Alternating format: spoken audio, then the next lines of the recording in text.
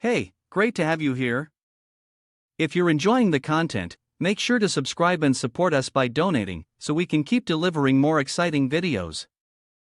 Now, let's jump into the story of I Am the Peerless War God right here on GMT Recap. Zhang Wuqing stood still, gazing at the dilapidated grave covered in red paint in front of him.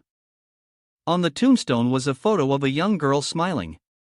He reached out to touch the photo, shouting, "Mom, I'm back. I'm home, Mom." Zhang Wuqing gently caressed the image. His fist clenched tightly, his anger rising as he thought, back then, when father remarried, he heartlessly kicked out the two of us, me and my sister. Even Mom was thrown out of the house.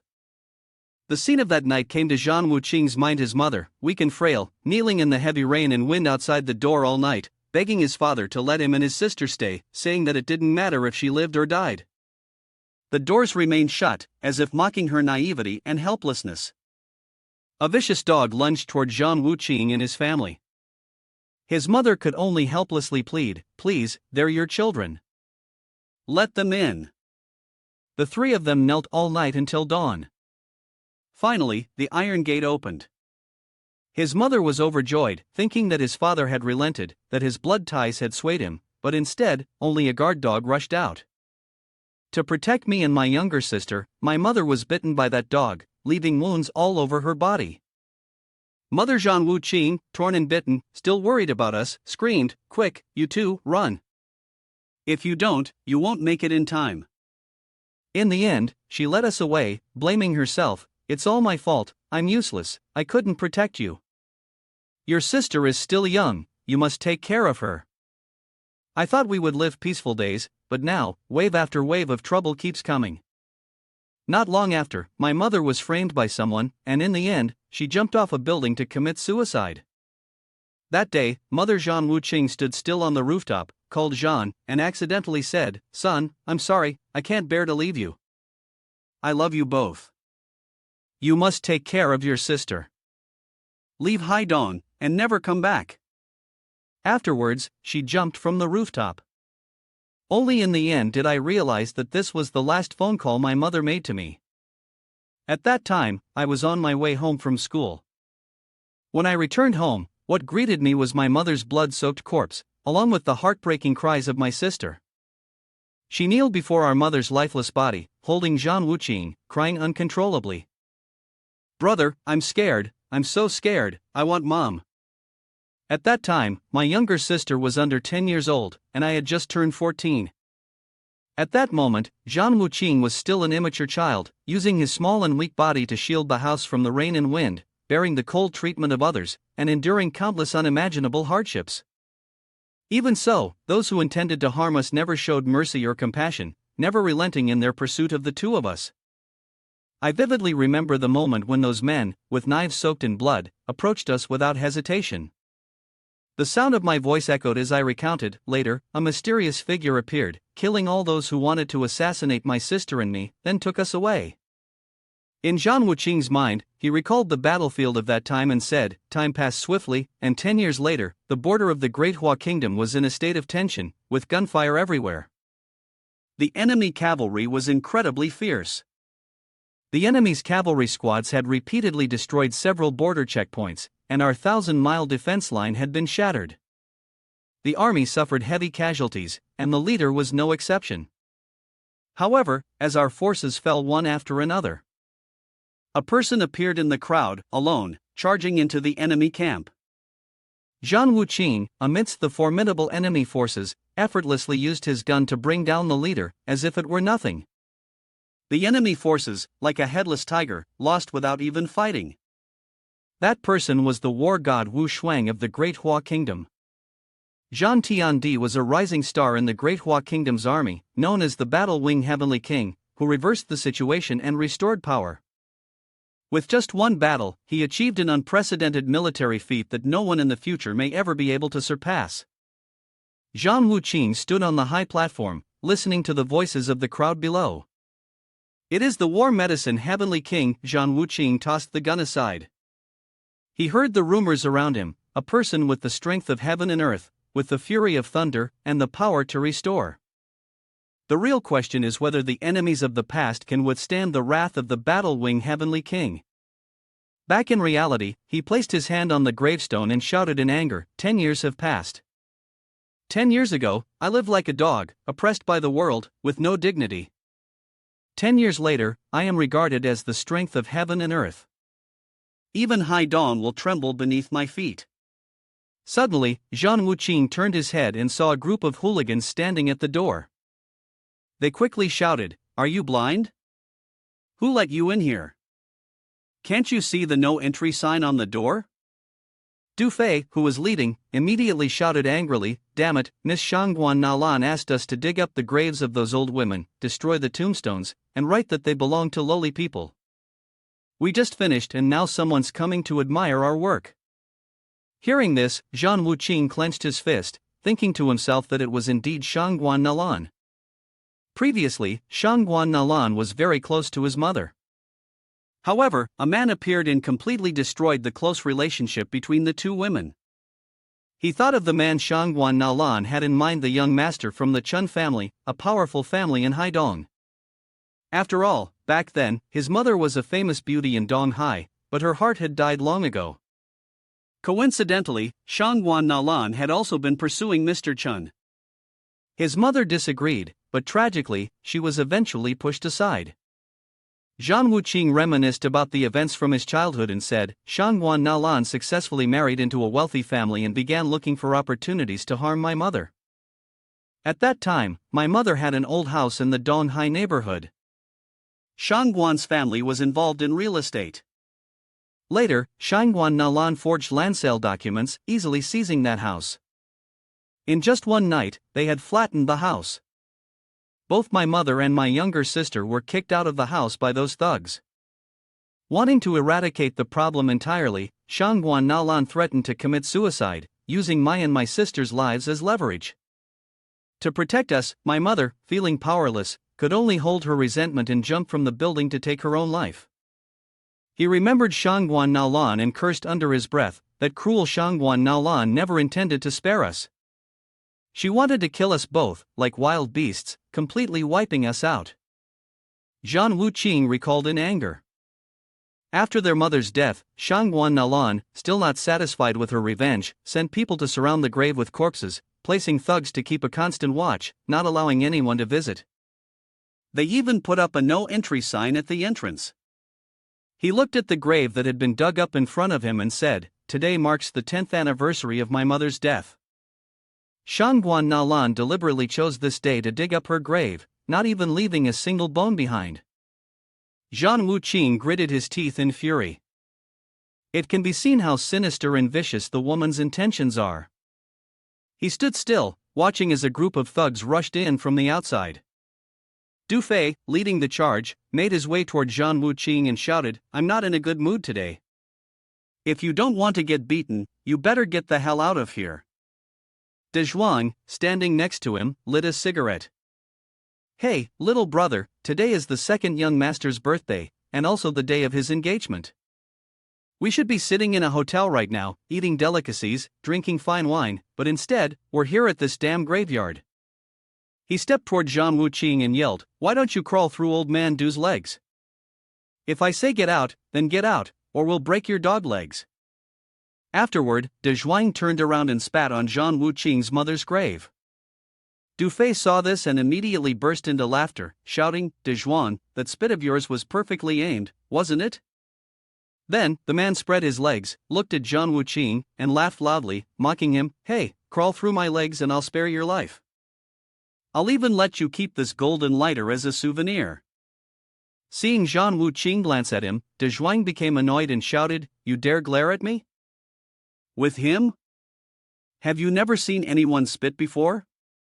He pointed at himself, coughing roughly as he said, "Never seen it? Then let me show you again." Suddenly, De Zhuang jerked his head around in shock when he saw Zhang Wuqing reaching out toward him. De Zhuang was stunned as Zhang Wuqing lifted him up, shouting loudly, "What the hell?" Zhang Wuqing slammed him back onto the ground with great force. Then, standing up, he pointed at the remaining hooligans and shouted, "Now, lick it clean." The remaining thugs were startled, their faces filled with fear as they screamed, De Zhuang weighs 90 kg, and he lifted him like that? This is clearly a monster, Wu Shuang. De Zhuang, his mouth bleeding, struggled to get up, terrified as he cried out for help. Brother, please save me. Zhang Wuqing casually waved his hand, sending a burst of energy toward De Zhuang's leg. De Zhuang immediately clutched his leg in pain, screaming, "My leg!" Zhang Wuqing pointed forward, his voice cold, "Lick it clean." He glanced at the thugs behind him and added, "Don't make me say it again." De Zhuang lay on the ground, clutching his leg and groaning, "It hurts so much." He immediately crawled over to the tombstone, using his tongue to lick the spit off of it, replying in quick succession. "Yes, yes, yes, I lick, I lick." Next, a helicopter appeared in the sky, towing a large cargo box. The gangsters shielded themselves from the wind and shouted loudly, "This is the helicopter." Zhang Wuqing glanced behind him and saw dozens of helicopters carrying cargo boxes flying toward them. He raised a finger and declared, "Start." Immediately after, a huge cargo box was dropped down. Following that, other cargo boxes were successively released. Then, a large number of people started jumping down from the helicopters. This group of people landed and simultaneously knelt in 2 rows in front of Zhang Wuqing. The blond man behind them saw this scene, startled and confused, and shouted, "What is going on here?" Then, the people who had jumped down from the helicopters cupped their hands and loudly proclaimed, "Greetings, Wang family." He turned his head, raised his hand, and gestured, "Proceed." The group of people responded in unison, "Wang family." They then stood up and opened a cargo box, revealing it was filled with gold bars. Dozens of boxes were opened, revealing the gold bars inside. A young man stood still and shouted, "Use this pile of gold to move the tomb." Du Fei looked at the gold bars inside and exclaimed, "Oh my god, this is all gold, there are a total of 20 boxes of gold." The group of people was startled, speaking with jealousy, "Using this much gold to build a tomb, this is the first time I've ever seen such a thing. If you exchange this pile for money, it'd be worth billions." Under the light, the brilliant gold bars shimmered brightly. Zhang Wuqing looked at the golden tomb in front of him and murmured, "Mother, back then you joked that 100 years later I must rebuild your tomb with gold, so you'd never run out of money in the afterlife." He cast his eyes on the gravestone stained with red paint nearby and said, "Now I've done it." Zhang Wuqing gritted his teeth and shouted, "1 month from now, I will make Shangguan Nalan kneel before my mother's grave and use death to atone for her sins." The group of thugs looked at him suspiciously, asking in confusion, "Who is this person, really? He's terrifying, using gold to rebuild a tomb." At that moment, Zhang Wuqing glanced at De Zhuang and asked, "What did you just say?" Du Fei, terrified, trembled as he replied, I forgot." Then the gang of thugs cried out in fear, "We were only acting under orders from the elder of the Chen family, to guard this place." Upon hearing this, he fell silent in thought. That year, after framing his mother, Shangguan Nalan had finally married into the Chen family, just as she had wished. This woman is extremely sinister, with a wicked heart. Zhang Wuxing unknowingly furrowed his brows in thought. After 5 years of hard work, Shangguan Nalan had long since taken control of the Chen family, and Moken had become nothing more than a dog under Shangguan Nalan's command. Du Fei, seeing that he wasn't speaking, smiled smugly and said, "This guy is indeed scared." The Chen family here in Haidong holds immense power, their reputation is well known, and no one dares to touch them, he continued, his voice growing louder. Mo Kan, the elder of the Chen family, is also a well-known figure in the outside world. Although this guy seems to have some influence, as we are working for the master, he wouldn't dare touch us. A powerful energy radiated from Zhang Wuxing as he suddenly exclaimed, "Oh, what could Mo Kan, the elder, possibly do?" That surge of power immediately struck the lackeys behind Du Fei. The man froze and turned around, looking at his subordinates struggling and writhing in agony within the flames. Du Fei was horrified, repeatedly banging his head and shouting, "It's a misunderstanding, please don't kill me, let me explain." Zhang Wuxing glanced at him coldly and replied, "Explain? I've never listened to explanations." Du Fei immediately became terrified, screaming out, "I, once again, dare to call myself I. Could it be that you are the newly risen war god, battle wing heavenly king Zhan Shangdi? Then, he raised his hand and struck fiercely toward the man, causing fresh blood to spray out. Zhang Wuqing sat down and used a cloth to carefully wrap the old tombstone stained with red paint. Zhang Wuqing stood up, handing the wrapped tombstone to Th, saying, "Go ahead. Today is Mr. Chen's grand celebration, the official of Shangguan Nalan. Go there and stir things up a bit, then return the tombstone from back then to Shangguan Nalan." He then quickly descended the stairs. The other person followed closely behind. At one of the prominent buildings in Haidong, the Tiandu Hotel, a car stopped in front of the hotel gate. Zhang Wuqing pushed open the door and stepped out, silently thinking to himself. This used to be an old street, where his mother's old house once stood, precisely where the Tiandu Hotel now stands. Tan, carrying a white cloth wrapped around the tombstone, stepped out and shouted, "Wang family, these pests, my subordinate can handle them alone. There's no need for you, sir, to get involved." He grabbed the cloth-wrapped tombstone and ordered, "You should go back and keep watch. The tomb.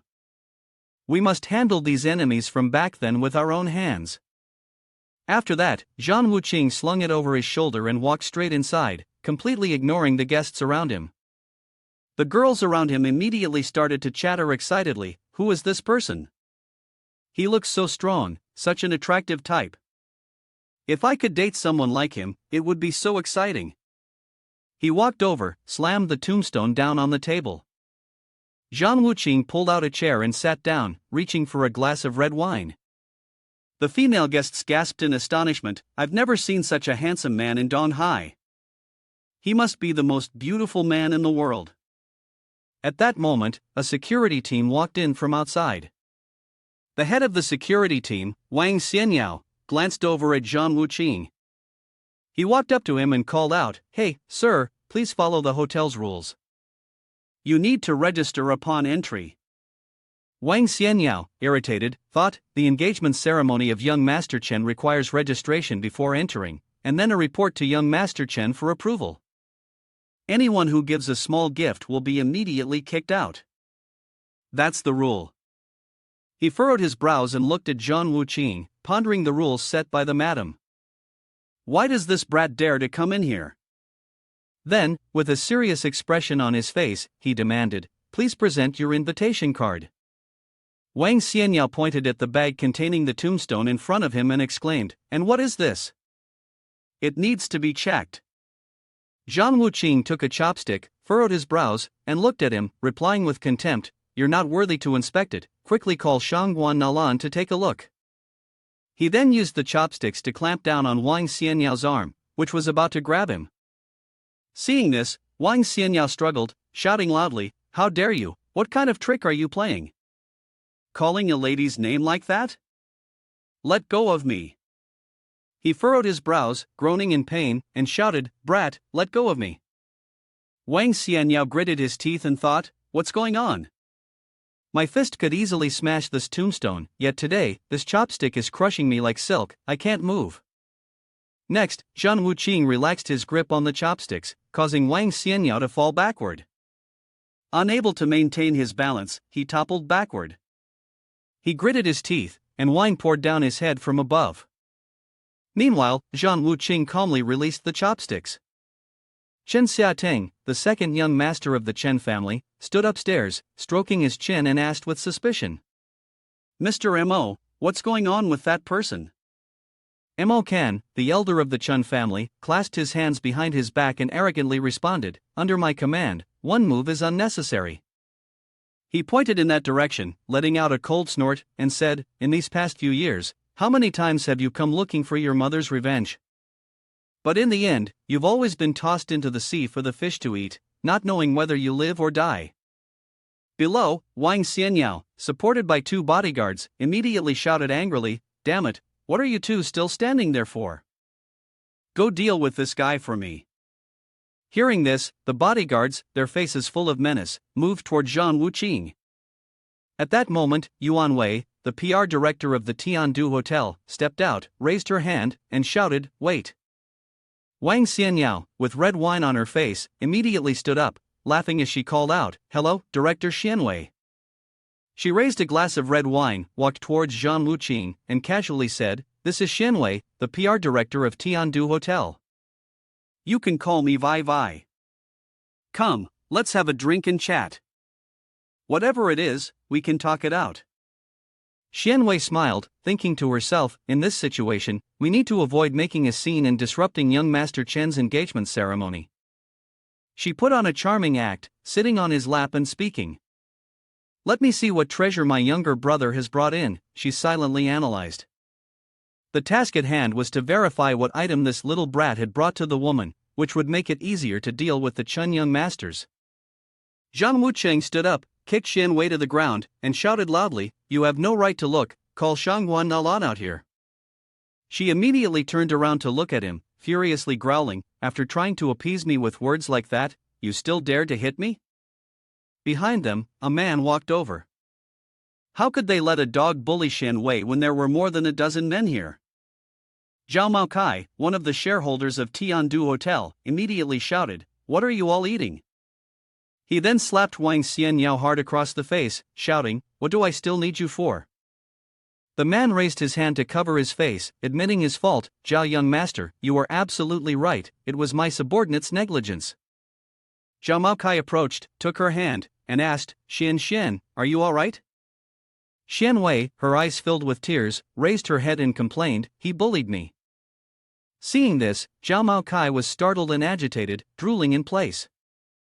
He then pointed at Zhang Wuqing and shouted, "You little brat, daring to lay your hands on Xian, are you looking for death, huh? If you know what's good for you, kneel down and apologize to Xian. Then get the hell out of here." He looked up at the sky, reminiscing about the past with a deep sigh. Back then, this was his mother's old house. He and his younger sister had once lived here for a carefree period, filled with freedom and happiness. At that time, Zhang Wuqing's mother raised her hand and asked the two siblings, "Are you two still playing? Don't you want to eat?" The two of them, laughing and playing, shouted, "Caught you. Now it's your turn to catch me." Zhao Maokai pointed at him, but when he saw no reaction from him, he froze in place. He then grew furious, raising his fist and muttering curses under his breath. Zhao Maokai's face darkened as he turned to look at Wang Xianyao and shouted, "Captain Wang, what are you standing there for? Beat this guy to death for me." He frowned and led the security team, shouting, "Guys, let's go." The guests around them immediately yelled, "With so many people, this guy will definitely be torn apart. Hit him harder, the money we gave for this will be worth it." Zhang Wuqing calmly sat down in his chair. Forget about the bodyguards approaching. He gently raised the glass of red wine and took a sip. Wang Xianyao raised the cane in his hand, grinning fiercely as he shouted loudly, "You're about to die, and you're still putting on airs. Today, I'm going to beat you into pulp. I can handle 10 thugs by myself. The cane in my hand can easily snap a person's bones. With the Chen family backing me, killing a person is simpler than killing an ant." Zhao Maokai reached out and put his arm around Xianwei's shoulder, saying, Xian, let's go. A bloody scene is about to unfold. Don't be scared." Zhang Wuqing stood calmly and motionless, the cane now dangerously close to him. He glanced coldly in that direction before raising his hand to grasp the tombstone on the table. With a forceful motion, he slammed it onto the floor, and a red light instantly spread from it, radiating in all directions. The red light rapidly expanded, striking the approaching bodyguards. Wang Xianyao fell to the ground, spitting out a mouthful of fresh blood. The other bodyguards also coughed up blood, and the chandelier hanging from the ceiling immediately crashed down. Zhang Wuqing stood still, observing the people around him. The female guests gasped in shock, covering their mouths and exclaiming, "What's going on? What happened just now? I'm not imagining things, am I?" Chen Xiaoting, who was on the upper floor, exclaimed in shock. "Is there something unusual about that Mr. Mo?" He frowned and asked, "What do you think?" Mo Can replied, his face darkening. "He has the potential to withstand 3 of my moves." Upon hearing this, Chen Xiaoting immediately calmed down and sat in his chair. That's good, then. There's no need to rush. Now, I'm really curious about what's wrapped up in there. At the back of the group, Zhao Maoting, with his arms around Xianwei, laughed and said, "Such a loud noise. What's going on here?"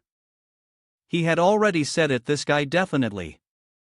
Then, he turned his head to look behind him and screamed in disbelief, "This." Over there, Zhang Wuqing stood still, watching the security guards sprawled on the ground. He closed his eyes, stood up, pulled out a chair, and sat down. He picked up a glass of red wine and, looking at Zhao Maokai from afar, said, "Come here." Seeing this, Zhao Maokai immediately became agitated and yelled, "The Tiandu Hotel is owned by the Chen family. Today is Mr. Chen's birthday, and also his engagement day." Zhao Maokai wiped the sweat streaming down his face and threatened, "Today, Madame Nala is also here. I hope you will assess your own strength and not be too reckless." The male guests around glanced at Zhang Wuqing and inadvertently offered some advice. After all, this is the territory of the Chen family. It's not shameful to avoid trouble. You should stop while you're ahead. Even if you're skilled, one person alone can't take down the Chen family. In this day and age, even if you don't understand, you have to at least pretend to. He raised his wine glass, letting out a cold snort in response. Zhao Maokai turned away, trembling as he pointed at Zhang Wuqing, shouting loudly, "If he doesn't want his name on the list, just let it go." He turned his head and yelled, "Stay here, Madam and Mr. Chen will be here soon." In his mind, he told himself to calm the situation down first. Once Mr. Chen arrives, it will be easy to deal with him. Zhang Wuqing immediately turned and threw a tombstone towards Zhao Maokai, then froze when the tombstone landed right in front of him. Zhao Maokai was terrified, collapsing to the ground, but Xianwei quickly caught him. Zhang Wuqing stood up and walked toward him, his voice deep as he asked, "I remember you just said you wanted to kill me. If you have such murderous intentions, then today you must die." Zhao Maokai stood up, his entire body trembling with fear. He immediately fell to his knees and kowtowed to him. Then, Zhao Maokai gritted his teeth, tilted his head, and looked toward Zhang Wuqing, shouting loudly, "Bastard, do you think I'm afraid of you? Do you dare to kill me? This is the territory of the Chen family. Try killing me if you dare." Upon hearing this, Zhang Wuqing calmly lifted his foot and stomped on Zhao Maokai's head. Zhao Maokai trembled all over, screaming in fear, "Don't save me." Next, Chen Xiating, with a cigarette in her mouth, came down the stairs and shouted, "Stop." Xianwei immediately ran over to complain, "Mr. Chen, you finally arrived. This guy doesn't understand the rules. He came in without registering his name." I tried to advise him, but he shoved me down to the ground. She was defiant as she rushed over to him, then turned to explain, "He even wanted to kill Mr. Zhao, this arrogant bastard who clearly doesn't respect Mr. Chen at all. You must stand up for this, Mr. Chen." Zhao Maokai, drenched in sweat, raised his head and shouted, "Bastard," still refusing to repent even when death is near. "Quickly help me up, I'll kneel and let me strike 100 blows with my sword." Immediately afterward, a large explosion erupted from his body, and the smoke and flames quickly dissipated. Zhao Maokai had turned into a lifeless corpse lying on the ground. Zhang Wuqing walked past Zhao Maokai's body and shouted, "Earlier, you raised your hand to adjust your sleeve and walked up to Chen Xiating, asking, 'Did you just give me an order?'" He immediately began trembling all over in fear. Mo Kan, standing beside him, rushed forward and supported Chen Xiating. He continuously shook his head, denying, "Master, it wasn't me."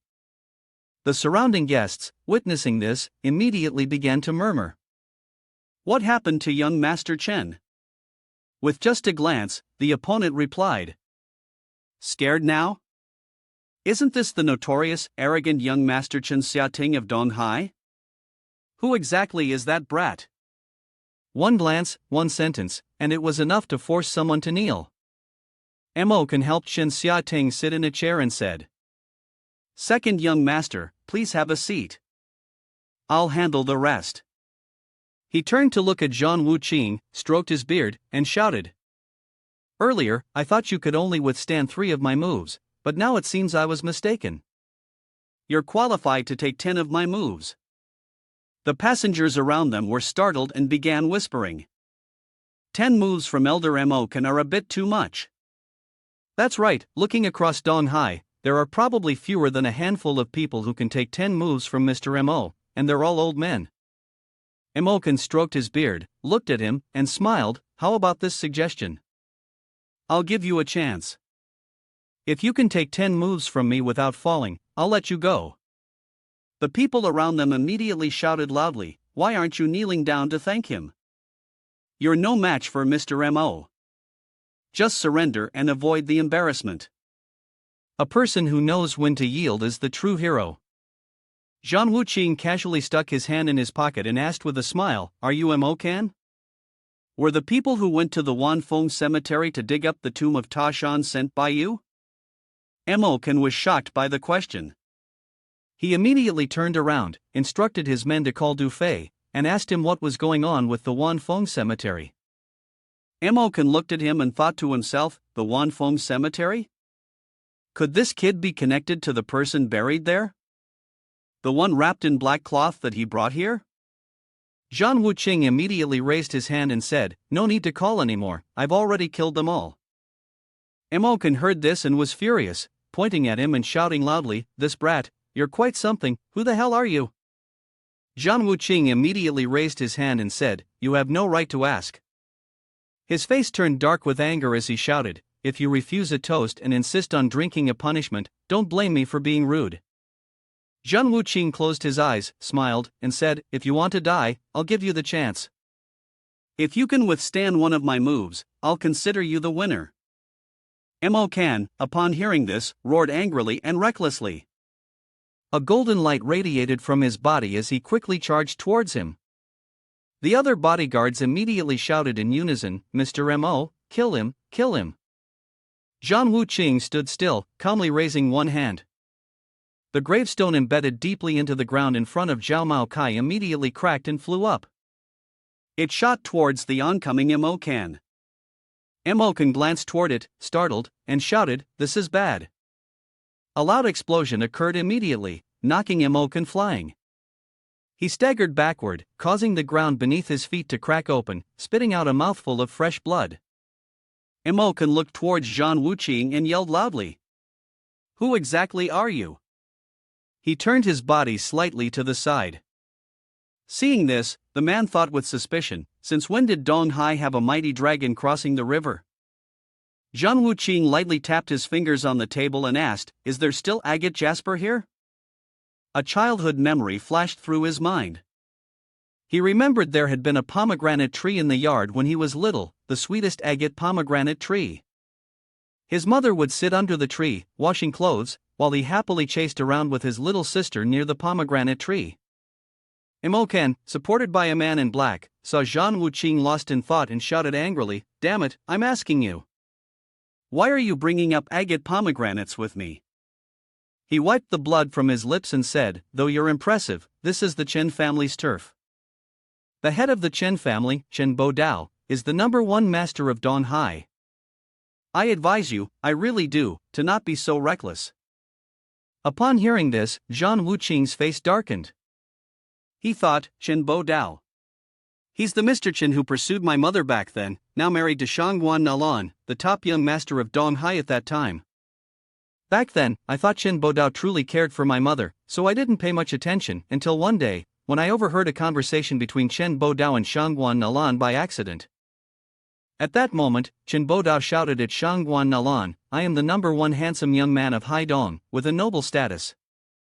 How could I possibly like someone of such a lowly caliber? Don't you even know your place? Thinking of this, Zhang Wuqing clenched his fists, silently thinking that the incident with his mother's suicide was all due to Chen Bo Dao's adding fuel to the fire. He would definitely make him pay for this. Emokan was helped up, pointing at him and shouting loudly, kneel at the door and knock your head 1,000 times. The master is benevolent, and maybe he will let you die in one piece. Seeing Zhang Wuqing remain seated, he immediately felt smug, thinking to himself, as expected, just mentioning the name of the master has made this brat terrified. Zhang Wuqing stood up coldly, raised his hand and said, I'm asking you, do you have grenades or not? If you do, say yes, if not, say no. Stop talking nonsense. Immediately after, Emokan was sent flying backwards for quite a distance. He slammed hard into the wall, causing it to collapse quickly. The crowd was stunned, and they immediately shut their eyes, fainting on the spot. Xianwei, seeing this, was taken aback, breaking out in a cold sweat, and shouted, "How could this be?" That was Elder Emokan.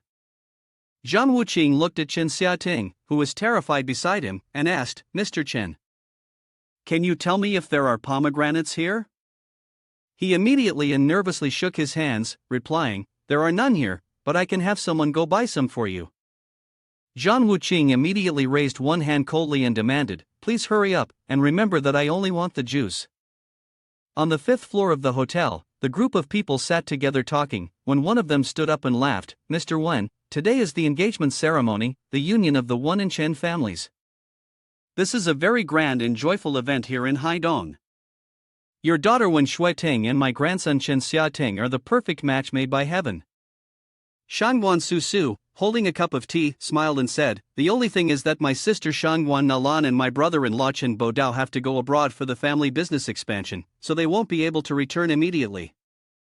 I will be in charge of the engagement ceremony today, and I hope Clan Head Wen won't mind." Shangguan Nalan's younger sister, Wen Qingshan, the head of the Wen clan, sitting beside her, immediately responded, "Chairwoman Shangguan, you're too polite. Your status in Haidong is well known to everyone. It's already an honor to have you attend this engagement ceremony." He turned to look at his daughter and made the decision, "Remember to keep a close distance with Mr. Chen later when you go downstairs." Wen Qingshan silently pondered. The Wen clan was facing a tremendous problem and urgently needed the help of a powerful force. In Haidong, only the number one expert, Chen Bodao, had the strength to offer such assistance. "Zhu Ding, I know you don't like Mr. Chen, but this time the Wen clan has offended a force that's too powerful. This time, I must apologize to you." Wen Qingshan's daughter, Wen Shuiting, glanced at him and said, "I understand, Dad." But in her heart, she thought, between my own love and the survival of the family, I really have no other choice. It's just that my life was saved by that person. If it weren't for him, I probably wouldn't even be sitting here right now.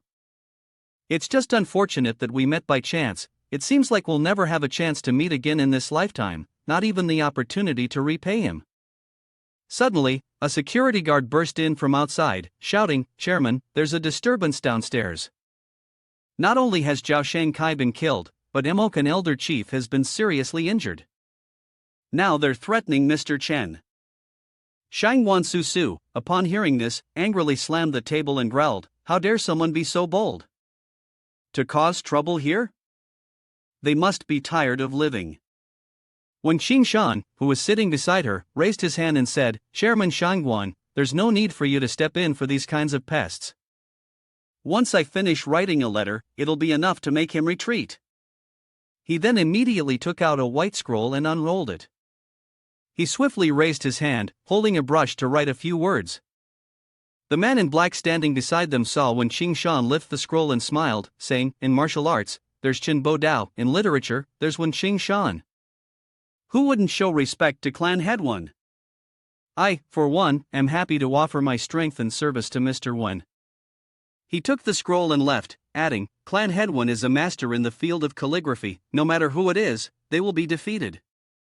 Wen Shuiting, who was beside them, looked at Wen Qingshan and asked, "Dad, may I go down to check on the situation?" He looked at her and replied, "All right." She quickly stood up and left. Wen Shuiting descended the stairs, and when the male guests saw her, they immediately became excited and began discussing in hushed tones. "That's the eldest daughter of the Wen clan. She's so beautiful. Indeed, a couple of exceptional beauty and talent with young Master Chen. If I could marry a wife as beautiful as this, I would die content." Wen Shuiting looked at the ruined scene below, puzzled and thought, who could be bold enough to do something like this? Dare to make trouble here? She looked at Zhang Wuqing, who was sitting in the distance, holding a glass of wine, and shouted, "Who is that person over there?" Wen Shuiting gasped and cried out, "It's him, it's him." In her mind, the image of two black cars cornering her flashed. She thought, 2 years ago, my father and I went abroad for a business negotiation. The negotiation failed, and our partners decided to capture both of us. Wen Shuiting pondered silently. At that time, my father did everything he could to help me escape from those cars. Who would have known they would still chase us? I thought I was going to die. She recalled the situation back then, when suddenly, a huge figure appeared, like a knight from the ancient arched palace shooting great condor. He flipped over both cars. Not only did he save me, but he also saved my father. Although it was only a chance encounter, that figure was deeply imprinted in my heart. A few years later. In my heart, it is only filled with that image, nothing can replace it. Although I have met many talented people over the years, none can compare to him. A man reached out to support Chen Xiaoting, shouting, "Chen young master, your fiancé Miss Wen has come downstairs to see you, hurry up and stand up." He raised his head to look at her, thinking that he had been pursuing Wen Shuiting for a long time. Her attitude towards him had always been cold, and this was the first time she had reached out to him. It seemed that she had finally thought things through. Chen Xiaoting stretched out both arms, blushing and shouting, "Shuiting, you've made me worry." "I'm fine." When Shuiting brushed past him, rushed toward Jean, and accidentally embraced him, screaming, "I missed you so much these past few years." The male guests around them immediately burst into loud laughter at this scene. Damn, they aren't even married yet, and Shen young master is already wearing the green hat. No wonder this person holds such a deep grudge, turns out he's here because of Wen Shuiting. No wonder she's the top beauty of Donghai, her fiancé is right here at the engagement party, yet she's sneaking around with someone else. How can Shen young master still show his face to others? Chen Xiaoting cried, hearing the mocking sounds echoing in her ears. Not only that, but the reputation of the Chen family had also been completely ruined. Zhang Wuqing looked at Wen Shuiting in front of him and exclaimed, "So it's you." He recalled 3 years ago, when he happened to pass by and unexpectedly saved his childhood friend. A scene from their childhood flashed in his mind. When they lived in Donghai, he and his sister were often driven away, and their true friends were few. Wen Shuiting was one of them. She had stepped forward more than once to protect him and his sister.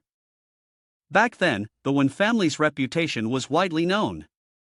When Shuiting rushed forward, blocking the two of them, and shouted at the group, "There are so many of you, yet you bully one person. Do you think that makes you heroes?" Remembering this, he silently thought to himself that without Wen Shuiting, the two of them wouldn't have been able to stay at school. He had always kept the gratitude from his childhood in his heart and had never dared to forget it. When Shuiting blushed, raised her hand to her lips, and smiled, saying, "If it weren't for you stepping in last time, my father and I would have died in a foreign land. 3 years have passed in the blink of an eye, and I thought I would never see you again. Back then, you left in such a hurry, and I never had the chance to thank you. She is Wen Shuiting, just call her Shuiting. May I ask what is the name of the benefactor?" Hearing this, Zhang Wuqing looked at her and introduced himself, "I am Zhang Fei." In his heart, he silently thought to himself. Zhang Fei was one of his names. His childhood name was Zhang Wuqing. After being taken away by that mysterious person, the other party felt that the name Wuqing was not bold enough, too cheesy, and lacked masculinity. She heard this and exclaimed, "You share the same surname as Zhang? What a coincidence! I have a friend, and he also shares the surname Zhang." Then when Shuiting became dejected and muttered, "It's a pity I haven't seen him in many years." He looked at her and gently said, "Destiny will surely bring you together again one day." Inside the room on the 5th floor, the two men in black looked at Wen Qingshan and began to praise him. Finally, everything below had quieted down, and everyone could relax and enjoy their drinks. This was all thanks to Clan Head One, whose few words had settled the situation. That kid must have been scared out of his wits and ran off. The bearded man laughed and added, "In Donghai, we have Chen Bo Dao in martial arts and Wen Qingshan in literature. This saying is indeed true." Mr. Wen smiled. The 3 words that drive away the enemy are indeed a story, one that may be passed down for generations.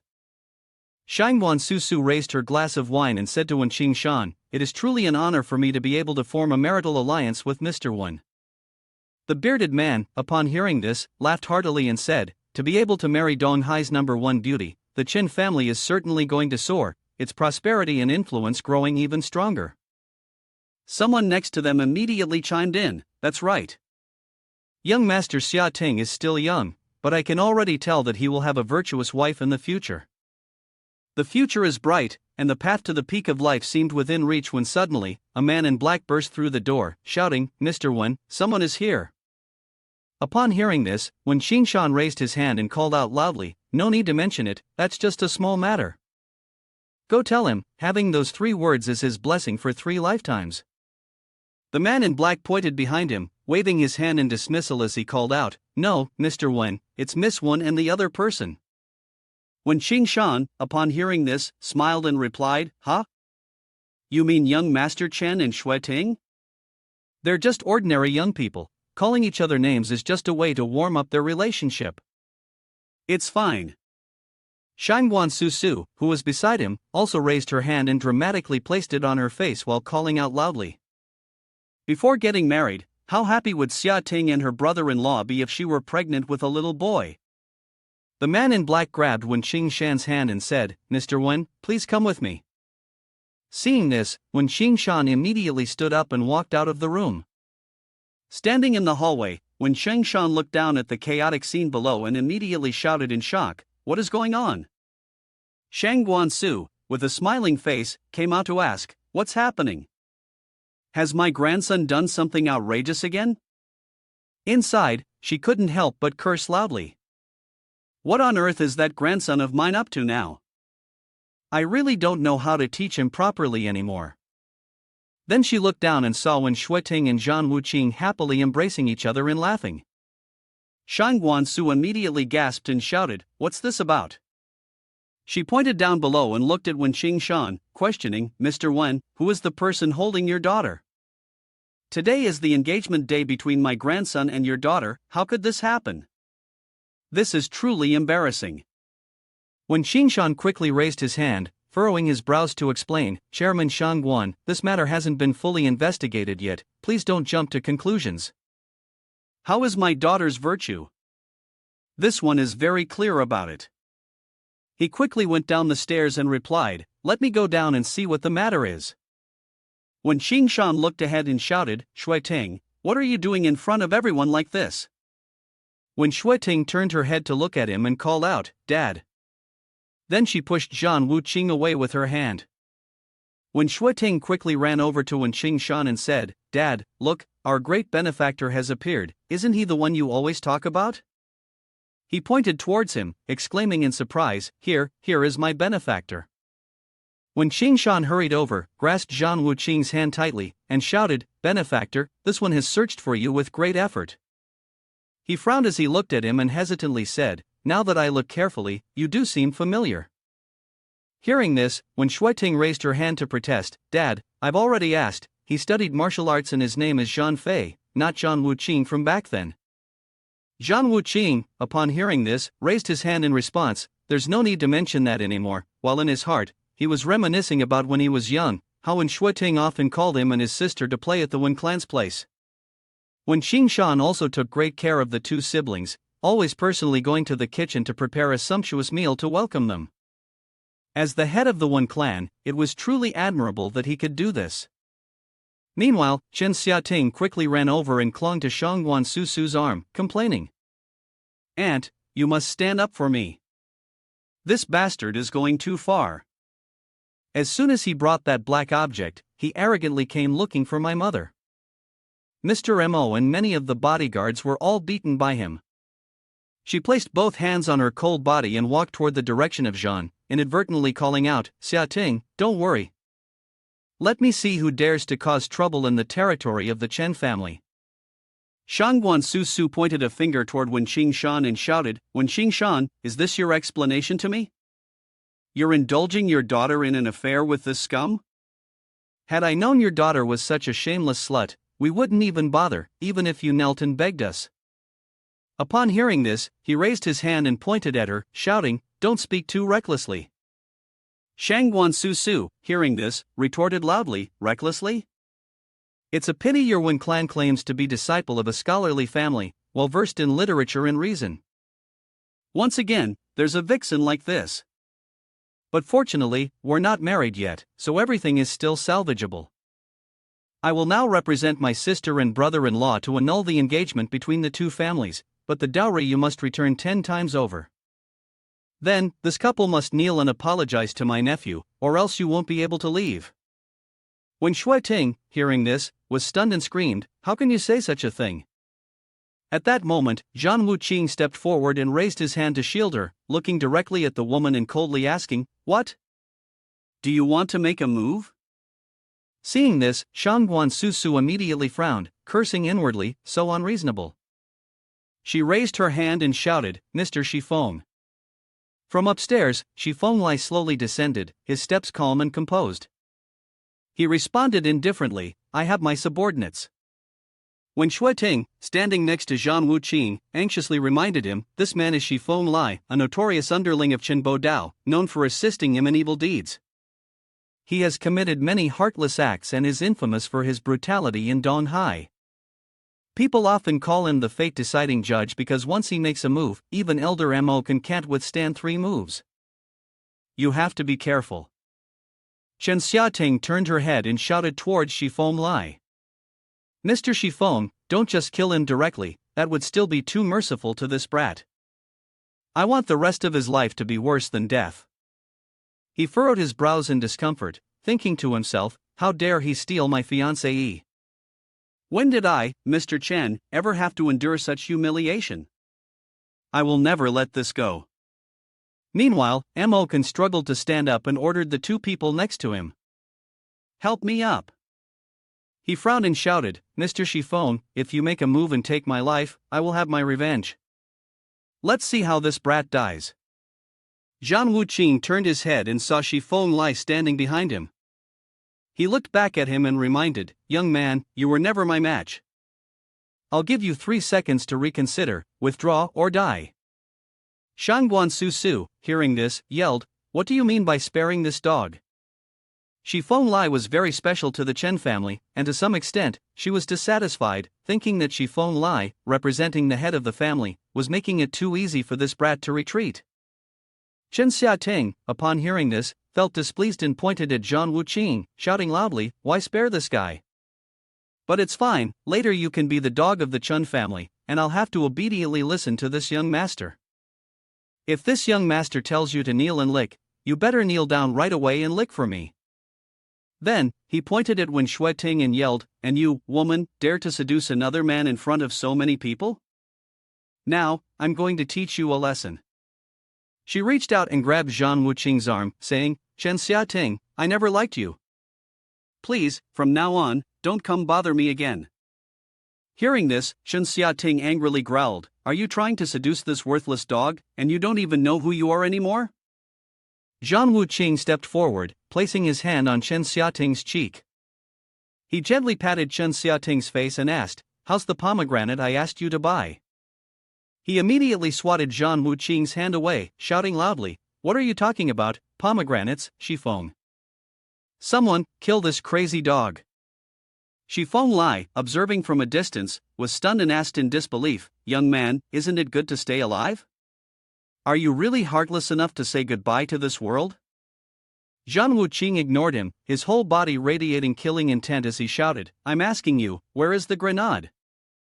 Chen Xiating was pushed back, startled, and screamed, "The killing intent is too strong." Then, he was blown away by a gust of wind. Chen Xiating fell to the ground and screamed in pain, "Shifeng, save me." Shifeng Lai saw this and quickly stomped the ground, charging forward. Wherever his feet landed, cracks immediately appeared on the floor. The security guards, seeing this, yelled excitedly, "Well done. Shifeng finally made his move, kill this bastard. He's so arrogant.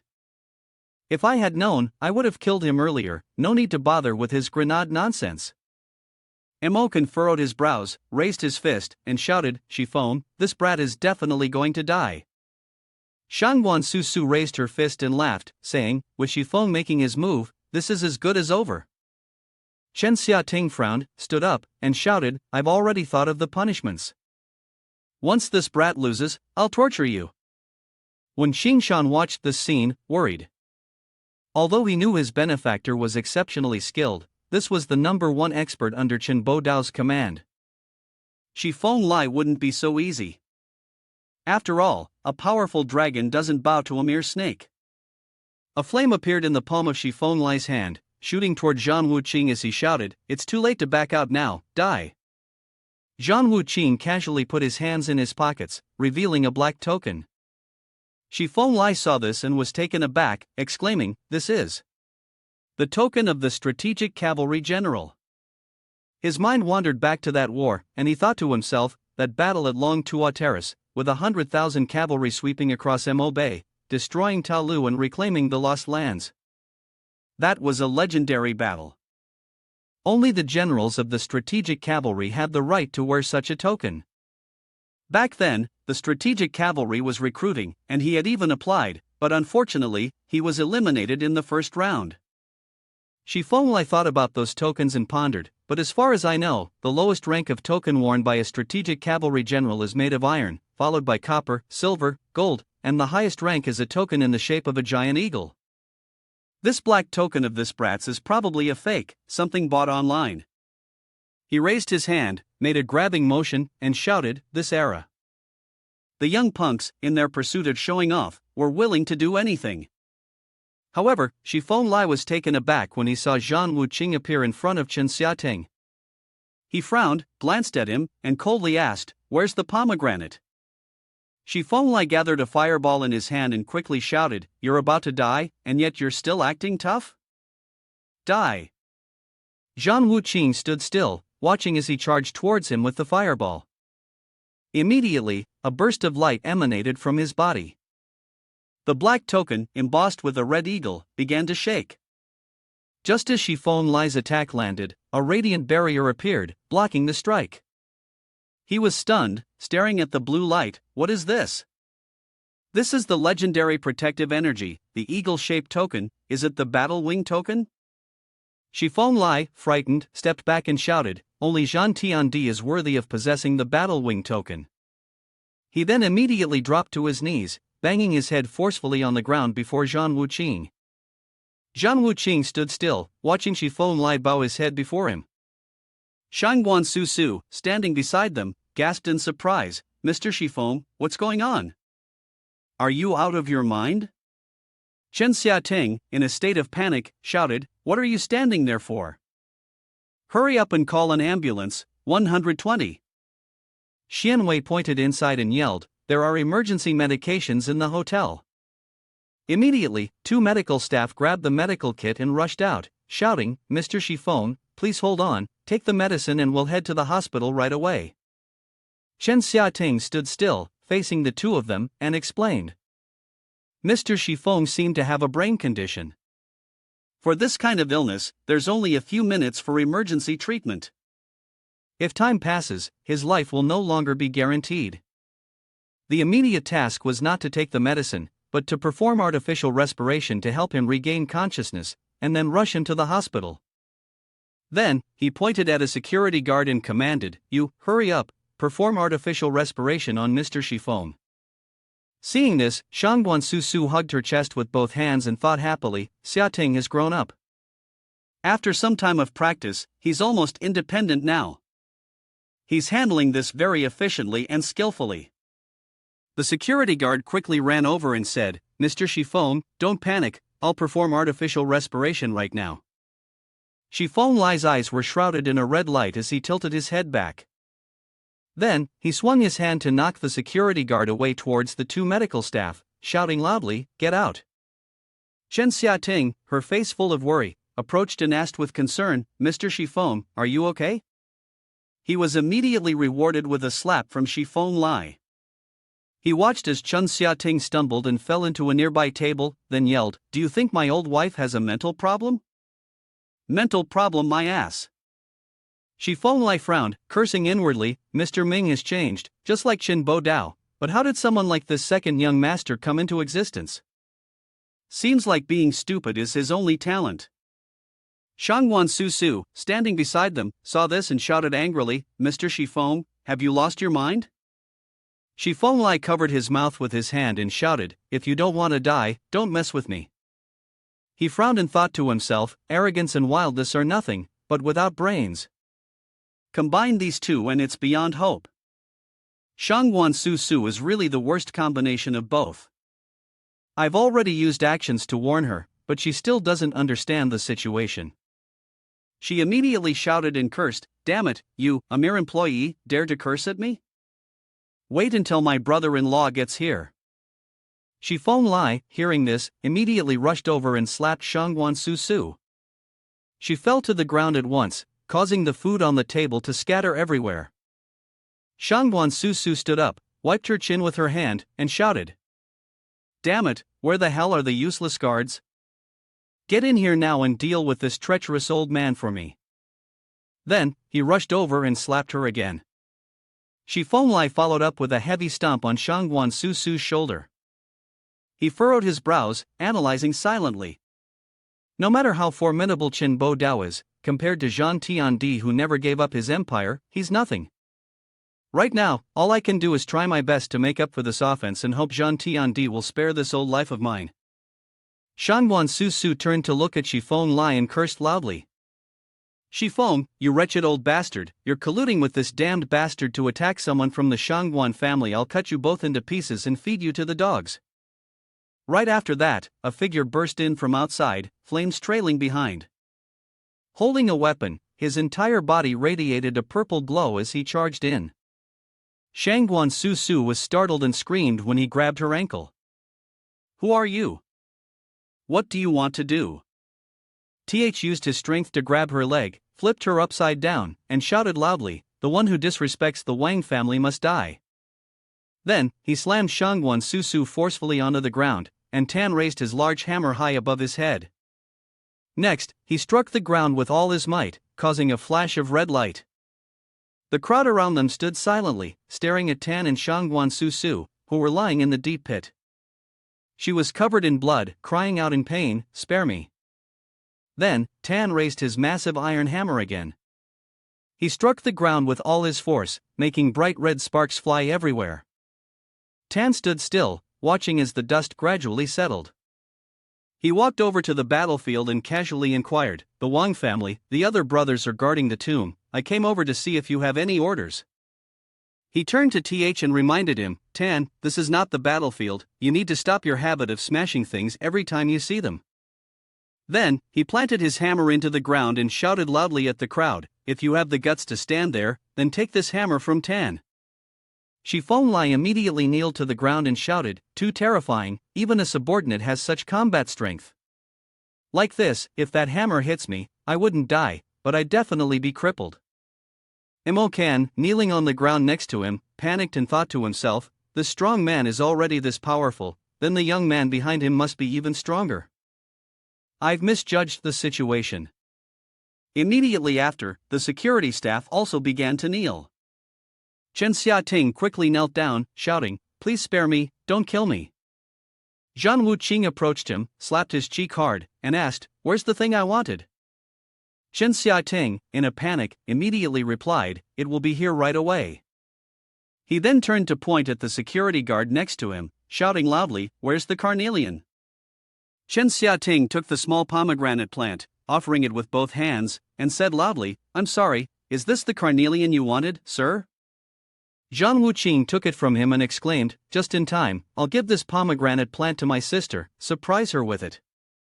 Chen Xiaoting, drenched in cold sweat, clasped his hands together and pleaded, I've given it to you. My parents are both abroad, how about you come back another day to check on me? Hearing that, Zhan Wuqing turned with the potted plant in hand and said, since your mother's not home, you'll have to accept this on her behalf. 1 month later, Zhan Wuqing used his hand to control the tombstone, sending it flying toward him. He said, I will come to kill your entire family. The tombstone collided with Chen Xiaoting, causing a massive explosion. Dust and smoke immediately surrounded him. Chen Xiaoting trembled all over, unable to believe his eyes. His legs were crushed under the weight of the tombstone, shattered beyond recognition. Zhang Wuqing took steady steps towards Shangwan Su, who was lying on the ground. She looked up at him, gritting her teeth, and shouted, "Don't exaggerate. When my brother-in-law returns, he will definitely deal with you." Zhang Wuqing coldly looked at Shangwan Su and declared, "Anyone who dares to disrespect the heavenly king must die." He then stomped down hard on her head. Leaving her lifeless body behind, now carrying the stench of blood, he headed towards the door. Under the evening light, Tan sat in the car, asking Zhang Wuqing, "Wang family, are we going to find Wu Shuang?" He reached out to touch the pomegranate tree, thinking to himself that his sister's real name was Zhang Wu Shuang. He had finally found her whereabouts, and now he was going to meet her. This moment was one he had been waiting for a long time. Then, he spoke, "That's right, the car will stop in front of Haidongyi." Zhang Wuqing looked at the school with pride, thinking that Haidongyi Zhong was the key high school in Haidong. But the students here were all outstanding pupils from the middle schools across Haidong. His younger sister, Wu Shuang, was the top scorer of the entire city's entrance exams. He smiled faintly, thinking that the girl's name now was Long Yidan. At that time, she had already been taken away by second aunt. Later, to avoid being monitored by Shangguan Nalan and Chen Bodao, second aunt had no choice but to have her raised by a close family friend. In the blink of an eye, 10 years had passed. The image of Long Yidan appeared in Zhang Wuqing's mind, and upon reflection, when second aunt had taken her away, the girl had still been in elementary school, and now she had grown into a young woman. Inside the car, he flipped open a newspaper and sat waiting. In the distance, a group of people were approaching. A man in a blue robe looked toward his subordinate, Abu, and called out, "Boss, that girl is definitely going to be something special." Her skin was soft, fair, and youthful. The man wearing a hat beside him also smiled and said, as expected of the campus beauty of Haidongyi Zhong, "She's definitely still a virgin. Tonight, boss will be in for a treat." Abu, his hands bracing against the cold, gritted his teeth and cursed loudly. "That girl, the boss has already set his eyes on her. Our job is just to catch her. Don't get any funny ideas. You know Mr. Bo's temper by now. Don't say I didn't warn you when things go south." The people around immediately spoke up, pleading for mercy. "Mr. Bo, we were just joking." "Yeah, we were just kidding around. Remember this, after the girl finishes school, wait until she's in a secluded place before making a move. It's best if it's somewhere no one knows about. Don't worry, Mr. Bo, we'll make sure this goes smoothly. We've already gathered all the information. Her parents are simple folks, no skills or anything. After we're done, we'll have Mr. Bo give them some money and scare them a little, and this will be over.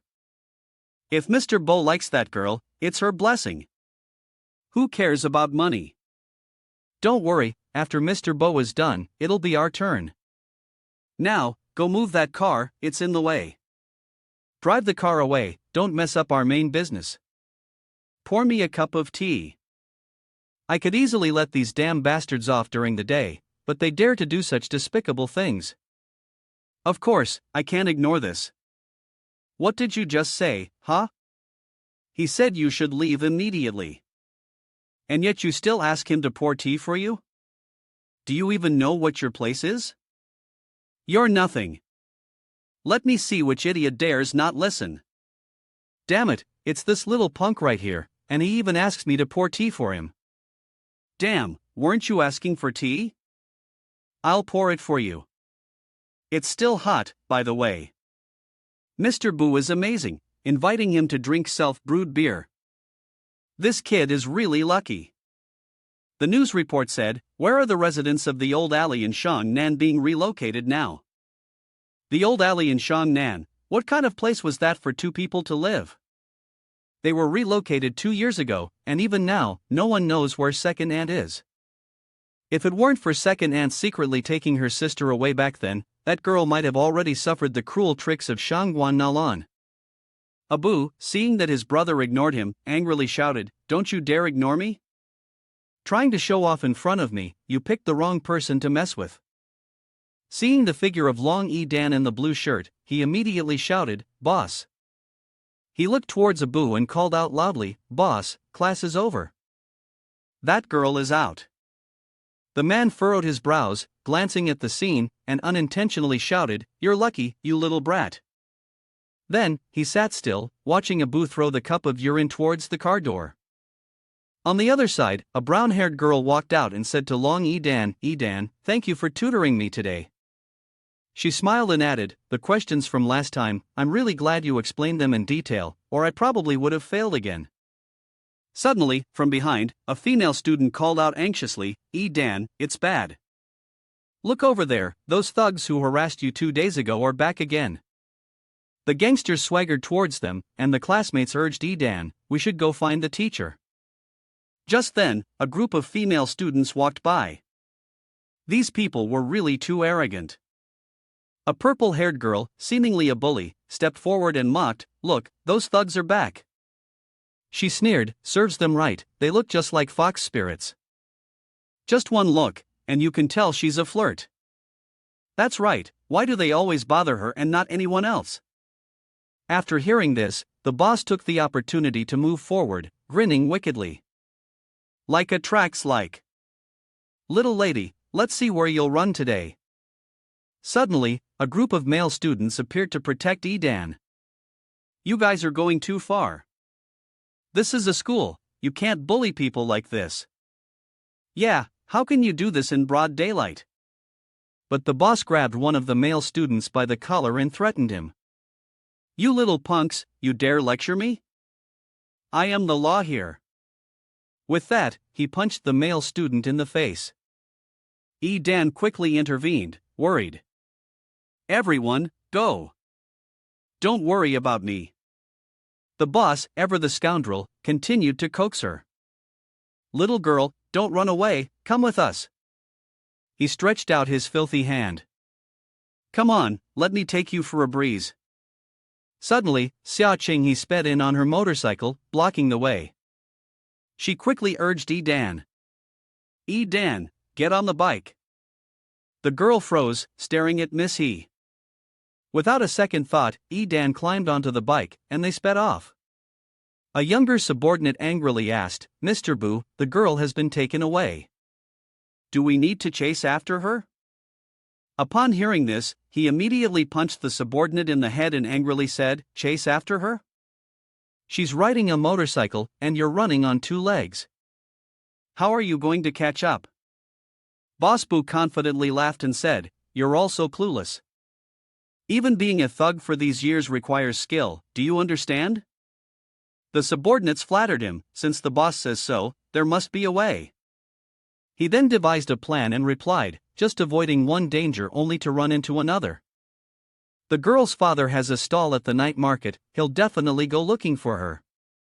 And right now, I'm starving, so I'll take the opportunity to have a free meal." Hearing this, the 2 subordinates joyfully cheered, "Mr. Bu, Mr. Ming, following you means good food, nice clothes, and even girls to play with." At the same time, Zhang Fei was sitting in the car, observing everything. He folded the newspaper and firmly believed that they were just asking for death. He was driving Edan away.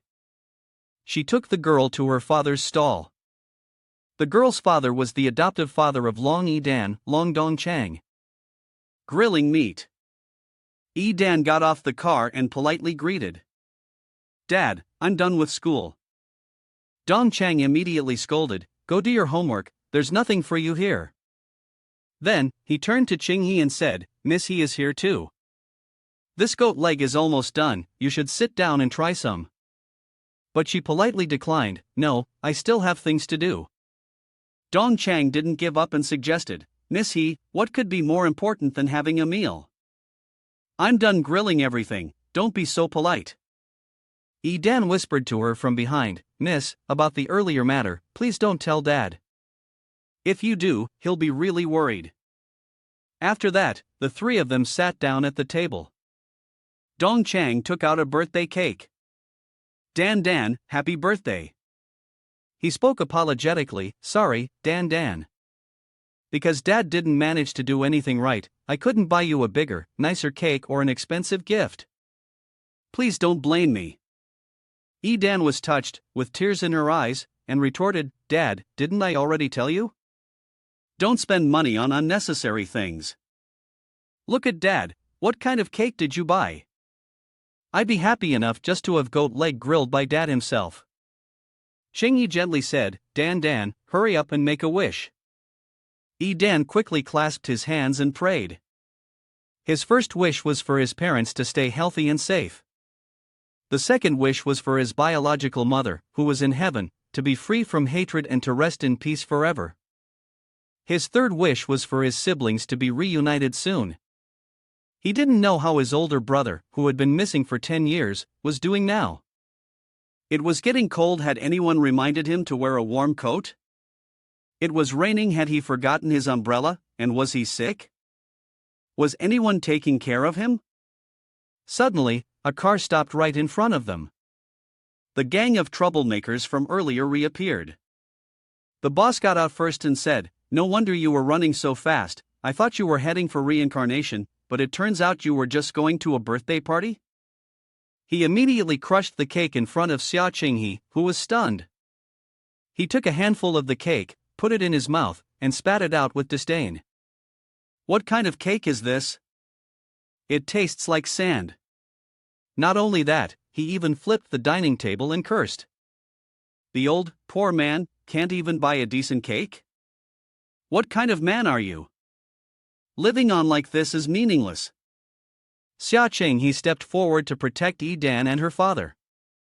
"You are going too far. Long Dan is my student, dare you touch her?"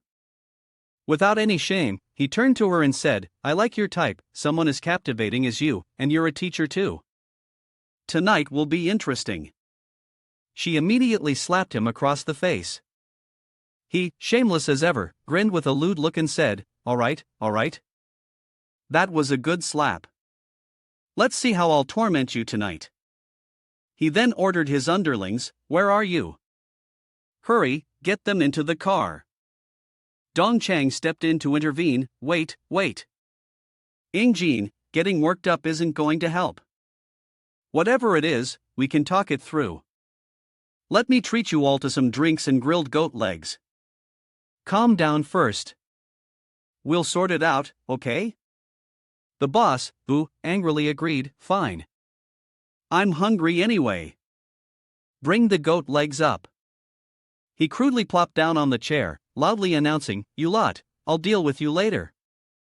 If you dare to run, you'll regret it." A little while later, they were eating delicious goat meat. Dan felt guilty and apologized to his father. "Father, I'm sorry. It's all my fault. These people are targeting me." Dong Chang didn't scold him but said, "It's alright, with your father here, no one can bully you." He added, "I've already called DG brother. There's nothing to worry about." Then he thought about his life before, when he had money, and how no one dared treat him like this. Now, these lowlifes were taking advantage of the situation, trampling on him for just 10 minutes. Afterward, the goat meat was continuously grilled. A person appeared, surprising Dong Chang. It was DG. He quickly handed him money for a favor. "DG brother, I'm counting on you for this." DG took the money and demanded more. "Just when I haven't eaten anything, how can I deal with things on an empty stomach? Roast another goat leg and bring it here." He reluctantly agreed. Yes. DG sat down to eat and drink with the group of thugs. DG and the boss, Boo, were having a good time eating and drinking. "Drink up, DG, have this glass. Tonight, we're drinking until we drop." After a while, once they had finished eating, Boss Boo picked his teeth and said, "Here's the deal. Long Dong Chang, out of respect for DG, I'll give you a way out." Upon hearing this, Dong Chang secretly rejoiced. The 2,000 yuan for mediation didn't seem like a waste after all. Jin had finally spoken. Then, he made an offer. The protection fee would be halved, but his daughter had to go with them. He even pulled out a knife to threaten him. Young master here has his eye on her. Tonight, we're taking her to serve us. If you don't want her blood on your hands, hand her over now. Otherwise, don't blame me for staining this knife with her blood. Dong Chang remained silent and endured, then he gently advised, Mr. Bu is just joking, my daughter has just entered the 10th grade, she is still a child. If it's about other matters, everything can be negotiated. Immediately, he was slapped by the man. He continuously cursed at him without stopping, a poor wretch like you dares to negotiate with me? Do you still think you're the boss you once were? DG also sided with the man and advised Dong Chang, Long Dong Chang, you need to know when to be sensible. You can't win with your bare hands. You won't be able to defeat young Master Bo. Just let them take your daughter, and nothing will happen to you. At this point, Dong Chang could no longer bear it and angrily trembled. Then, he fiercely retorted, saying, but my nature is hard to change. Anyone who dares to touch my daughter has to step over my dead body first. Seeing this, Ji shouted even louder, why are you yelling? I've already made concessions, and you still don't want to cooperate. If it weren't for that 2,000 yuan, I wouldn't even bother with this matter. Then, two of Boss Bu's lackeys held him firmly. The man cruelly ordered him to kneel down for Mr. Bu. Boss Bu even remembered to spit on his face, raising his finger to show his superiority. Young Master Bo looked at them, his daughter was the blessing of 3 lifetimes for that family, and here he was, an old man so poor he couldn't even buy a piece of bread. He was the kind of person who deserved to be cheated in business, a truly unlucky man. Anyone who followed him would be cursed with bad luck. Ching He stood in front, protecting Yi Dan. Little sister, be good. Come with us, we'll be gentle. Dong Chang struggled to resist, then suddenly jumped up, fighting back while shouting. Beasts, I'll fight you to the death. The 2 weakest henchmen immediately fell. Dong Chang grabbed a folding chair and swung it straight at Boss Bu's face. He was hit hard, bleeding from his mouth, furious. Without hesitation, he retaliated, striking back at Dong Chang's face. Damn it, a bunch of thugs ganging up on Dong Chang. Beat him up. Today, I'll step over your dead body. Yi Dan panicked and ran forward to stop them. Dad, don't hit my father. Passers-by showed sympathy, but no one stepped in to help. That father and son are really pitiful. There's nothing we can do, Mr. Bu is the boss of the Taidong night market. No one dared to cause trouble with him. They could only stand and watch, feeling pity, blaming their bad luck.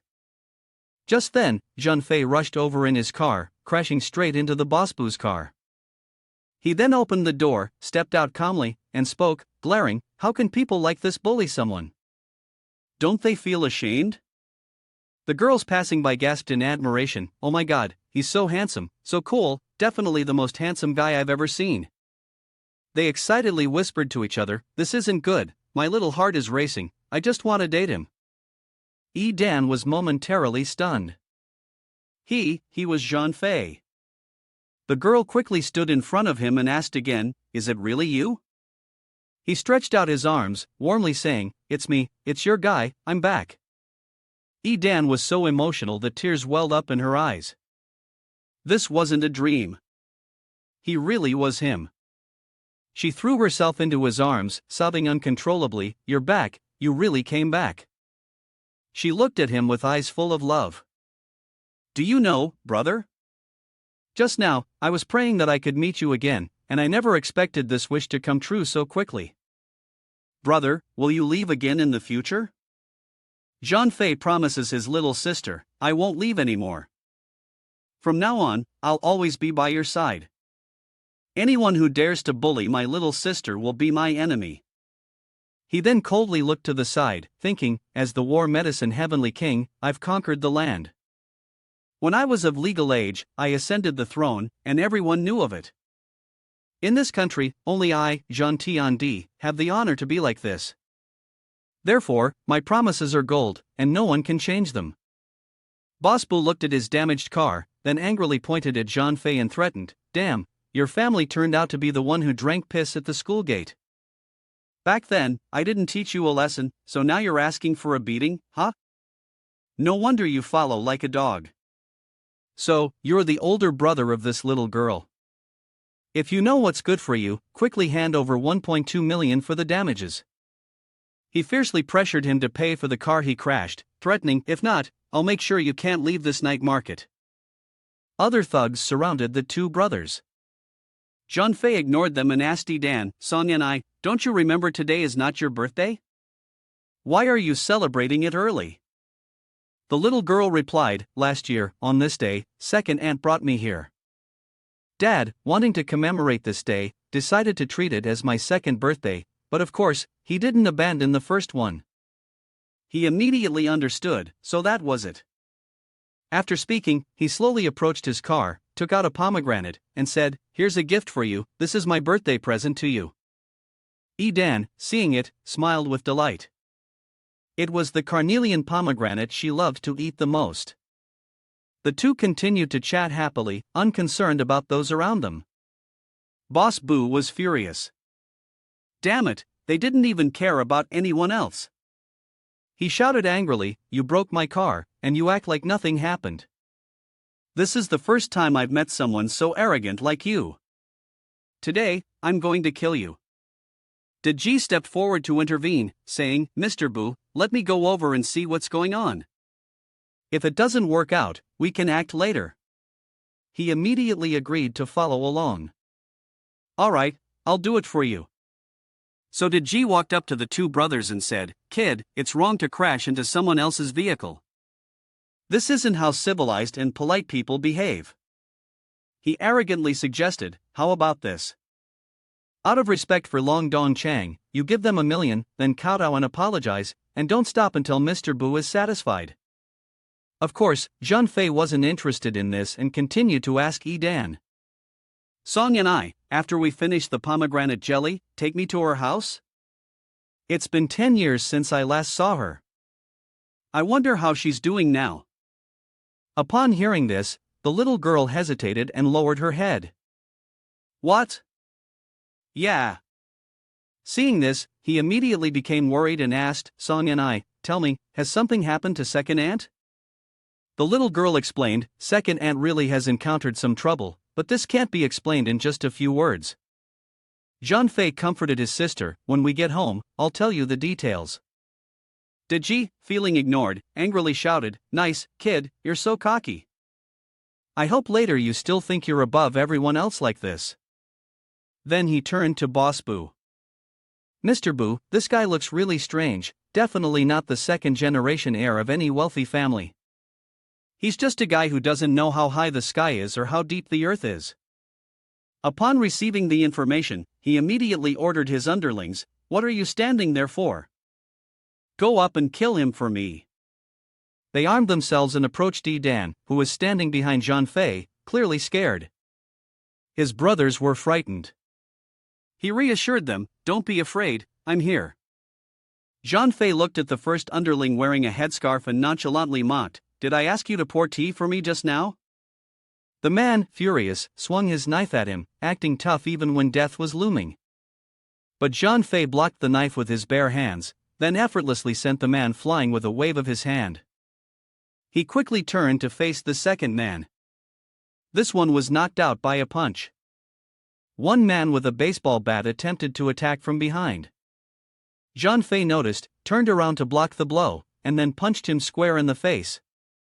Another man appeared behind, swinging a bat. John Fei jumped to avoid the strike, then landed and stomped straight onto the man's body. From behind, yet another person with a baseball bat appeared. John Fei skillfully took out one side, then kicked him in the ribs. In just a moment, all of Ji's subordinates and Boss Boo's men fell to the ground without a sound.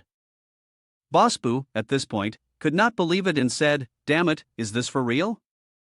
Ji was also sweating, covering his eyes, then John Fei said, so, Mr. Boo, right? Come here, I have something to ask you. Boss Boo swallowed, hesitating for a moment, then he regained his bravado and said, little brat, don't play the hero. Even a tangerine peel has sharp nails, if you're so tough, let me make a phone call. John Fei, feeling pity for him, agreed, I'll give you this opportunity. He quickly made the phone call, whispering something. After finishing, he turned and threatened, just wait, my brother is about to bring people over, and when they arrive, even if everyone spits on you, they could still kill you. Ji loudly added, "You little bastard, I have a responsibility to tell you this. You've made a big mess. If you had listened to me from the beginning, this wouldn't have happened." Mr. Bu's cousin is Yao brother, the boss around here. He has dozens of people under him. Even I consider him a role model. Both of them regained the confidence they once lost and now dare to challenge us. Now, you better obediently bring your sister here, then give us 1 million, and kneel down to apologize to Mr. Bu while there's still time. If not, once Yao brother arrives, it'll be the end for you. They looked at the four of them with great satisfaction. Dong Chang suddenly stood up and asked, "Are you Dan's older brother?" The kind man advised, "Listen to me, hurry up and run, this Yao brother is extremely ruthless, someone we cannot touch at all." Dong Chang pointed to a nearby internet CAF and recounted the story. Originally, it was just an internet CAF, but because the owner refused to pay protection money, Yao brother found out. That night, the CAF owner had a car accident, was severely injured, and the CAF collapsed. It caused quite a stir, but in the end, no one could do anything about it. Jean Fei pretended not to hear and grabbed a folding chair, then smiled gratefully at the man. "Long uncle, thank you for taking care of my sister all these years." He helped him sit down to rest and said, "From now on, you won't have to work so hard anymore. I'll make sure you live a wealthy and prosperous life." The boss's face twisted with contempt as he heard that. "Damn it, you can barely keep your own life, and you're out here shouting about giving someone a rich and prosperous future? You're already grown, at least try to use your brain when you speak." Dong Chang, clearly worried, tried to stop him. "Good kid, I appreciate your intentions, but hurry up and take Dan away. Leave this place to me." Dan, also anxious and unconvinced, tried to dissuade her brother. "Even though you're strong, you're still just one person. A lone tiger can't fight off a pack of wolves. We should get out of here now." Jean Fei reached out to pat his sister's head and reassured her. "Who said I'm alone? Behind me are thousands of troops and mighty horses, full of blazing passion ready to charge through the entire realm." Boss Bu burst out laughing when he heard that. He pointed at the boy's face, full of scorn. "Bragging without blinking, huh? Thousands of troops and mighty horses, you say? Well, hurry up and call them out. Let me see them for myself." At that moment, a large displacement motorcycle appeared. Along with it came other white motorcycles. The riders, dressed in black uniforms, stepped down in unison. "Yao brother has arrived." The person called Yao brother lit a cigarette and ordered, "Quickly take this blind-eyed dog away." Boss Bu stepped forward, fawning, "That's right, bro." He then turned and cursed at Jean Fei, "Did your damn dog hear what Yao said? Hurry up and get over here." Immediately, Jean Fei slapped him across the face. Seeing this, Ji angrily threatened, "You bastard, still daring to act tough in front of Yao brother? I think you have a death wish." Ji also received a painful slap from Jean Fei and fell to the ground. Boss Bu quickly stood up and complained, "Yao brother, this kid dared to be so arrogant in front of you. He clearly doesn't take you seriously." Yao brother, chewing on goat meat, shouted threateningly, "This little brat dares to act wild in front of me. I'll count to 3. Kneel down and come here immediately." He shouted loudly. Qinghe and Dong Chang both froze. Then, Qinghe stepped forward to intercede, "Yao brother, I am Xia Qinghe of the Xia family. Please show some respect for my grandfather and let us go this time." She anxiously thought, "I originally thought Dan's older brother could handle this situation, but who would have known it would turn out like this? I've brought Yao brother along as well." At this point, what has happened is irreversible, and it's really difficult to handle. However, he merely snorted disdainfully, "Xia family, even if your grandfather, Xia Shuhan, were here, he wouldn't have the right to say these words to me, let alone a little girl like you." Qinghe tried to persuade him, "Yao brother, Dan is my student. No matter what, as her teacher, I cannot just stand by while you take her away."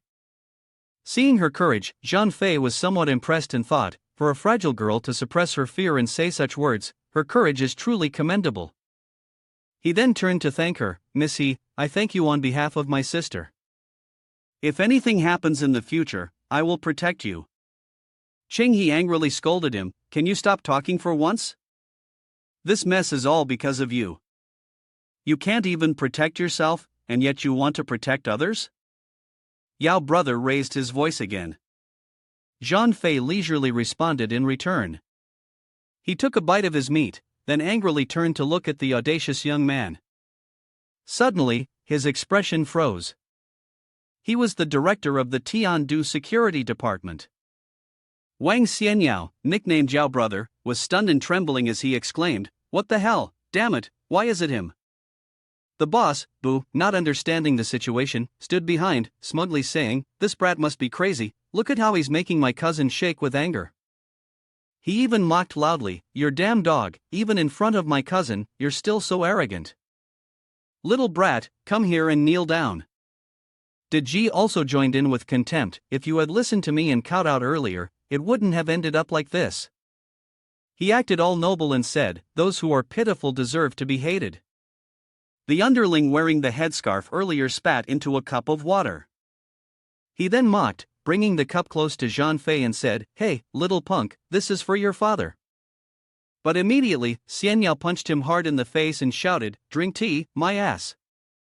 You blind dog, don't even think about pouring that water into his mouth. How dare you speak to Zhang brother like that? You must be looking for death." Boss Bu, seeing this, was confused and asked, "Cousin, what the hell is going on here?" He was immediately struck by Xianyao with another punch, and the man shouted loudly in a ruckus. Still asking what's going on? It's me who should be asking you. You dare offend Zhang brother?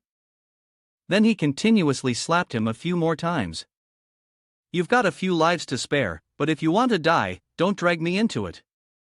Deji, seeing this, was scared and thought, what's going on with Yao brother? The way he looks, things aren't looking too good right now. He then cheerfully said, "Yao brother, I still have some things to do, so I won't bother everyone. I'll leave first." However, he couldn't escape Xiao Yao's punishment. Xiao Yao beat and cursed him, offending Zhang brother, and now you still want to leave? Deji, in pain, fell to the ground. He trembled and tried to explain, "Yao brother, I'm just the one who came to talk. This has nothing to do with me." But Xiao Yao didn't listen and kicked him again. Still arguing with me? After dealing with them, Xiao Yao ran over to apologize. "Zhang brother, I'm so sorry," he repeatedly bowed his head, pleading for forgiveness. "I really didn't know it was you. Please, have mercy and let me off this time." Passers-by were confused and wondered, the boss of the Taidong night market is kneeling before this guy? What is going on? Why don't I understand anything? Yao brother, why are you so noble? Dong Chang also froze, thinking to himself. He never expected Yi Dan's older brother to be such a rare and mysterious figure. It seems the girl managed to escape this time. However, the mastermind behind tonight's events was young Master Bo. The Bo family's power in Haidong was no less formidable than the #1 martial artist in Haidong, Chen Bo Dao. He was deeply concerned about the future of the young heir from the two great families. The influence of the Bo family in Haidong was immense. Even if this young man was very capable, he was still alone and could never hope to compete with such power. What would happen, would happen. Xia Chenghe also stood stunned, her heart in turmoil. She hadn't expected that her grandfather's reputation would be overshadowed by such a young person. He was just someone who knew how to fight. She shared Dong Chang's thoughts. No matter how powerful he was, he couldn't fight against the forces in Haidong. Martial strength was not the solution. The Bo family was not someone a young person like him could provoke. At this moment, Zhang Fei finally spoke, questioning. Long Yi Dan is my own sister, but this person has the intention to harm her. If it were you, would you just let it go so easily? Then you got angry and sent him flying away, telling him to get lost. He landed on a platform next to a subordinate wearing a headscarf. Seeing this, you quickly controlled your hand to move towards him. He immediately flew back. Jean-Fei grabbed his throat and glared at him, asking, "Did I ask you to pour the tea?" He was struggling to breathe from the chokehold and said, I was wrong, I'll go pour it now." You casually tossed him aside and turned your head.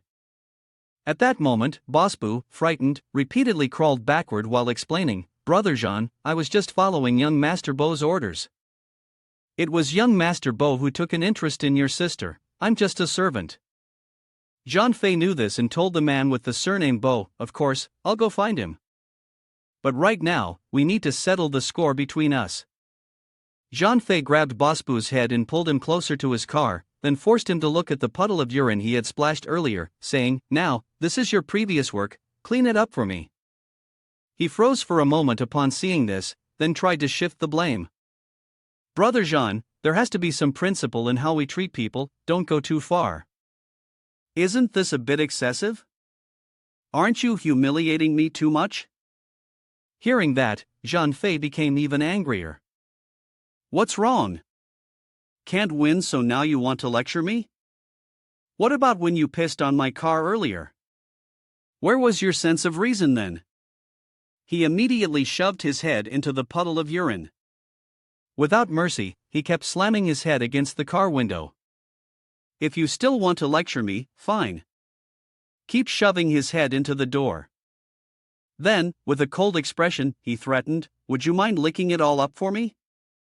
At that point, Bosbu had blood streaming from his nose, trembling as he agreed. "Of course, I'll do it." He quickly complied, licking the urine off the door. Jean-Fei turned to Deji and called out, "You two, come over here." His face remained calm, but his words were as sharp as steel. "Didn't you say earlier that you wanted me to kneel and lick?" Deji hurried over and then knelt down to confess. "Jean brother, I was wrong. The one who should be kneeling and licking here is me." He even took the initiative to reach for Jean-Fei's foot, but Jean-Fei immediately slapped him, sending him flying 10 meters. He crashed into the side of a building, wincing in pain. Jean-Fei walked up to him, leaned down, and scornfully said, "You think you can kneel and lick me just because of you?" Then you grabbed Deji's neck, and after that, you slapped him hard on the face about 10 times. Afterward, you threw him down, right? Now, tell me, where did you go wrong? Deji trembled, struggling to sit up and answer, I have done many bad things in this protection business, it's my fault, everything is my fault." You slapped him again and asked, "If you know you've done wrong, how should you fix it?" Deji suddenly realized, he turned to Dong Chang and quickly ran to beg for forgiveness. "Sorry, Long brother, it was my mistake earlier. I was blind and offended you." He even knelt down and clung to Dong Chang's leg, pleading, "Please forgive my ignorance, I beg you, show mercy and spare me." Bosbu stood next to the car, and seeing this, he quickly ran over. Long brother, Long brother." He clung to the other leg of Dong Chang and begged, "You're my older brother, please go easy on me, forgive me this time." He put on a repentant expression. "The protection money I owe you, I'll pay it back double. No, I'll pay back 10 times as much. The rest is considered as compensation for you." The young thug with the scarf also ran over. "Long brother, we were wrong." All of them knelt before Dong Chang, bowing their heads and pleading, "Please forgive us this time." Jean-Fei likely glanced at Xiao Yao, who was sitting up nearby. He spoke with deep remorse, "Jean brother, please spare us, it's really not my fault." Upon hearing this, Xiao Yao gave a meaningful smile and replied, "I never said I blamed you."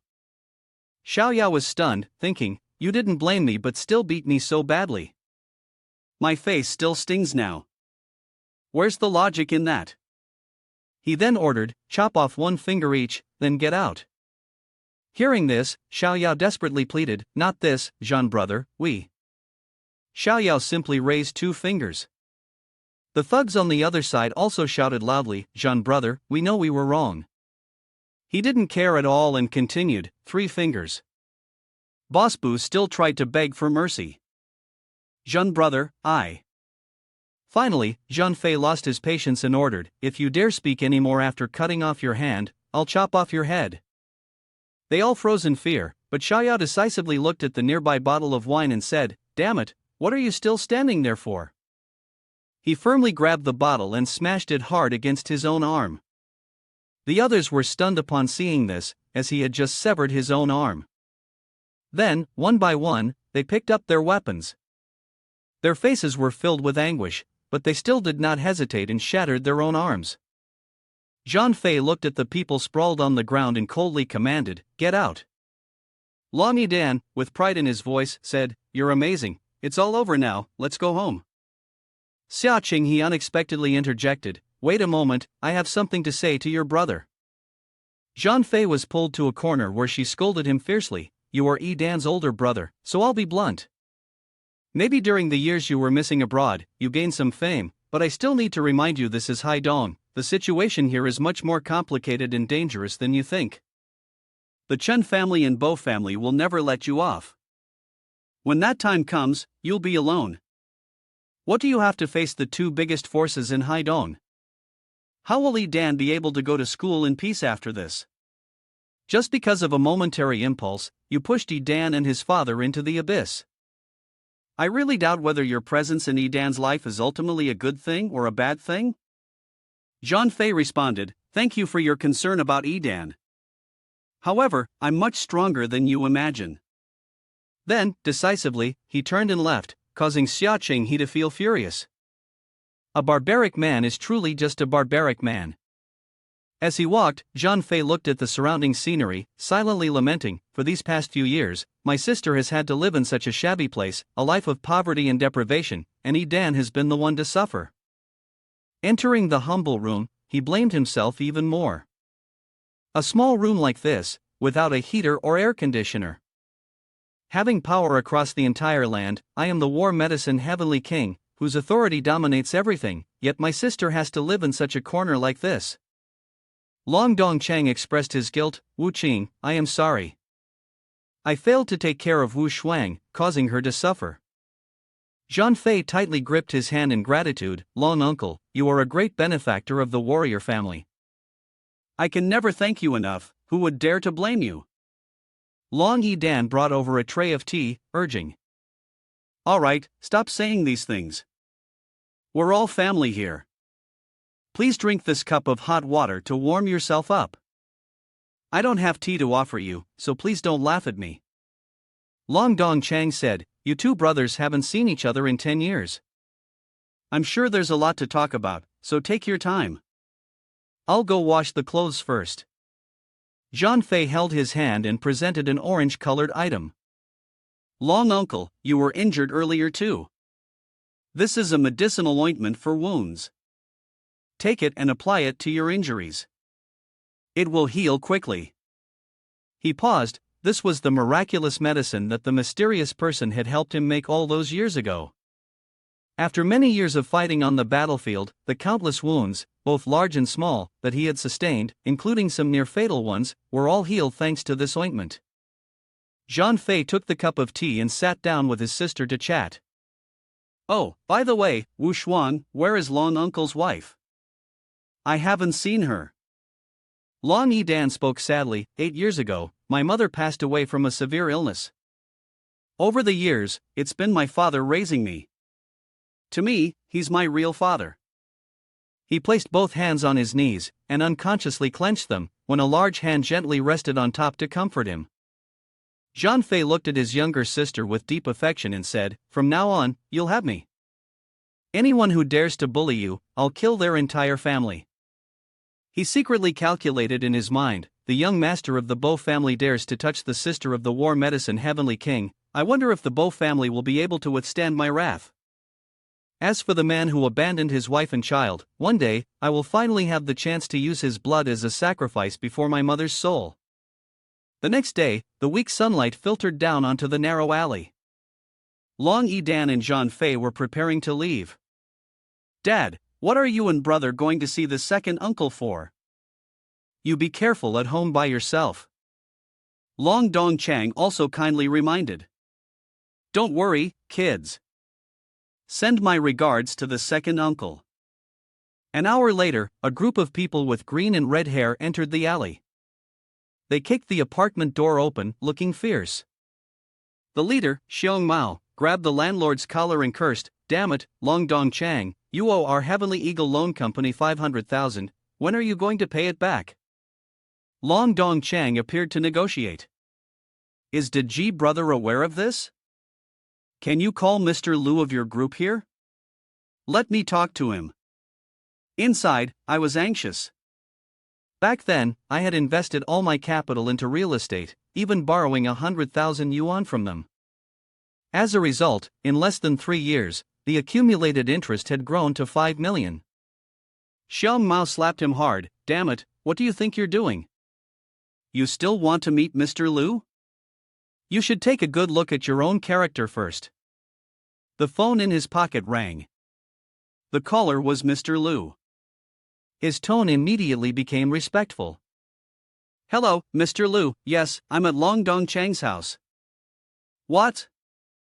Okay, I'll wait for you here." He hung up the phone and turned back to his cocky tone, pointing at him and shouting, "Damn it, didn't you want to meet Mr. Liu? He's on his way, and he's going to skin you alive." Long Dong Chang frowned, clearly irritated. "You, red-haired guy, I advise you to speak more politely, or when your Mr. Liu gets here, you'll regret it." He was slapped again. "Damn it, Long Dong Chang, did you take the wrong medicine today? How dare you talk to me like that? Before Mr. Liu arrives, I won't say much more to you, just so you won't talk nonsense later." Xiang Mao received a knife from one of his underlings and was about to make his move. A notification came from outside the door. Mr. Liu arrived, and he quickly shoved a knife into the hand of the subordinate beside him, shouting loudly, "Get out of the way!" Deji, along with 2 of his subordinates who had their arms in plaster, walked in. Xiong Mao fawned over him. "Mr. Liu, you're here. That bastard Long Dong Chang has run off again, and he even called your name, saying he wanted to meet you. What do you think, should I deal with him?" Before he could finish his sentence, he was slapped so hard his teeth were mixed with his gums. "How dare you be disrespectful to Long brother? You deserve to die." Deji's face remained pale.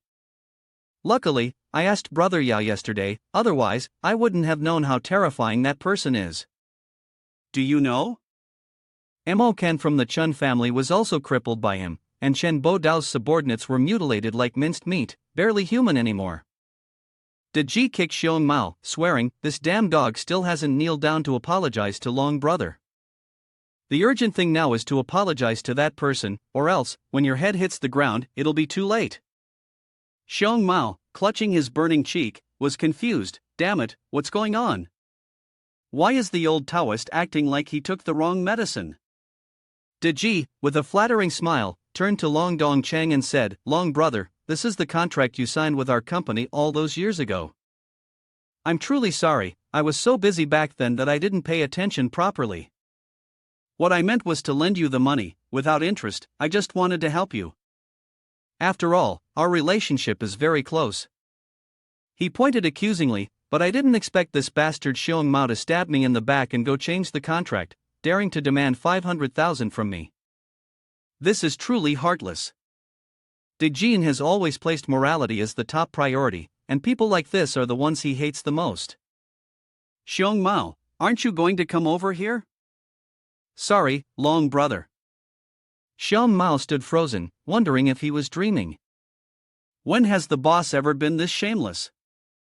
Dejin impatiently kicked him in the face again and shouted, "What are you standing there for? Apologize." Xiong Mao crawled over on all fours, pleading, "Sorry, Long brother. I was blind and offended you. Please be magnanimous and don't stoop to my level." Long Dong Chang didn't show any mercy and slapped him twice. He was grabbed by the collar and Xiong Mao trembled, having to leave with the shame. Long Dong Chang clenched his fist, panting. Over the years, this bastard had bullied him many times, and now, he could finally vent his anger. After a while, Deji obediently presented a suitcase full of money as flattery. "Long brother, this is the money for the roasted goat leg from yesterday. I hope you'll accept it. Inside, she cried bitterly. Damn it, spending 200,000 for a goat leg, it hurts so much. Long Dong Chang slammed the suitcase shut and bluntly refused. I know you're targeting Wu Qing, so I can't accept this money unless Wu Qing agrees. De Ji then asked, then where is Mr. Zhan? Long Dong Chang replied, he went somewhere, I'll give you the address. De Ji didn't dare to linger. She took out a stack of money and placed it back on the table, thanking Long Brother. But you have to accept this 200,000. It's for the meal yesterday, as well as for the damages to the tables and chairs. A white car stopped outside in the narrow space. The two brothers, Zhan Fei, got out, and in front of them, a group of children was bullying a little girl. Idiot, go pick up the ball for me. She's a bastard, don't play with her, I'll beat you to death. Long Yidan shouted loudly, what are you kids doing? The children bullying the girl immediately ran off. Let's go, we're not playing with this idiot. The poor Xiao Guang finally stood up at that moment. Big sister, I want to eat lollipops, the child said. Long Yidan introduced, this is the child of second aunt, named Xiao Guang. She waved her hand and called out, come here, Xiao Guang, call him brother. Xiao Guang stepped forward hesitantly, hiding behind her. Zhan Fei frowned and thought, why is Xiao Guang turned out like this?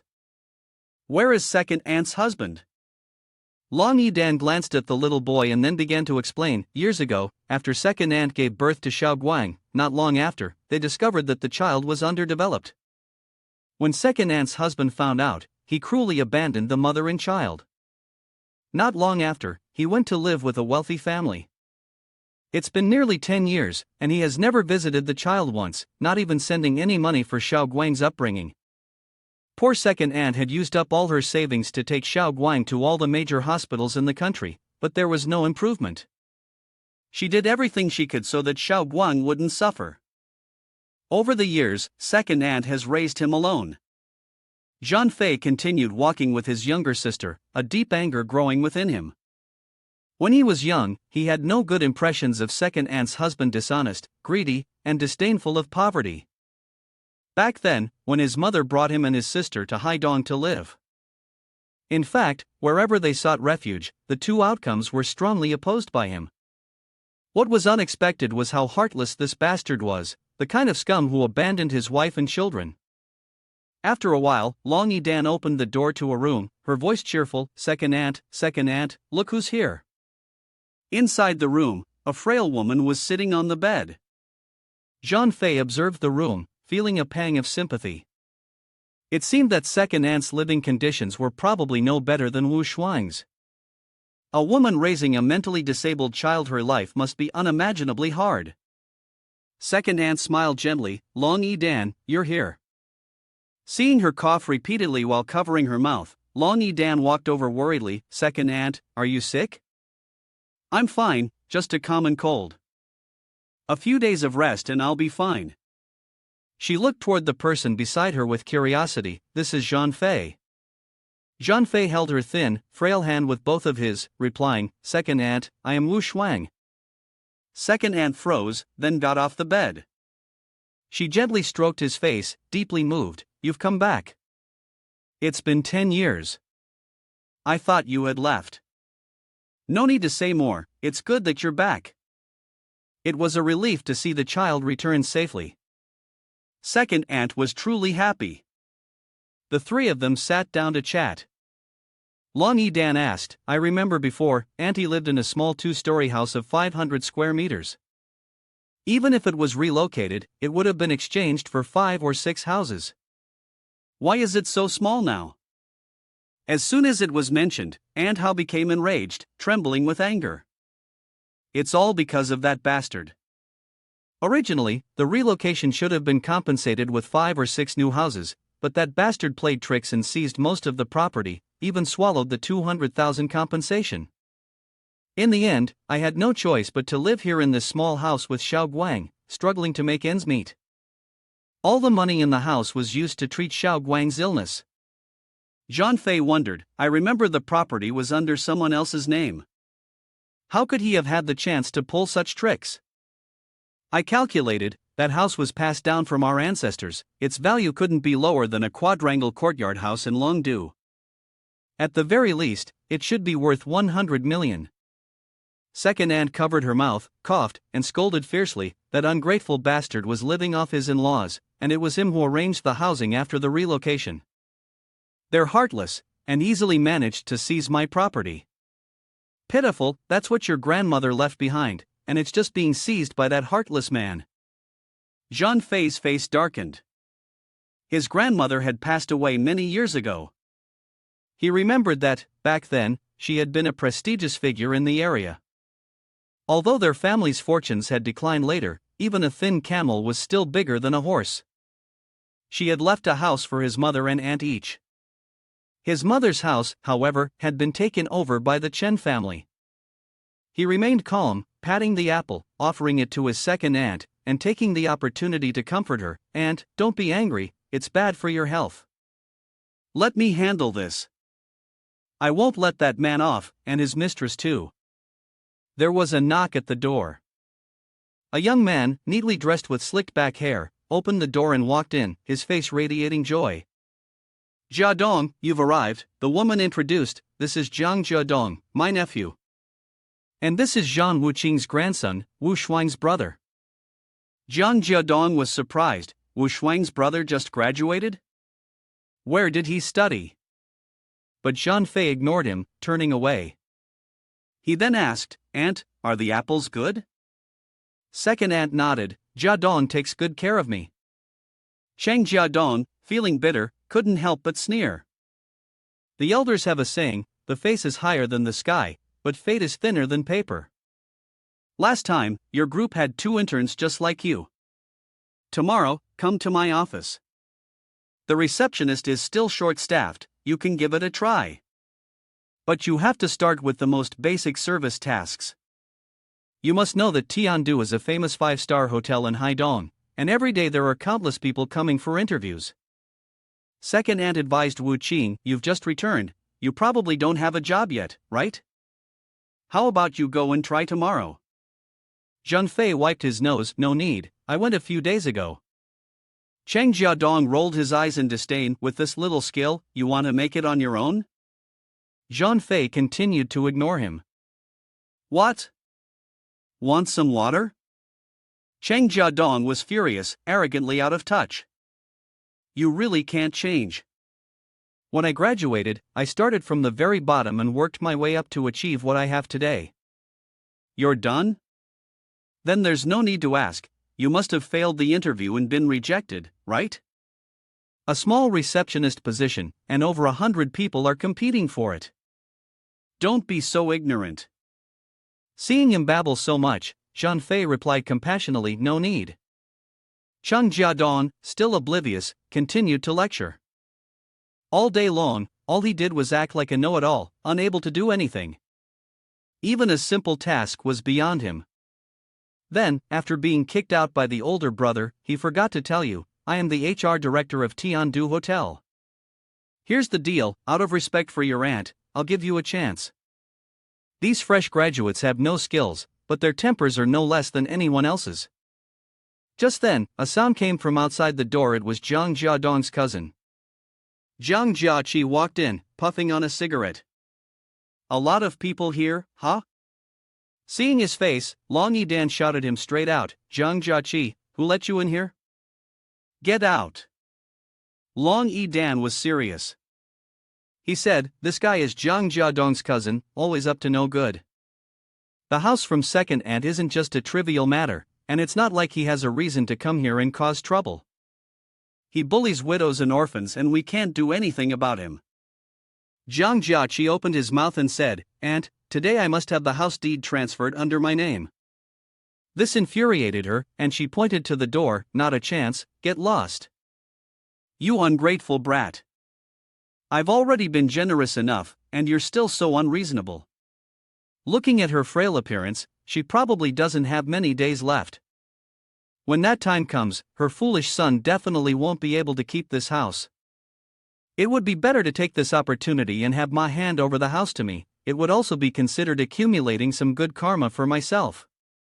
Xiao Guang came back from playing and, upon seeing him, immediately shouted, "Bad guy, go away, you're a bad guy, don't come to my house anymore." Zhang Jiaqi ruthlessly slapped the boy, causing him to fall face down onto the floor. Xiao Guang cried out in pain, not understanding why, despite the group of people standing around, no one stopped that dog from hitting the child. Long Yidan quickly ran over to comfort the boy. "Come on, little one, don't cry, Xiao Guang, don't cry, your sister is here." Second aunt was so furious that she stammered, why, and then coughed continuously. Zhang Fei stood silently there. Zhang Jiadong mocked, "Little coward, now you can't even say a word anymore." He pushed up his glasses and turned to scold the other, "Zhang Jiaqi, what kind of mental illness do you have? Get lost." As soon as he finished speaking, Zhang Jiaqi slapped him. He cursed, "Damn it, who do you think you are? Don't act all high and mighty in front of me. Let me tell you, if it weren't for the fact that you're my cousin, today, I will make you bleed. Do you believe it?" Zhang Jiadong fell to the ground, fearfully crawling backward. Zhang Jiadong, worthless trash. As he turned around, he was immediately confronted with the oppressive aura of Zhang Fei. He was used to bullying others. "Damn it, good dogs don't block the way, get out of my way." Zhang Fei's voice was cold as ice. "Who's that dog barking at?" Zhang Jiaqi foolishly muttered to himself. "You're the one being called a dog, idiot." He realized his slip of the tongue and spat a few times. "You set me up." Then, he angrily kicked his foot, but ended up kicking the side of the bed instead. He didn't even know how it happened, but his foot slammed painfully into the bed, making him cry out in pain, wailing loudly. Zhang Fei opened his mouth, "Go buy some medicine for the cold, then kneel at the door, bang your head, and apologize. I'll give you a chance. You, foolish idiot, don't know what's good for you. Hand over the knife, or I'll kill you." Second aunt shouted in panic, while Wu Qing remained cautious. Zhang Jiadong shook his head silently. "This kid is going too far. He doesn't realize that, even though he's being bullied, it won't cost him his life in the end. Hey, I'm telling you, as a person, you have to know when to advance and when to retreat." Before I even finished my sentence, Brother Zhang Fei had already gently nudged me with his elbow. Zhang Jiaqi flew through the air like a balloon, tumbling headfirst outside. He hadn't had enough of the beating, so he remained defiant. "How dare you hit me, you damn woman! I'm going to take your house and show you just how much I care about you." Zhang Fei didn't waste words. He waved his hand and delivered a few more slaps. Zhang Jiaqi was enveloped by an invisible force, his body bouncing up and down like a basketball, slamming into the ground with a loud thud. His face was bruised, yet his mouth remained rebellious. "Damn it! Just wait, I'll call someone to deal with you." Zhang Jiaqi secretly felt fear in his heart. Am I seeing things? How can this old piece of wood be so strong?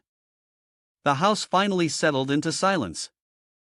Second aunt was still worried about Wu Qing. "If not, maybe you and your sister should leave now." Zhang Jiaqi, with his narrow-mindedness, swore to bring people back for revenge. "If you delay even a little, we'll be too late." Zhang Fei calmly continued peeling his apple, reassuring her. "Don't worry. People like this lowlife, ants on the ground, no matter how many come, they'll all be wiped out." His words made Zhang Jiaqi widen his eyes, spitting out the water in his mouth. "You little brat, you dare to fight one man alone. Do you think you can take on a whole group? Even a fierce tiger wouldn't dare challenge a pack of wolves.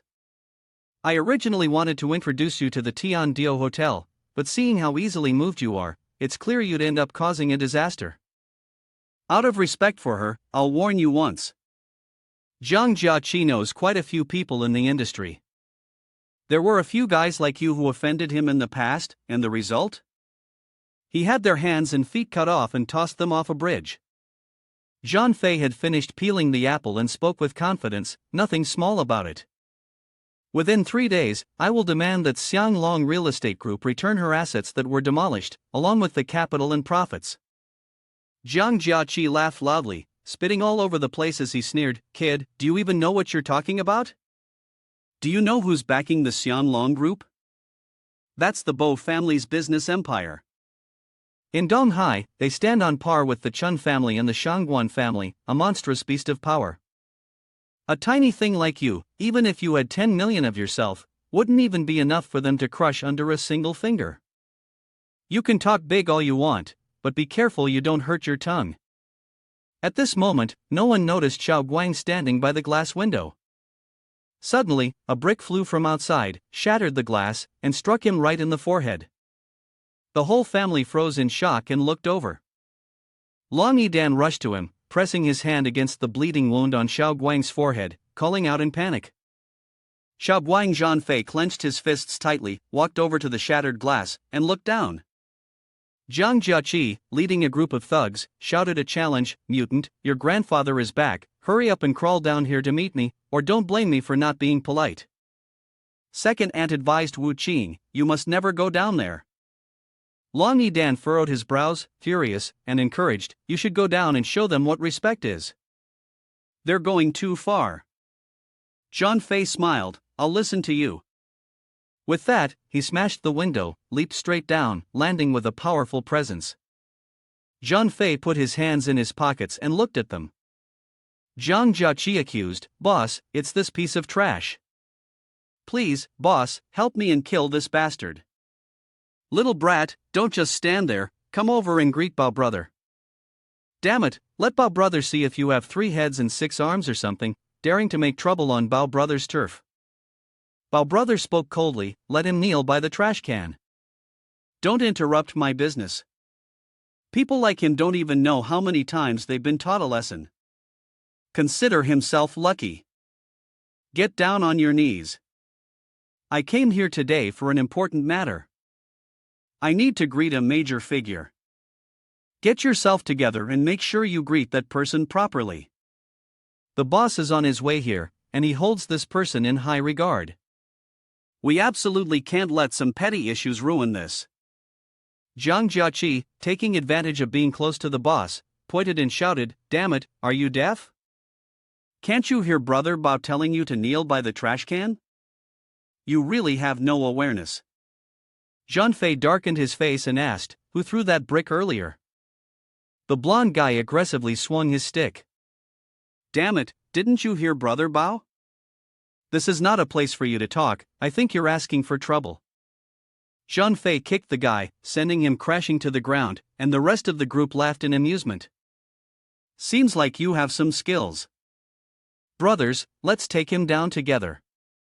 Zhang Fei coldly eyed them, kicked the stick on the ground into the air, and spun it in his hand before launching it, knocking down 3 of them instantly. Jiang Jiaqi stared in shock at his fallen companions. Zhang Fei asked again, "Who threw that stone?" Jiang Jiaqi, terrified, pulled on the leader's shirt. "Bao brother, this guy is too arrogant now, he doesn't even bother to put me in his eyes anymore." Bao brother turned around, his brows furrowed. "This kid is something else, he's got some guts." Roy waved his hand, signaling for more than a dozen of his underlings to go up. Second Ant is restless inside the house. "With so many people, do you think Wu Qing will be okay?" Zhang Jiadong sighed. "If you had listened to me earlier, it wouldn't have come to this. Who in Taidong dares to mess with Bao Zi? Unless they're courting death." Below, the sound of fists and blows echoed. Zhang Fei leaned sideways to avoid a sword strike, taking the chance to punch one of them to the ground, then kicking another with a powerful blow before flipping to dodge 2 more sword strikes. His foot came down with such force that the ground exploded. His fist tightened and he slammed it into the face of the guy wielding a stick, knocking him out cold. Another dim-witted one, not afraid of death, charged at him with a knife. Zhang Fei dodged to the side, grabbing the guy's wrist. The dust was thick, and the confused underling was thrown away, his face scraping along the road. Bao brother ground his teeth. "What the hell, this guy can actually fight back. No way." Zhang Fei straightened his coat. "I'll ask again, who threw it?" The atmosphere was still and silent. Bao brother pointed at the person next to him with a timely gesture. It was him, it was him. He threw it, it has nothing to do with me. Zhang Jiaqi waved his hand to cover up. I just wanted to greet you, that's all. Immediately, he was slapped by Zhang Fei, falling to the ground, his nose and mouth bleeding profusely. Zhang Fei swung his hand, unleashing a burst of energy that severed one of his hands. Zhang Jiaqi looked at his severed arm and screamed in agony. Zhang Fei turned his gaze to the other person. Where do you want me to kneel? Say those words you just said again. Fei brother's face turned pale as he waved his hand in desperation. This is all a misunderstanding. At that moment, his phone in his pocket vibrated. The caller asked, "Hello, Bao Zi, how's the reception going? The big shot is probably coming soon." Bao brother hurriedly reported. "Boss, you need to come here quickly, the situation has changed. Someone's causing trouble." The person on the other end shouted angrily. What? Damn it, where did that dog come from? How dare he ruin my plans? Wait there, I'll kill him in a few minutes. With someone backing him up, Bao brother regained his arrogance. The brat, our boss, who is also the big boss of Taidong, is coming here soon to welcome an important figure. Here's the deal, I think you're decent enough. I'll give you a chance. If you follow me from now on, you'll get to eat well and wear nice clothes. Let today's incident slide, what do you say? No sooner had he finished speaking than he was hit with a punch to the face, crashing to the ground. Zhang Fei grabbed his hair and said, I don't think you're worth much. After your boss arrives, tell him to kneel here and apologize. Then he decisively turned and left. Bao brother, with his swollen face, still managed to talk tough. Damn it, really trying to act tough. Just wait until the boss arrives, I'll show you some manners. Damn it. A while later, in the apartment, the coward Zhang Jiadong kept barking, oh my god, the boss of Taidong, De Jin brother, everyone in Haidong knows him.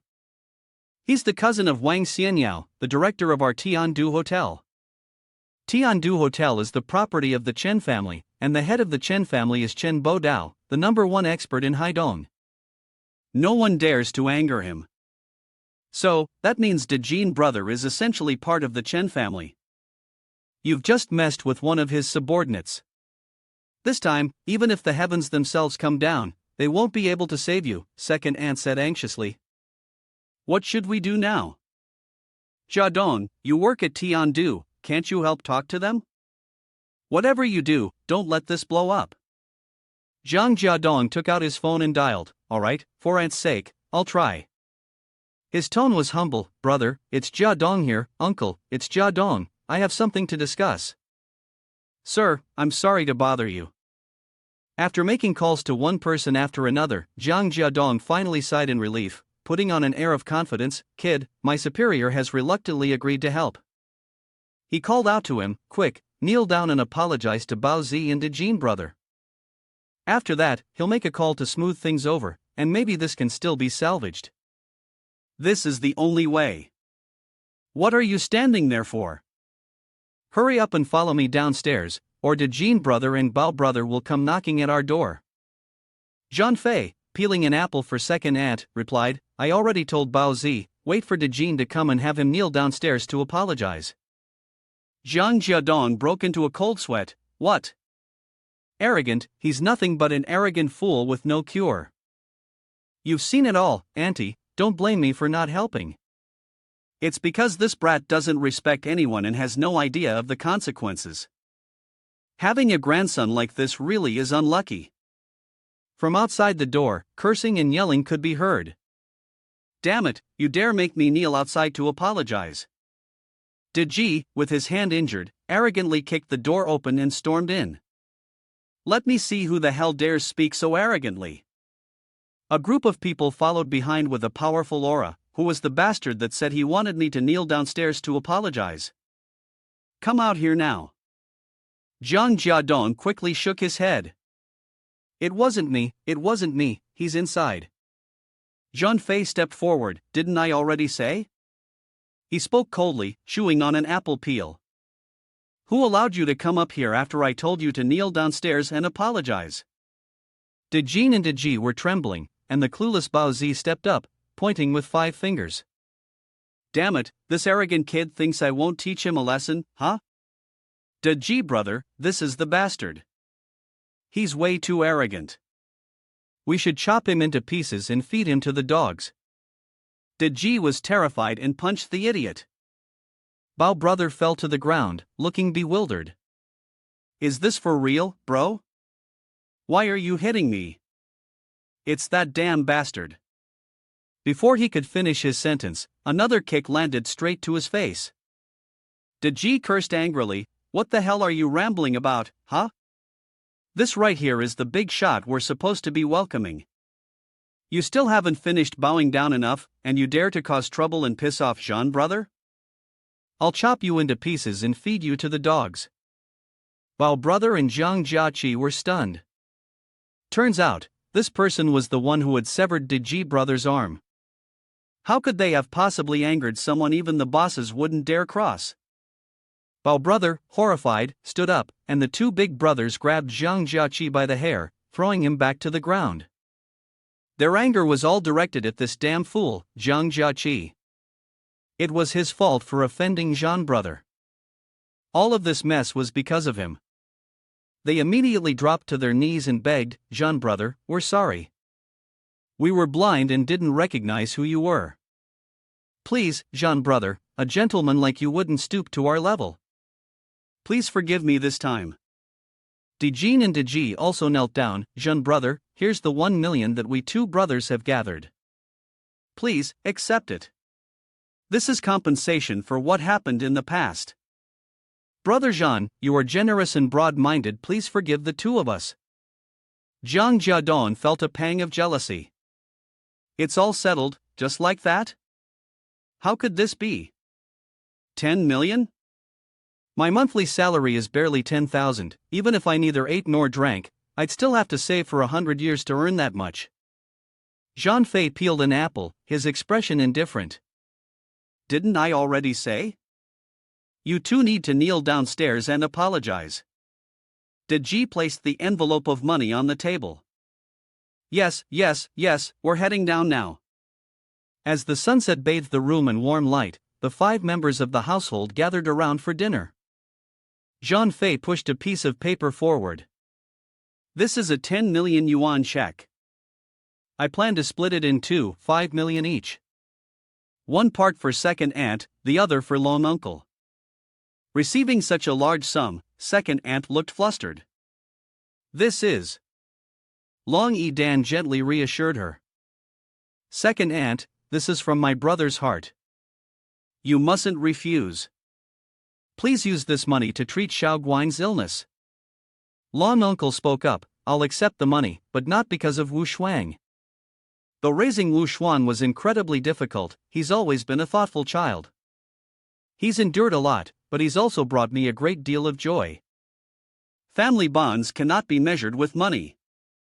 Long Dong Chang revealed his intention, I am holding this 5 million to restore Dongshan. Back then, I went into business because I trusted others too much and ended up losing everything, but I have never given up. I don't need 3 years, I will return this 5 million to you, principal and interest. Zhan Fei encouraged, Long uncle, you will definitely succeed. The phone in his jacket pocket vibrated. As Zhan Fei answered, a voice on the other end began to curse, "You son of a bitch, how dare you ruin my plans?" Zhan Fei asked, Are you young Master Bo? The other side is leisurely relaxing by a pool, knowing who I am yet still daring to confront me? Young Master Bo Tang Fei was lying on a lounge chair, surrounded by several tall women, and ordered, "You better obediently bring Long Yi Dan here, or I will kill your whole family." Zhan Fei fumed, "Give me some time." Bo Tang Fei arrogantly responded, "Already tucking your tail between your legs so soon?" 12:00 p.m. tomorrow, at the Manxing Dai Hotel. If you don't show up, the consequences will be severe. A man in a suit standing behind him chimed in, "Young Master Bo, a bug like this isn't worth your personal call. Let me bring a few of my men to deal with him. Then bring that girl back." Tang Fei smirked wickedly. It's been a long time since I've met someone as interesting as you. Let me see if that brat really has 3 heads and 6 hands. Then he crushed the cup in his hand.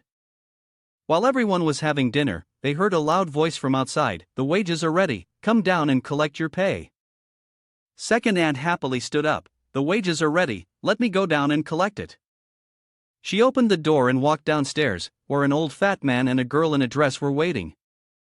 The fat man, puffing on a cigarette, handed her an envelope with money. Take it. Second aunt took the envelope and, after checking it, asked in confusion, this can't be right? Why is 200 yuan missing? It should be 150 yuan, right? The beer belly man replied, didn't you take 3 days off? Of course, your salary is deducted. Do you expect to take time off and still get paid? Nothing in this world is that easy. He then exchanged a silent glance with the girl next to him. She spoke up, always sickly, it's already generous that we haven't fired you. You still dare to complain? You won't need to come in next month. Second aunt questioned, but according to company policy, employees on sick leave are not supposed to have their wages deducted. And why are you deducting double from me? She angrily shouted back. Damn it, are you implying that I took it upon myself to deduct your wages? You're asking for trouble, aren't you? If you have any complaints, report me. I have connections within the company, don't you dare think I won't report you. Don't come to work tomorrow, second aunt scolded. You people are really taking advantage of me, she retorted. The fat man threatened, just accept your wages quietly. Keep working hard, and those who deserve it will be rewarded. Zhang Fei's cold voice rang out from behind. That damn dog is deducting employees' wages for personal gain, I have nothing but contempt for people like him. He turned around. Damn it, which dog dares to talk trash behind my back? Come out now. They saw 3 people standing there, 2 men and a woman looking directly at the older man, with the fat man sneering at him. Thought you were someone important, turns out it's just Long Dong Chang. Is this brat your relative? I could tell from the moment I saw him. You're all just a bunch of poor fools who love meddling in others' business. Get lost, or else. A man jumped over the fence, and Deji slapped him across the face. Damn it, you speak so rudely. I absolutely hate dogs like you. The fat man fell to the ground, his face blank with confusion. Deji turned to flatter. Jean brother, we're still kneeling over there. We heard this dog barking, and couldn't help but come out to teach him a lesson. The girl with green hair, lacking awareness, spoke up. Damn it, who the hell is he? He even dares to slap Huang, the supervisor? She was immediately silenced with a slap from Deji. The fat man, Supervisor Huang, holding his cheek. Mr. Zhao, why are you here? The green-haired girl panicked. What did you say? This is Mr. Zhao, the major shareholder of the company? Deji coldly questioned. If I weren't here, you probably wouldn't even know that you're pocketing employees' wages for personal gain. The company pays 2,500 every month, but you guys take half of it. Do you even have a conscience? Jean brother, what do you think we should do with these 2 dogs? Supervisor Huang stood up, pleading. Jean brother, I'm sorry, I really didn't mean it. Please, have mercy on Mr. Zhao. His body was sent flying backward. After taking the full blow, Zhang Fei fell heavily to the ground. Zhang Fei didn't spare a glance at anyone, speaking up, Deji, what face do I have to show respect? If I show respect to him, do you think he'd accept it? Deji waved his hand, no, I'm just a dog in front of Jean brother, how could I dare to ask Jean brother to show respect to me? Zhang Fei turned and asked, second aunt, what should we do about this? Those 2 dog-like people crawled over begging for mercy, it was all my momentary stupidity, considering us colleagues. Please, give us a chance. Second aunt spoke, according to the company's rules, we should just handle it according to procedure. Deji assured, don't worry, if they dare to deduct wages over this embezzlement, committing a criminal offense, I'll definitely take them to the police station. The two dog-like individuals were horrified and knelt down immediately. In another luxurious apartment, when Qing Shan was practicing calligraphy while asking, Shui Ting, how's the investigation going? What's the background of that young man, and where is he now? Ever since the chaos he caused at the engagement ceremony at Tiandu Hotel, the relationship between the Wen clan and the Chen family had completely fractured. Since Shangguan Nalan returned from abroad, Chen Bo Dao is also about to return to the country. By then, they will certainly not spare our Wen clan, and with the addition of old enemies, it will only add fuel to the fire. Right now, the only person who can help our Wen clan through this crisis is that young man.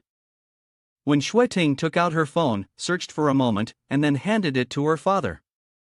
Dad, look at this photo. When Qing Shan was stunned when he saw it. The grave of Xia Chunyu, he is indeed Zhang Wuqing, the son of Xia Chunyu.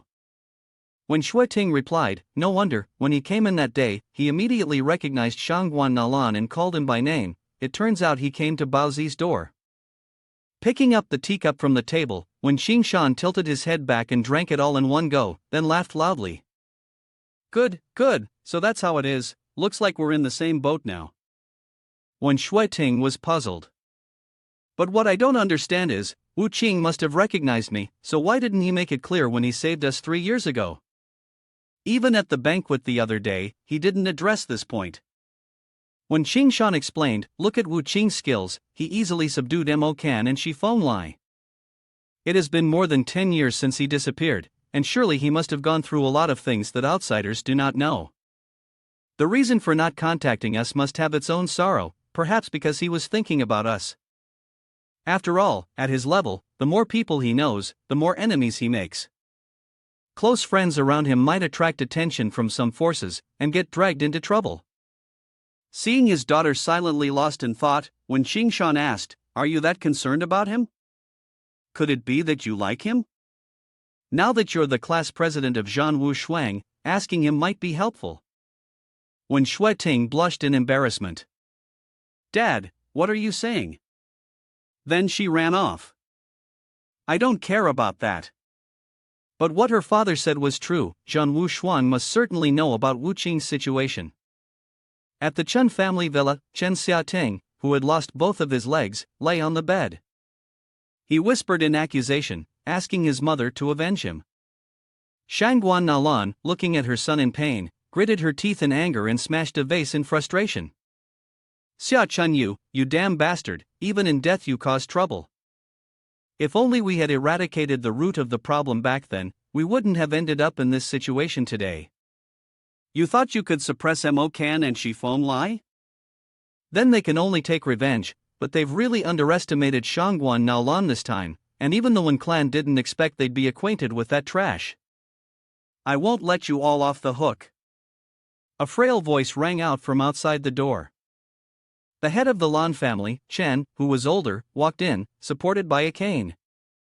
Shangguan Nalan asked, Uncle, is there something you need? She felt a pang of resentment.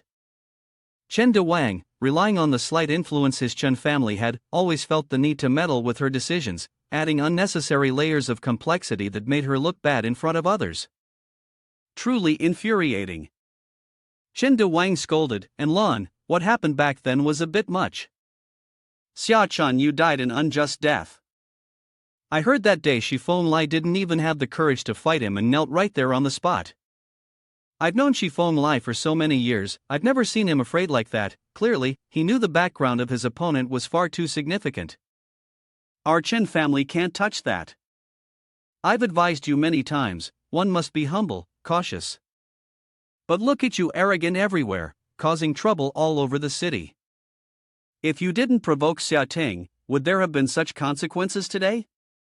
Shangguan Nalan couldn't stand a single word he said, and slapped him across the face. She pointed at him and scolded, you old bastard, always rambling on and on. What else can you do besides talking nonsense? If it weren't for the respect I have for the founding elder family, do you think I wouldn't shoot you dead right here? Chen De Wang was furious, you dare hit me? How dare you? Shangguan Nalan, you're courting death. Where are my men? Drag this crazy woman out. The two bodyguards stood still, unmoving. Chen De Wang grew anxious. Are you all deaf? Didn't you hear me? Shangguan Nalan laughed coldly. Chen De Wang, who do you think you are? I call you uncle because I'm showing you respect. If I didn't respect you, you'd be nothing but a dog to me. In front of me, where do you have the nerve to show off? Now, these people only follow my orders. Where are my men?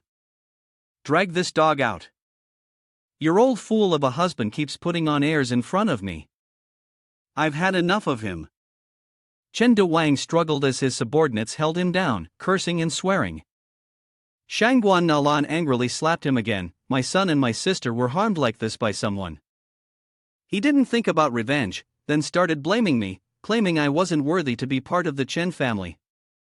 Chen De Wang was beaten so badly that blood dripped from the corner of his mouth. I'm still the former head of the family, and your uncle. How could you teach me a lesson like this? As soon as I finished speaking, the black barrel of the gun was pointed straight at his face. Shangguan Nalan lost her patience. Old man, you keep complaining, just pull the trigger and send him to hell. Her face was expressionless. Now it's all clean. Has the elder not come out of seclusion yet? Next week. You bastard, then let you live for another week. Zhang Wuqing, I don't care what you've been doing for the past decade, but if you want to come after me for revenge, there's only one way for you: death. Zhang Fei took his younger sister to school, reminding her as he did. If anyone bullies you at school, you must tell me. Long Yidan replied, with you protecting me, who would dare to bully me? That's right, bro, you're grown up now. When are you going to find a sister-in-law for me? Zhang Fei's face turned red. Kids, why do you always think about such nonsense? Then he reached out and pinched her nose. Long Yidan pouted and turned away. Older brother, when a wise man gets married and a grown-up girl is given away, you shouldn't let yourself end up in regret. A jeep suddenly braked sharply beside the two siblings, and a hand from the driver's seat reached in. What little sister said is absolutely right, I fully agree. Zhang Fei questioned, didn't I tell you to stay by the tomb on the mountain?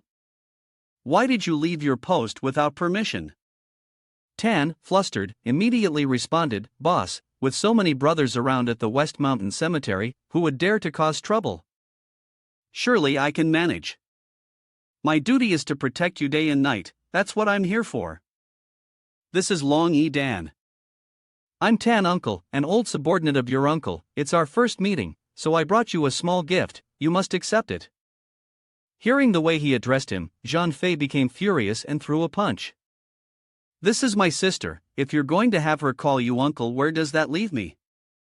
Tan immediately covered his face and obediently corrected himself. Sorry, I was too careless. She can call me Tan brother, don't mind my age. Actually, I'm only 2 years older. Right, Long Yidan, do you have a boyfriend yet? Before he could finish asking, Zhang Fei punched him again on the other side of his cheek. Dare to speak nonsense? Do you want me to hang you by the neck? Once again, Long Yidan landed a devastating critical strike. Tan brother, I didn't know you were over 40 years old. Tan, holding his swollen face like a pig's head, pouted at both of them. After a while, sitting in the car, Tan said, Boss, I've done some digging, searched everywhere, and I've bought you a villa. You just got back, you can't even have a place to rest. Zhang Fei was satisfied. During this time, you should stay with me until there's any other move. Tan smiled broadly, got it, boss, and sped off. At school, a classmate passed on a message, Yidan, the homeroom teacher wants you in her office. Yidan walked to the teacher's office and cautiously stepped inside. Miss Wan, you called for me? When Xue Ding, dressed in black office attire, stared at the girl, thinking that after graduation, perhaps influenced by her father, she came to Haidong to teach Chinese. On the first day of school, she had already realized her mission was complete, and she even became the head teacher of this girl. Long Yidan was puzzled. Why are you looking at me like that? Is there something on me? When Yidan gently asked, Wu Xuan, where is your brother? Seeing the teacher moving closer, Long Dan suddenly leaned back. How did you know he's back? When Ting shyly said, I want to meet your brother. Long Dan crossed his arms, playfully. Oh, I see. Teacher, are you liking my brother? Well, it's true. You two were childhood sweethearts. Over the years, Miss One has taken care of me, kept my secrets. I've always seen her as a sister. If she really becomes my sister-in-law, that'd be great, Long Dan continued. Caught off guard by the truth, when Ting flushed and retorted, You little brat, daring to tease me? Whether you answer or not is up to you. Long Dan laughed. Of course, I'll help the two of you get together. When Ting was about to say something when suddenly, Wu Shuang's PE teacher, Sun Jinrui, walked in. Miss One, you're here? Sun Jinrui asked. Long Dan quickly excused himself. Excuse me, I'll go ahead. Sun Jinrui called him back. Wait a moment. Long Dan, I overheard you saying your brother is pursuing Miss One? What's going on? When Ting spoke up, Sun Jinrui, you must have misheard. Dan, go back to your class. Yes, teacher. Long Dan hurried out of the teacher's office. Sun Jinrui flirted with Ju Ding. I heard that the Hollywood blockbuster Free Fire will be released this weekend. It took me a lot of effort to get 2 tickets for this movie. I'll drive to pick you up that evening. When Ting immediately declined, sorry, I'm busy that day. Sun Jinrui turned hostile. Ting, why do you keep rejecting my invitations? I'm sincere with you. Why are you so determined to turn me down? Is it because of Long Dan? When Ting frowned, this is my personal matter, and it has nothing to do with you. Please leave and don't delay my work. Sun Jinrui, rejected, angrily slammed the door as he left. He glared at the person in front and muttered through gritted teeth, Damn it, Long Dan, you little bastard, setting up your brother like this, daring to compete for my woman. Let's see how I'll deal with you. In the classroom, Xiaoli timidly reminded, Dan, I heard that Zhao Ziqi is going to cause trouble with you after school today. He's the king of this school, and he has his cousin to back him up, so you should be careful. Long Dan sat down at his desk and responded, Really? Let him come. Xiaoli continued gossiping, Now that I think about it, Zhao Ziqi really is a bad guy. He's jealous because you're good looking and smart, and he's tried to pick fights with you several times. You always tolerate him. I don't know when this will ever end. Long folded his arms smugly. Today will be the end. I've already put up with him for a long time, I can't bear it any longer. With an older brother to protect me, I'm not afraid of anything, even if the sky falls down. Xiaoli covered her mouth in surprise. Huh? No, no more putting up with it. Dejin and Deji were sitting on the chair, enjoying the service from the others. In the security room, one person was holding fruit and hurriedly walked in. Deji, it seems like school is over. Dejin, don't worry, I've already issued the order. No one will dare to touch her, unless they have a death wish. The two of us being here is also just to do a little something to let Jean brother know. To prove that we're working hard, doing things for him. Deji flicked away the cigarette, but, even so, it's better to be cautious. I don't want to lose my hand again. Sun Jinrui stepped in, fawning, Both bosses, you've worked hard. I'm physical education teacher Sun Jinrui. I heard you two are here to act as security for the school, it's truly an honor for our school. How about I invite you both to dinner tonight to help you unwind? While respectfully offering a cigarette, he thought, I don't know why these two bosses from the South Island are here, but such a good opportunity can't be missed. Deji waved her hand to decline, I'm not in the mood to eat, someone has already arranged for us to be here for surveillance. Sun Jinrui suggested, then let's call others to join, it's a good chance for everyone to get to know each other, and there's someone who can send these two here. She must be from a powerful faction. If I have the lucky chance to connect with her, when Ting will definitely see me in a different light. Deji waved her hand. What are you even? Do you think you have the right to share a meal with someone like her? Go take a good look at yourself in the mirror. Go, don't stop me from doing my work. At this moment, a crowd had gathered outside the school gate. Let's see where you can run to. Long Dan was surrounded, with the leader being the female tyrant from Haidong No. 1 Middle School. Zhao Ziqi was puffing away on a cigarette. Xiaoli spoke up indignantly, Zhao Ziqi, you guys have so many people, and you're bullying Dan? Don't you think that's too much? Zhao Ziqi pointed a threatening finger. Enough, keep barking, and I'll tear your mouth open. Long Dan tried to negotiate. Zhao Ziqi, let Xiaoli go. If you have the guts, take it out on me. She curled her lips. When did Long Dan start acting all high and mighty?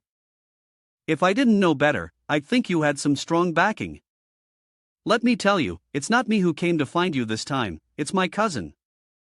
Suddenly, a thug carrying a burlap sack appeared from behind. Dan. Xiaoli was pulled away, feeling anxious. He quickly ran to the security office to report, "This is bad, Sun teacher is in big trouble." Sun Jinrui frowned, panicked. What kind of situation is this? I've caused trouble for you two bosses. I can't handle this. Whatever it is, we'll talk about it later. Xiaoli continued, "Sun teacher, Long Dan has been kidnapped." Sun Jinrui furrowed his brows. What nonsense are you talking about? You're turning a fight into a kidnapping, spreading rumors. You don't need to come to school tomorrow. Xiaoli assured him, "Sun teacher, I'm telling the truth, I saw it with my own eyes." Sun Jinrui scolded, Go, I don't have time to listen to your nonsense." Xiaoli pleaded, "Sun teacher, please hurry and save Long Dan. She's really been kidnapped by bad people." Ji quickly punched Sun Jinrui, asking, "What did you just say? Who was kidnapped?" Xiaoli replied in panic, "It's Long Dan from my class." Long Dan from grade 10, brick 3. Ji and Jin were alarmed. Sun Jinrui covered his face, "Don't listen to this little girl. Who would dare kidnap someone in broad daylight, right in front of the school gate? I wonder if you two will still respect me after this evening's dinner." Ji slapped him again in anger, "Respect your face? Stop stalling and causing trouble. How can a school allow a trash teacher like you? Hurry up. Please, lead the way." "Yes." Xiaoli led them to the school gate and pointed at Zhao Ziqi, "She's the one who had people kidnap Long Dan."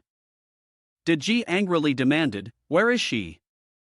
Zhao Ziqi was intimidated by the forceful tone but still tried to act tough. "Damn it, you dare to shout in my face? Do you believe that before I even finish speaking, you'll get slapped hard?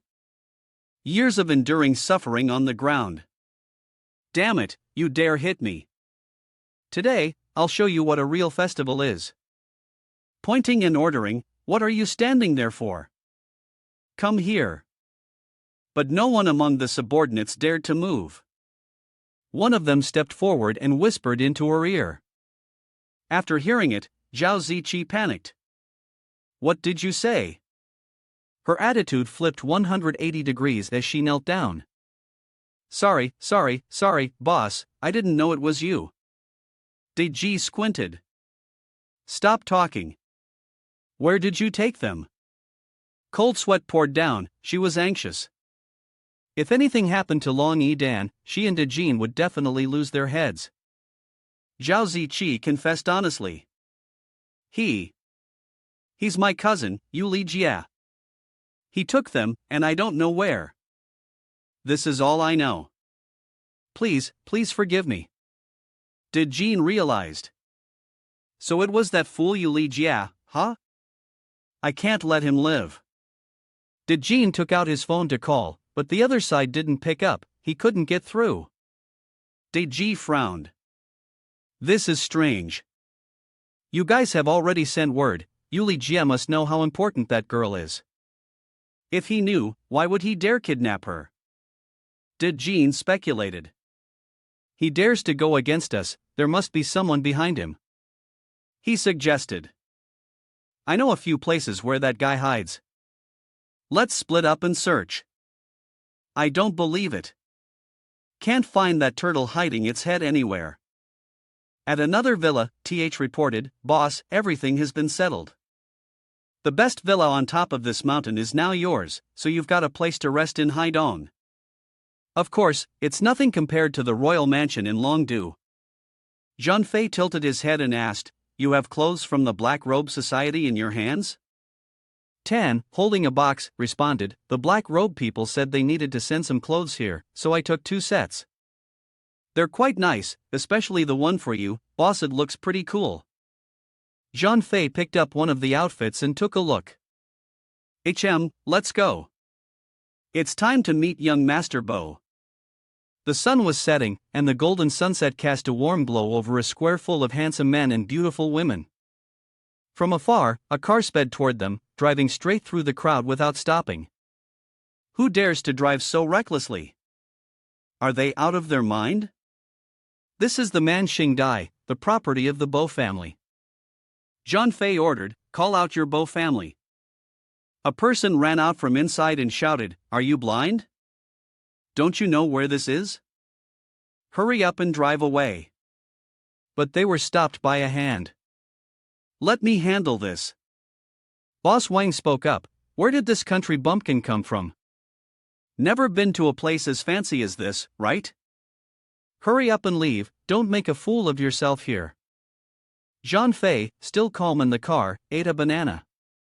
After finishing, he smiled and waved. "Please throw this into the trash for me." "Thank you." Boss Wan was furious. "Damn it! Has this bastard lost his mind? Does he even know what he's saying? Get out of the car and kneel down to apologize to me right now. Or else, I'll make sure you don't leave here today." His anger immediately deflated when he saw the triangle symbol on the cuff of the man's shirt. This was the symbol of the Black Robe Society. The Black Robe Society is one of the largest secret organizations in the Great Hua Nation, possessing an extremely formidable power. No one dares to mess with them. However, the places where members of the Black Robe Society appear can quickly turn into bloodbaths. According to rumors, members of the Black Robe Society operate solely in Longdu. The things they get involved with are all matters related to national interests. Could someone from the Black Robe Society really be here? The man wearing a shirt next to them, oblivious to the situation, kept shouting, "You bastard, do you know what you're doing? Why don't you hurry up and get out to kneel and apologize to Boss Wang?" He was immediately met with a punch. Boss Wang scolded him, "You little brat, what do you understand? Hurry up and kneel to apologize." Boss Wang then knelt down before the confused onlookers. He begged, "I am blind and ignorant, I deserve to die, please spare me, my lord." Jean Fei replied, "There's no need to do that, I just need you to help me." He opened the door and stepped out of the car. Jean Fei asked, "Right, there's no problem with my car being parked in front of this door, is there?" Boss Wang smiled, though his smile was more miserable than crying, and replied, "Of course, there's no problem at all. You can park wherever you want." Jean Fei ordered, "Take me to find young Master Bo." 5 minutes later, on the top floor of the hotel, Jean Fei stood face to face with Bo Tong Fei and his men. One of the subordinates asked, "Young master, the man is here. Should we take action?" Bo Tang Fei leisurely sipped his tea. "No need to rush, let's drink a cup of tea first." The others around him continued to flatter him. Young Master Bo's tea ceremony is getting more and more exquisite. But that ungrateful person dares to challenge you, he deserves to be beaten to death. Young Master Bo's skills can easily clear out the young punks in Haidong. Someone like me will only be a mule or a horse for young Master Bo in the future. One of the subordinates behind them chimed in, "Chop this guy up and feed him to the dogs, let's see if anyone dares to confront young Master Bo again." "Young Master Bo, let me take care of these trash for you." Bo Tong Fei waved his hand, signaling for silence. A guest is still a guest. It's been a while since I've met someone as interesting as this. Who is Long E Dan's brother? Zhang Fei answered, It's me. Bo Tang Fei raised an eyebrow. The kid who just got involved in society? I don't know how many people like you I've crippled already. He pointed to Boss Wang's lifeless body on the floor. This guy is an example. I think you're even worse than him. However, this young master has always valued loyalty and righteousness. How about this? Get on your knees and act like a dog for me to ride, and I'll spare your life. What do you say? Zhang Fei spoke, suddenly feeling a bit thirsty. Tan, standing beside him, shouted, Didn't you hear that? Bring tea for the boss right now. The boss likes pu'er tea the most, preferably one that's been aged for 10 years. Bo Tang Fei and his men looked dumbfounded, the others stood frozen in shock. Du Bang Fei curled his lips into a sinister smile and gestured with his hand. Looks like we'll have to teach you what a real festival is. Let me show you what I'm made of. The beer and tea on the table were picked up as one of the thugs launched an aggressive attack. You want to drink pu'er tea? Here, have a bottle of beer instead. Tan waved his hand and delivered a slap that sent the guy crashing headfirst to the ground. Trash like you doesn't even deserve a second move. Bo Tang Fei remained composed. Interesting. Didn't expect to run into someone this skilled. He waved his hand. Get him. The group of underlings immediately closed in. Brimming with confidence, Bo Tang Fei declared, This fight will be over in 30 seconds. Standing within their encirclement, Tan said, Boss, leave it to me. As he spoke, he reached out and grabbed one of them by the throat, following the young master's order to finish it quickly. Receiving the command, Tan unleashed a flurry of punches. Zhang Fei walked over to the table. The uninvolved quickly took the hint and cleared out. He picked up a cup of tea, took a sip, and sneered. This is Long Jing tea picked before Shuishang Ming, but it is not the type of tea harvested from the 18th tree, which was officially recognized by Emperor Qianlong. It can be said that this is definitely not Long Jing tea, it is probably Wu Yu Zhao. Bo Tang Fei didn't believe his opponent. This is the authentic Long Jing tea, picked from the Shizihu conservation area. My friend has been in the tea business for more than 10 years, and this batch is worth over 100,000 for half a kilogram. How could he possibly deceive me? You clearly don't understand anything about the way of tea. Zhang Fei shook his head. Authentic Long Jing tea has a greenish-yellow color on the outside, but once you pour in hot water, it turns light yellow. The taste is rich and full, sweet to the last drop, and eventually leaves a natural fragrance reminiscent of flowering beans. The underlings were fighting for their lives, while the two bosses continued discussing tea. Zhang Fei continued his explanation. Wu Yu Zhao has a pure green color, and when you drink it, it tastes like fresh grass, almost like Long Jing tea but a bit lighter. Wu Yu Zhao is usually sold a month earlier than Long Jing, so unscrupulous merchants often use it to deceive people, inflating the price to trick those who try to pretend they understand tea, people who have never even tasted authentic Long Jing like you. In reality, it costs no more than a few hundred yuan for half a kilogram. And yet, they dare to present it as something related to the way of tea? Bo Tang Fei slapped his thigh, cursing, Damn it, that guy dared to play me like that. If this gets out, I don't know where to put my face. Zhang Fei added, But this isn't even the proper tea master. The steeping time isn't enough, the color is just passable, but the aroma is lacking, it's not fragrant or sweet enough, and the foretastes are insufficient, it's not fragrant at all. Bo Tang Fei was completely clueless, rendered speechless. Zhang Fei sneered, And this is what you call tea culture? Bo Tang Fei gritted his teeth in anger, Damn, can you shut up? So what if you understand tea culture? Today, I'll kill you, and no one will ever talk about this again. At that moment, one of his subordinates was slammed into the pillar behind them. Bo Tang Fei finally realized that all his subordinates had been taken down, not a single one left standing.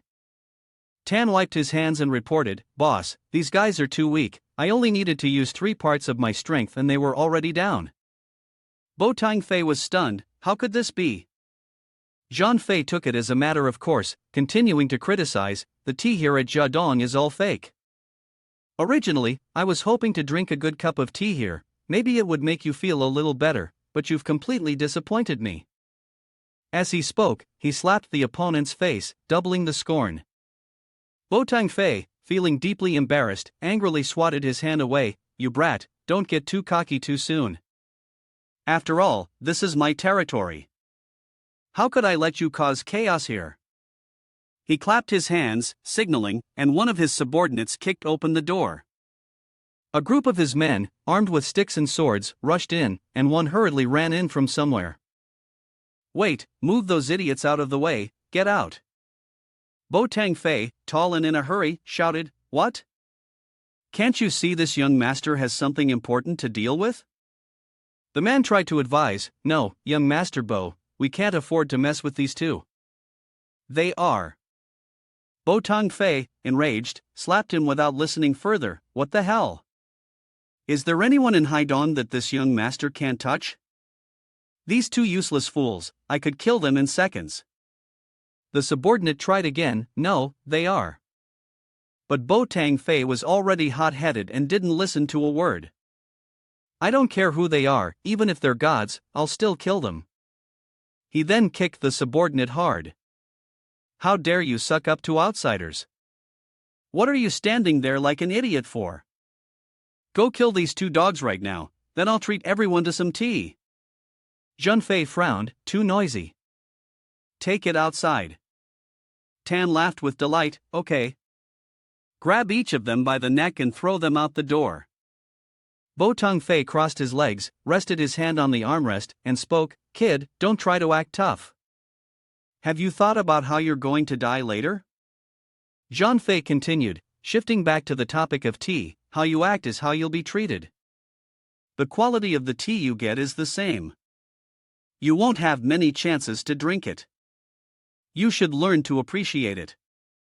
The sounds of fighting continued to echo outside. Junfei leisurely poured tea, and 2 minutes later, Tan opened the door and entered.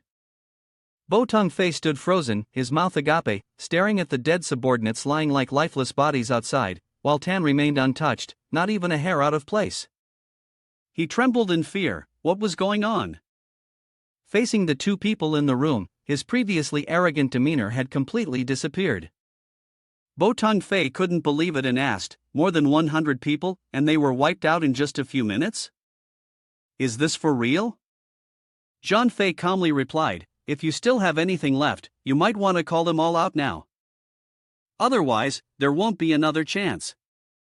Tan was less patient, kicking him viciously and cursing at him, calling him scum.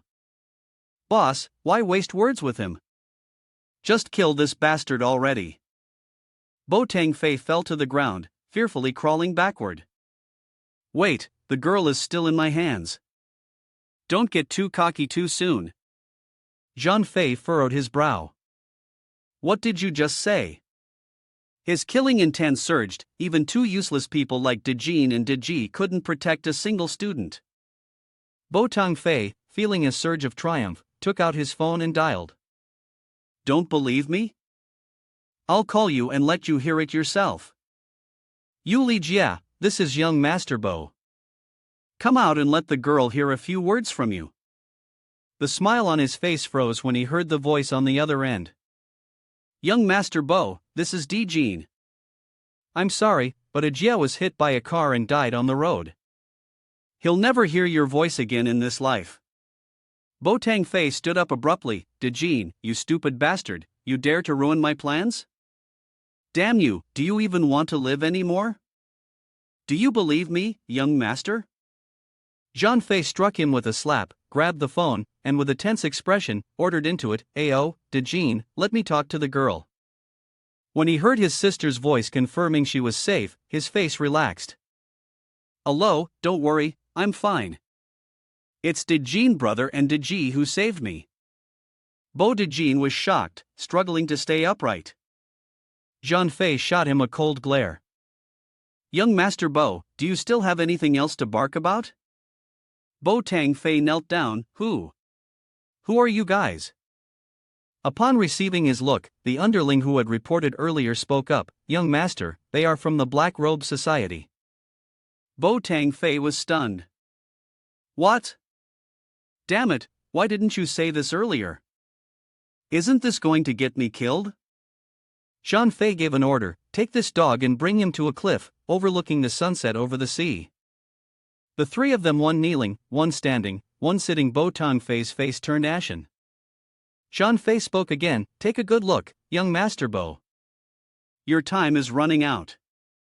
Bo Tang Fei, devastated, cowed out and pleaded, Big boss, I really didn't know Long Yi Dan was your sister. I thought she was just an ordinary girl. If I had known, not even for money would I have dared to touch her. His words only served to fuel Zhang Fei's anger. So, ordinary girls can be trampled on at will, right? As soon as the words left her mouth, she threw the stone in her hand at his head. His voice was low and deep, more than 100,000 of us have fallen, with unwavering loyalty, and not even their bodies remain. To protect the safety of the Great Hua Kingdom, without caring for our own lives, it's precisely so that scum like you can live, even at the cost of our own lives. Zhang Fei furrowed his brow and threw all the stones in his hand. Bo Tang Fei tried to dodge, but every stone hit him, swelling his face. I'm the only son of the Bo family. You can't kill me. The Bo family will stop at nothing to take your life. Zhang Fei's face darkened. I can take your life. Go ahead and call your father. Under the sunset at the Bo family estate, Bo family head Bu Jindong elegantly sipped his glass of golden wine. It was an outdoor banquet with many guests. Huang Fa Kai, with his shiny bald head, walked over. May the Bo family head live as long as the southern mountain and have blessings as deep as the eastern sea. The others also joined in, wishing in unison, may the Bo family head live as long as the southern mountain and have blessings as deep as the eastern sea. Bu Jindong replied, this Bo thanks all of you. Just as the celebration was in full swing, someone rushed in, shouting loudly. The old master saw the butler whispering something to him, and Bu Jindong, growing impatient, ordered, whatever it is, just say it. The butler had no choice but to speak up, the young master has been kidnapped. All the guests froze in shock. Who dares to kidnap? Kidnapping the young master of the Bo family, huh? Is this person tired of living? What's worse, it happens to be during the celebration of Bu Jindong's 60th birthday. Doesn't this seem like a deliberate attempt to embarrass him? Once Bu Jindong gets angry, everyone in Haidong will tremble under his power. Bu Jindong frowned, which idiot did this? The butler raised the phone. I'm not sure about the opponent's exact identity, he said, but you can speak to him directly. Bu Jindong wasn't in a hurry. He pulled out a black card and handed it to the butler. Today is my 60th birthday, I don't want to cause bloodshed. Give him my business card, this will be resolved. Huang Fa Kai gave a thumbs up and flattered him. Bo family's head is truly awe-inspiring. I, Huang Fa Kai, am truly impressed. The people around them chimed in with compliments, lifting him up to the heavens. That fool was indeed lucky. Getting a business card from the Bo family's head so easily. Who didn't know that the business card of the Bo family's head was a passport to all departments in Haidong? As long as you presented that card, there was no issue that couldn't be solved. Indeed, even powerful families like the Chun family or Shangguan family would have to show respect when they saw the Bo family's head's business card. If you want a business card, why resort to such filthy tricks? I really detest people like that. In the sky, flocks of seagulls spread their wings, some even perched near the three of them. The person seemed like they were eavesdropping, their face. Bo Tang Fei was in despair when he heard the butler reassuring him. Young master, don't worry. The old master will step in, and no one will dare to disrespect us. He screamed. Butler, tell my father that we've messed with someone we shouldn't have, quickly take him to deliver gifts to atone for our actions, give them most of the family assets. There might be a chance for us to turn this around, those people are. The old butler interrupted. Young master, rest assured, no matter who these kidnappers are, even if they are gods in Haidong, they will have to behave. Even if they are tigers, they will have to kneel at our feet. Don't worry, the old master will step in to save you. Bo Tong Fei tried to salvage the situation. No, butler, we've messed with someone we absolutely cannot mess with. They are. Before he could finish, the phone was snatched away. Zhang Fei announced briefly. I'll wait for your family head to come. Kid, tell me your location, and the family head will show mercy, giving you a business card and letting you go. Take this business card and leave. Zhang Fei raised an eyebrow. A business card? What's the use of Bu Zhendong's business card? But if he wants to play, I'll play alone. Zhang Fei lifted his blade and aimed directly at Bo Tong Fei. His arm was swiftly severed. Bo Tong Fei screamed in pain, causing the group of European men to panic and scatter. Zhang Fei ordered. Take it and give it to Bu Zhendong. He took out a white towel. Yes, boss. Quickly, he wrapped his hand and left. At this moment, Bu Zhendong was still immersed in praise. Bo family head, you're being too kind to that person. If today weren't your birthday, I would have gone there and killed those rebellious people. I think those kidnappers, after receiving the business card from the Bo family head, would be so happy they wouldn't even remember their own name. Bu Zhendong spoke. All right, it's just a small matter. This Bo has always been merciful. If there's no need for force, I'll try to resolve things peacefully. Huang Fa Kai chimed in. The Bo family head is indeed extraordinary. This is the kind of person who doesn't need bloodshed to make people admire him. A single business card can defeat the opponent, putting Haidong firmly in our grasp. Only the Bo family head can accomplish such a feat. Truly a magnanimous and generous person, yet with an imposing presence. Bu Zhendong smiled leisurely and took a sip of wine. Old butler ran in holding a box. Grandfather, something's wrong. Bu Zhendong furrowed his brow. What's happened now? The butler hinted. Master, the kidnappers have responded. Perhaps we should make a concession and go there to talk? Bu Zhendong remained proud. No need, just tell them here. Huang Fa Kai added. Is there any doubt? They've definitely been suppressed by the Bo family head. They must be coming to apologize in person, right? Now you only realize the power of the Bo family head? Too late, you want to take the punishment and confess now. No chance, people like this should have died long ago. Bu Zhendong waved his hand, giving an order, call that person here, I will question him myself. The butler, terrified, reported, Master, that person never came here, he only sent someone with this. Bu Zhendong ordered, open it and see. The butler hesitated but opened the box. Inside was a severed arm, and the entire room fell into complete silence. Bu Zhendong widened his eyes, his whole demeanor turning cold, this is Tong Fei. At that moment, his phone rang, displaying an unfamiliar number. He gritted his teeth as he listened to the voice on the other end, Bu Zhendong, at 12:00 noon tomorrow, wait for me at the conference room of the corporation. I will personally come to visit and kill your son in front of you. The phone was crushed in his hand. Bu Zhendong furiously shouted, fine, tomorrow I, Bo, will entertain you. Let's see who's bold enough to kill my son in front of me. Huang Fa Kai raised his fist, showing his loyalty, this person is too outrageous, he's been shown mercy yet refuses to accept it. I am willing to offer my strength to the Bo family head. Tomorrow, I will kill him on the way here to avenge the Bo family. Bu Zhendong shouted, stay there, I will catch the mastermind. At the hotel, Tan was munching on a large chicken leg. Long Dong Chang said, this time Dan is safe and sound, I was really worried. Wu Qing, it's all thanks to you this time. Otherwise, it would have been very difficult to save the person from the Bo family, this task was even harder than reaching the sky. Let's raise a glass. Zhang Fei replied. Long uncle, don't worry. From now on, with me around, no one will be able to bully you too. Then he tilted his head back and finished the drink in one go. The two girls passing by whispered, look at that guy, he really eats like a horse. One person eats as much as 5 people, unbelievable. Long dong chang wu ching, your friend sure eats a lot. Tian Fei looked at his teammate devouring food like a hungry wolf and thought back to when they were guarding the border. Tan was the biggest eater among them. But even so, there was one time when Tan led a suicide squad of 1,000 men, each of them only carrying enough food for 3 days.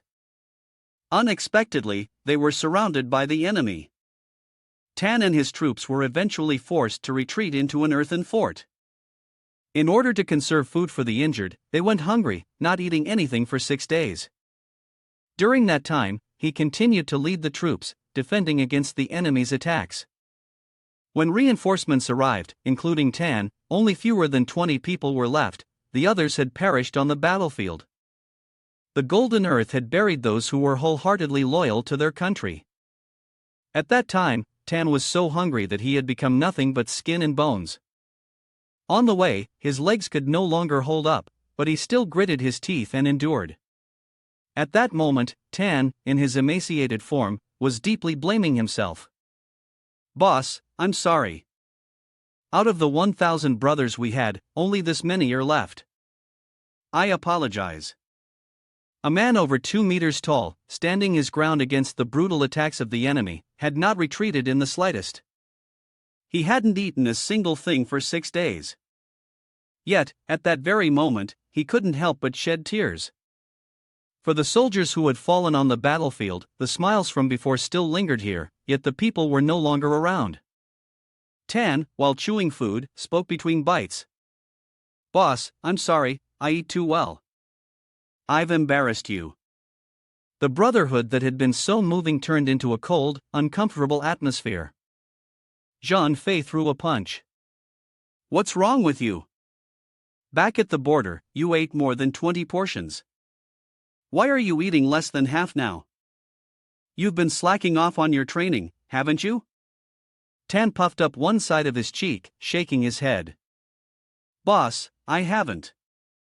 Zhang Fei raised his claw-like hand in a threatening gesture. "If you haven't, then hurry up and eat.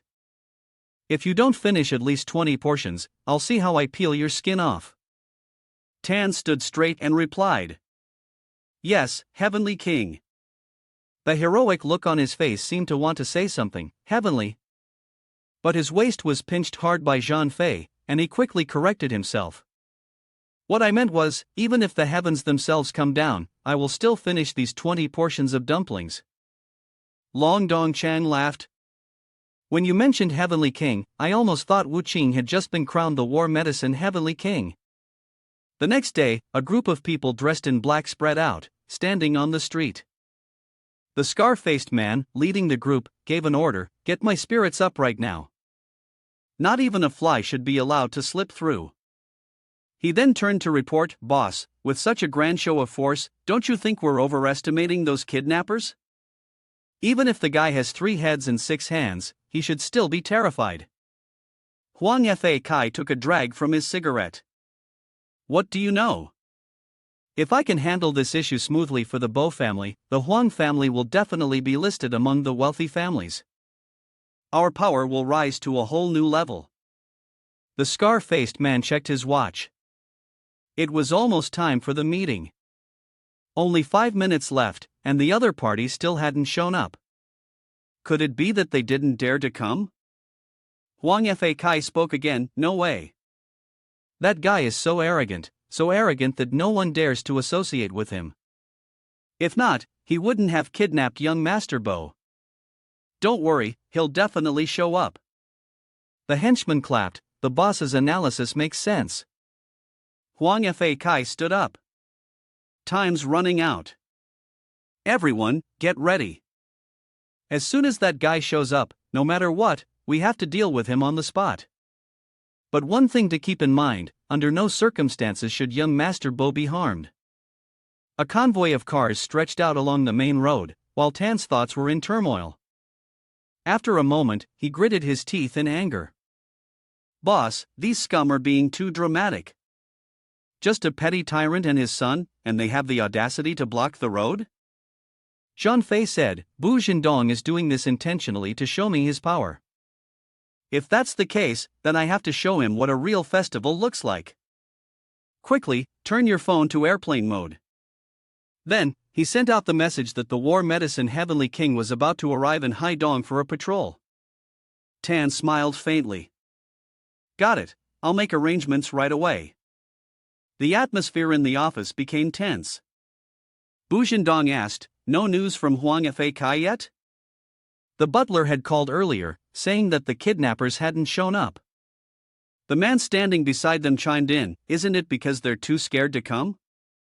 What? Yesterday they were so arrogant, I thought they were from some big place. Turns out, they're just a bunch of headless turtles. Xia Changhe, stuck in traffic, stood by the side of the road and cursed, this is too much.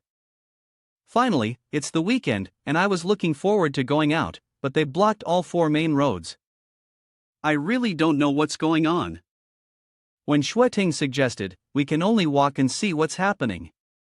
As they turned back, someone called out to Shueting from behind. Sun Jinrui grinned as he walked over. Miss He, you're here too? When Shueting stared at his head wrapped like a rice cake, bewildered. Sun teacher, what happened to you? What's going on? Sun Jinrui scratched his head and bragged, here's the thing. Last night, I was out and saw an old lady dancing in the square when 2 punks tried to rob her. I was so angry, I rushed up and gave those punks a beating, so I got a little injured. Not worth worrying about, he cursed inwardly. Damn it, yesterday in the security room, did G brother beat me up without saying a word, and even now, thinking back on it still pisses me off. Xia Qing he didn't believe it. The old lady went out to dance alone at night? Does she really enjoy dancing that much? Sun teacher, did someone beat you up? But you're making up this story to win Shueting's favor, right? Sun Jinrui awkwardly avoided the topic. Miss He, listen to yourself. Do you think I'm the type to lie? Xia Qing he retorted, to be honest, you really do seem like the type. This left Sun Jinrui speechless. When Shueting tugged at her hand. Alright, Qinghe, we still need to head to the square, let's go. Sun Jinrui stopped them. Ladies, wait. The square has been temporarily closed off, you won't be able to get in. When Shueting wondered, blockade, why is there a blockade? Sun Jinrui has a chance to show off, something big happened today, but it's no big deal, I can solve it with just one phone call. The sunlight shone directly down on the high-rise buildings as she turned off her phone. Sun Jinrui is boasting, what's going on? I told you it's not a problem. To be honest, today it's because Huang Fa Kai blocked the road, which means, luckily, I know someone under President Huang, otherwise, you two would have to walk there, and it would take at least half an hour. Sun Jinrui suggested, how about this, get in the car. I'll drive you two over there. I just greeted you a moment ago, it only takes a few minutes to get through. Xiaoqing he rested his chin in thought, while when Shueting's eyes lit up upon seeing Zhanfei Wuqing. Zhanfei hadn't quite grasped what was happening yet when Shueting, without any sense of shame, rushed over and embraced him tightly. Finally, I've found you, Wuqing. Why didn't you tell me before? If it weren't for your sister, I wouldn't even have known who you were. I can't believe I'd run into you here. Xiaoqing he glanced over, recognizing him, and realized that Shueting knew him. Zhanfei responded, it's me, I'm back now. When Shueting asked, by the way, what have you been doing all these years? Zhanfei replied, I've been working as a soldier on a covert mission at the border, so I couldn't keep in touch with everyone. When Shueting awkwardly explained, oh, right, Wuqing. The wedding between me and Shen Xiaoting has been called off. I never had any feelings for him. If it weren't for the problems at home, my father would never have resorted to such a measure. But now, I've offended the Chen family as well. Zhanfei comforted her, don't worry, I'm here.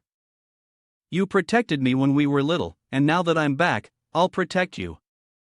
Sun Jinrui, filled with jealousy, shouted, stop boasting. You're getting carried away. Are you really Long Yi Dan's older brother? Zhanfei completely ignored him and asked, are you ladies planning to head to the square? When Shueting sweetly replied, that's right, it's so hard to find time to go out and relax after a whole week of work, and I didn't expect to get stuck in traffic. I also heard the square is closed off now. Sun Jinrui was furious. Kid, I'm talking to you. Are you deaf or something? Zhang Fei said, the plane will come to pick me up later. Since it's on the way, I can give you both a lift, so you don't have to worry about the traffic anymore. Sun Jinrui trembled with anger. Xia Chengxia frowned and repeated, You're flying? What you mean is, because of the traffic jam, you arranged for a plane to pick you up? Oh, is that so? Zhang Fei asked back. What's wrong with that? Xia Chenghe arrogantly responded, I see you're like this again. If it weren't for the fact that you're Long Yidan's brother, with how much you brag like this, I wouldn't even bother to pay attention to you. If you're stuck in traffic, just take a plane, and he's still talking big. Wen Shuiting, let's go. If that's the case, it would be more reliable to just take Sun Jingjing's car. Sun Jinrui cheerfully opened the car door. It's an honor to serve you, beautiful ladies.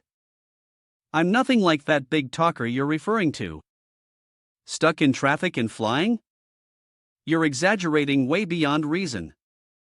Wen Shuiting, with a sullen face, followed the other two, then ran up to grab his hand. Wu Qing was just joking with us. Walking there isn't so bad. We can walk and talk while we're at it. Sun Jinrui, taken aback by her blunt questioning, still felt angry, but Shuiting was defending this brat. What does he have that's better than Sun Jinrui? Zhang Fei's gaze darkened, and he smiled. The plane is arriving. 5 or 6 planes have appeared in the sky. Xia Qing he still didn't believe it. Enough. Planes fly over here every day. What does this have to do with you? A plane flew low, its propellers spinning rapidly, kicking up a cloud of dust on the road. Zhang Fei slightly curled his lips. Sun Jinrui stood in shock, his mouth agape as he watched the plane land on the street. The people on the plane stepped down and stood at attention. Boss, please get on the plane. When Shuiting covered her mouth and exclaimed, the plane really has arrived. Sun Jinrui struggled to say a few words. It's real. Zhang Fei extended his hand towards Wen Shuiting. Get on. Wen Shuiting turned around and called out to Xia Chenghe. Qinghe, what are you standing there for? Hurry up.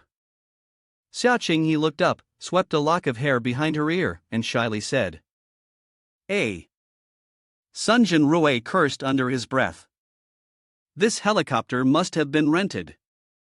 Someone like him, looking so ordinary, would have died just by buying a model. And he thinks he can buy a helicopter?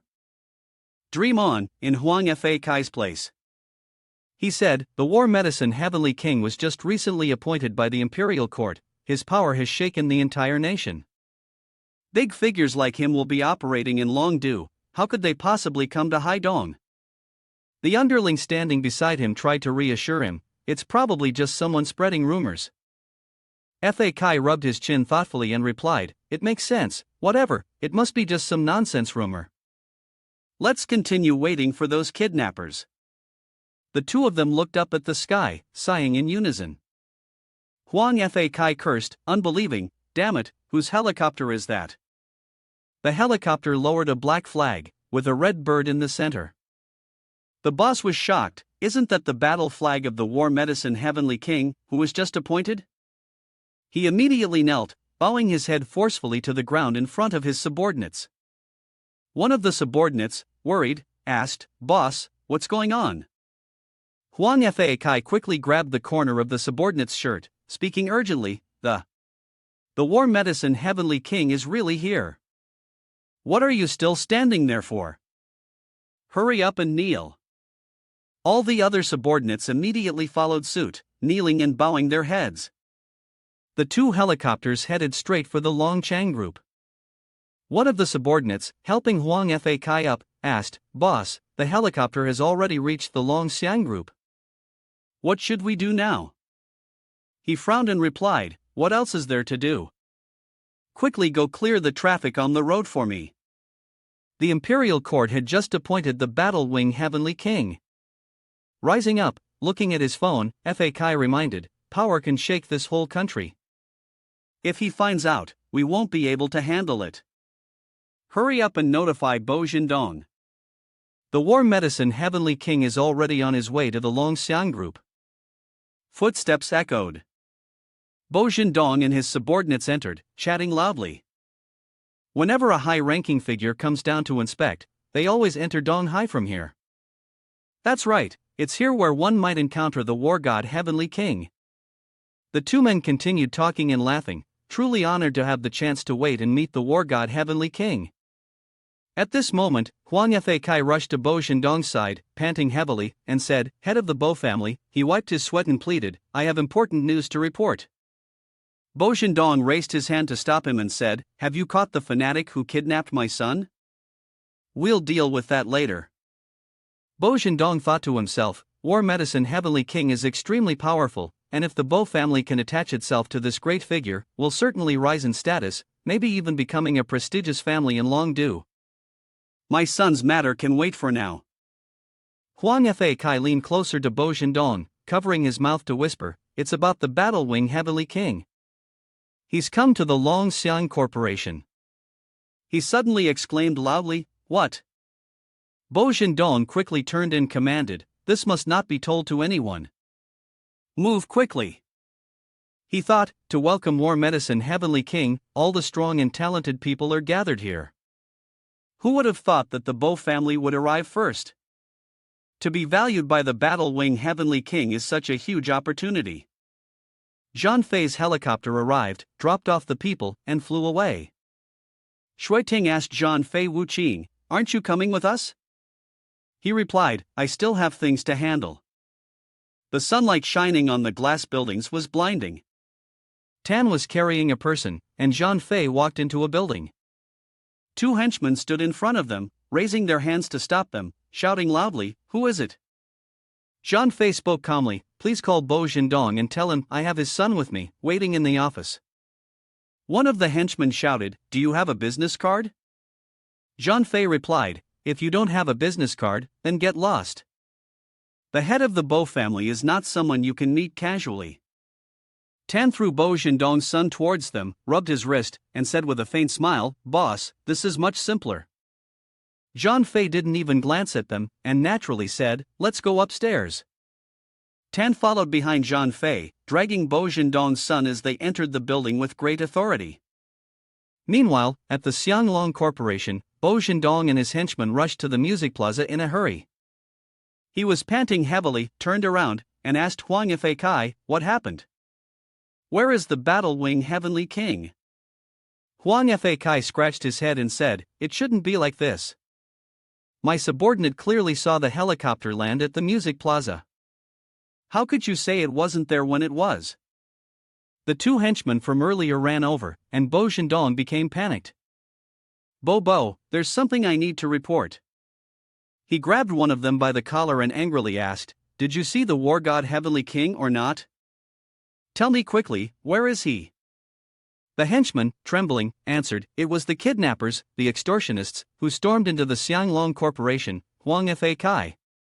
He shouted in panic, "What? If we let the kidnappers come face to face with the Heavenly King, we're all dead."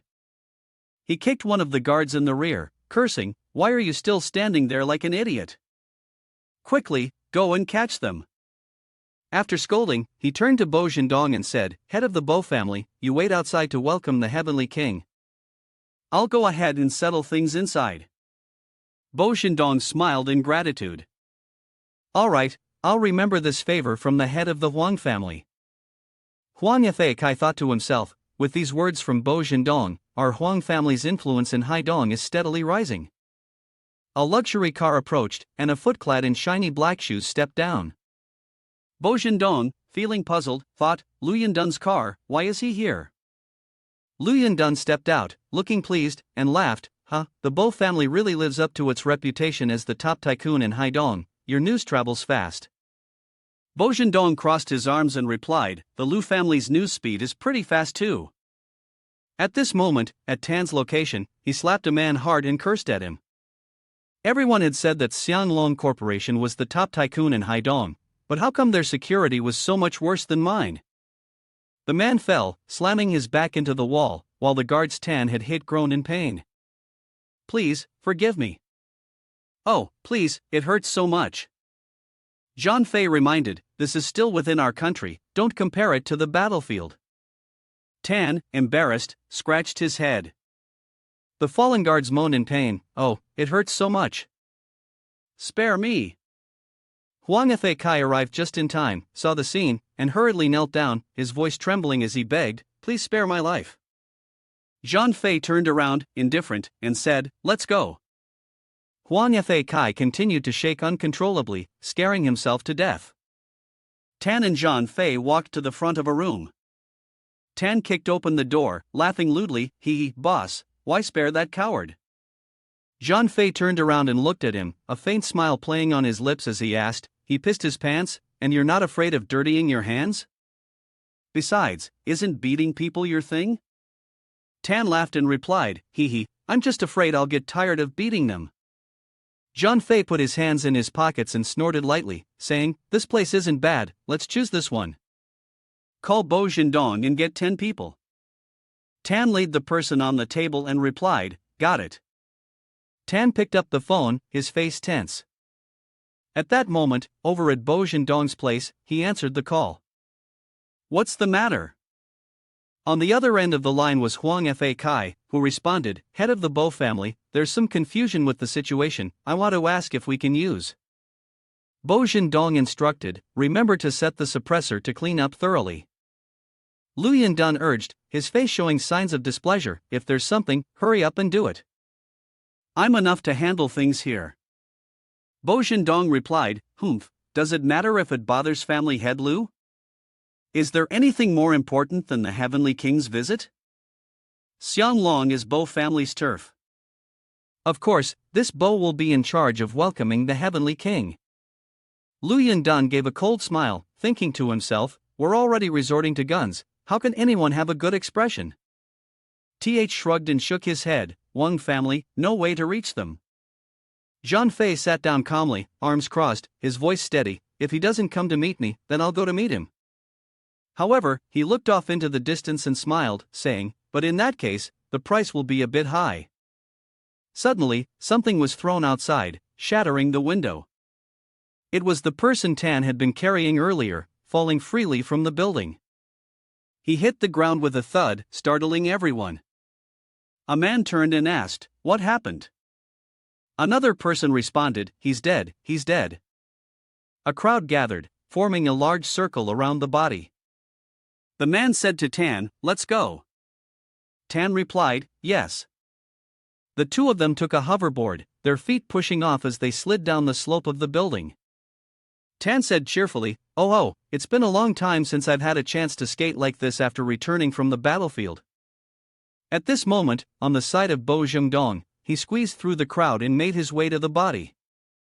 Bo Jindong shakily lifted a cloth, his face pale as he stared at the bloodied body on the ground, stammering, how? How could this be? Then he screamed in anguish, my son. Jindong clutched the young man's body, his voice gritting through his teeth, for the Bo family, I can only endure this.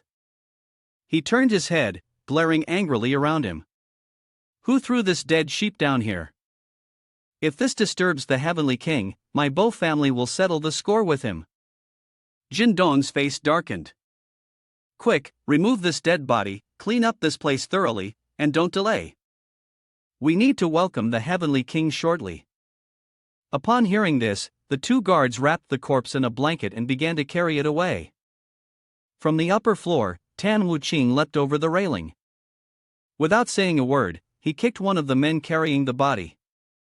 He quickly elbowed the other one in the chin and grabbed the bald man's neck, making him writhe in pain and beg for mercy. Spare me! With a powerful slam, he threw the bald man onto the road. The man, badly injured, spat out a mouthful of blood. Wu Qing stepped onto the corpse, then calmly asked, are you Bo Jindong? Around them, the two guards lay motionless on the ground.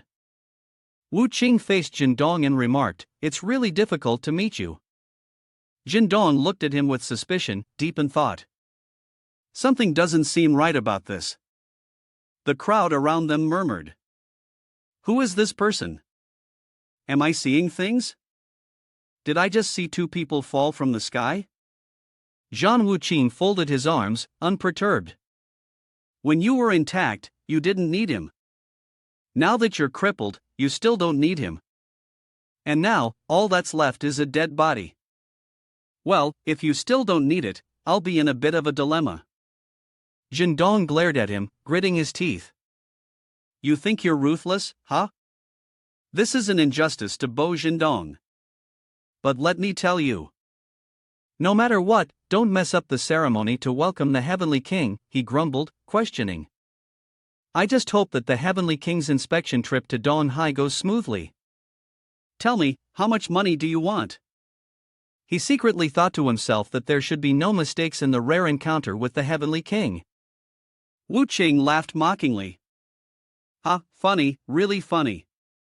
For your own future, you wouldn't even take your son's money. He raised a finger to set the price.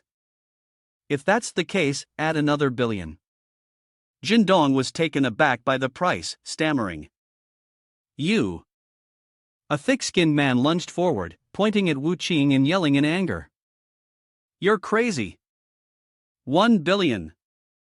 Let me tell you, I am the highest-ranking official in Dawn High. Now, if you kneel down and apologize, pay the money immediately, I might handle this leniently. They glanced at him, and Wuqing spoke. It seems like your opinions aren't exactly aligned. Zhendong panicked and stopped him. Wait, I'll give it. He angrily slapped the judge of the underworld across the face, growling, when did it become your turn to talk here? Get lost. He then handed a black card toward Wuqing. This is the VIP card of Tongbao Bank. Wuqing took the card, and he continued, there's 1 billion inside. Wuqing had gotten what he wanted, gripping the card tightly before leaving. No capital was needed to do business, he was truly free. He waved the card, hoping that Mr. Bai would look out for him more in the future. Zhendong watched him leave, furious. Wait until I finish welcoming the Heavenly King. I have to find you and settle the score, make sure you're crushed to pieces. Tan angrily walked away, his words dripping with sarcasm. Wanting to rely on someone powerful, yet not even caring for your own flesh and blood, Wuqing sneered. Ha, sounds just like my father. He walked far away, silently thinking to himself, hoping that he was still healthy, so he could break his knees when he arrived and make him kneel in front of my mother's grave to repent. Tan looked at Wuqing with pity. The murderous aura was still as terrifying as before. Chenghe and Shuiting stood at a distance, waving at him. Wuqing glanced at them before speaking, aren't you two supposed to be at the music square? Shuiting cheerfully grabbed her hand. Chenghe, I heard Heavenly King is going to Longtung Corporation. I just want to go and see the excitement. Chenghe was surprised. Ha! There's a crowd standing in front of Longtung Corporation, waiting to get in. Chenghe looked at the scene with regret. When Heavenly King inspects Dawn High, it's a golden age. Unfortunately, Longtung Corporation only allows those whose personal value exceeds 1 billion to enter. She skeptically pointed at him and asked, then how did you get in? I saw him walking out from inside. He calmly answered, I just went in to take care of some business. Chenghe sighed in frustration. If you want to sneak through the back door, then fine, but why boast about it? Sun Jinrui doesn't even know. Where did this person come from, suddenly intruding and catching them off guard? That's right, just to make a little money, he even rented a helicopter all for the sake of his face. Shuiting looked at him with displeasure. You're too arrogant and boastful now. Wuqing, calm down. I'm just saying what I want to say. Whether you believe it or not, that's someone else's problem. He handed them a black card. I still have something to do, so I'll leave first. If Shuiting wants to go inside, she can swipe this card. Jinrui kept on mocking him. Who's going to be tricked by that torn-up card? Wasn't it you who embarrassed yourself back then? Shuiting had once trusted him. Jinrui proudly raised his phone. Look at me. I'm friends with Boss Huang. Tan was so angry he wanted to punch him. You damn bastard, are you tired of living? Who do you think you're messing with? Wu Qing raised his hand to stop him. Why get angry over someone like that? Let's go. He still tried to save face, calling, Hello, Boss Huang? This is Xiao's son. I need a favor. The voice of Boss Huang on the other end was harsh, making him panic. Get lost. If you call again, I'll have someone beat you to death. He stared in shock ahead, cursing. What the hell, is this something a human can do? Who the hell did I offend? Huang Fei gripped his phone tightly as the office window shattered into tiny pieces, sunlight pouring in. He looked in horror at his phone. What happened? Shuiting snorted coldly, then glanced at him. If Mr. Tian keeps doing these flattery and ingratiating things, sooner or later his boat will flip. She immediately handed the black card to Qinghe as a signal. Qinghe, you go ahead. Then Shuiting ran off, not forgetting to wave goodbye to her. I'm going to find Wu Qing. She smiled and linked her arm with his, suggesting, Wu Qing, I know a restaurant called Zichonggu. Qinghe looked at the black card inside. How has this girl Shuiting been so enchanted by that person to the point of losing her mind? She suddenly got angry. And how am I supposed to use this torn-up card? Qinghe dropped Emotion Rue and hurriedly ran after them. Pretty girls care more about looks than friendship. Wait for me, I'm coming too. Sun Jinrui was left behind, gnashing his teeth in anger. Zhan Wu Qing, Heavenly King's bodyguard team. The cars continued to drive across the road. The bodyguards inside the car were checking the time when one of them reminded, the position of Heavenly King has changed, he's on his way to Zichonggu.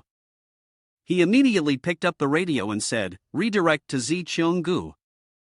At the luxurious Zichonggu restaurant, the four of them gathered at one table, chatting happily while eating. Qinghe suddenly exclaimed, Wow, this is the biggest restaurant in Donghai. How come Shuiting is spending so extravagantly? Zhu Ding cheerfully replied, Of course, it's to celebrate that Wu Qing and I are officially acquainted today. Tan gripped the chicken leg tightly in his hand, chewing as he said, Eat quickly. Talking too much at the dining table is disrespectful to the food. Shuiting looked at him teasingly, You useless good for nothing. Qinghe exclaimed, Wu Qing's comrade in arms is really bold, isn't he? She suddenly asked, Has the war medicine Heavenly King arrived in Donghai?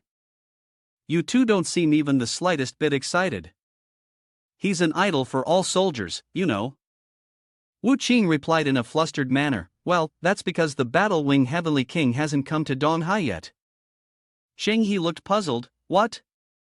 The Heavenly King hasn't arrived in Donghai yet? Wu Qing casually rested his chin on his hand and answered, If the Heavenly King truly came to Donghai, the guards there would have to line up to welcome him 30 kilometers outside the city. I guess this time, only the Heavenly King's subordinates have come to Donghai. Shuiting was surprised, so that's how it is. I was wondering why the Heavenly King would suddenly come to Donghai. Wu Qing is really impressive.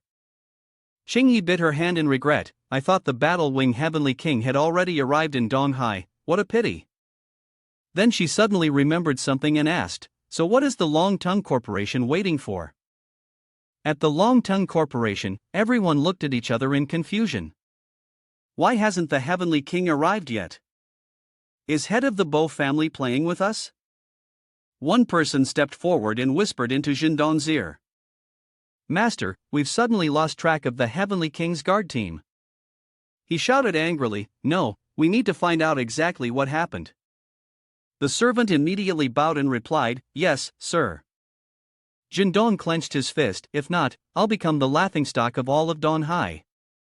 The servant seemed to remember something, sweating and stammering. Investigate the whereabouts of the Heavenly King. Jindong, infuriated, kicked him hard. Are you tired of living? You think you can track down the Wang family? Investigate those kidnappers for me. Dig up every inch of dirt if you have to, but find him. I want to tear him into 1,000 pieces. He pointed to the person standing next to him, Fat Kai. And you too. Without saying another word, he punched him. It's all your fault, you useless piece of trash. You couldn't even handle one kidnapper. Chin Dong kept kicking him, cursing him for being useless.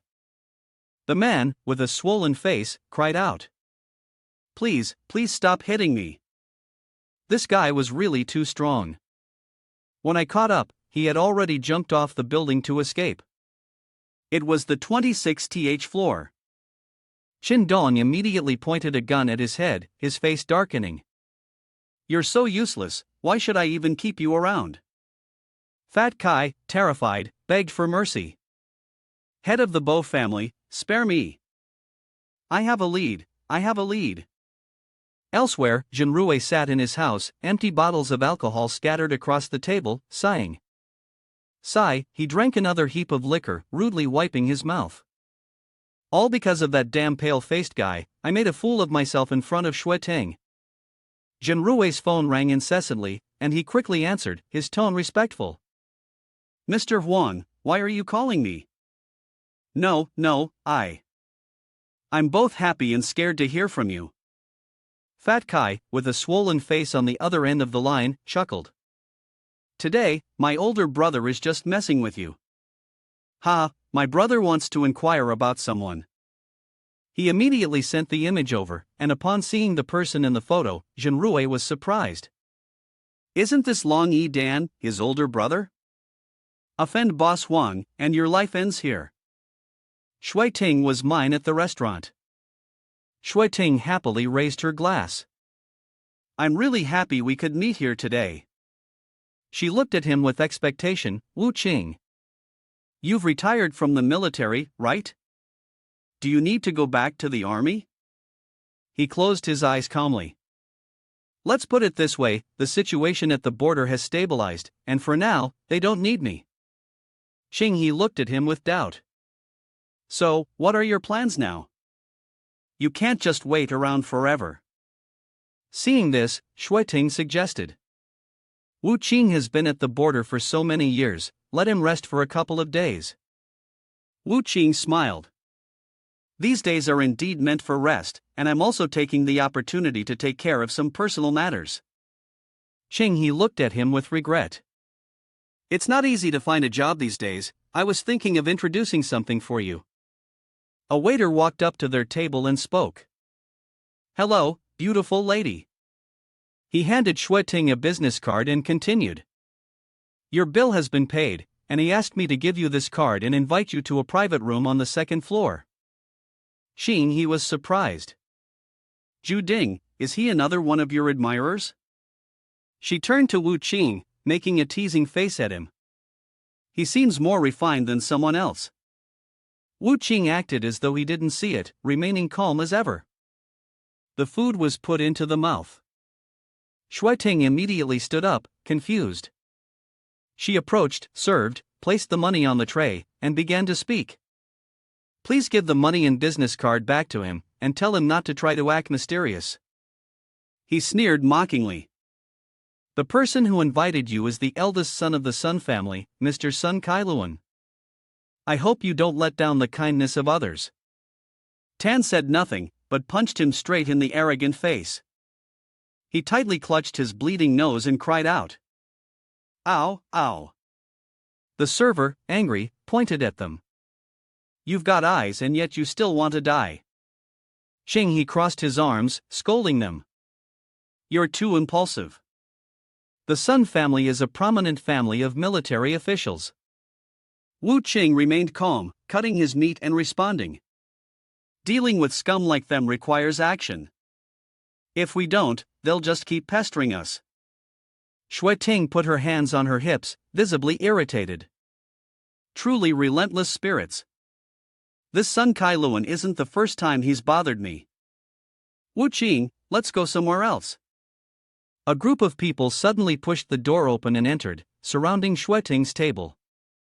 Kailuan stepped forward arrogantly. Who was the one who attacked just now? The server immediately pointed at Tan, shouting. It was him, it was him. Tan, indifferent to his face, spoke challengingly. Was it me who hit him? Shuiting also joined in, irritated. Sun Kailuan, the Sun family may be a prestigious family with achievements, but how can they nurture such a degenerate like you? Kailuan shrugged. Decision. Don't target me just because we happen to know each other. He immediately pointed to the person approaching. Tonight, the one you'll be speaking with is young Master Chen Si. Si-Hai gave her a suspicious once-over. Are you my second brother's fiancée? Stay and have a drink with me, and I'll let your friend go. Shuiting was displeased. The Wen family and the Chun family have already annulled the engagement. I hope you'll show some respect. Kailuan stepped closer to her, speaking decisively. The Chen family rules over Donghai. Having a drink won't do you any harm. Before he could finish his sentence, a shoe came crashing into his face. Ah! He crashed to the ground as Wu Qing looked down at them in disdain. You think Shuiting is someone you can lay a finger on? Kailuan lay on the ground, foaming at the mouth. Si-Hai was taken aback. So fast. He quickly regained his arrogant composure and looked at him. A bit of skill, huh? Who the hell are you? Wu Qing sneered. Who am I? I'm someone you can't touch. The man laughed loudly, provocatively eyeing him. Ha, can't touch you? Is there anyone in Donghai the Chen family can't touch? He made a direct declaration. Kid, for what you just said, I'll make sure you don't walk out of Zichonggu tonight. They immediately lunged forward, intending to cause trouble for Wu Qing. Qing he quickly spoke up. Fighting and brawling in public is against the law. Don't cause a scene. Inside, she was secretly alarmed. This is bad. We're in real danger now. Si-Hai grinned coldly. She said we're breaking the law. He spoke in a low, threatening tone, then I'll have to show her what real lawbreaking looks like.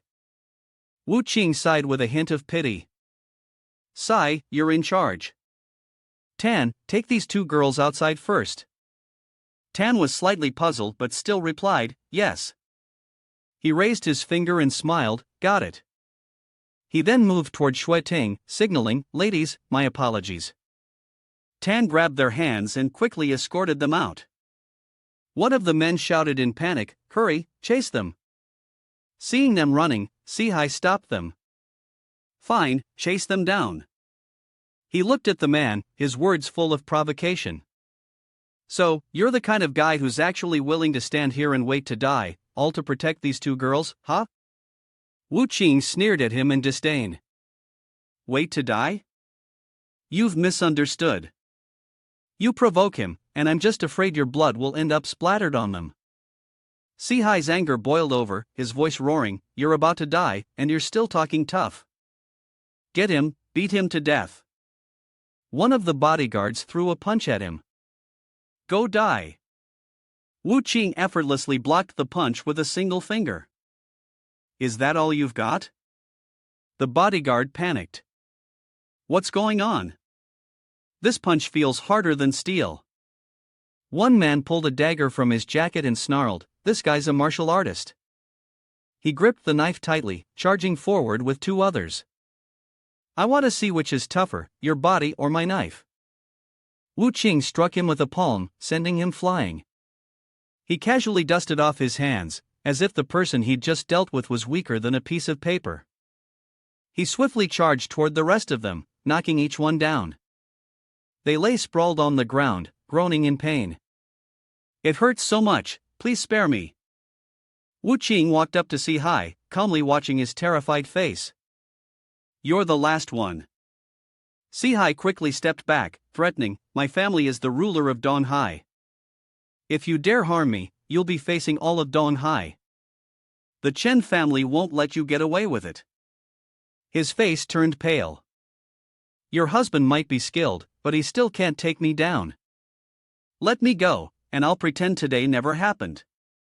Wu Qing looked him straight in the eye, mocking, Shangwan women can bear children, but too bad, what's the quality of the child they bear? Si Hai, in a panic, stammered, Senior, you know my mother. She's the most powerful woman in Dong Hai. Whatever you want, she can give it to you. Wu Qing raised his foot and kicked him hard. Go! Si Hai collapsed to the ground in fear. Wu Qing, furious, stepped forward and kicked him again. Good people always end up losing everything, while the evil ones get many children and blessings. Why is life so unfair? Si Hai's face was bruised and swollen from the beating, terrified. Spare me, please spare me. Wu Qing seemed to notice something, and gently sidestepped. At the door, a figure stood, raising a gun and aiming at him, cursing, Damn it, I missed the shot. Si Hai, like someone grabbing a life-saving straw, stretched out his hand. Mr. Huang, save me, I am Chen Si Hai. The man raised his gun in a threatening manner, If you spare Chen Si, I will let you live. He then secretly smirked, thinking it was convenient to save the fourth young master of the Chen family, and by chance, pick up a favor from the Chen family. Chen Si Hai snorted in anger. Humph. The pressure on his leg increased, and he let out a painful cry. Ugh. Si Hai lay motionless on the ground, his body drenched in blood. Wu Qing kicked his body towards the man with contempt. Here you go. Fat Kai looked down in panic, stammering, He's killed Chen Si. Huang Fa Kai waved his hand inside. Forget it, he's dead anyway. A group of bodyguards, each armed with a gun, rushed in. They surrounded Wu Qing. Fat Kai raised an eyebrow and sneered. Ha, you're dead for sure. Wu Qing clicked his tongue in admiration. TSK, impressive, in this country, there are so many guns like this. He raised his hand, signaling. Well, go ahead, shoot. Fat Kai, in a panic, angrily warned. If you're so eager to die, don't blame me. He immediately ordered the shooting. They raised their guns, aiming directly at him. Suddenly, a group of people rushed forward. They quickly subdued the bodyguards, then turned to face Wu Qing. They cried out in pain, Ah! Ugh! The whole group knelt down in unison. The Heavenly King's security team arrived late, and we ask for the Wang family's forgiveness. Wu Qing sighed deeply, then the training content tonight should be increased tenfold. They respectfully accepted. The Wang family looked at them with suspicion. Wang family, what?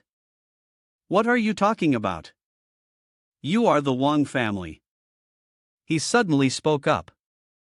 Are you messing with us? Do you think everyone here is an idiot? A figure of a young girl rushed toward him. She grabbed his neck with one hand, grunted, and then slammed him to the floor. She looked down at him, rolling on the ground with disdain. Good thing it's noisy. She then turned to Wu Qing, sweetly asking, Wang family, why did you suddenly come to Dong Hai? Didn't take me with you? He glanced at her and replied, It's a long story. He then gave the order, You take care of the mess, handle the aftermath.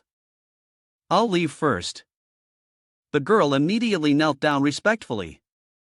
At Wen Shui-Ting's home, Tan continued to eat despite the intense tension in the house. Shui-Ting nervously held her phone. I can't. I have to call my father. Qing He followed suit. I'll call my grandfather. He stared at them, reassuring, It's okay. Suddenly, Shui-Ting's phone rang. She was startled, and it was Wu Qing calling. She quickly answered the call. Hello. Oh, Wu Qing, are you okay? Wu Qing, on the other end, reassured her, Yeah, I'm fine. After dealing with Chen Si Hai, Zheng Wu Qing called Wen Shui-Ting. She gently wiped the tears off her face, her tone full of reproach, why couldn't you stay for me? It's a good thing you're okay, otherwise, what would I have done? She asked curiously, What exactly happened? He answered tenderly, Don't worry, it's just a few material matters. Suddenly, a piercing scream echoed from the grassy field ahead, Let me go. Ho hoo. Zhang Wuqing's expression grew serious. He didn't say anything else, just added, "I'll find you in a bit." After hanging up, he quietly moved forward to investigate. A scoundrel was pinning a girl to the ground, one hand covering her mouth, the other undoing her clothes. "Little darling, don't make a fuss." "Just wait, I'll make you swoon with pleasure." Zhang Wuqing coldly remarked, "In broad daylight, I thought situations like this only happened in cartoons." The scoundrel, startled, held his breath, quickly turned around, and yelled, "Who's there?" Seeing someone approach, the girl hurriedly tried to cry out but could only mumble a few meaningless words due to her mouth being covered. Zhang Wuqing looked at the scoundrel with disdain. The old man was already in too much of a hurry. No matter what the situation, he should find a place with no one around. The man blushed with embarrassment and then, in anger, shouted, "Damn it, what the hell do you want to say?" Zhang Wuqing let out a cold laugh, his words unapologetically direct. "What I want to say is that if you find a place with no one, you might still be able to save your life." The womanizer was completely enraged by his taunt. "Fine, kid, you want to kill me? You probably don't know the skills of my lei bao." He raised his fist and lunged forward to attack. Zhang Wuqing easily grabbed his attacking hand, looking surprised. "Interesting. You're the first inner force martial artist I've encountered since coming to Donghai," Zhang Wuqing said. Lei Bao immediately realized he had met something tough, his face turning pale, stuttering, You. Zhang Wuqing sighed, "But if this is your strongest move," his eyes flashing with disdain, "then it's hard not to disappoint others." With that, Zhang Wuqing showed him what real strength was. He swung his arm a few times, and immediately Lei Bao's wrists and ankles were cut, blood spurting out. He collapsed backward in pain. The boring battle made Zhang Wuqing sigh in frustration. However, Lei Bao suddenly took a deep breath. Then, when Zhang Wuqing wasn't paying attention, he exhaled forcefully toward him, using the recoil to propel himself backward. Zhang Wuqing, though caught off guard. However, this blow naturally couldn't deal any damage to him. Zhang Wuqing was at a loss for words as he watched Lei Bao fly straight into the small lake in front. The guy tried to surface, not forgetting to send him a message, "Kid, my Lei family's martial arts school won't let this slide." After that, he quickly ran off. Zhang Wuqing mumbled, "Lei family's martial arts school." He chuckled softly, then said, "Interesting, well, I'll leave one life for you." Indeed, Zhang Wuqing didn't bother chasing after him. He hoped the Lei family's martial arts school would bring him a little surprise. He then stepped forward, smiling brightly at the girl on the ground, and asked her kindly, "Are you okay?" The girl, her eyes slightly teary, looked at Zhang Wuqing and replied, "Thank you for saving me, otherwise, I fear I'd have to comfort you." Zhang Wuqing responded, "It's nothing, you're safe now. Do you need me to contact your family?" After calming down, the girl spoke with a tone that carried a slight command, "No need, just take me to Xianglong Corporation." Zhang Wuqing looked at her, silently sighing. This beautiful girl gave orders so smoothly, but what puzzled him more was, why would Xianglong Corporation be the destination? On the way home, Zhang Wuqing had accidentally saved a girl. The two of them later arrived in front of Xianglong Corporation. He took her to the entrance, then, feeling a bit awkward, said, "Miss Lu, I'm just dropping you off here." The girl was extremely enthusiastic. The girl grabbed Zhang Wuqing's hand, wanting to pull him inside. "No, you follow me. My father is the second largest shareholder of Xianglong Group. You saved me, and I must repay you." Zhang Wuqing looked at her in confusion. The second largest shareholder. But I only know the first largest shareholder of Longtang Group, who is Bo Zhendong. She generously shared, "My father is Lu Yundun." Elsewhere, a hand slammed down on the table, accompanied by an angry voice. "Are you all useless?" The irritated man pointed at the faces of those in front of him. "The young lady has been missing the entire afternoon, and you're telling me you couldn't find her?" Bu Zhendong sat calmly in his chair and spoke. "Family head Lu, please calm down. The young lady has a celestial protector, she must be in a very safe place." How could these useless people possibly find her? Lu Yun-dun immediately turned and confronted him. It was you, wasn't it? Bu Jindong sneered, adopting a posture of indifference. A good citizen of the five virtues. What is the Lu family even talking about? I am a law-abiding civilian, and even if I wanted to kidnap someone, I wouldn't do it myself. Lu Yun-dun furiously pointed at his face. Bu Jindong, I have only one daughter. If anything happens to Qing, I will fight you to the death. Bu Jindong paid no attention to Lu Yun-dun's threat. He leisurely pointed behind him. Family head Lu, don't be so agitated.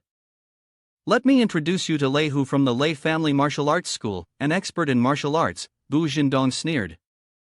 As long as family head Lu hands over the shares of the Xianglong Group under your name, I'll let him investigate this matter. I'm sure there will be results. Lu Yun-dun clenched his chest in anger. You, Bu Jindong, are truly a long-standing enemy. He smiled triumphantly as he watched Lu Yun-dun struggle. Weren't you enjoying mocking me so much earlier? Lu Yun-dun sat down in his chair, conceding defeat. Alright, based on what you just said, I want to hear Qing's voice. Bu Jindong confidently replied, of course, then gestured for Lei Hu to make the call. However, all they received was a beeping sound, followed by a female voice saying, "The number you have dialed is currently unavailable," which made Lei Hu fume. What is this guy doing? Seeing something was wrong, Bu Jindong furrowed his brows and asked, "What's going on?" Lei Hu hurriedly explained, "Head of the Bo family, rest assured about the credibility of the Lei Family Martial Arts School." Before he could finish, the door suddenly flew open. Lu Qing joyfully ran in, shouting, "Father!" Seeing she was fine, Lei Hu was taken aback. Impossible. Clearly, Bu Jindong was also flustered. How did you get here? Lu Yun-dun was stunned. Lu Qingcheng, rushed forward and embraced her father tightly. Lu Yun-dun happily patted her head. Qing, it's good that you're okay, it's really good. Lu Qingcheng sniffled a bit. Dad, this time, it's all thanks to Wu Qing, or else I might not have been able to see you again. At that moment, Zhan Wuqing calmly walked in and greeted, "Nice to meet the head of the Bo family, it seems we're quite fated." He looked at the man with composure. It just so happens we're negotiating a deal. Bu Jindong was not happy to see him. You're still alive? Huang Fa Kai is useless. After saving her, Zhan Wuqing had returned Lu Qingcheng to her father. Lu Yun-dun happily approached him. Thank you, brother, for your help. This Lu is extremely grateful. He saw Zhan Wuqing's polite exchange with Bu Jindong and felt secretly relieved. So he's the enemy of Bu Jindong. Lu Yun-dun was now filled with confidence, turning to mock. It seems someone's plan has fallen apart. Aren't you leaving yet, or do you want to stay for a meal? Although his plan had been foiled, Bu Jindong still acted arrogantly. There's no need for family head Lu to be so eager to turn hostile, you might have to kneel and beg me later. He gestured to Lei Hu, who understood and nodded. Yes. Suddenly, Lei Hu lunged forward, as Bu Jindong's plan was to have him capture Lu Qingcheng again. Since they'd already turned against each other, he trusted Lei Hu's abilities completely. "Lu Yun-dun, this is the end when you go up against me." Lei Hu hadn't even had the chance to touch Lu Qingcheng before Zhan Wuqing quickly pulled her back. He then swung his arm to intercept the incoming one of Lei Hu. With ease, Lei Hu was knocked back by a light blow. Zhan Wuqing calmly assessed the situation, his voice like thunder. "Impressive, your internal strength is not bad." Lei Hu stared at him, slightly impressed. "Looks like my unruly younger brother is really finished at your hands." Bu Jindong, still unsure of the situation, confidently stepped up behind Lei Hu. "Lei teacher, why bother with so many words? With you here, there's no way he can escape, right? Catch him, then interrogate him slowly." Lei Hu didn't disappoint his expectations. That was, of course, true.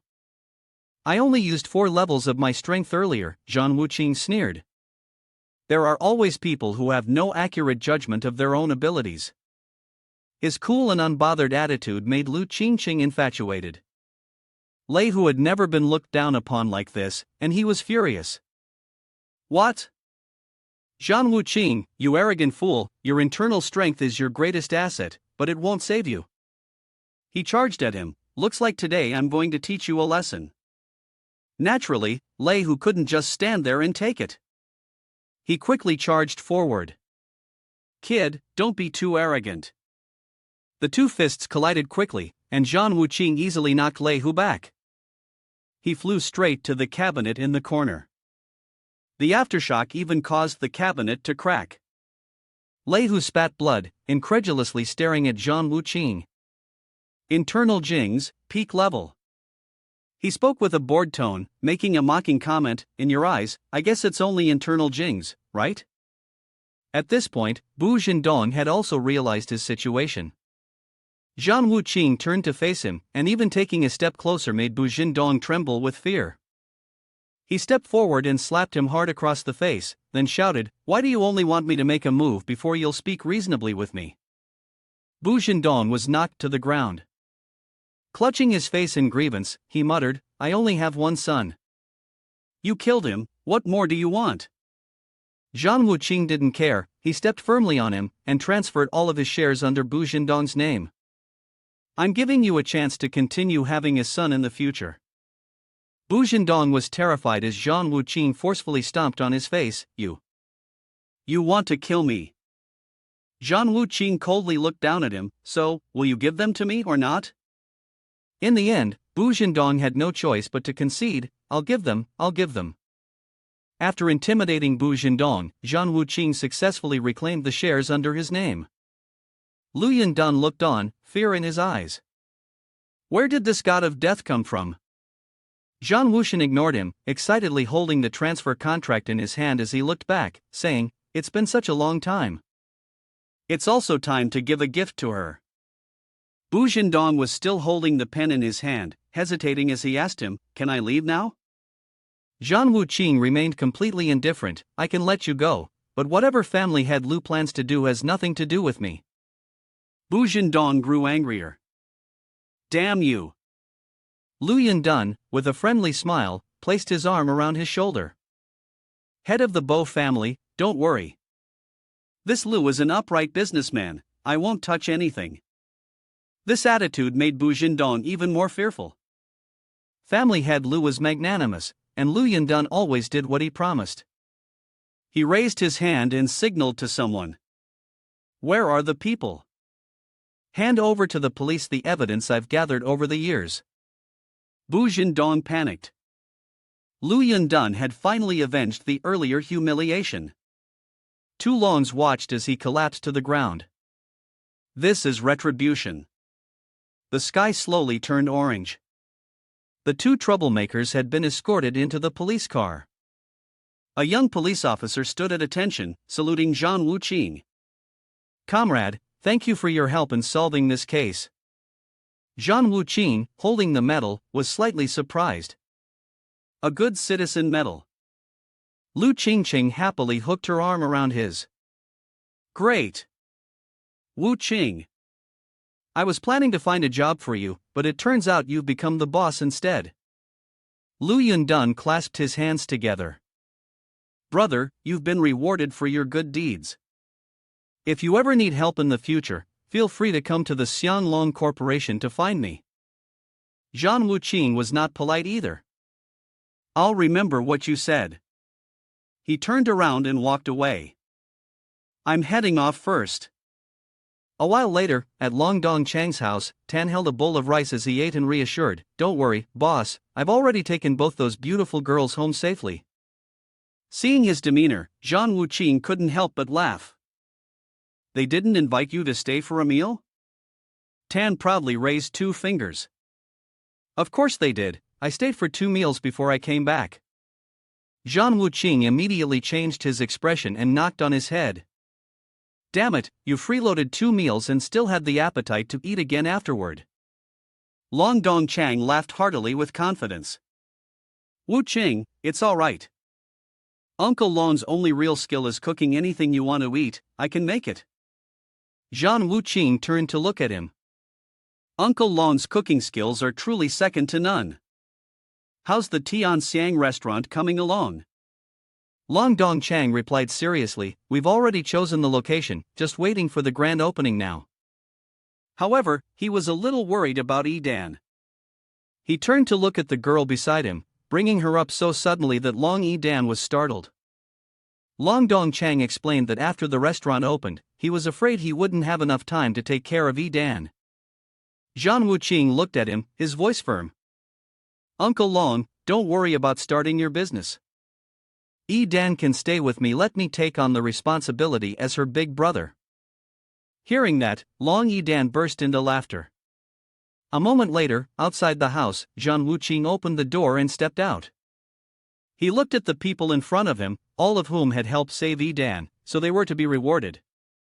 Dejin, with your arms wrapped in bandages, you're smiling at me, but honestly, it was our mistake, how could we possibly want a reward? Zhan Wuqing's face turned serious. Reward and punishment must be clear, that's my principle. If you agree, I can take you both to Shijiang for training. Dejin was excited. With a background from Shijiang, switching jobs in Haidong would at least land us the rank of deputy captain. Zhan Wuqing wanted to reward the efforts of Deji and Dejin, but he was troubled. Shijiang was the military zone of the Battle Wing Heavenly King, and no one had ever dared to interfere in its matters. At first, Dejin was delighted, but after hearing him, he became dejected. What? How could that be? Zhan Wuqing declared loudly, my word is the imperial decree of Shijiang. The two were immediately stunned. What? Could it be? Then, they simultaneously knelt before him, their voices firm, long live the Heavenly King. May the Heavenly King show mercy. We are willing to live and die for the Heavenly King on the battlefield. Zhan Wuqing turned around and waved them off. Rise. This matter must not be spread. The two responded in unison, we take our leave, Your Excellency. Deji, realizing the gravity of the situation, immediately became very happy and said to Dejin, before we head to Shijiang, let's help the Wang family wrap up the remaining matters. He quickly agreed. Alright, time passes quickly. The next day, at school, inside the teacher's office, when Shueting handed the invitation card to Long Yidan. Yidan, I'm hosting a birthday party tonight, you and Wu Qing must come, okay? She happily accepted the card.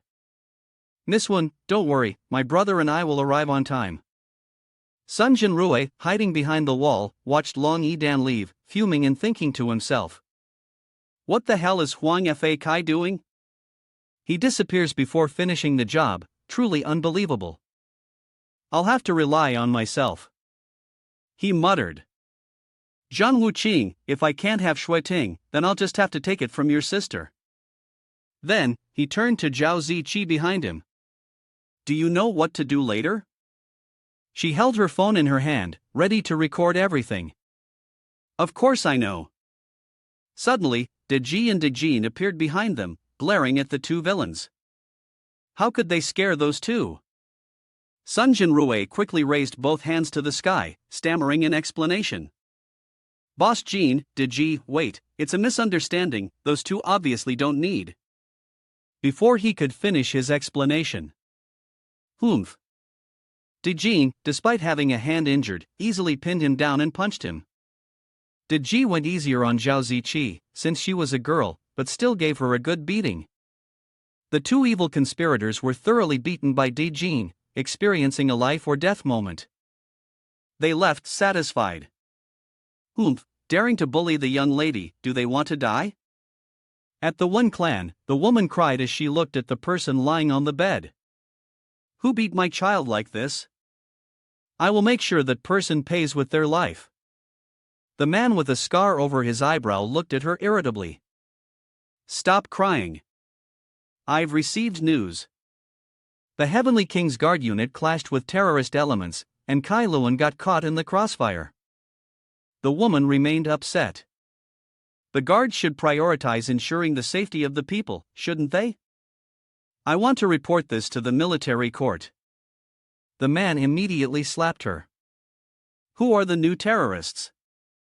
They're all members of the Bo family. Bo Zhendong was thrown into prison last night. He's angry at me.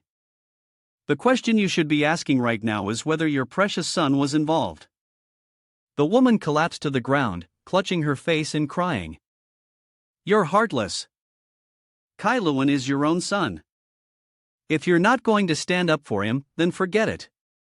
Ha! The man was extremely irritated. Humph, a bad child is always the fault of the mother. Someone from outside called in. Master, someone outside wants to meet you. They say they're the young master's creditor. Before he could respond, the woman had already stepped up to the servant. Without warning, she slapped the messenger. Who dares to bully my son? Cut off their limbs and throw them in the sewer. Do I need to teach you how to do this? The man bowed his head in submission. Yes. Outside the house at that moment, a group of people surrounded a single individual. Zhang Wuqing looked around and sneered coldly. It seems the Wen clan doesn't want to let me in. He said coldly to himself, the only option left is to fight my way in. Zhang Wuqing recalled that among the people from back then, some weren't even from the Shangguan family. He remembered the old, dilapidated house, where 3 children were trembling, tightly hugging each other in a corner. A figure shattered the window and jumped in, followed by another unfamiliar face who broke through the door. Their faces were indistinct, and they grinned sinisterly as they looked at the 3 children. The oldest girl, hold your younger siblings tightly. Zhang Wuqing returned to the present, his face darkening with rage. Every time he thought of that night, he couldn't suppress his murderous intent. The head of the Wen clan stood inside the house, suddenly feeling something was off. He looked inside. The murderous intent is so strong. What has happened? The gate to the house immediately swung open, and a person was kicked inside. On the ground, people were sprawled out in disarray. Zhang Wuqing stood boldly at the entrance. The head of the Wen clan looked down from above and hurriedly called for reinforcements. Lieutenant Chu, a master has come chasing me all the way to my mansion. The person on the other end of the line responded, I know, I'm on my way. Zhang Wuqing calmly stepped inside, sneering, is this all you've got? Has every expert of the Wen clan been killed already? As soon as he finished speaking, a dozen more people appeared in front of him. They moved aside, making way for 2 others. Move aside, move aside. The elderly man with a full beard spoke first. Presumptuous. The Tian clan is a family of martial generals. How dare you slander us so freely? The burly man beside him clenched his fists, looking at Zhang Wuqing with disdain. This year, even trash dares to come knocking at our door. Do you even know how to write the word death? He glanced at the 2 boasting in front of him and, with a casual step, stomped on the man lying on the ground, mocking him. Just you 2? Go get your clan leader. The burly man rushed forward in fury. Arrogant. Who do you think you are to meet our clan leader? Remember this, the one who will kill you is the captain of the guards, Lu Songlong. Zhang Wuqing easily dodged the punch aimed at him. He casually gave the man a blow. Arrogant. Lu Songlong was hit and his face swelled. Flustered, he stammered, wait. Wait a minute. Zhang Wuqing didn't stop.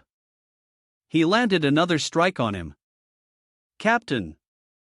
The old man behind him immediately rushed up, this brat is too arrogant. Zhang Wuqing effortlessly gave the old man a slap, sending him flying. Arrogant. The old man held his face, threatening, I am the steward of the Sun Mansion. Zhang Wuqing landed another slap to balance things out. The steward and the 2 arrogant men, each with swollen faces from the slaps, hurriedly knelt down, begging him. Please stop, please stop. If you keep hitting, you'll just look like a fool. Zhang Wuqing looked at the remaining henchmen, who were still stunned, and said, why aren't you getting the hell out of here? Hearing him, they snapped out of their daze in a panic, quickly scattering and fleeing. After defeating the two self-proclaimed experts from the Wen clan, Zhang Wuqing immediately asked, "If you want to live, you better answer my question." The few of them responded. The two battered ones obediently answered, "Yes, yes." He asked seriously, "Who are the experts from the Wen clan still around?" After thinking for a while, Zhang Wuxian asked more clearly, "In the past few years, have you had any contact with a martial artist who uses a knife or one who specializes in likeness skills?" Lu Sonlong hesitantly replied, "Aside from the clan leader, the only experts in the family are us." Old Butler also agrees. The Wen clan is small, and we've never encountered any martial artists like the ones you describe. Once Zhang Wuxian finished asking, he fell silent and thought for a moment. They weren't lying. He rubbed his chin. It seems the Wen clan wasn't involved in that incident from years ago. Zhang Wuxian didn't like to make things difficult for others. He remained calm, and since that was the case, he decided this matter was over. Suddenly, a knife was thrust at him. Zhang Wuqing scoffed inwardly, then his expression turned serious as he effortlessly blocked the knife with just 2 fingers. Zhang Wuxian frowned as he looked at the woman in front of him. Her intentions were vicious. This woman had learned the art of ambush. He barely moved his 2 fingers, and the knife was immediately rendered useless. The woman staggered and, once she regained her balance, pointed her finger directly at Zhang Wuxian's face, questioning, "Tell me, is Kailuan's injury caused by you?" He calmly replied, "Serve yourself what you sow." The woman went into a frenzy, cursing him, "Sure enough, it's you. Let me tell you, no matter how powerful your martial arts are, so what? In Donghai, I have 10,000 ways to make your life worse than death. I'll start with your family." Zhang Wuxian shot her a cold glance, his eyes filled with murderous intent. Lu Songlong suddenly rushed forward, slapped her hard, and shouted, "Shut up, you mad dog who doesn't understand the situation." Furious, he cursed, "You want to die, but I still want to live." The woman, struck, was seething with rage and shouted, "Useless dog, how dare you hit me? I'll have Xia Xian peel your skin off, and your entire family." The butler also rushed forward, punching and kicking madly, "Get out of here." Sun Xia Xian, still unsure of whether to live or die, and she dared to threaten him. Lu Sonlong showed no mercy, saying, "I've wanted to hit you for a long time." Zhang Wuqing didn't need to fan the flames. He closed his eyes, thinking to himself, "Marry a virtuous woman, and the Wen clan no longer needs to exist. No one could threaten the family of the Heavenly King." Suddenly, the sound of a car engine was heard, and Zhang Wuqing immediately took notice. A car quickly left the Wen clan. He stood high above, observing. Sighing quietly, the head of the Wen clan, who hadn't even shown his face, had already fled with his entire household. Truly a talented person. Indeed, the person in the car was the head of the Wen clan, still wearing his pajamas. He thought to himself, this person was able to easily defeat Lu Sonlong, so his strength in the military must at least be that of a second lieutenant. Why then target the Wen clan? Suddenly, Zhang Wuqing jumped down from above, landing squarely on the hood of the car the man was driving. Zhang Wuqing waved amiably through the front windshield and asked, "Where are you heading, Wen clan head? Why the hurry?" The head of the Wen clan, quite astute, opened the car door and stepped out, raising his hands in surrender, as if to say, "I admit defeat. If you have any demands, just state them quickly." In his mind, he thought, "Who the hell is this kid? The Green Mountains are still here, and there's no fear of running out of firewood." Just then, a large military vehicle appeared in front of them. The Wen clan head was overjoyed, his savior had arrived. He immediately ran to block the vehicle, shouting for help, "Lieutenant Yu, save me." After creating chaos for the Wen clan, Zhang Wuqing quickly blocked the front of the vehicle that the Wen clan head had been using to flee. With an elegant gesture, he slipped his hands into his pockets, jumped down from the front of the car, and then grabbed the collar of the Wen clan head, who had eagerly rushed toward the supposed rescue. "No one's coming to save you." Suddenly, the sound of a ringing phone echoed. Zhang Wuqing immediately picked up the phone. "Hello, what's wrong again, little sister?" Okay, I'll be there." A few people in heavy-looking outfits appeared in the vehicle, with a muscular man leading them. He spoke up, "What's going on?" "I answered your call and came right over." The head of the Wen clan immediately grabbed the man's hand. "Lieutenant Yu, you're just in time. This person is extremely vicious. If you had come a little later, I'm afraid my life wouldn't have been spared." Yu Zhitong frowned. "Let me see who has the guts to attack the martial official of Haidong in broad daylight." The head of the Wen clan quickly pointed behind him. "This is the thief. He's been bullying me, randomly killing my subordinates, and even wants to hunt me down to the end." Yu Zhitong furrowed his brows and looked at him. "Who? Are you joking with me?" The head of the Wen clan hurriedly turned around, only to find no one there. He was startled. "Where are they?"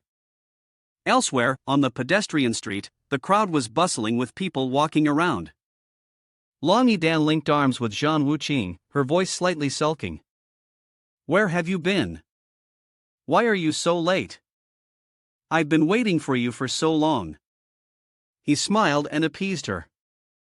"I had something to take care of, I'll be quicker next time." Long Yidan didn't ask further. Suddenly, she pointed to a shop. "This is the one." She then pulled Zhang Wuqing closer. The two stood in front of the shop, and she spoke to him contentedly. "Tonight is Teacher On's birthday, we must definitely buy a beautiful dress to wear." They entered and started picking out clothes with great effort. "How about this one? Oh, not pretty." Behind them, there was someone lurking sneakily. Zhang Wuqing immediately noticed. Someone's following us." However, he didn't make any moves, and the person hadn't realized yet that he had been spotted. At the door of the CEO's office, the person who had been following earlier rushed in and called out loudly, "Boss!" The chubby man immediately turned around and looked at him, whispering into his ear, "I used to work at the big restaurant in Tiandong. The troublemaker from the Chen family has appeared." The chubby man glanced at him, "Are you sure?" The man nodded seriously, completely certain. "Should we call the Chen family?" The chubby man lightly stroked his chin, smirking, "Idiot, if we're going to send a favor to the Chen family, we need to handle things first and then notify them." After picking for a while, Long Yidan was satisfied, carrying bags in both hands, feeling a great sense of accomplishment. Shopping was just too much fun. The person who had been following them earlier seemed to be the store manager, and he respectfully invited the guests to the payment counter. The two followed him. Long Yidan wondered, isn't the cash register supposed to be near the door? The store manager smirked slyly, "This one is the cash register specially for VIP customers." When they reached a secluded area, he immediately turned hostile, "A total of 10 million. "May I ask how you wish to pay?" Long Yidan was furious, 10 million? It's clearly not even 10,000, and you're bringing us here. What exactly is your intention? Zhang Wuqing, who had been silent all this time, frowned and thought to himself, "Why is this guy so sly, like he's trying to trick me?" Zhang Wuxin and Long Yidan, while out shopping, had also been deceived, and the store manager looked at them with a sharp tone. "What do I mean? Isn't it obvious? I'm afraid you'll run off. Pay up quickly." Long Yidan saw that he wasn't being reasonable, so she grabbed Zhang Wuxin's hand. "We're not buying clothes anymore. Let's go."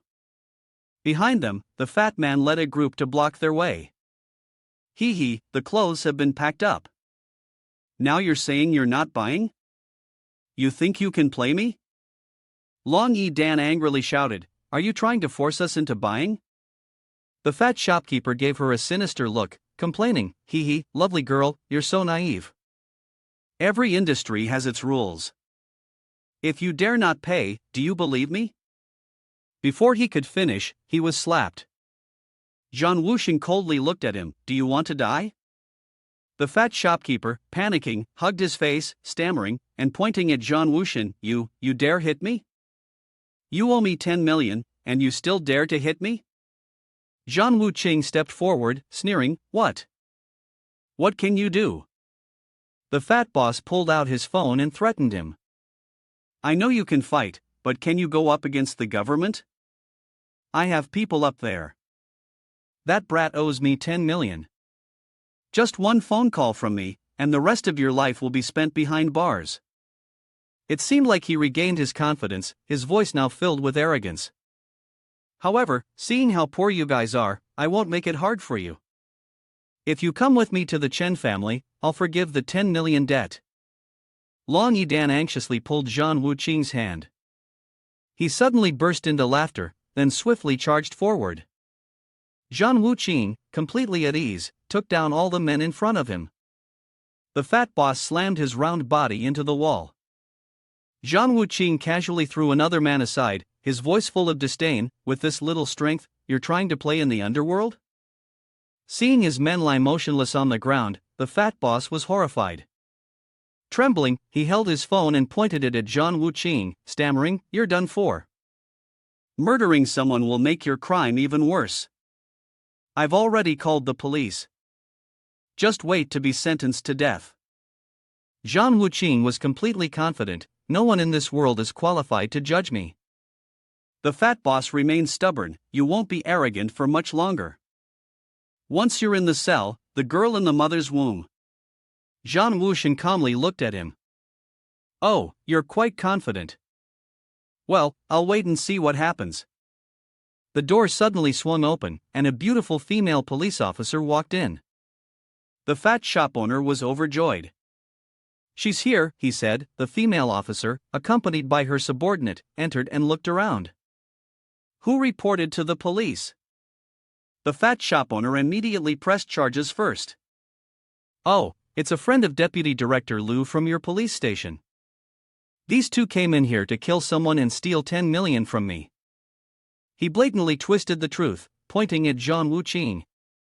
Quick, arrest them for me. The female police officer ignored his nonsense. You give orders to your subordinate, take them away, I'll make my own judgment. The person next to her responded, yes. The fat shop owner hastily tried to stop them. Wait, let me make a call. He cursed under his breath, damn it, don't blame me. I clearly hinted to her that I was from Deputy Director Liu's side. This stupid woman is such a fool. The fat shop owner opened his phone, speaking in a fawning tone. Deputy Director Liu, it's me, I'm dealing with a small issue. Yes, I'll hand the phone to her. He handed the phone to the female police officer, who then answered the call from Deputy Director Liu. I trust you'll know how to handle the investigation from here. After his threats failed and he even got punched, the fat shop owner called the police, hoping to use his connections to crush Zhang Wuqing. He turned his head to look at him, a sinister smile spreading across his face. To fight with me, you should kneel and beg me first. Perhaps I will show some mercy and make things easier for you in prison. Zhang Wuqing calmly smiled. Ha. The female police officer took the phone from the fat shop owner, and there was already an incoming call. She directly called the person the fat shop owner had been flattering. What's going on? Did Liu Ziliang give any instructions? There was silence on the other end of the line for a moment, followed by a forced loud laugh. Oh, isn't this the voice of the director? I wouldn't dare give any instructions. I just wanted to hear your guidance, that's all. The female officer sneered and looked at the fat shop owner.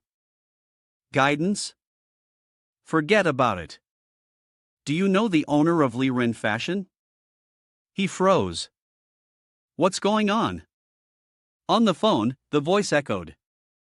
Oh, this is really unfair. I don't know him at all.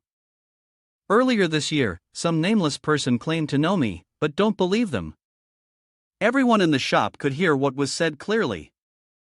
The fat shop owner stuttered, trying to grab the phone. Deputy Director Liu, I. The female officer threw the phone back to him. Director Liu has already hung up. Maybe you should call back. The fat shop owner quickly caught the phone, trembling as he knelt down, stuttering. Why you? You are the director? The female director looked at him with a stern expression, arms crossed. Who I am doesn't matter. The truth is what matters. It's best if you are honest now. The fat boss hurriedly tossed his phone aside, panic evident on his face. I lied, I called the police, and now I'm withdrawing the report. Zhang Wuqing, who had been silent up until then, seized the perfect moment to speak. Withdraw. You forced someone into a transaction. You've been extorting and harassing people. Now, I want to report you. The man waved his hand dismissively, denying it. No, no. You clearly haven't paid, and you have no evidence. Suddenly, a notification popped up on the phone, 10 million transferred to your account. He stared at the phone in disbelief, then looked at Zhang Wuqing. What is this?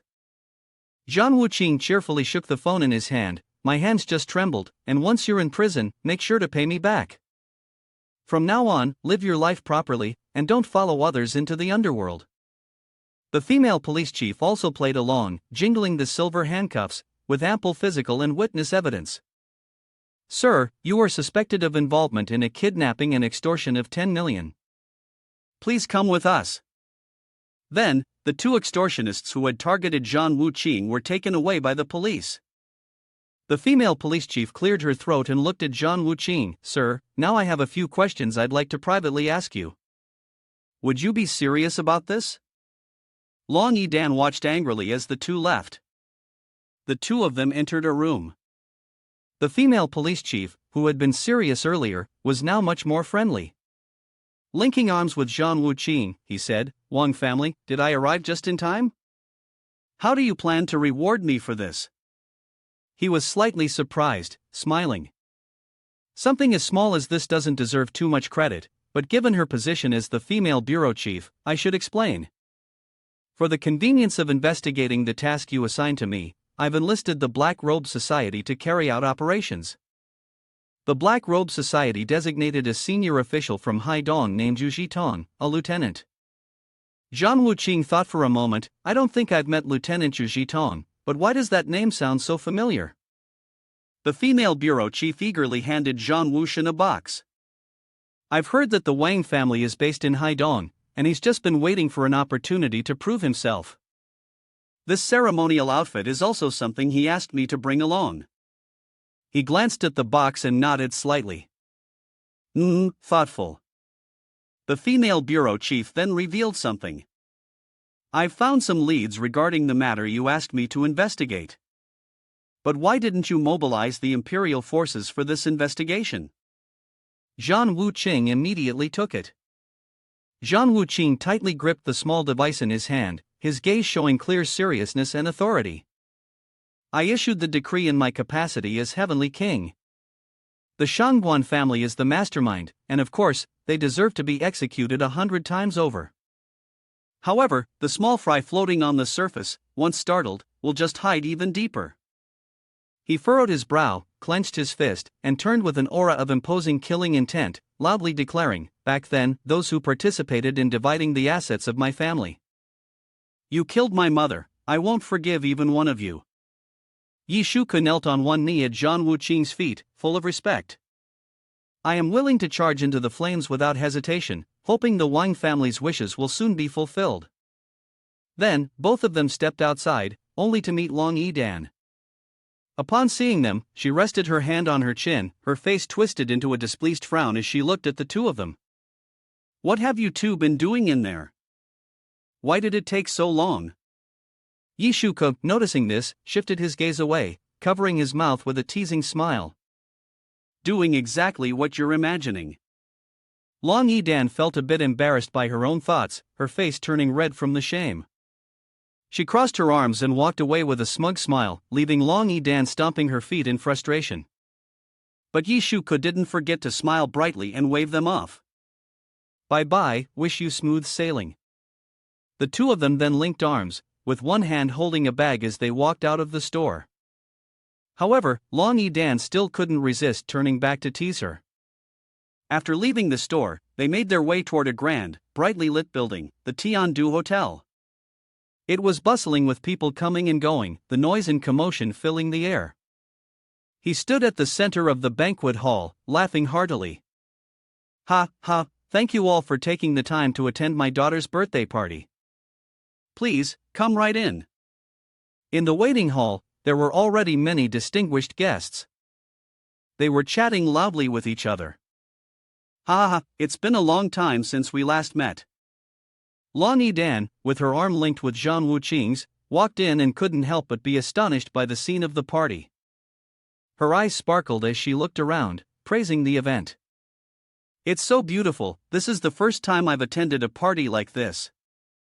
Meanwhile, he raised his glass of wine and smiled at Wen Shuiting. Shuiting, happy birthday. She politely smiled back and responded. Thank you for your wishes. Wu Qing, I'm really happy that you could come. However, the other girls from afar couldn't help but gossip and evaluate them. Who is that person? Seeing how excited Shuiting is to see him, could he be her boyfriend? One of them suddenly realized, noticing he looked effeminate, and wondered if he came from a very wealthy family. But the person next to her seemed more composed as she recognized his identity. His name is Zhang Wuqing, Shuiting's older brother. He just got out of the military. Now Shuiting is completely enchanted by him, she's totally lost her mind. Despite hearing this, the girl's attitude remained unchanged. She still looked down on him. So he's just a poor guy. Shuiting's taste is terrible. If she continues like this, things won't end well. Another girl joined in, expressing her disapproval. A soldier who's just been discharged is definitely not worthy. Any of Shuiting's suitors could easily crush him. The other girl could only sigh in frustration. At that moment, a car stopped in front of the Tiandu Hotel. A manager hurriedly ran out to greet him warmly. Long brother, I didn't expect that you, with your many duties in the military, would be able to come. Wu Tianlong stepped out of the car with a mighty presence. Today is Shuiting's birthday. How could I not come? The manager pointed towards the entrance, eagerly leading the way. Long brother, please come this way. The party is divided into 2 levels. The second floor is for the big shots, while the first floor is for the younger crowd. With your status, you are qualified to go to the second floor. But Wu Tianlong coldly and decisively continued walking forward. No need, Shuiting is on the first floor. I'll go find her. As soon as he entered, Wu Tianlong was stunned by the scene before him. He ground his teeth, his face clearly showing his fury, and growled, "Damn it, that little brat dares to get close to Shuiting." Zhang Wuqing, seemingly unaware of anything amiss, continued happily chatting with Wen Shuiting. With a cold, sharp gaze, Wu Tianlong stormed over, shoving the 2 guards aside. The girls around them pointed and shouted, "Look, it's Wu Tianlong, the younger brother of Captain Yu Zhitong, the loyal pursuer of Shuiting. Looks like a show is about to start." Another girl gently swirled the wine in her glass, frowning. I heard that Wu Tianlong once severely injured someone who was pursuing Shuiting. The person beside turned away, a look of deep regret on their face. After Shuiting and the Chen family got engaged, he had stopped, but now that the engagement had been called off, he would not let this opportunity slip by. Wu Tianlong walked over to Wen Shuiting and spoke in a commanding tone, "Shuiting, come with me, I have something to say." She frowned upon seeing him, clearly displeased. Is there something you can't say here? Wu Tianlong then turned towards Zhang Wuqing, facing him directly. Fine, you all leave here. I have a few words to say privately to Shuiting. When Shuiting placed her hand on her hip and spoke, clearly irritated, Wu Tianlong, what do you mean by that? Let me tell you, Wu Qing is not leaving here. With a cold, sharp gaze and a provocative tone, Wu Tianlong gritted his teeth and said, You're Zhang Wuqing. Zhang Wuqing calmly replied, his expression cold with a hint of disdain, Am I? Wu Tianlong furrowed his brows and spoke in an irritated voice, I've heard of you. They all say you're good at fighting, that even the Chen family was defeated by you. But you should know, you mean nothing to me. Despite that, Zhang Wuqing's attitude remained unchanged, very composed. Oh, so what?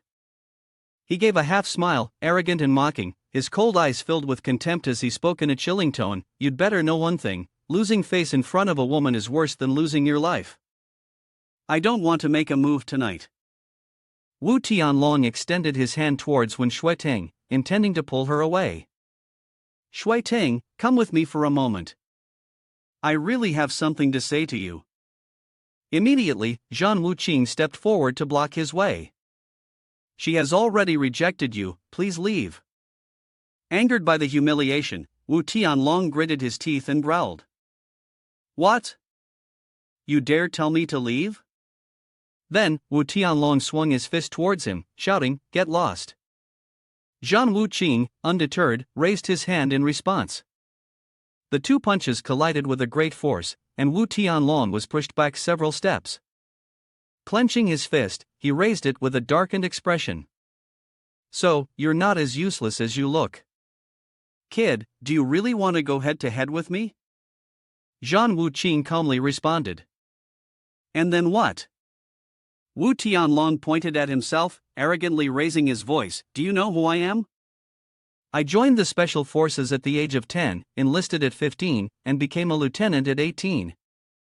I've fired more rounds than you've ever seen, and I've fought in some of the harshest real combat environments. He frowned, stepping forward with a menacing air. Now, do you still want to challenge me? But Zhan Wuqing simply responded with a big laugh. Ha ha ha. He slid one hand into his pocket, the other raised confidently, exuding charisma and assurance. Sorry, this is the first time I've seen someone give their resume before throwing a punch. When Shuiting, standing beside, couldn't help but cover her mouth and laugh quietly. Wu Tianlong, furious beyond measure, had veins popping out of his face as he gritted each word through clenched teeth. You want to die.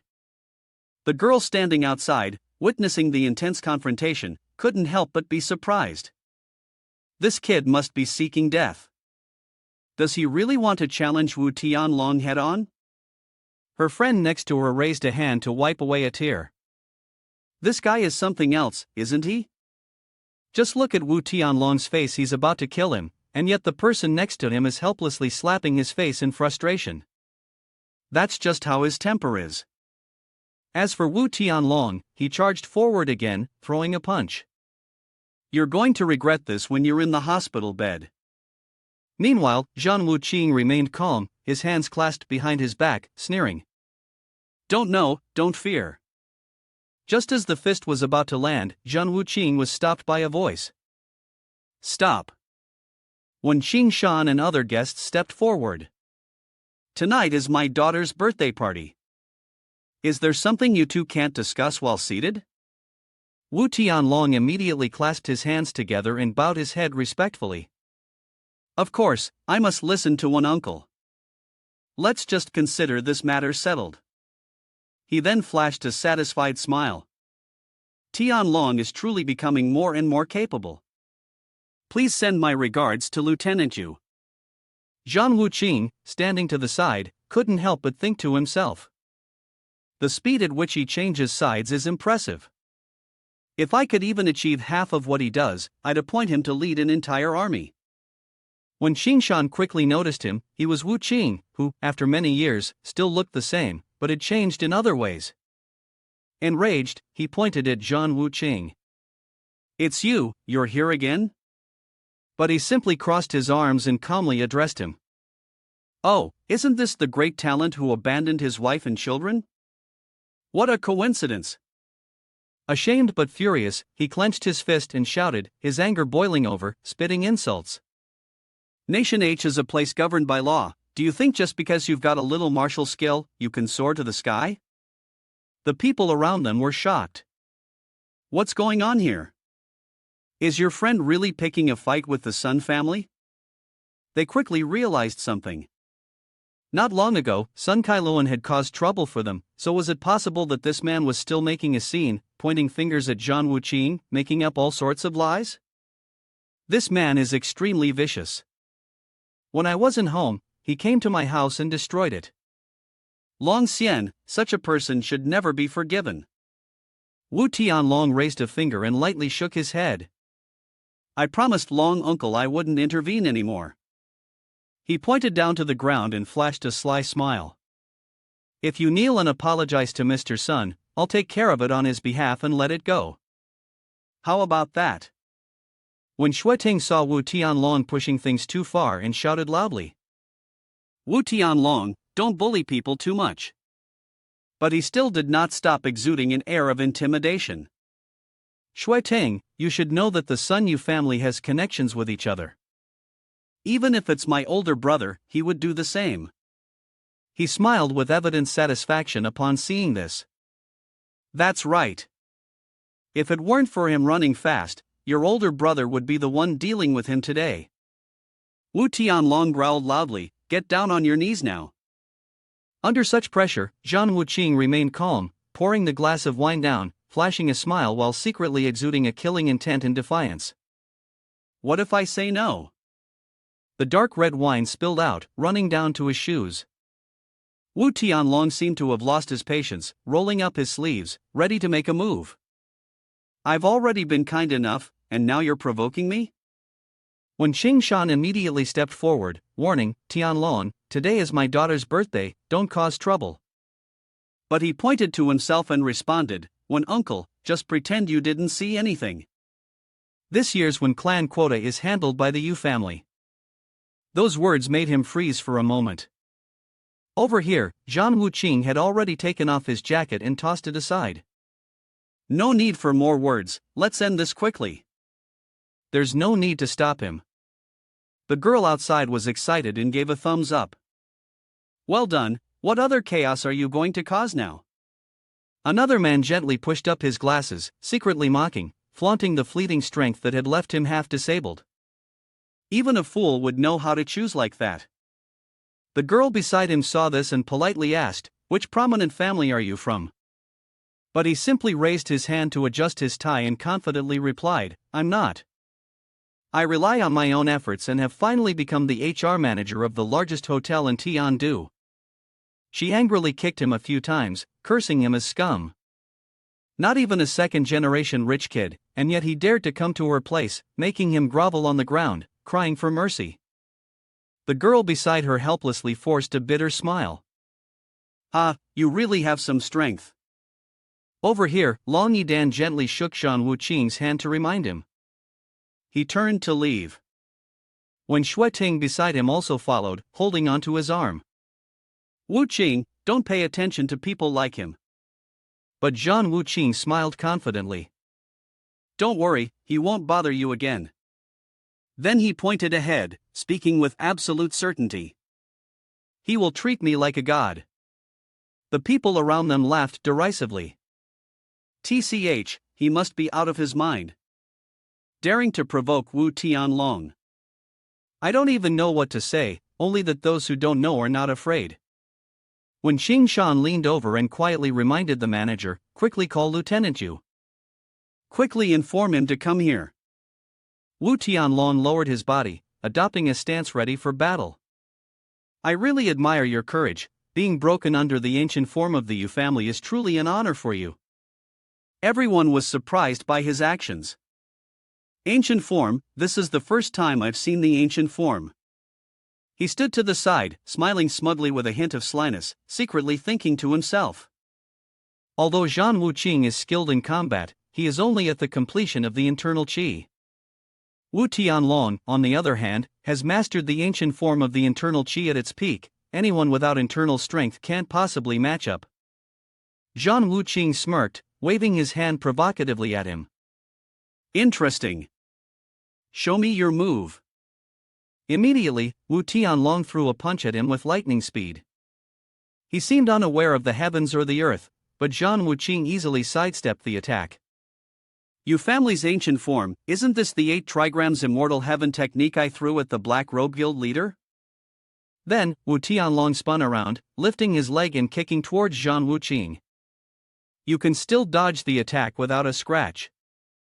The 8 trigrams immortal heaven is not meant to be used like this, but despite that, he didn't stop, continuing his assault towards Zhang Wuqing. You know your place, if you have the skills, don't dodge. He casually slipped his hands into his pockets and gently jumped up. I've already dodged. Zhang Wuqing stood above, looking down at Wu Tianlong, smiling. The move Taoist 8 trigrams, rising dragon from the depths of water, what the hell have you turned it into? He growled out, frustrated. Damn it, all you know how to do is run away? He waved his hand a few times, provoking Wu Tianlong once again. Not again. He saw this scene and was left in utter confusion. How could this happen? Wu Tianlong was far inferior to him, he was no match at all, he had to escape first. Outside the building, a tall figure was already approaching.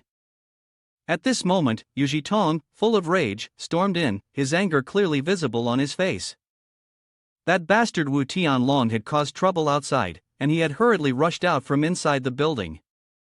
Afterward, he quickly ran to inform him. Lieutenant Yu, you came at the perfect time. That guy who caused chaos at my place earlier is inside. Hearing the familiar name, Yu Zhitong became excited and followed him inside. It's really him, what a narrow path for enemies. Let's go. Wu Qing effortlessly dodged Tianlong's punch with a slight tilt of his body. Zhitong, watching from outside, thought to himself that this person felt strangely familiar. Dan, standing outside, reminded him. Be careful, then kicked him in the groin. Zhitong was lost in thought, his mind racing with strange ideas. Isn't that the Silka Lande uniform I had someone give to the higher-ups as a favor? He suddenly became anxious and thought, this is bad. Tianlong, burning with fury, shouted loudly, damn it, take my strongest move. Wu Qing calmly laughed and said, let's settle this with one move. I'm also getting quite fed up, he suddenly turned around and asked. Ha! Zhitong is aiming directly at Tianlong's face, kicking and shouting, I'll beat you to death, ungrateful fool. Right after that, and kicked him squarely in the face. Tianlong was sent flying, screaming non-stop. Zhitong landed lightly on the ground and stood proudly, watching him. The guests murmured in discussion. Yes, it's Lieutenant Yu, always so composed, truly a prominent figure from the Donghai military. In situations like today's when clan gathering, he usually wouldn't attend. One of them pointed at Tianlong and said, hey, what are you guys talking about? I don't understand, but didn't he mistake someone? Wu Qing stood, observing Zhitong with some surprise. He suddenly kneeled and said, my subordinate failed in discipline, a crime worthy of 1,000 deaths. The two guests stared, amazed, and said, Lieutenant Yu, why such formalities? Am I still dreaming? This is formal? He's kneeling. My worldview is collapsing. Shui Ting, shocked, covered her mouth and whispered, wait, could it be that Wu Qing was a lieutenant colonel before retiring from the military? Wu Qing looked at Zhitong, still kneeling with a smile, thinking to himself that he knew his identity, but dared not reveal it. He only referred to himself as a clever subordinate. He casually took a chair and sat down, crossing his legs in a relaxed manner and complimented, you understand things well. Zhitong quickly bowed his head and begged, my lord, the Yu family has always been loyal to you. Please, I beg you, show mercy and don't be too harsh. Tianlong, his face swollen, asked in surprise, brother, what are you doing? Zhitong angrily turned around and scolded, shut up, you're such an unambitious fool. He answered briefly, yes, then continued to plead, my lord, please spare my younger brother's life.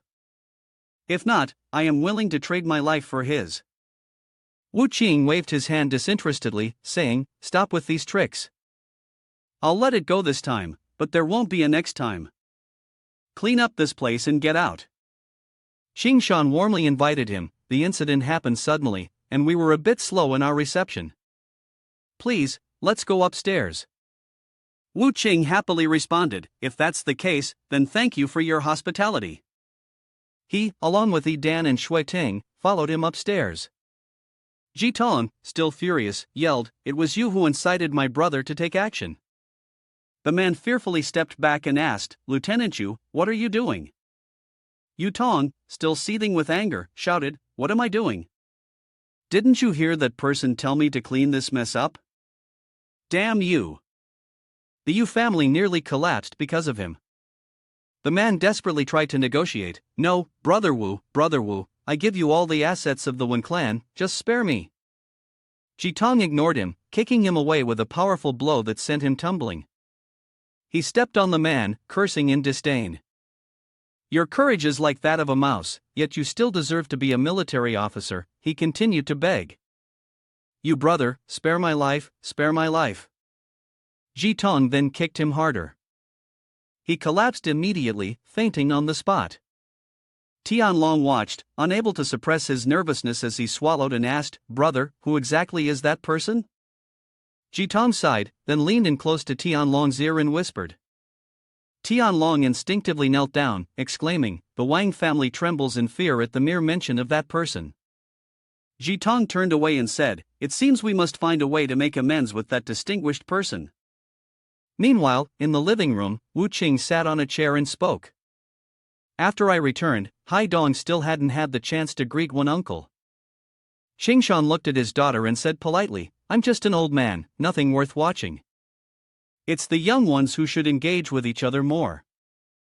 Shui Ting, moved, called out to her father. He laughed heartily and said, Hana, let the two of us talk, you two young ladies go out and play. She pretended to be upset and said, I don't want to listen to your gossip. The door closed, and Wu Qing, drinking some water, asked, One uncle, is there something you want to discuss with me? Qingshan, without any hesitation, knelt down and clasped his hands, pleading, The quota competition is tied to the fate of the Wen clan. Please, help us. He hurriedly went over to help the old man up and said, One uncle, there's no need for that. Could you explain what the quota competition is? If I can help, I will try my best. Qingshan sat down on the chair and, halfway through, said, You're making fun of me now, Wu Qing. I really have no other choice. As for the quota competition, he continued, there are countless merchants in Haidong, and the market is so large. Some take less, others take more, and it's usually a fight to the death. He went on, explaining that in the end, the major families had joined forces to establish a rule, which was the quota competition. It was held every 3 years, with martial arts battles determining the market share. Wu Qing laughed and said, Interesting rule.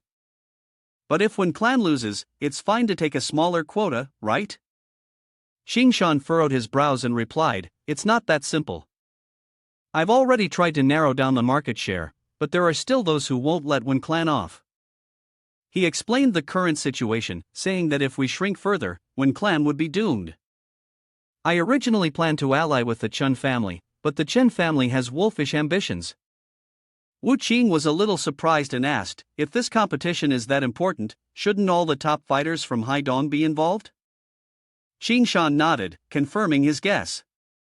Martial artists spent a lot on training, and few trained on their own. He secretly smiled, thinking to himself, this was a rare opportunity to gather information. Master, Shui Ting outside the door leaned closer, listening intently and asked, What are they talking about inside? I can't hear clearly. Yi Dan guessed, perhaps they were discussing the marriage between the two of them? Sheng He walked over, suddenly thinking, marriage, wedding. She felt confused and sad, not understanding her own feelings. Shui Ting and Wu Qing wanted to get married, so why did she feel this way?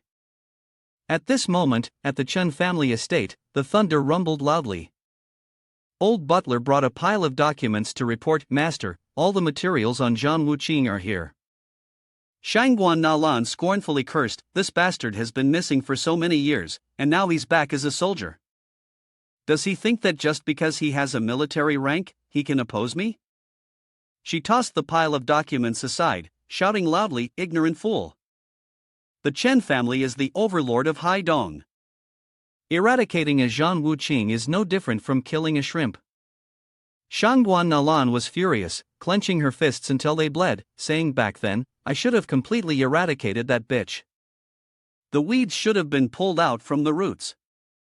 Old butler bowed his head and said, I have relayed your message to Elder Jiang.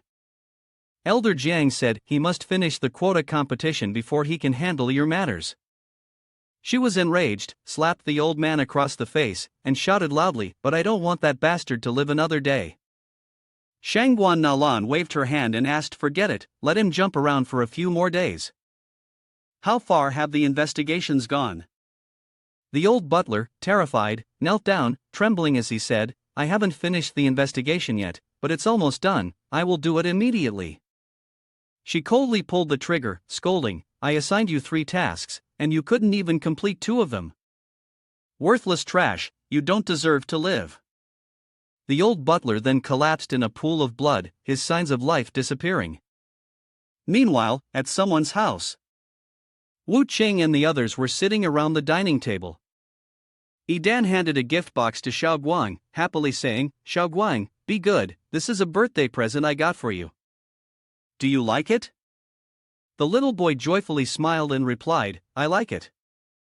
Xiao Guang's mother, with tears in her eyes, said, if in this lifetime I could cure Xiao Guang's illness, I would be willing to die. Wu Qing stroked his chin and, recalling something, said, I heard that Alande has a top-tier brain expert, maybe they could cure Xiao Guang's illness there. She sighed softly and added, that expert charges millions just to lift a finger. A small family like ours doesn't dare to think so luxuriously. If Xiao Guang can grow up safely, I will be content. He took out a piece of paper and said, what? Actually, I hold shares in the Xianglong Corporation. Suddenly, someone kicked the door open and laughed loudly, what a coincidence, big news. Upon seeing Wu Qing sitting there, the person unexpectedly stopped, scratched his head awkwardly, and said, oh, Mr. Zhan is here too? He was feeling anxious inside, wondering why Sun Shashan was here. Could it be that the uncle asked me to do something? Xiao Guang's mother immediately asked, Jia Dong, what good news were you talking about? Jia Dong hesitated and said, oh, it's nothing really. He handed over a piece of paper and smiled, saying, it's just that my uncle asked me to deliver something for him.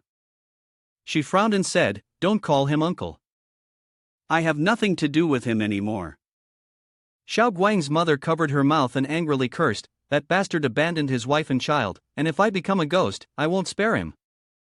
Jia Dong hurriedly tried to comfort her, yes, I don't want to pay any attention to him either, but the condition he's offering. It's better to take a look yourself. She reviewed the divorce settlement document.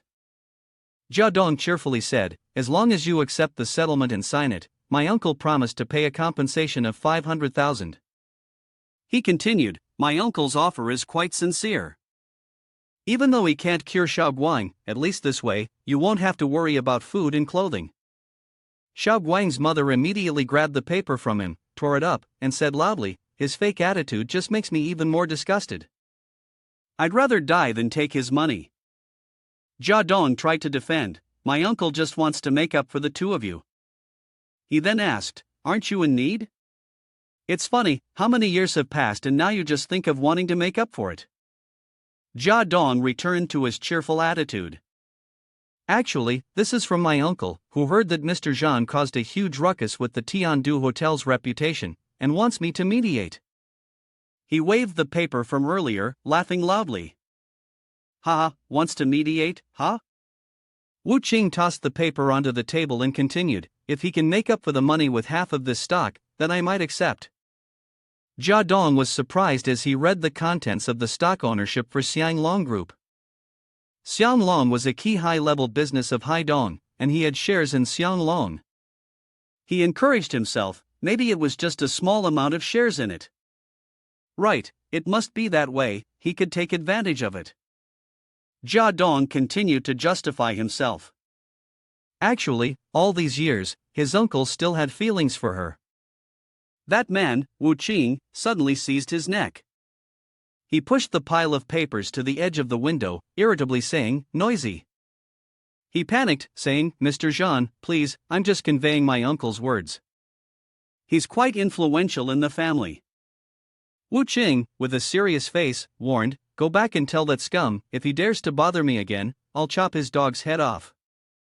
Without hesitation, he threw the pile of papers onto the street. Still at Aunt Xiao Guang's house, he said worriedly, Wu Qing, Aunt is afraid that bastard might take action against you. Wu Qing confidently said, don't worry, Auntie. Even if that scumbag doesn't come looking for me, I'll go find him myself. How could I possibly let him off so easily? Jia Dong walked away, clutching his shoulder, angrily cursing, "That damn Zhang Wuqing, how dare he treat me like this, without giving me a shred of dignity." Just then, Jia Dong saw a girl walking toward him and exclaimed, "Wow!" Shuko was calmly walking over. He greeted her excitedly, "Beautiful lady, I'm staying at the Tiandu Hotel." Shuko suddenly kicked him straight in the groin.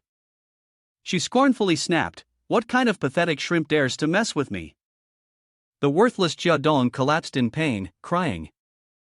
He returned to Auntie's house, and Wu Qing handed over a piece of paper, saying, "Take it, Auntie, these are the equity rights." Expert Alanda, I've already arranged everything for you. Xiao Guang's mother was moved and said, "Wu Qing, this favor is too great. I honestly don't know how I can ever repay you." Dan cheerfully said, "Auntie, we're family. All these years you've taken care of me without ever asking for anything in return." Wu Qing stroked her chin, thinking. What's next is a bloody showdown in Haidong. It's good that Auntie is taking Xiao Guang abroad for treatment. Suddenly, there was the sound of a cat meowing outside the window, meow meow, and Wu Qing turned to look. The space outside had fallen silent again. Wu Qing looked up at the tree and asked, "What are you doing here?" Shuko, pretending to be a cat, replied, "A lonely stray cat, passionate like fire, delivering a gift to your door, satisfaction guaranteed." He kicked the tree and said, "Humph, have you finished talking?" She immediately fell from the tree. Shuko, while rubbing his head, said, "I've investigated the expert with the knife you mentioned. It's been found, he's the owner of the Lei Family Martial Arts Hall, Lei Tiandao." Wu Qing repeated the name Lei Tiandao, then happily said, "The slaughter is about to begin." Right now in Haidong No. 3 prison, a prisoner stood up to give a speech. "I'll tell you guys, I'm a man of Deputy Director Liu, from now on I'm the boss here." Two other prisoners immediately cheered, "Yes, yes, yes, boss, whatever you want us to do, we'll do it." He pointed at the man in the corner and cursed, "Are you deaf? Dare to disregard my words." Jindong sneered and cursed back, "Who the hell are you, trash?" The man, scared, asked, "What?" He stood up and grabbed a chair nearby. Jindong slammed the chair into the prisoner, spat, and continued cursing, "TCH, scum like you dares to ride on my head." A prison guard opened the door and shouted, "Noise, what's going on?" He called out, "Bo Jindong, come out here." Jindong calmly walked out, and the guard, happy, said, "Congratulations, Bo Jindong, your guarantor has arrived." Tian Dao stood there waiting for him to speak. "Bo Jindong, it wasn't easy for me to fish you out of there." He was surprised and said, "Lei Tian Dao, you've emerged from seclusion? I thought the person who came was Lei Bao." Tian Dao, frustrated, shouted, "Humph, the third brother has been crippled, the second brother died from untreated severe injuries in the prison hospital. Who else but me could come?" Jindong was shocked, "What? Lei who is dead?" Tian Dao raised his blade and drew it out. Laughing with hatred, he said, "This time, after achieving a breakthrough in my seclusion and mastering the Zhan Wuqing technique, you killed my brothers, so I will have to kill you." Jindong arrogantly responded, "You and I, with both martial arts and strategies, will first kill Zhan Wuqing, and then we'll join forces to take over Haidong." Tian Dao laughed loudly and threw his arm around him. "Ha, good brother, let's go back and join the celebration feast for my emergence." A car sped down the road, and now at the Grand Hotel in Tiandu, Shuka pointed and reported, "That's Lei Tiandao's car. He will host his emergence banquet here this afternoon." Wu Qing, irritated, said, "Again, this Tiandu Hotel. I'm so tired of the Chen family's businesses, I don't want to see it again tomorrow." Shuka knelt and obeyed, "Yes, sir, I will handle it." Wu Qing smiled and said, "Let's go, let's head inside." Tan also smiled excitedly. Hee, finally, we can have a big fight." A luxury car was parked outside. Wu Qing raised his hand to stop, saying, "Wait, isn't this the scumbag who abandoned me and made me live as a son-in-law?" Jia Dong was laughing and leading the way, "Uncle, please come in." Wu Qing was also feeling excited, saying, "Interesting." We don't mind waiting a little longer to see if any more bugs crawl into the jar. Inside, everyone was mingling at the party. Tian Dao raised his glass, saying, "Although all of you are busy, you've still come to congratulate me on my retirement. It truly surprises and pleases me." An old man walked over, clasped his hands, and said, "Master Lei, no need to be polite. I can see that your internal power has surged. From now on, we will rely on you." He then finished his drink and laughed heartily. My fellow brothers, no need to be modest. Let's all work together to build Haidong." Yin Dun, sitting in a corner, thought angrily, Lei Bao kidnapped my daughter, and Lei Tian Dao still has the face to invite me to this banquet. Tian Dao walked over and said, "Lu brother, I have an intention to join the Xiang Long group. How about we make peace during this grand feast today?" The guests outside added, "This is a rare opportunity, Lu brother, you're going to prosper." Yin Dun stood up and replied, "The past can be forgiven, but the Lei family takes martial arts as its foundation, and this Lu is. It's still better to walk my own path." He clasped his hands and said his farewell. "If there's nothing else, I shall take my leave." Yun Dun walked away. Shindong unexpectedly greeted him. "Long time no see. Lu brother's temper is still the same." Yin Dun suddenly looked up at him in surprise and asked, "Bo Shindong, weren't you in prison? How come you're here?" Shindong calmly smiled and replied, "Now that all of Haidong is mine, do you think there's anything Lei brother can't do?" Ha ha. Tian Dao unexpectedly spoke up, "Give up your shares in Xiang Long." He immediately struck Yin Dun and shouted loudly, "Submit or die." Yin Dun fell backward onto the ground, and Cheng Cheng hurriedly ran over, calling out, "Father." She helped Yin Dun up and yelled, "I want to see who dares to touch my father." He sat up and said, "The largest shares of Xiang Long aren't in my hands." "I'm afraid you've got the wrong person." Tian Dao continued, "It doesn't matter where they are, it's all the same. It's like you're just holding them for me. On the other hand, your daughter isn't bad looking. If she spends a few nights with me, I'll let the Lu family off." Cheng Cheng angrily shouted, "Dream on." Tian Dao suddenly appeared in front of Cheng Cheng and said, "You're ignorant. It seems you don't understand the terror of a master with internal strength." He then sent the bodyguards flying. Yun Dun and his daughter looked at Tian Dao with fear. Seizing the opportunity, Tian Dao demonstrated his power, unleashing his internal force. This was the true strength of a master with internal strength. Yun Dun looked at him and said, "Is this the kind of power that even Haidong admires?" Xin Qing, also surprised, said, "Is this really the power of a human?" Suddenly, someone approached and praised, "Impressive, outstanding."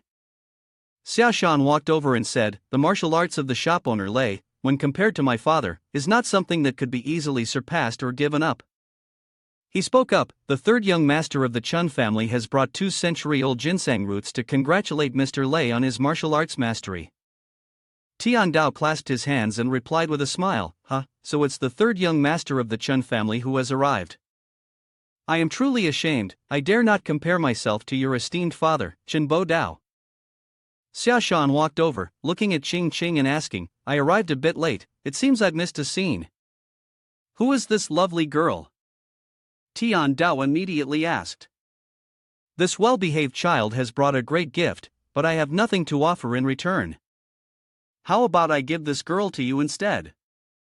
Xiaoshan responded.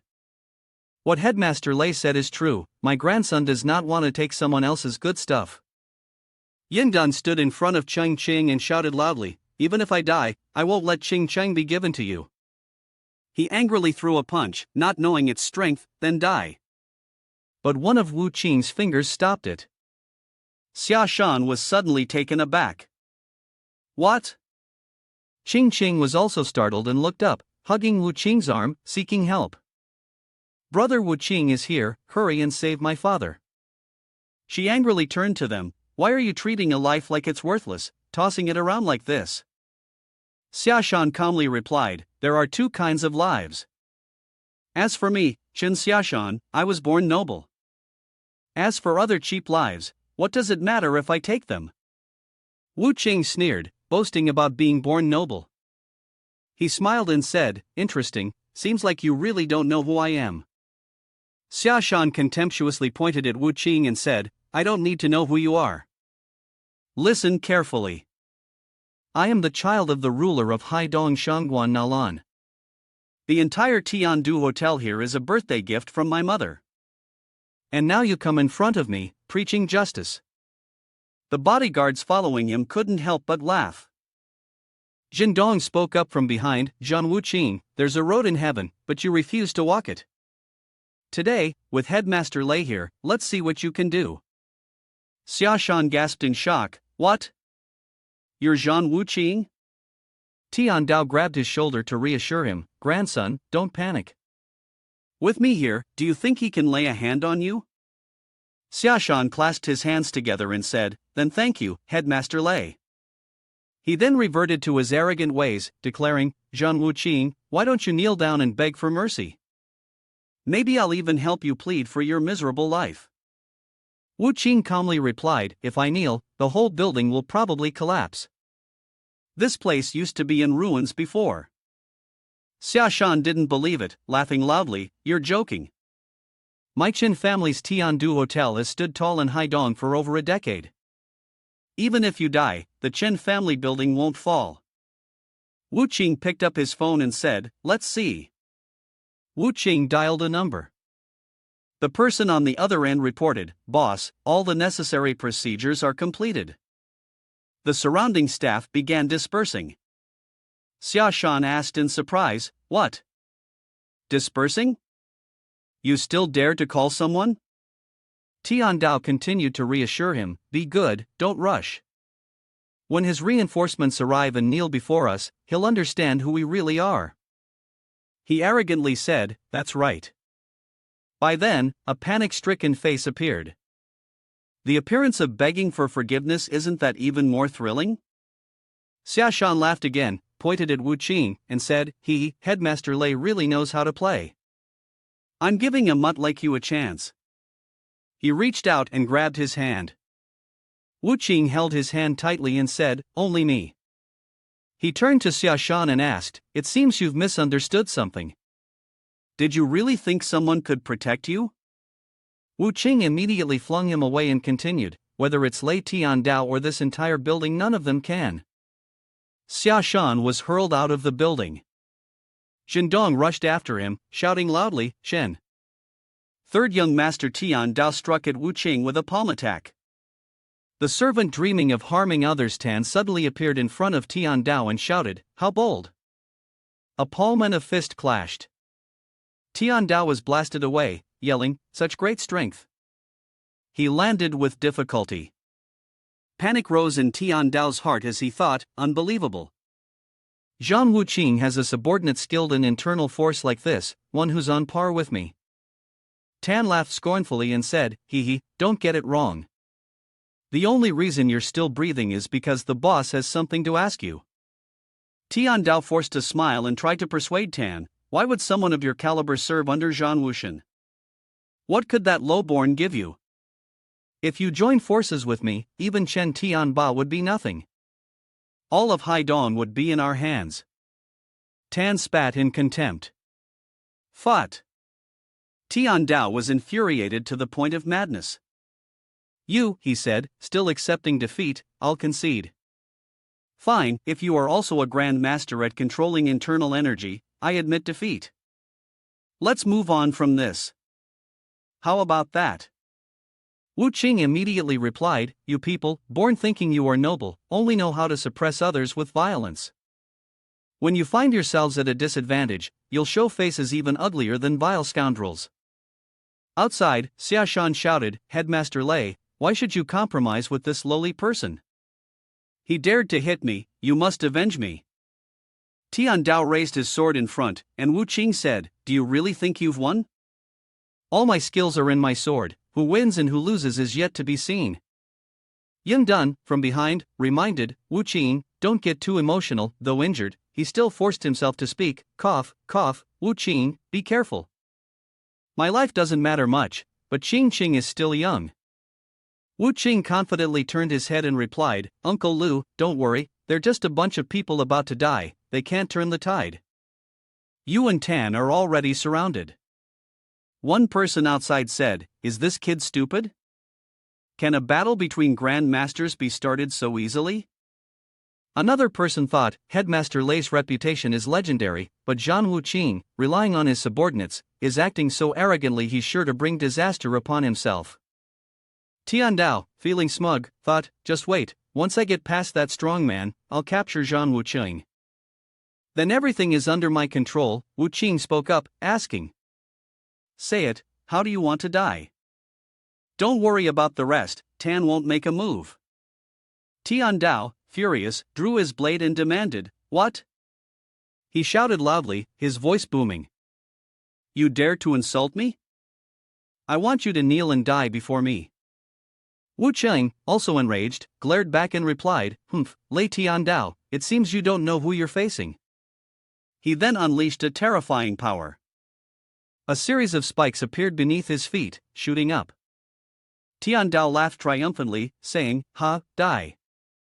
Suddenly, he stopped and said, just relying on internal strength to break the marble. Are you a grandmaster? Tian Dao confidently declared. But you won't be able to defeat me. Ha ha. The moment the sword touched the spikes, it shattered. The spikes relentlessly pierced Tian Dao, causing him to scream in pain. Wu Qing repeated Tian Dao's words, earlier, you said you wanted me to kneel before you. Tian Dao, trembling, begged, how can this be?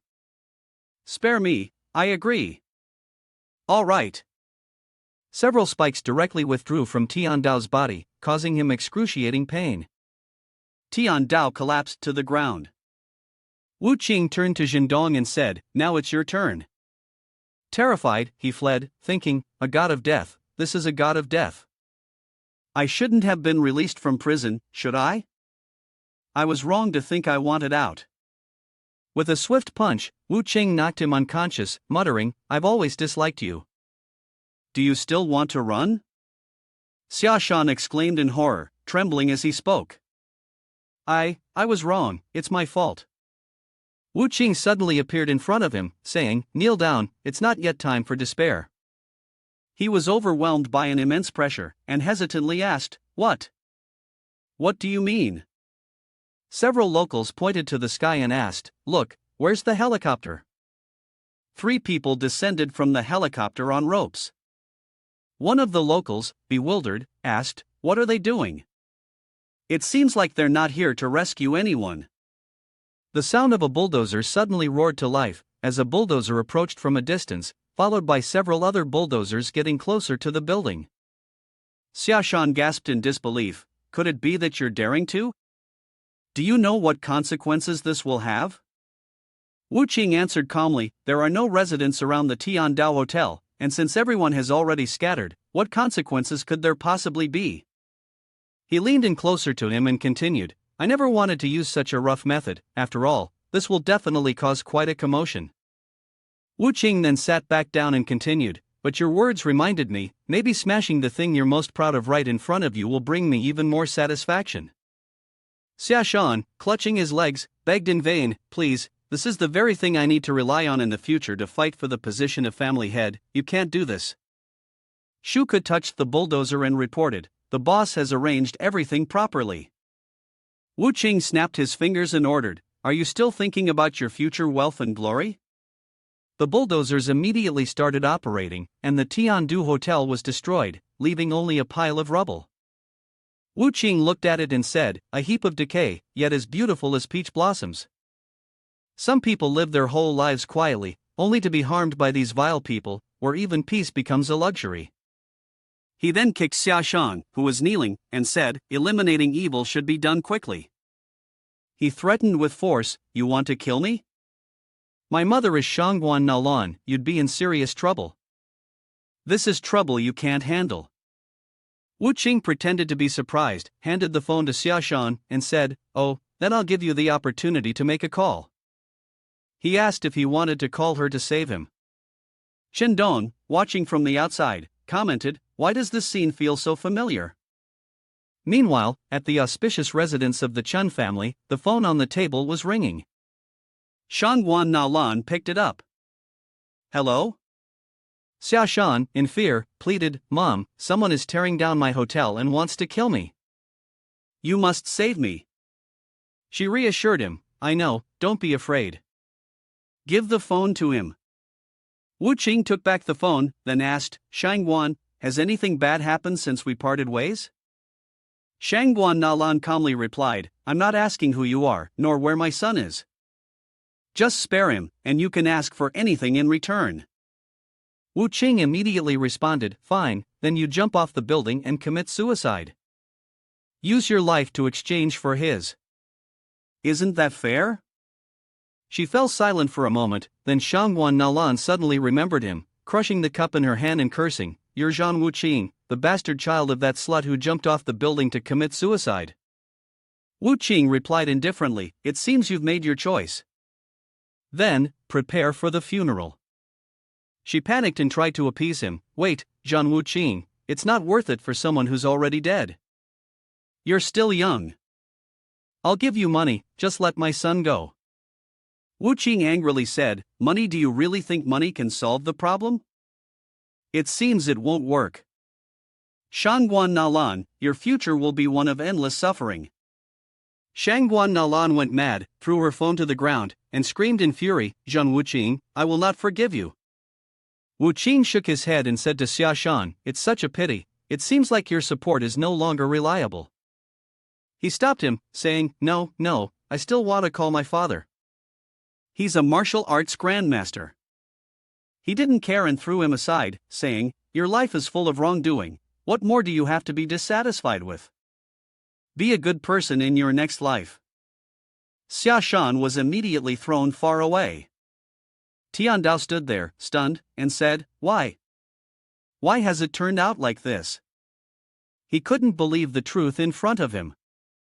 He had clearly been about to become the highest of the powerful in Haidong. Tian Dao knelt down, looking helplessly at Wu Qing, and said, "Before I die, can you let me die with clarity?" Wu Qing asked coldly, "Do you still remember the woman who jumped off the building 10 years ago?" Lei Tian Dao was stunned. "You made him recall it." "That night 10 years ago, I was on a mission. Thinking back to that day," he continued, "you were that child, curled up like a little beast in your mother's arms." He laughed while speaking loudly. Xia Chunyu's child could actually grow up like this. Back then, they were all wrong. Zhang Wuqing said bluntly, "Since you've acknowledged it, then rest in peace." Lei Tian Dao continued, "I want to know what is your identity now." He immediately said through gritted teeth, "Battle Wing Heavenly King, Zhan Tian Di." He frowned and replied, "Truly an honor." As soon as he finished speaking, fresh blood suddenly gushed from Tian Dao's mouth. Then, he collapsed onto the ground. Lu Qingqing praised, "You're so powerful," yet in front of brother Wu Qing, he couldn't even withstand a single move like a figure made of mud. TH shouted, "Damn it, the boss was really angry. If I hadn't dragged you all out earlier, we would have almost gotten caught in the crossfire." Lu Yindun praised, "That Zhan fellow brother Wu Qing is truly formidable. I still don't know what he said to Lei Tian Dao in the end that made him willingly accept death." Tan said cheerfully, "One of you calls him brother, the other calls him comrade. What's the seniority here supposed to be?" Yun Dun replied, "Haha. Each person has their own way." Wu Qing murmured, "I hope the next target will appear in the quota competition." Suddenly, Shuka linked her arm with his and asked loudly, "Boss, any new developments?" Wu Qing coldly replied, "No." Upon hearing that, Shuka angrily said, "We should chop him into 1,000 pieces, dying like this is too easy for him." Wu Qing responded to her, Whatever I want to know, I'll find out, even if I have to go to the ends of the earth." Ha was frustrated, needing him to speak up. Hearing that, Shuku excitedly said, "Wherever the boss goes, I'll go with you." As he ruffled her hair, Wu Qing said, "That's not possible. I'll be going to participate in the quota competition of Haidong next. You need to stay behind and take care of things." Upon hearing this, Tan asked him, "Boss, aren't you being a bit biased? Why haven't you ever entrusted me with tasks that require brains?" Wu Qing teased, don't start. When have you ever had a brain? Shuko joined in, haha, you fool, how can we entrust you with work in the future? Witnessing the scene in front of her, Qing Qing wondered, who is this woman? Why is she so close to Wu Qing? Meanwhile, Mr. Yin Dun thought to himself, the silly girl, how could she possibly compete with him? He silently concluded that he was still needed to offer his help. Then, Yin Dun spoke aloud, I just heard that the Battle Brothers will be participating in the quota competition 3 days from now. Wu Qing responded, that's right, they're coming to represent the Wen clan and see what happens. Hearing this, Mr. Yin Dun continued, when Xing Shan really is fortunate. This time, I also sent martial artists to participate. Was it because Qing Cheng led the team, or was it that they were all traveling together, so they had company on the road? He asked him again. Oh, it seems like the quota competition venue is far away? Yun Dun replied, that's right. To ensure fairness, each quota competition will be held outside of Haidong. Yun Dun continued, this time, the competition is held on a cruise ship in Donghai. Upon hearing this, Shuku immediately spoke to Wu Qing, a ring on a cruise ship, boss, bring me along, I want to go fight in the ring. Qing Qing immediately asked her, do you know the way? I can handle it on my own. I'll make sure to get Mr. Wu Qing to safety. Shuko retorted, who knows where you'll take him? To which Cheng Qing responded, you don't need to worry. Finally, both of them turned to ask Wu Qing. Boss, Mr. Wu Qing, who exactly is going? Caught in an awkward situation, Wu Qing stood still for a moment, then quickly changed the subject. I just remembered something. I need to take Xiao Guang to Alonda for treatment, I think it's scheduled for today. He called out, boss, wait for me, I'll go see him off too. Shuka angrily said, boss is too sly, don't run away, while Chongqing shouted, Mr. Wu Qing, wait for me. At a construction site still under construction, as the work was nearing completion, a thunderstorm struck. After the lightning strike, all that was left at the construction site was rubble. 2 people stood in the rain, looking at the ruins. They are the eldest sons of Shangguan Nalan Chen Tianwei and the #1 expert of Haidong, Chen Bo Dao. Suddenly, a luxury car stopped behind them. A woman slowly stepped out of the car. Nalan spoke loudly, Chen Bo Dao, do you still remember this? Mr. Chen immediately explained, Haidong is about to face a major change, so I naturally had to come back. She responded angrily, ever since that beast John Wu Qing appeared, he's continuously toppled several great families, stirring up Haidong, leaving everyone in turmoil. Bo Dao replied, that's exactly what I mean. The quota competition is coming soon, and I should thank him for creating the perfect opportunity for me to unify Haidong. Nalan immediately asked Chen Bo Dao, your son, one is dead, the other is crippled, and in your eyes, all that matters is your career? After hearing her words, he suddenly fell silent. Then he spoke again, do you really think I killed Xia Chunyu? Hearing this, Na Lan's voice tightened, you. Tianwei calmed her down, Mom, don't get worked up. The revenge for my younger siblings will be taken, or they'll deal with it. Chen Bo Dao suddenly turned around and looked behind him, then shouted, who's there? A stranger immediately spoke, Shin Bro, don't act rashly, it's me, I'm Jindong. Upon seeing him, Bo Dao immediately asked, isn't this the chairman of the Xianlong group? Why are you here? Jindong replied, Shin Bro, you have to stand up for me. Zhan Wu Qing, that person, he tortured me, leaving me here. He sent a message saying he will wait for someone from the Chun family at the quota competition. Bo Dao placed his hand on Jindong's shoulder and said, don't worry, I'll come to compete, but how much of what I just said did you hear?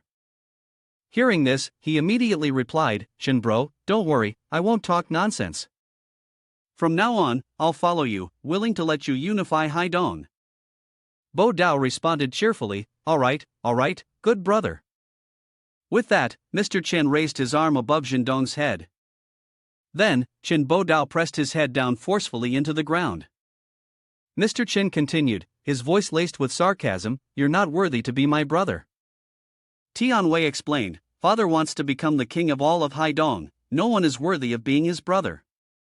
At the golden coastline, admiring the breathtaking scenery, they couldn't help but exclaim, "Wow, is this the most famous golden beach in all of Haidong? The view is endless, and where is the beautiful Lu Qingcheng? Why hasn't she arrived yet?" Zhang Wuqing then shouted, having the heart but not the courage, "Don't use Lu Qingcheng as an excuse to sneak around." When he saw him arrive, TH immediately teased, "Ha, boss, what are you wearing? If you're going to the beach, you should wear swimwear, right?" As soon as he finished speaking, Wu Qing punched Tan right in the middle of his forehead, angrily shouting, "The outfit schedule was arranged by you." Shuka suddenly spoke up, "Boss, when it comes to taking care of others, should I do it or should I be the one to stay close and take care of you from now on?" A young man complimented, "That girl is so beautiful." The brown-haired guy responded, "Hee hee, or should I tease a bit?" His friend immediately intervened, "Recently, there have been some activities in Donghai. Big names have been coming and going along the Golden Coast, be careful with your dog's life." The brown-haired man replied instantly, "Don't worry, we've got people behind us, plus I have experience. I won't act unless I'm sure of the situation." He continued, sounding smug, "Hee hee, just look at me." Then, the brown-haired man walked over to Shuku. "Hey, are you alone, beautiful?" Shuku immediately draped her arm around Wu Qing and replied, "What's wrong with your eyes? Clearly, we're a couple." He continued, "So the flower already has an owner, my bad. My buddy over there has a nice spot, would you like to join us?" The brown-haired man secretly mocked Wu Qing, "Where did this country bumpkin come from, wearing a suit at the Golden Coast?" Wu Qing responded, "We still have business to attend to." Contrary to him, Shuku replied, "Sure, why not?" Upon hearing this, Wu Qing pinched her waist. He cleared his throat and said, "No, we have to wait for someone here." Wu Qing thought to himself, "This beautiful woman is trying to stir things up again." The brown-haired man chuckled, sounding pleased with himself, "A show is about to start." But her boyfriend seems a little too cautious. "Looks like I need to spice things up a bit more." He asked the two of them, "Have you heard? There's a party on the sea lately." Wu Qing replied, "Oh, we've heard of it, but we don't know how to get there." "Hee hee, I know a boss with the right connections up there. If you two are interested, I can keep you both under his wing." Shuku asked again, "Really?" The brown-haired guy replied arrogantly, "Because this boss of mine is no ordinary person. If you can catch his eye." As soon as he finished speaking, the luxurious spaceship immediately docked. From aboard the ship, Xing Cheng waved her hand and called out, "Brother Wu Qing, over here." The brown-haired guy, feeling irritated, thought to himself, "So he's just a softie." After that, Wu Qing and Shuka walked toward the yacht. Xiaolu's purple-haired friend teased, "Ha, so you failed? They went off on a yacht while you're here, not even having a little bit of fun like him." He spat in disdain, then sneered, "That kid's as skinny as a ghost, he's probably all looks, nothing compared to our Long brother."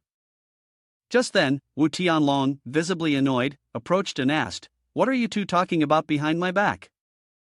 Xiaolu, seeing this, smiled and said, "Long brother, you're here? You missed out on a pretty girl earlier." Tianlong turned his attention to the yacht on the sea. "Oh?" Zhang Fei, looking down from above, seemed intrigued. "This quota competition this time, with the Yu family sending Wu Tianlong, it's going to be interesting." Tianlong stared back at him, puzzled. "That guy looks familiar, but I can't quite place him." "Forget it." He then turned to his subordinates and said, "You two clean up and get ready to follow me to the East Xia." They immediately cheered with joy. "Thank you, Long brother." On the yacht, many people are gathering, and a lavish feast is being laid out continuously. A mister, eating heartily like a starving tiger, exclaimed, "The food here is really delicious." The serving girl was a little reluctant, hesitating as she said, "Mister, please eat slowly, don't choke." She forced a smile and thought to herself, "This person acts like he hasn't eaten in 3 days, he must be blending in here somehow, right?" Yi Shuku observed from a distance, her face scrunching in displeasure. That fool only knew how to eat, completely forgetting about the task King had assigned him. Then, she took out a pair of glasses with green lenses, put them on, and began scanning everyone around her. For a meticulous investigation like this, I still have to rely on myself. She is very elegant, an old man standing next to a beautiful girl and a bodyguard, and she analyzes wealthy merchant Haidon Louis Shui. The martial artist's subordinate lives in an odd way, specializing in the use of twin weapons, which is incompatible with the exclusion conditions. After a while, she sighed and thought, where is the martial artist specializing in lightness skill after all? Suddenly, Xiao Lu appeared unexpectedly and greeted her. Hi, beauty, I ran into you here again, what a coincidence. Where's your boyfriend? Shuko frowned in annoyance, it's him again. She immediately turned to avoid him. He shamelessly blocked her and said, Beauty, anyway, your boyfriend isn't here, it's no fun being alone, why don't you go out with me? As he was blocking her, a man walked by. Shuko was momentarily stunned as she used her glasses. She aimed the arrow at the man, and the glasses immediately confirmed a match. Her gaze was full of seriousness, and she quickly reported to Zhang Fei. Boss, you asked me to find him, and I've located him. He's currently on the ship's balcony, and I've received confirmation of the information. I know, Zhang Fei replied. Shuka then asked, Boss, I can kill him at any time now. Should I make a move? Zhang Fei stopped her, no rush, head back first. Wait until you see when clan finish their match, then take action. Hearing this, Shuko couldn't help but praise, you're really gentle. Yet Xiao Lu thought you were talking about him. He turned his face away, offering a suggestion to the beautiful woman, break up with your boyfriend, and follow me from now on. However, Shuko didn't respond and swiftly kicked him, then disdainfully remarked, you're not even worthy compared to him. Xiao Lu lay on the floor in pain, motionless, while Zhang Fei remained on the balcony, silently reflecting. Gentle? I'm just not in a hurry, because no matter how many wings he has, he'll never fly. He turned around and raised his hand, signaling to his team to continue lying in ambush and not get discovered. A cloaked spaceship beneath the ocean floor received the orders. Meanwhile, Xiao Lu, now getting up in anger, muttered furiously, that damn woman, how dare she kick me? I will definitely make him regret it. Then he bumped into someone, and he was stunned it was you. Xiao Lu then thought to himself, so he's on the boat too. Turns out, he's from a wealthy family, no wonder that woman didn't pay any attention to me. Then he smirked slyly, thinking, well, since I've run into you, let's see how I make you regret it. Zhang Fei didn't recognize him and asked in confusion, are you Xiao Lu? Xiao Lu immediately pretended to be friendly and introduced himself, just call me Xiao Lu. What are you doing here? Surely, you're not lost, are you? Then he enthusiastically led the way, follow me, I'll take you to the main banquet hall of this yacht. There are 7 floors, with 5 large banquet halls. With just you, it won't be easy to find it. Zhang Fei agreed, alright, go ahead and lead the way. Xiao Lu led him, his mind full of calculations. He's pretending to be all high and mighty with me. Wait until later, you won't even be able to cry. At the entrance of the main banquet hall, 2 guards stood on high alert. Zhang Fei was stopped by one of the guards, who demanded the invitation. He handed over a ticket. The guard refused, saying, this is just a ticket. To enter, you still need the formal invitation to the banquet. Zhang Fei furrowed his brows and asked, an invitation to the banquet? At that, Xiao Lu pointed angrily at the guard's face and shouted, you idiot, do you have any idea who this gentleman is? Immediately call the host of this banquet to come out and greet him. The guard reminded the other one, how dare they come here causing trouble? Watch them while I go call the people. Then he ran off. After the bodyguard left, Xiao Lu revealed his true face, pointing inside and saying, the banquet inside is full of the descendants of high-ranking nobles who are causing havoc in the hall. Do you know what the consequences will be? Zhang Fei coldly murmured a sound of acknowledgement. Then, he grinned maliciously. Are you causing trouble just based on one word from me? If you kneel and beg for mercy, I'll let you off this time. At that moment, he curiously asked, do we have any grudges? Wu Tianlong entered the grand hall, then paused, and with a warm gesture, extended his hand in greeting. Zhan Fei, I didn't expect you to join our banquet. Truly, a dragon visiting a shrimp's house. Zhan Fei coldly replied, Do you even deserve to shake hands with me? Tianlong was somewhat taken aback and hesitated before giving a forced smile. Well. Ha! Xiao Lu, stunned, blurted out, Long brother. Tianlong quickly explained to Zhan Fei, Long brother, what's that? Don't listen to him, my lord, just call me Xiao Long.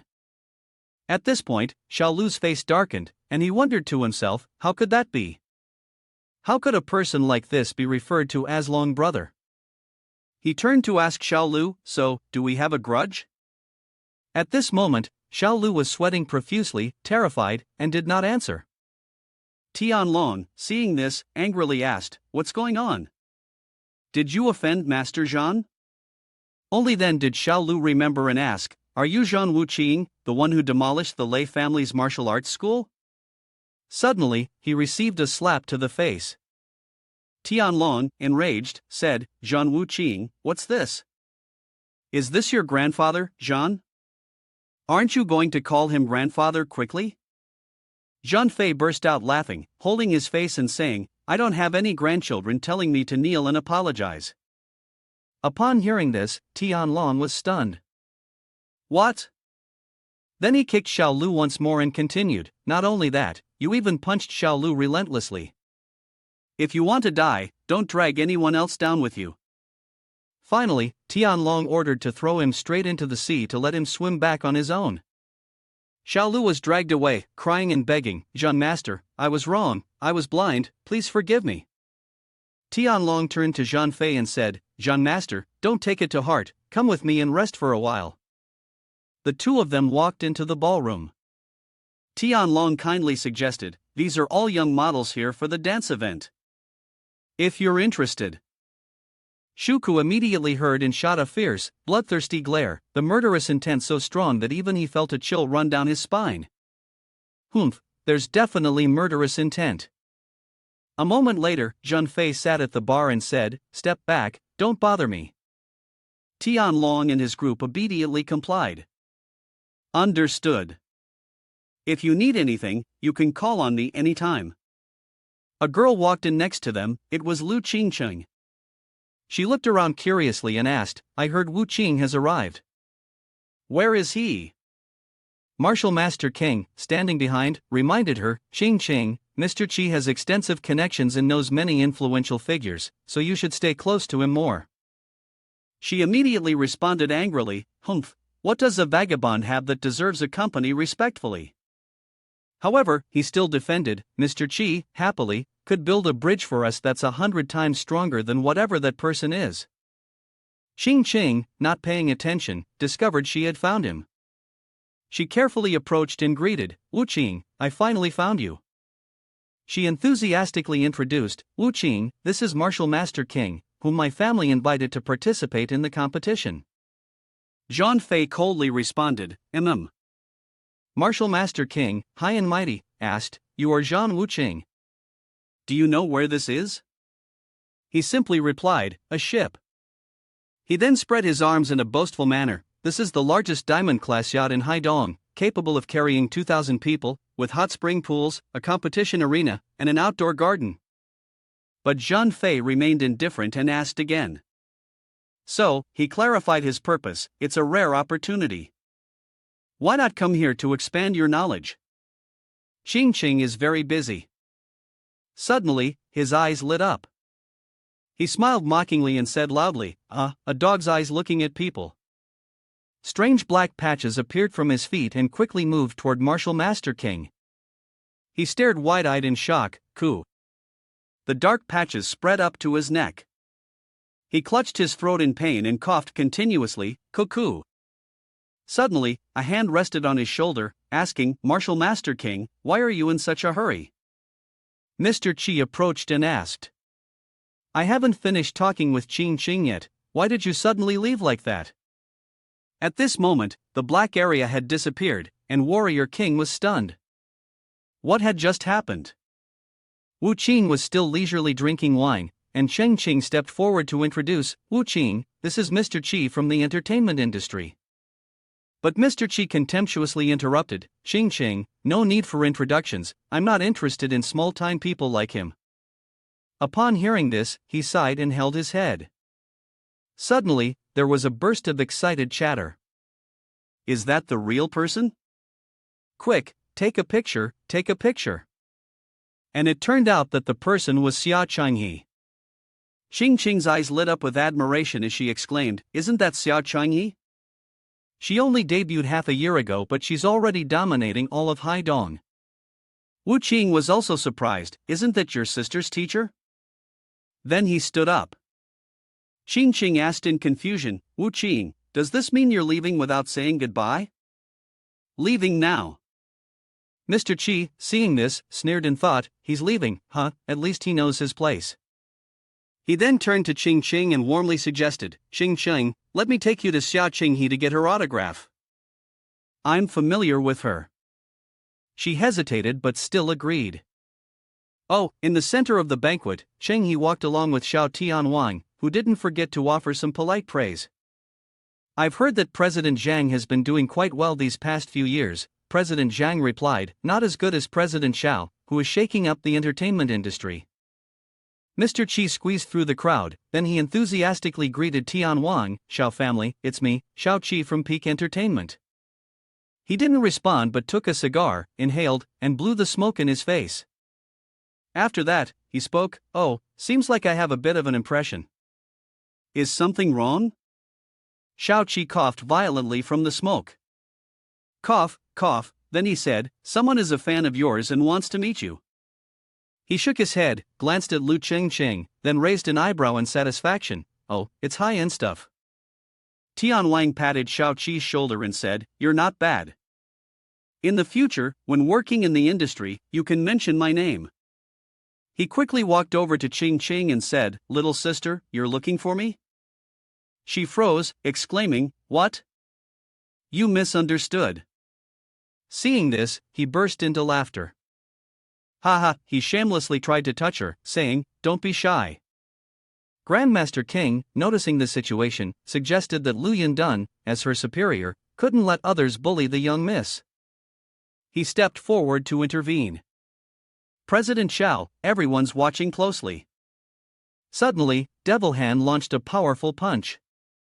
Grandmaster King, with quick reflexes, intercepted his strike. Devil Hand laughed and asked, do you have a problem?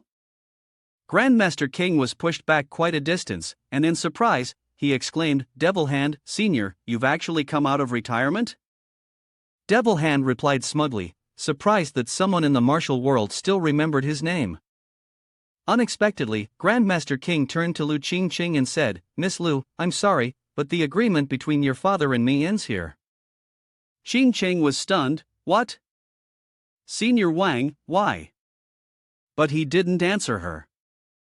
Instead, he walked toward Devil Hand, briefly adding, Miss Lu, you should agree with President Xiao, there are some people you cannot afford to offend. Qing stood frozen in shock, but then she yelled out in anger, shameless. Xia Qinghe appeared and said, President Xiao, stop, looks like this little sister isn't your fan after all, it's all a misunderstanding. Upon hearing this, Tianwang angrily turned to look at Xiao Qi, but said nothing as he walked away. Xiao Qi gritted his teeth, full of frustration. Damn it, he charged forward, attempting to strike her, cursing, you filthy woman, I gave you a chance and you didn't appreciate it, pretending to be pure. Suddenly, a figure appeared and kicked him away. The blow was so powerful that he spat out blood, and not only that, he was sent flying. He then crashed to the ground in front of Tianwang, who paused in shock. What? He then furiously turned around and demanded, who did that? Zhan Wu Qing maintained his smile, giving a cold snort. Humph. Tianwang, seething with anger, threatened, this person may be a fool, but he's still doing my bidding. Fortunately, hitting him was like hitting my own face. He then picked up his glass of wine. Then he contemptuously said, is your face worthy for me to hit? At this moment, Xia Qinghe joyfully exclaimed, Wu Qing, is that you? He happily replied, it's been a long time. Seeing this, Tian Wang silently thought to himself, Xiao Qinghe, relying on the reputation of the Xiao family, had been ignoring everyone since entering the company, yet now she was so unclear with a nameless nobody. He turned his head, smiling, and said, Qinghe, your friend here has quite a bold heart. Devil Hand also spoke up, shifting the blame, if you two know each other, it'll be easier to settle things. You just need to bow and apologize to President Xiao, and this will be forgotten. Wu Qing smiled faintly and asked, apologize? Without waiting for an answer, he shot forward like an arrow. He slapped Devil Hand across the face, sending him flying into a nearby pillar. He fell to the ground, completely motionless with just that one slap. Zhan Wu Qing brushed his hands off with disdain. A mere ant like you wants me to apologize? Everyone in the hall was stunned. This person is so strong, is he here to participate in the competition? Grandmaster King also stared, calling out in disbelief, Senior Devil Hand, his eyes are wide open, this can't be happening. Tian Wang, enraged, threatened, you dare to stand against me? Do you have money? Even this yacht belongs to my family. Others around him also cheered him on. President Xiao, he's disrespecting you, make him swim back to where he came from. Tian Wang, fuming with anger, pointed and commanded, now, immediately. He had not finished his sentence when the glass of red wine was already placed on his head. Wu Qing immediately poured the red wine over his head. He threatened in return, if you say another word, I'll kill you. Do you believe me? Everyone in the hall was stunned. What? Lu Qingchang held his hand, reminding him, Brother Wu Qing, don't get too worked up. On the other side, Xiao Defu was with Wu Tianlong. He cheerfully requested, I heard Master Zhan is a guest at your place, you have to help me introduce him. Tianlong hesitated a bit before reminding, Master Zhan killed Lei Yuandao with one punch, he's someone above the clouds. Defu remained confident, I understand. Just lead me over there, leave the rest to me. He secretly speculated that Master Zhan, being a young man, might also have a fondness for beautiful women. A moment later, both of them entered the grand hall. Defu was the first to be stunned, Master Zhan. The other guests were equally astonished upon hearing him. Master. Defu greeted warmly. To meet the master here, it's truly a privilege of 3 lifetimes. Tian Wan was dumbfounded. His father called him master? That didn't make sense at all. Defu continued to maintain a cordial attitude toward Wu Qing. Tianlong stepped forward to introduce Senior Zhan, this is the father of Xiao Heavenly King, the powerful figure behind the scenes in the Haidong entertainment industry. He humbly and happily said, I dare not consider myself a great elder. Master Zhan can just call me a Xiao. Tian Wang immediately shouted loudly, Father. Defu immediately stopped his son and reminded him, this is Master Zhan Wu Qing, a newly arrived grandmaster in Haidong. Heavenly King, aren't you going to greet him, Uncle Zhan? Everyone was stunned and began to gossip. He's the Zhan Wu Qing who recently tore down the Tiandu Hotel and stomped on the Lei family's martial arts school. Grandmaster King also broke into a sweat, exclaiming, What? He was so shocked that he fell to the ground, instinctively trembling as he backed away, muttering, This is it, we can't stay in Haidong anymore. Tian Wang still maintained a grumpy attitude towards Wu Qing. Defu, feeling uncomfortable, noticed and grunted. Then, without hesitation, he slapped his face and shouted, What kind of attitude is that? Quickly apologized to Uncle Zhan. Heavenly King, unwilling to back down, retorted fiercely, based on what? Just because he's good at fighting? He's nothing but a brutish martial artist, what does that have to do with our entertainment industry? As if unable to anticipate it, Defu was stunned and speechless, you. Then he ignored his father and turned to Wu Qing, Zhan Wu Qing, so what if you're good at fighting? The resources required to cultivate a martial artist, aren't they all bought by rich families like ours?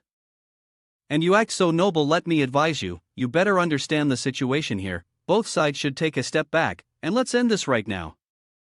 Zhan Wu Qing didn't respond, instead, he turned and walked away. Tian Wang, seeing this, laughed smugly, why are you leaving already?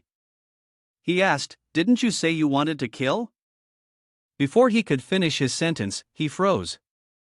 What? His entire body stiffened, motionless, paralyzed. Defu immediately widened his eyes and quickly ran over to ask, Tian Wang, what's wrong with you? But it seemed like he was already gone. The blow was so heavy that he couldn't believe it. How could this happen to my son? Tian Long also stepped forward to express his condolences. President Xiao, please bear this loss. Then, he looked at the retreating figure and walked away, thinking to himself, how silent a killer can be. What level of strength does Jean Master truly possess?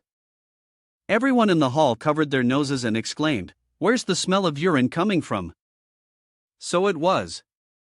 In some corner of the banquet, Chen Tianwei was sitting, enjoying the show. He thought, Zhang Wuqing, the Chen family has been looking for you for so long, and we've finally found you. Then, he immediately crushed the glass in his hand, raised an eyebrow, and plotted, third younger brother, fourth younger brother, it's time to collect what you owe. By the yacht dock, in a quiet room, Wu Qing was sitting, focusing on his cultivation. Suddenly, there was a knock at the door. Wu Qing tightly closed his eyes, and then opened them again. Standing before him was Xia Changyi, awkwardly stepping inside. Wu Qing, it's been so long, don't you miss me at all? He didn't answer but contacted Tan. I'll take the night shift. Are you working the night shift with loneliness? Outside, Tan was still eating meat, responding. Ah, isn't it because I'm worried you'll be lonely? He said helplessly. When I return, I will let you taste what it means to experience the loneliness of absolute authority. Shuko also received the information and quickly reassured, Wang family, don't worry, I will go and handle her. Wu Qing refused, holding his head and saying, no need, just focus on your own business. At this moment, Xia Qinghe leaned closer to him, coquettishly asking, don't you miss me at all? His expression remained cold as he replied, speak, what do you want from me? Qinghe arched her body and replied, it's no fun at all. Can I come see you if there's nothing to talk about? His attitude remained indifferent. Is that so? Seeing this, she had no choice but to honestly confess, all right, actually President Xiao sent me to probe your attitude. He asked again, oh, just a probe? Xia Qinghe let one of her sleeves fall and said, of course, he also wants me to try and keep you here. Wu Qing raised her chin and asked, so, you came because he told you to? President Xiao isn't worried that I might steal his prey, but he still sent you here without thinking twice? She turned away and responded, do you think he can control me like that? Then, she honestly admitted, I came here willingly. Do you dare to bite the bait? Her gaze was firm, but he just picked her up and reminded her, forget about this matter. After that, he bluntly kicked her out of the room, without a shred of mercy. If he comes again, don't bother me, I won't care about killing one more person. Then he slammed the door shut. Qinghe shouted angrily, that damn fool. Suddenly, Tan sensed a killing intent, and someone quickly passed by. He immediately chased after them. Where are you running to? Wu Qing contacted him, asking, what happened? Tan hurriedly responded, Wang family, there's an assassin. Although they hid well, when you opened the door, a trace of killing intent leaked out. Meanwhile, Xia Changhe was still fuming outside the room. That damn fool, that stinking idiot. Suddenly, he opened the door, grabbed her hand, and without any hesitation, dragged her into the room. She arrogantly said, even if you're regretting it now, I'm not going anywhere. He locked her in and went outside. Then he contacted Tan, interesting, capture him alive, I'll be there immediately. Inside the room, Qinghe was confused, Chen Tianwei was hiding outside the ship's side. He had heard rumors that Zhang Wuqing was surrounded by experts, and now he realized it was true. He stopped, snorted, and Tan had already caught up with him, blocking his way. Where's that scholar trying to go? Tianwei was furious. He raised his foot, ready to kick Tan, but Tan casually extended his hand. Is this all you've got? He grabbed Tian Wei's foot and said, still trying to learn assassination from others. Suddenly, Tian Wei sprayed pepper spray into his face. Tan's eyes burned, and he stumbled, losing his balance and falling down. Then he immediately fell into a deep sleep. Tian Wei was astonished. The toxic biochemical substance of the divine creature is so deadly that even wild boars die from it, yet it only made him sleep? Chen Tianwei fearfully took several steps back, his face pale, wondering just how powerful this person really was. Then he drew a knife, his eyes wild with madness, and said, "It's a pity that such a seductive body is about to die in my hands." Suddenly, a figure appeared from behind. As Tian Wei prepared to kill him, the man slapped him across the face. "You worthless fool." Tian Wei painfully collapsed to the ground, realizing it was Chen Bo Dao. He exclaimed, "Father, you interrogate, threaten, seduce, trap. I've done the guest of the night ceremony and countless other ways to make others regret for eternity." Then, the man kicked him in the face and said, "Controlling this person is the sharp weapon to hinder Zhang Wuqing, and you want to kill him directly." At this moment, Tan was still deeply unconscious. Tian Wei then admitted his mistake. "Father, I was wrong. I was too hasty and wanted to avenge my brothers." Bo Dao scolded him, "Humph, what's the rush? Even if that Zhang Wuqing grows wings, it will be hard for him to escape." Then he smugly affirmed, "After the quota competition ends, all of Donghai will be in the palm of my hand." Upon hearing this, Tian Wei was overjoyed and suggested, "Then father, could you let me handle this strong man?" Bo Dao bluntly refused. "Go." Tian Wei quickly ran over to him. Father and son will definitely interrogate him properly. They didn't notice the headphones beside Tan. Wuqing had overheard everything. Shu Ku also heard it. She anxiously advised, "Wang family, please calm down, don't be angry, there are still many civilians on board." Then, she quickly took action, "I'll go save Tan now." "Don't worry." He immediately chuckled. Hi. Shuko asked in confusion, "What's so funny, Wang family?" Wu Qing stopped laughing and replied, "I'm not laughing." Then, he reminded her, "Also, I told you to copy the military departure chart 30 times before you go save Tan." Shuko was stunned, "Huh?" The next morning, the sun had already risen over the yacht. Outside, everyone was still asleep, only the sound of waves could be heard. However, there was a figure stepping out. He held a selfie stick with a phone attached, apparently live streaming while saying, "Everyone, send gifts, friendship lasts forever." This was the venue for the quota match, which the entire Haidong business elite couldn't sleep through that night. The host was taking risks to secretly film. Unexpectedly, a group of tall people bumped into him while he was live streaming. He looked back cautiously, alert. Chen Bo Dao stepped out and said, "Help him perform a little better."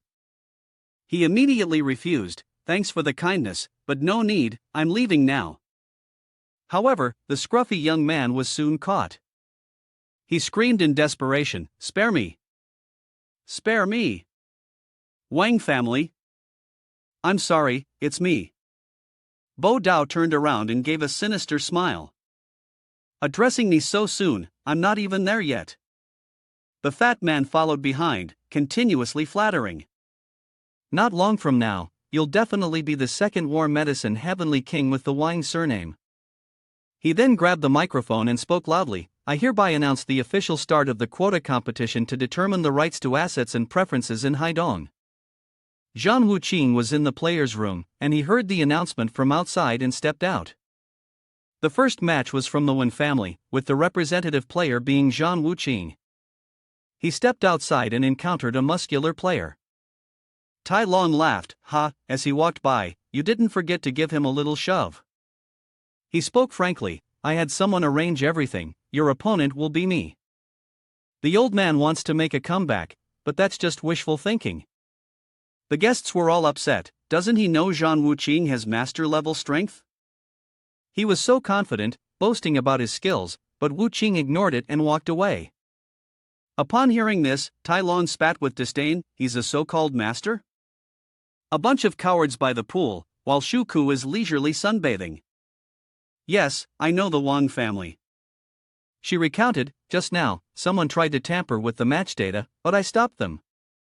He asked, how did you stop them? Shuka sat up, her face unchanged.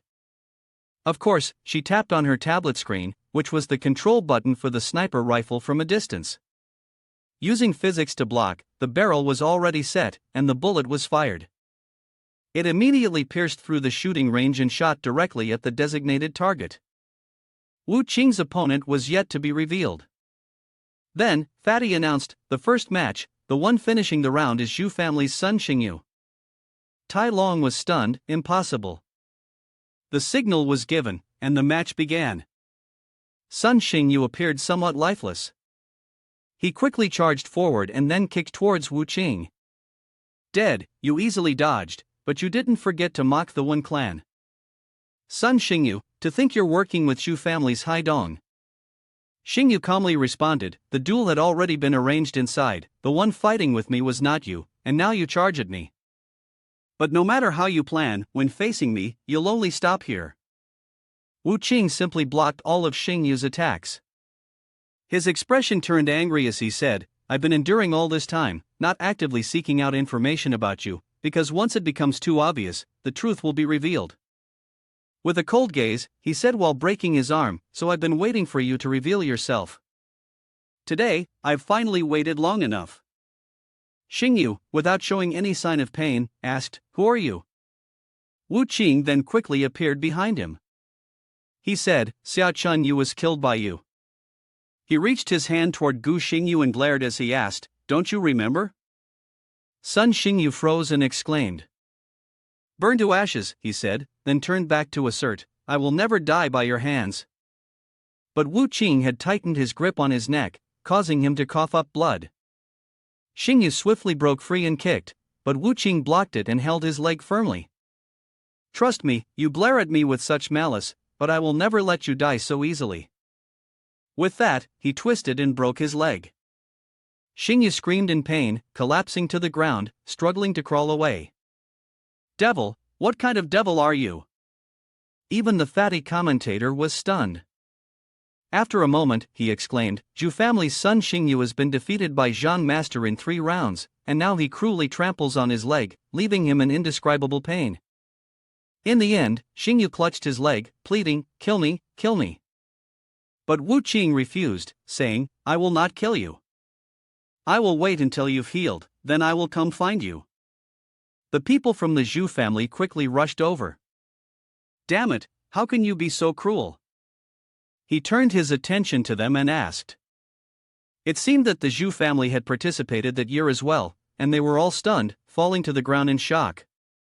At that moment, Tai Long sat trembling in the stands. This person is a demon, he was so frightened that he wet himself. Then the commentator announced, Sun Xingyu has been carried away, he still seems to be breathing. Therefore, the winner is Wen Clan's Zhan Wu Qing. Thank you, Zhan Master, for bringing us such an exciting opening match. However, in the next match, because the representative of Xianglong Corporation, Martial Master King, had withdrawn from the competition, Lu Qingqing appeared dejected. I'm truly sorry, it's all because of my uselessness. Unexpectedly, he spoke up, wait a moment, I will represent Xianglong Corporation in this match. The Xu family mocked, a martial artist representing 2 families in battle? The others did not agree either. How can it be like this? Wu Qing calmly explained, as he openly stated, I am the major shareholder of Xianglong Corporation. The commentator was also stunned and confirmed, this is indeed true. Zhan Master is the major shareholder of Xianglong Corporation.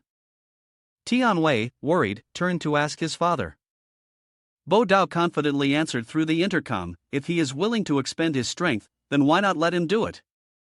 At this moment, the excited commentator declared, who could refuse a shareholder representing their own company in battle? The spectators were equally enthusiastic, eagerly watching the match.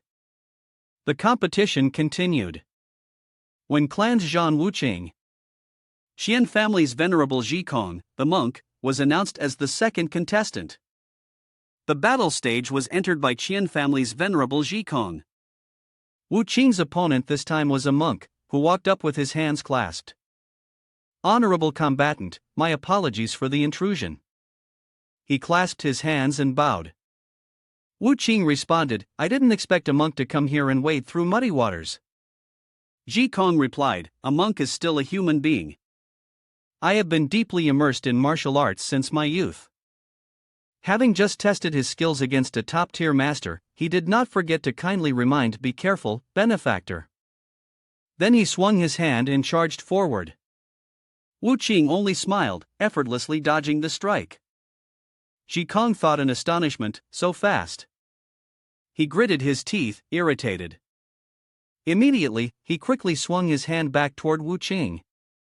As his hand was about to reach Wu Qing's neck, the latter casually blocked it with his bare hand, questioning him in the midst of Ji Kong's shock.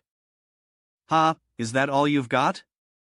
His hand was now firmly gripped, unable to move, and his face turned pale with fear. Wu Qing slowly loosened his hold, unbothered, and then stepped back. Sweat poured down Ji Kong's face as he thought, so strong. Wu Qing did not forget to taunt, with this level of strength, you don't make me worry. Below, the Qian family was growing more impatient. Ji Kong, you must not lose. Ji Kong gritted his teeth, furious, and charged again. He launched a powerful kick toward Wu Qing, trying to land a hit, but Wu Qing once again dodged with ease, and Ji Kong remained steady. Next, he quickly recovered and threw a punch at Wu Qing, but once again, Wu Qing dodged effortlessly. Lu Qing on the stands had her eyes shining with admiration. Hua Wu Qing is so handsome. The commentator continuously updated the audience. As expected of a Zhan master, truly powerful. Ji Kong, the monk from Banlong Monastery, couldn't even land a single hit. The Qin family, on the other hand, angrily said, how infuriating. I never thought that the Qin family would want to lose right in the first match. At this moment, Ji Kong was still trying to land a hit on Wu Qing. However, now he finally retaliated by raising his hand and directly punching him in the stomach. He collapsed to the ground, then remained motionless, clutching his chest, unable to speak. Wu Qing turned and said, the result can be announced. The commentator, Fatty, was stunned. Ah, he pointed at Ji Kong and said, Zhan master, venerable Ji Kong, he hasn't completely fallen yet. At that moment, Ji Kong swayed, then he crashed down. Fatty, still in shock, then loudly declared, the Qin family's venerable Ji Kong can no longer fight.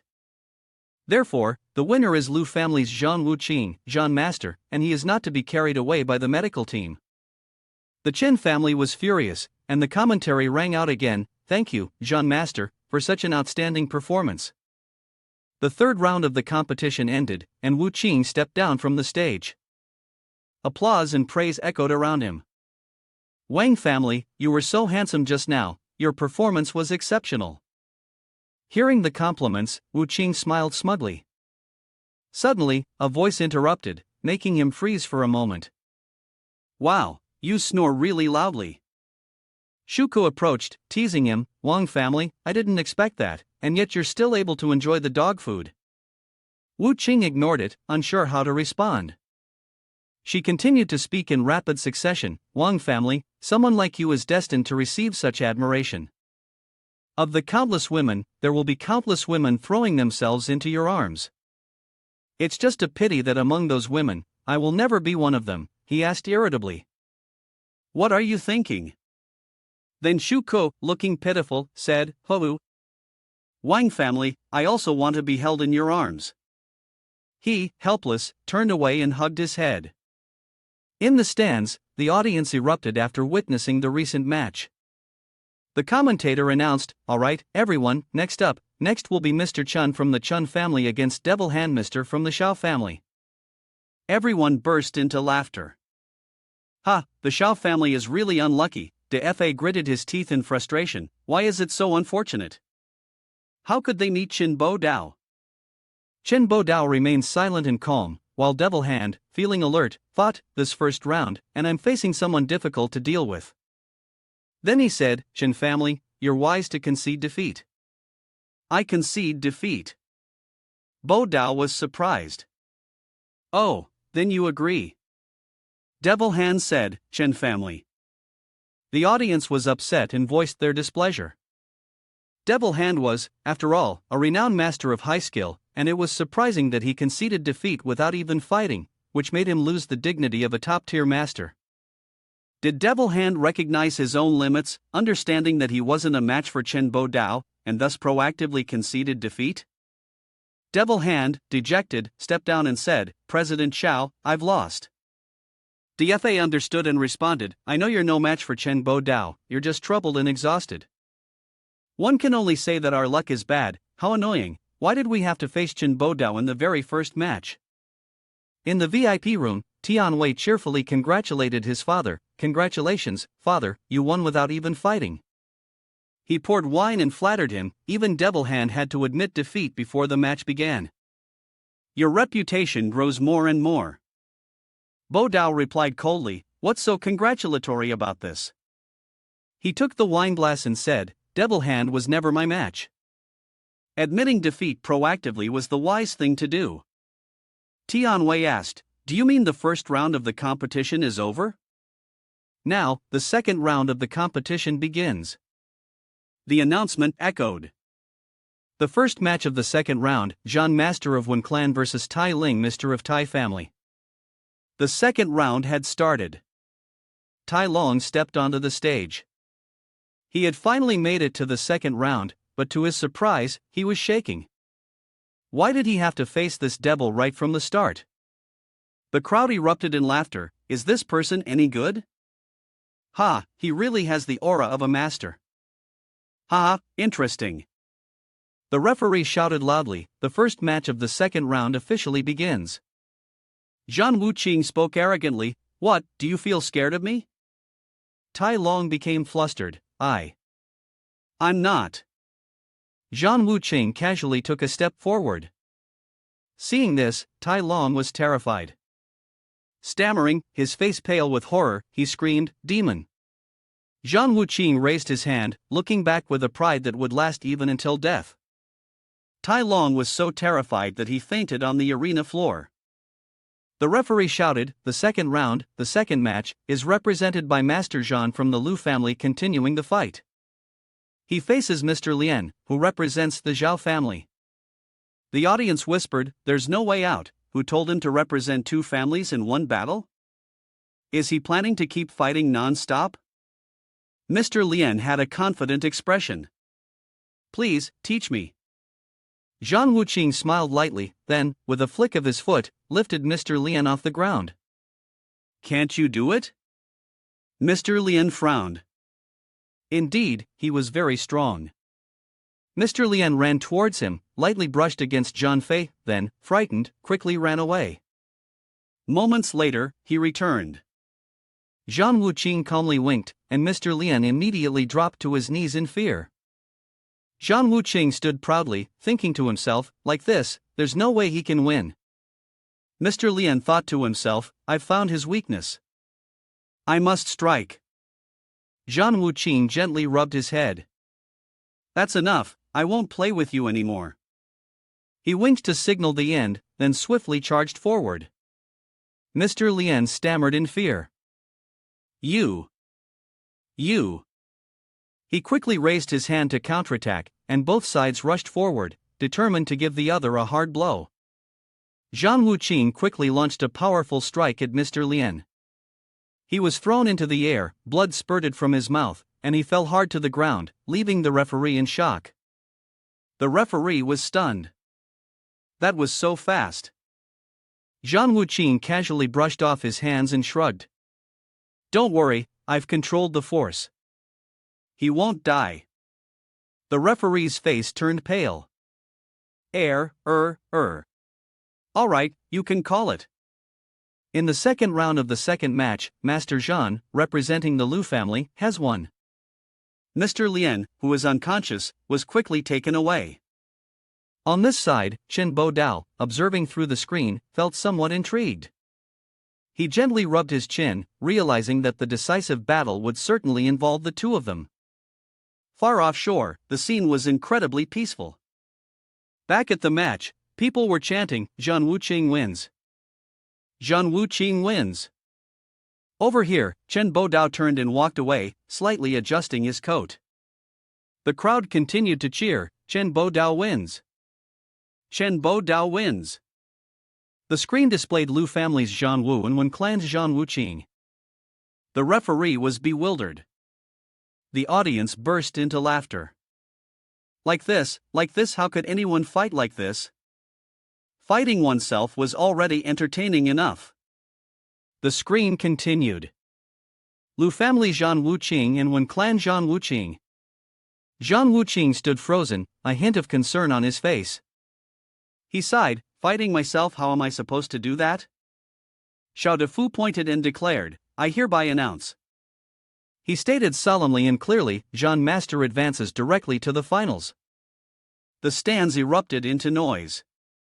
He turned back, pointed and said, if anyone disagrees, they may step onto the stage and spar with Zhan Master themselves. The audience grew fearful upon hearing this. Are you joking? Sparring with that guy, isn't that just asking to die? Wu Tianlong said. It seems that Xiao Defu was thoroughly determined to be subdued. He laughed loudly. It looks like Xiao Defu has quite the sharp eye for the referee's announcement. If President Xiao has said it, no one will have any objections. I hereby declare that Master Zhan directly advances to the finals, and I ask Master Zhan to temporarily leave the ring and wait. He continued, now, we begin the second match of the semi-finals, where Mr. Chun from the Chen family will duel against Mr. Ouyang Silent Sword, representative of the Boat King. Chen Bodao stepped forward in a stylish suit. Ouyang Silent Sword also stepped out, holding a sharp sword in his hand. The arena fell silent, and the atmosphere grew heavy. Ouyang Silent Sword gripped his sword tightly, his gaze filled with killing intent. I lost to you the first time, he said, but this time, I will defeat you. Chen Bodao remained calm and snorted. Ouyang Silent Sword pointed the tip of his sword at him in anger. Are you looking down on me? To defeat you, I have trained tirelessly for a long time. Light flared around the sword. Today, I will show you my true power. Ouyang Silent Sword lunged the tip of his sword toward Chen Bodao. Chen Bodao became flustered. Why did he feel so unsafe? He tightened his grip on the sword, then thrust it again at Chen Bodao. Chen Bodao's eyes flashed with a spark of anger. He retaliated with a strike, forcefully knocking Ouyang back. He was sent flying, coughing up blood, his face twisted in pain as he crashed to the ground. Chen Bodao scowled at his hand, muttering, useless. Ouyang Silent Sword's face clearly showed his dissatisfaction as he trembled and stood up. Damn it, he thought to himself, the injury is far worse than I imagined. As Chen Bodao's powerful footsteps approached, he collapsed, taking a step back. Zhan Wuqing observed, interesting. He thought to himself, looks like this won't be too boring. Ouyang Silent Sword shuddered, his face filled with worry. He stammered, pointing at Chen Bodao, You have mastered your internal energy? He thought to himself, how did he progress so quickly? Chen Bodao stood before Ouyang Silent Sword, his hand clenched tightly. Ouyang Silent Sword quickly pleaded, I admit defeat, I admit defeat. Yi Shuke crossed his legs, revealing his fair legs. He leaned back, thinking, the assassin, what exactly happened? The man sitting beside him kept talking, damn it, that little brat from the Chun family dared to molest me. Yi Shuke took off his glasses. Honestly, when I arrived, that brat was already undressing you. If it weren't for me, you'd have lost your virginity long ago. He yelled, that damn bastard, I will definitely kill him. Meanwhile, the referee loudly declared, I hereby announce that the official duel begins now. Chen Bodao's serious face stared directly at Zhan Wuqing. At the same time, Zhan Wuqing also locked his cold, sharp gaze onto him. He frowned slightly. The gaze emitted a burst of red fire, no less intense, as Zhan Wu glared back at him. Both were restless, wondering why neither of them had made a move yet. He observed and speculated, clearly, both of them were confident in their own strength, neither intending to strike first, both waiting for the other to make the first move. It dawned on him that in order to assess the true strength of the opponent, the audience below was beginning to grow frustrated. "I'm losing my patience," one of them muttered. The battle floor began to stir, their fists collided sharply. Immediately, both launched powerful attacks. Chen Bo-dao spoke first. "You've surprised me. In these years, not only have you managed to survive, but you've grown this strong." Zhang Wuqing coldly replied, "A grudge must be repaid, how could I not give it my all?" Chen Bo-dao rose on his toes, and Zhang Wuqing mirrored the movement, charging toward him. A series of strikes were exchanged, and a massive clash erupted, white smoke billowing everywhere. The crowd was thrilled, amazing, so spectacular. Zhang Wuqing, with his fiery red power, declared, "All the hardships I've suffered today will be returned to you." He shot forward like lightning. Chen Bo-dao furrowed his brows, a mirage forming. Zhang Wuqing launched his strike, but Chen Bo-dao quickly dodged, catching Zhang Wuqing by surprise. The two continued to charge at each other. Determined to defeat his opponent, the two powerful fists continued to clash. Chen Bo-dao looked at his bloodied fist. "How is this possible? I never imagined it, you're even stronger than I thought."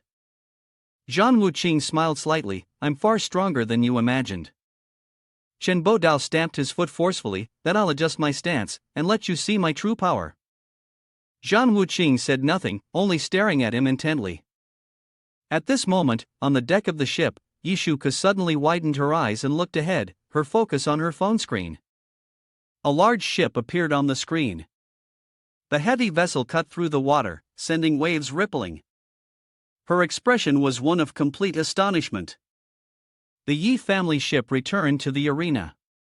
Chen Bo-dao charged forward with powerful strides.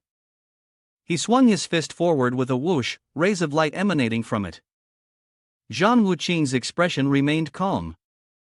He smiled gently, then also launched his fist forward. The force of his strike made the ground tremble. He swung his arm up, delivering a devastating blow towards his opponent. Chaos filled the air as the forces collided.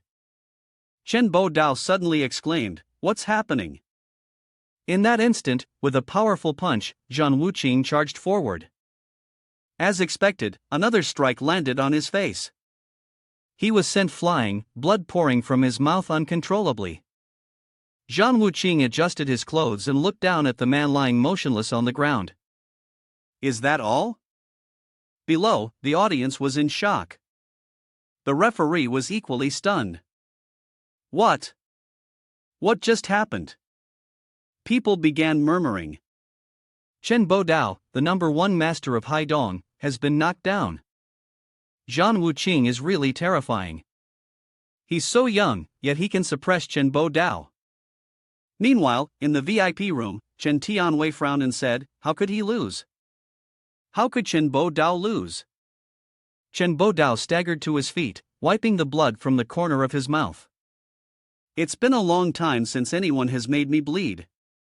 He spoke angrily, "You're the first." Zhang Wuqing smiled excitedly. "Got anything else?" "Oomph, interesting." Chen Bo-dao began to laugh, removing his outer jacket and tossing it behind him with a decisive motion. He clenched his fists together and shouted, "Let me show you all of my strength." His eyes glared at Zhang Wuqing with a killing intent, and a blue aura rapidly enveloped him. Lightning bolts appeared all over the sky. The audience was terrified, the energy was overwhelming. Chen Bo-dao was truly frightening, as if he had transformed into a completely different person.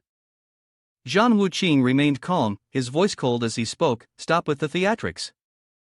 Chen Bo-dao shouted.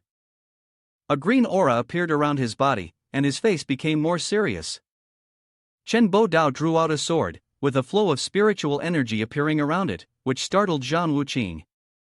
This made him furrow his brows, his expression slightly tense.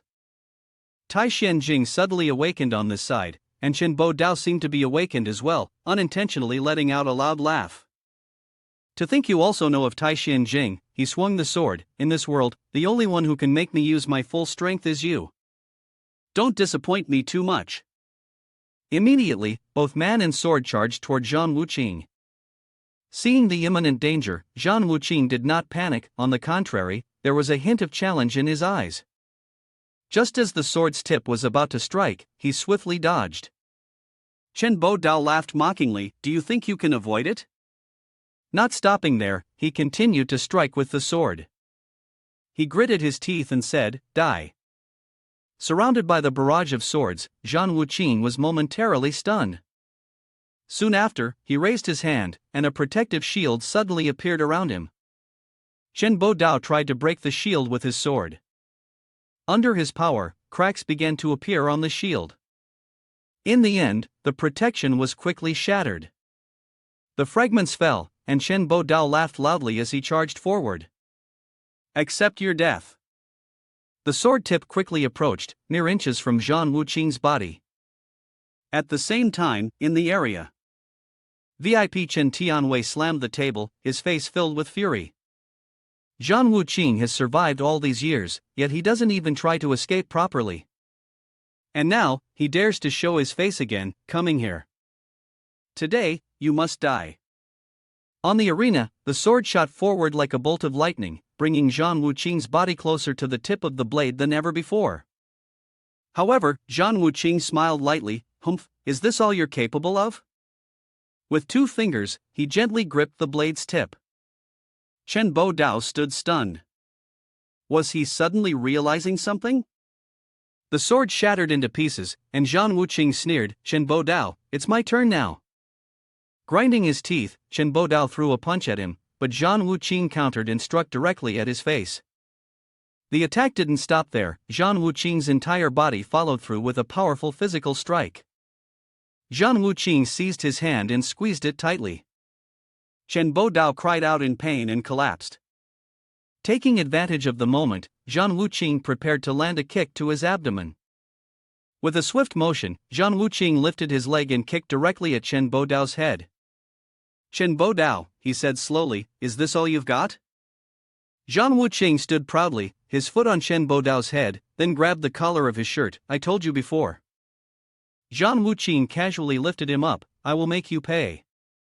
The audience below was left in shock, their mouths agape. Chen Tianwei on the side collapsed, unable to comprehend. He trembled slightly, his voice weak. Father has lost. Yi Shuke was leisurely basking in the sun. She made a phone call, saying, "Let the Yi family's ship enter here." She instructed softly, "Remember, don't let them find out about us." A submarine was diving to the bottom of the sea. A voice echoed inside. Understood. The commander spoke, "All submarines, warships, and aircraft, keep your distance so that the ship can enter. At the same time, stay hidden, don't let them detect us." The ship's helmsman nodded seriously. Understood. On the other side of the screen, another voice echoed. Understood. The diver also received the order. Understood. Guest of the night ceremony. Shuka took a sip of water, thinking to herself, why has the Yi family come here? Zhang Wuqing grabbed Chen Bo-dao by the collar. At that time, I should have eradicated the root. His voice was laced with defiance. "Come on, strike, kill me." Zhang Wuqing's gaze was cold. "Chen Bo-dao, as long as your hands show any sign of strength, I won't let you die so easily."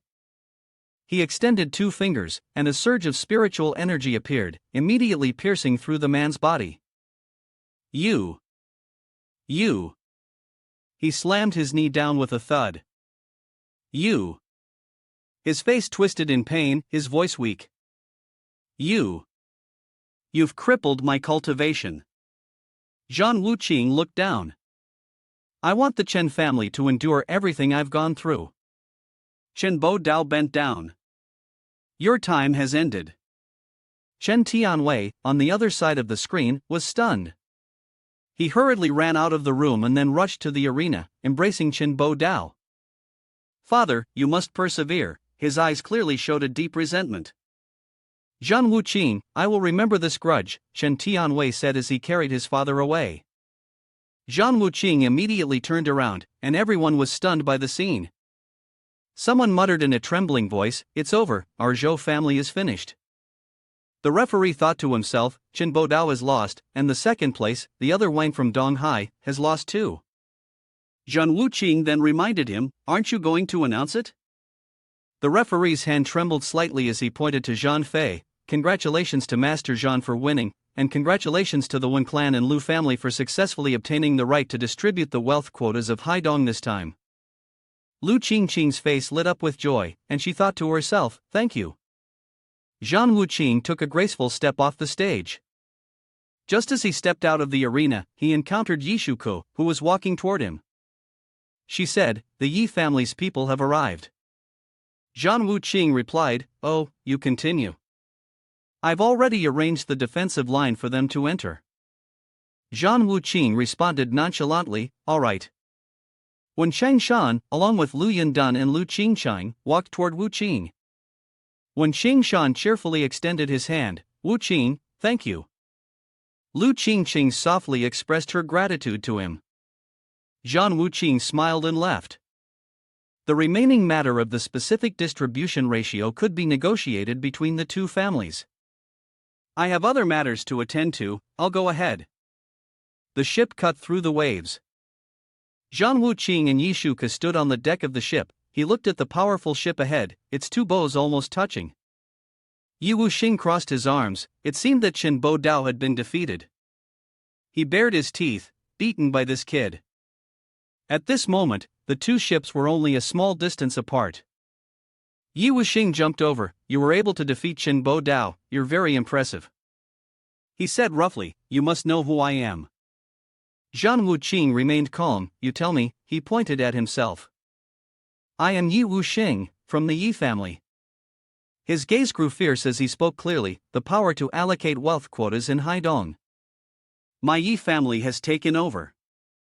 Zhang Wuqing's face was solemn, then he raised his hand, covering his face and laughed loudly.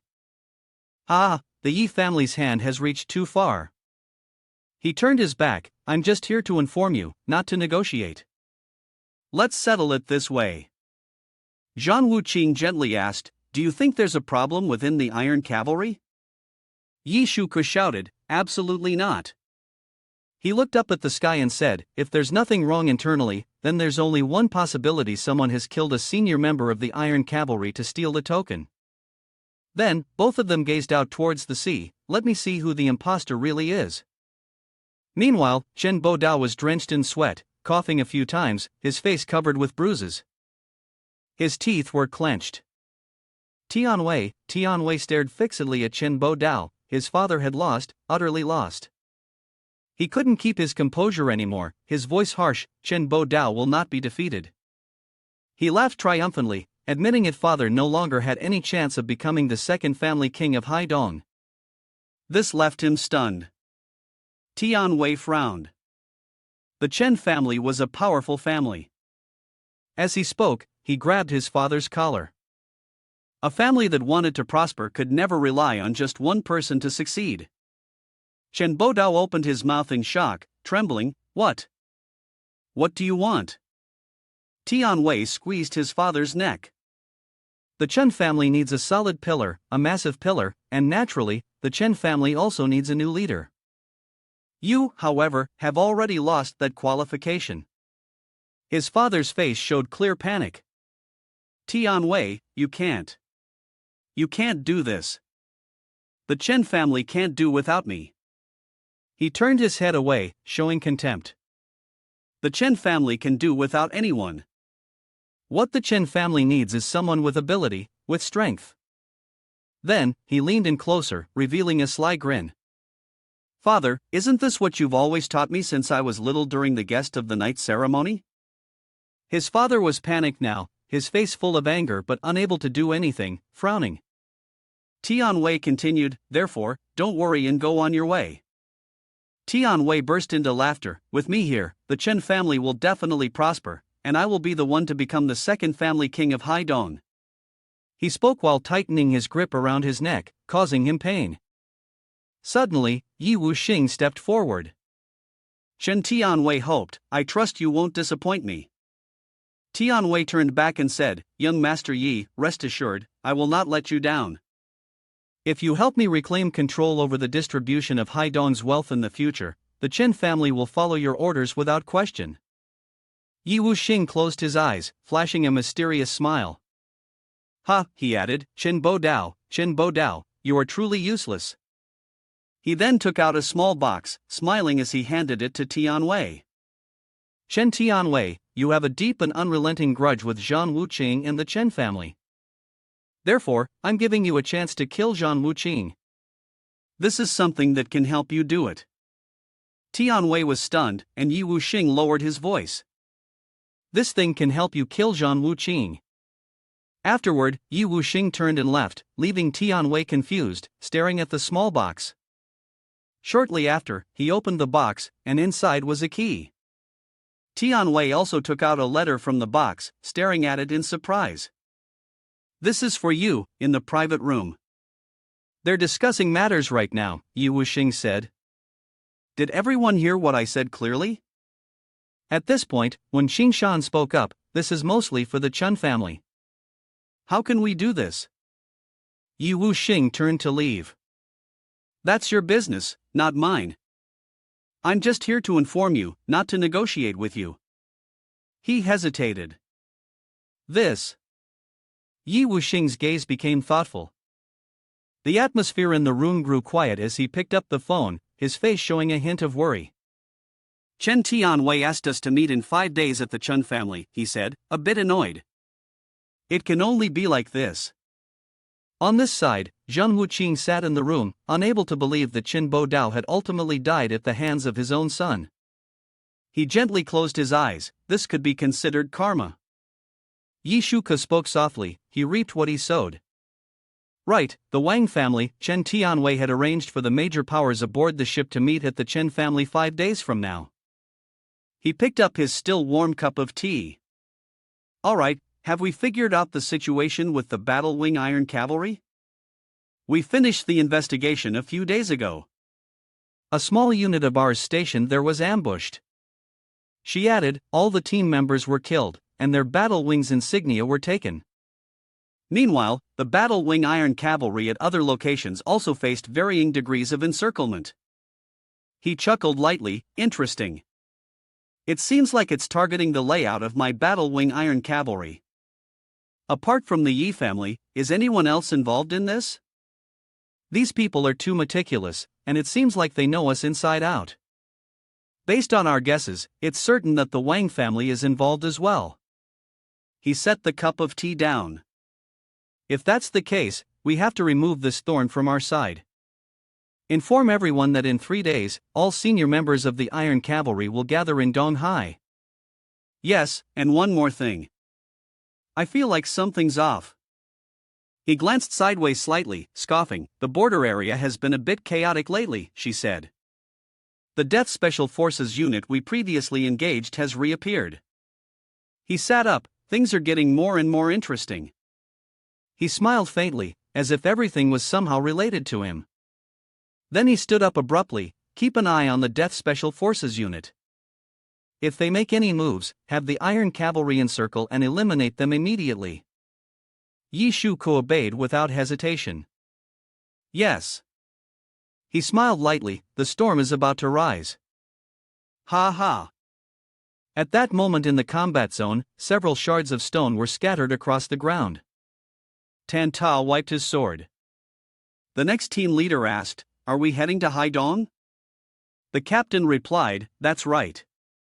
Then he picked up a bullet and examined it. This time, his eyes narrowed slightly. We must kill him. Meanwhile, at the secret headquarters, Ji Jingdio was sitting in front of the computer screen when she suddenly smiled softly. Humph, they've arrived. The butler slowly stepped forward. The others haven't shown up yet? She looked slightly annoyed. What's the rush? There are still 10 minutes until the agreed time. He replied, those people are showing less and less respect for the Wang family. Hearing that, she chuckled lightly. Aren't they here now? At that moment, several people stepped onto the stairs. 2 of them entered. Oh, you guys are really early.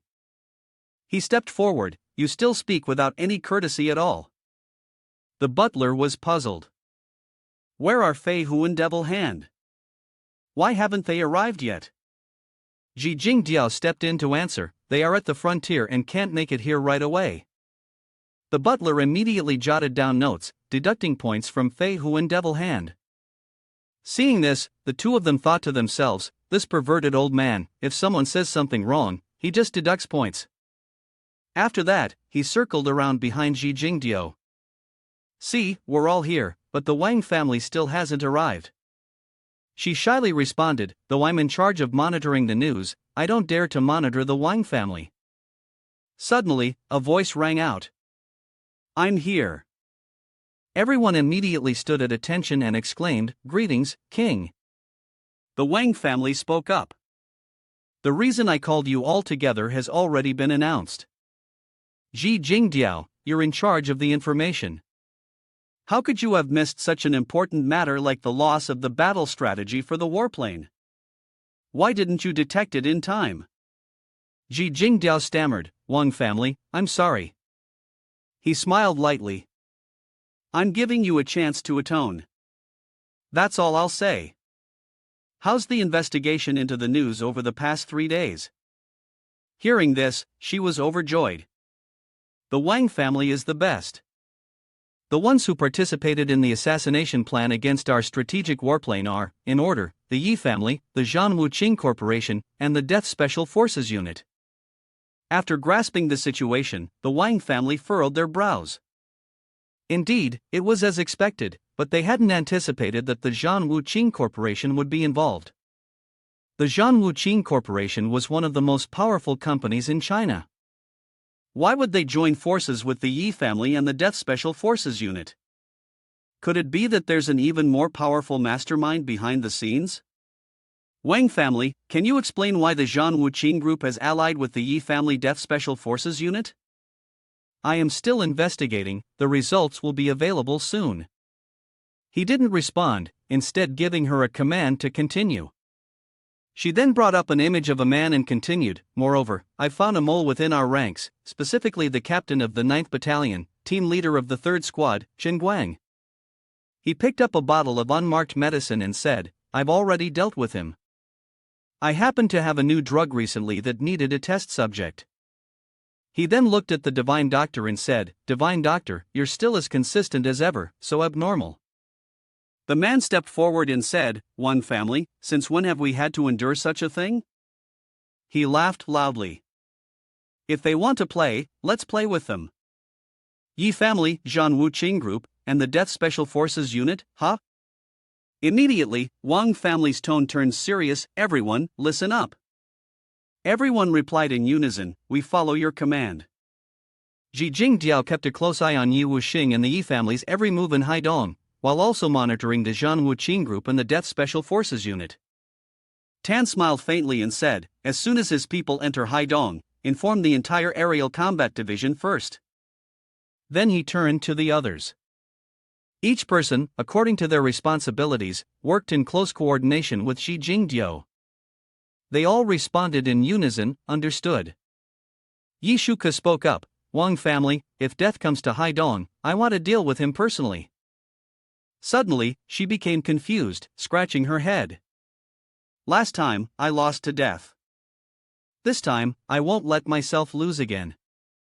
He pondered for a moment, then replied, all right, let Tanku accompany you. Remember, if danger arises, run away first. Guest of the night ceremony, Shuku added, Wang family, rest assured, you don't know my abilities yet, do you? I'm no longer the young girl I once was. She then opened a small notebook. I classify assassins into rank S, but I classify death itself as rank S. The butler immediately said, even if you join forces with Tan Ku, it's likely that you won't be a match for death. Yi Shuka's expression turned displeased, and Zhan Wuqing agreed. The butler was right. Although she had made great progress over the years, death hadn't stood still either. Therefore, if she encountered danger, her first priority must be her own safety. That was an order. Shuko lowered her head. All right, I understand. Meanwhile, at the computer screen, Wang family, Haidong, and several other major forces were heading toward the Chun family. Zhang Wuqing turned around. Very well, I'll also join in on this little gathering.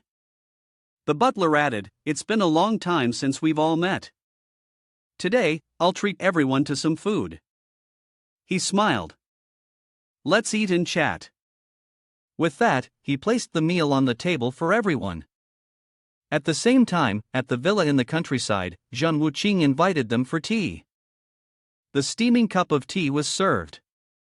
Zhang Wuqing glanced slightly over his shoulder. Chen Tianwei, the reason I've personally come to Haidong this time is a secret. As for the purpose of my visit, I'm sure you already know all about it, right? Zhang Wuqing gently closed his eyes, his voice low and firm, that's correct. Very good. The Special Forces team will be arriving in Haidong today. From now on, you will have full authority over this matter. Remember, this must succeed. This caused a slight unease in Chen Tianwei. He immediately pointed and said, if this succeeds, the Zhang Wuqing group, I will devote all my efforts to train you to become the second king of the Wang family in Haidong. Chen Tianwei, with a resolute voice, rest assured, Zhang Wuqing, I will not disappoint you. Hearing this, Zhang Wuqing felt a slight calmness inside. All right, you can go and take care of your work. I remember today is the day to distribute Haidong's asset quotas to the others. Chen Tianwei respectfully replied, then I shall leave first. Zhang Wuqing, please make yourself comfortable. The door slammed shut, and Zhang Wuqing's hand crushed the teacup in his grip. Zhang Wuqing gritted his teeth, Chen Tianwei. It's time for you, the so-called Battle Wing Heavenly King, to step down. Chen Tianwei entered the room and said, everyone is here, then I will announce the next Haidong asset quota. He raised his glass and continued, 9 parts of the wealth will still belong to the Chen family, just as before. Upon hearing this, everyone was a little stunned. He raised his glass again and said, the remaining 8 parts. Regarding the Zhou family, the rest will be evenly distributed among the others. Does anyone have any opinions? Everyone's faces immediately darkened. How hateful, this Chen family is too arrogant. At the same time, Zhang Wuqing was strolling down the street when he suddenly realized that someone was tailing him. He paused, the corner of his mouth curling into a slight smile, a bit intrigued. Then, he turned into a narrow alley. The men following him looked worried. The two of them walked slowly behind, quickly turning into the narrow alley. Suddenly, when they turned, they couldn't see Zhang Wuqing anywhere. Where did he go? Zhang Wuqing's soft laughter came from behind them. You two have been following me. Hearing the voice from behind, they instinctively turned around, and Zhang Wuqing appeared, walking out leisurely. What's the matter? Immediately, they dropped to their knees, all of them bowing deeply. Greetings, War Medicine Heavenly King, this made him slightly surprised. Oh. The two men looked anxious. Heavenly King, we did not intend to follow you. We just hope to join your ranks, please accept us. He chuckled softly. Interesting. What is your background? I am Long Yi, an adopted son of Zhang Wuqing. This is Long Wu, my biological younger brother, and also an adopted son of the Dragon King. He was somewhat taken aback. An adopted son of the Dragon King? Long Yi added, Heavenly King, this is not a place to talk. Let's go somewhere else. Long Yi glanced around. Zhang Wuqing said, no, I just want to show you. He raised both hands and continued, what is human experimentation like? Sitting in the chair, he asked in doubt, human experimentation? Long Yi closed his eyes and slowly began to speak, that's right, human experimentation at the age of 7. I was adopted by the Dragon King and began to undergo cruel and inhumane human experiments. He opened his eyes and said, at first, we had more than 20 brothers, and now I am the only one left, Long Wu. Zhang Wuqing, lost in thought, looked at Long Yi as he spoke. In this quota competition of the Haidong match, behind Chen Tianwei was the Yi family. And behind the Yi family was the Dragon King. He raised a phone and exclaimed, behind the Dragon King, they want to control wealth, and that is human experimentation. Long Yi handed the phone to Zhang Wuqing and said, "The documents of human experimentation are all here. Please take a look, Heavenly King." Upon seeing the images inside, his face immediately changed. Zhang Wuqing squeezed the phone in his hand, crushing it, and shouted angrily, "Beast!" Long Yi furrowed his brows, looked straight at him, and called out, "That's why today, my brothers and I hope to join the Heavenly King." He lowered his head and added, "We no longer want to live through those days of losing our conscience." Zhang Wuqing said nothing, staring intently at the two Longwu brothers beside him, and suddenly shouted excitedly, "Heavenly King, we are absolutely not sent by the Dragon King." After that, Zhang Wuqing raised his hand and said, "If that is the case, then I agree. From now on, you will follow me." Long Yi immediately looked at him in surprise, and Longwu also had an expression of disbelief. Then, the two brothers simultaneously knelt down, clasped their hands, and shouted, "Greetings, Heavenly King." Zhang Wuqing looked at his reflection in the cup of water and said, "Get up. Tell me the specific effects of the human experimentation." His legs quickly crossed as he waited. Long Yi furrowed his brows and slowly explained, "The Dragon King has been in charge of the human experimentation for nearly 20 years. The so-called human experimentation refers to using scientific technology and ancient poisons to improve the human body." Long Wu, standing beside him, immediately added, "The goal is to push the human body to its theoretical limits.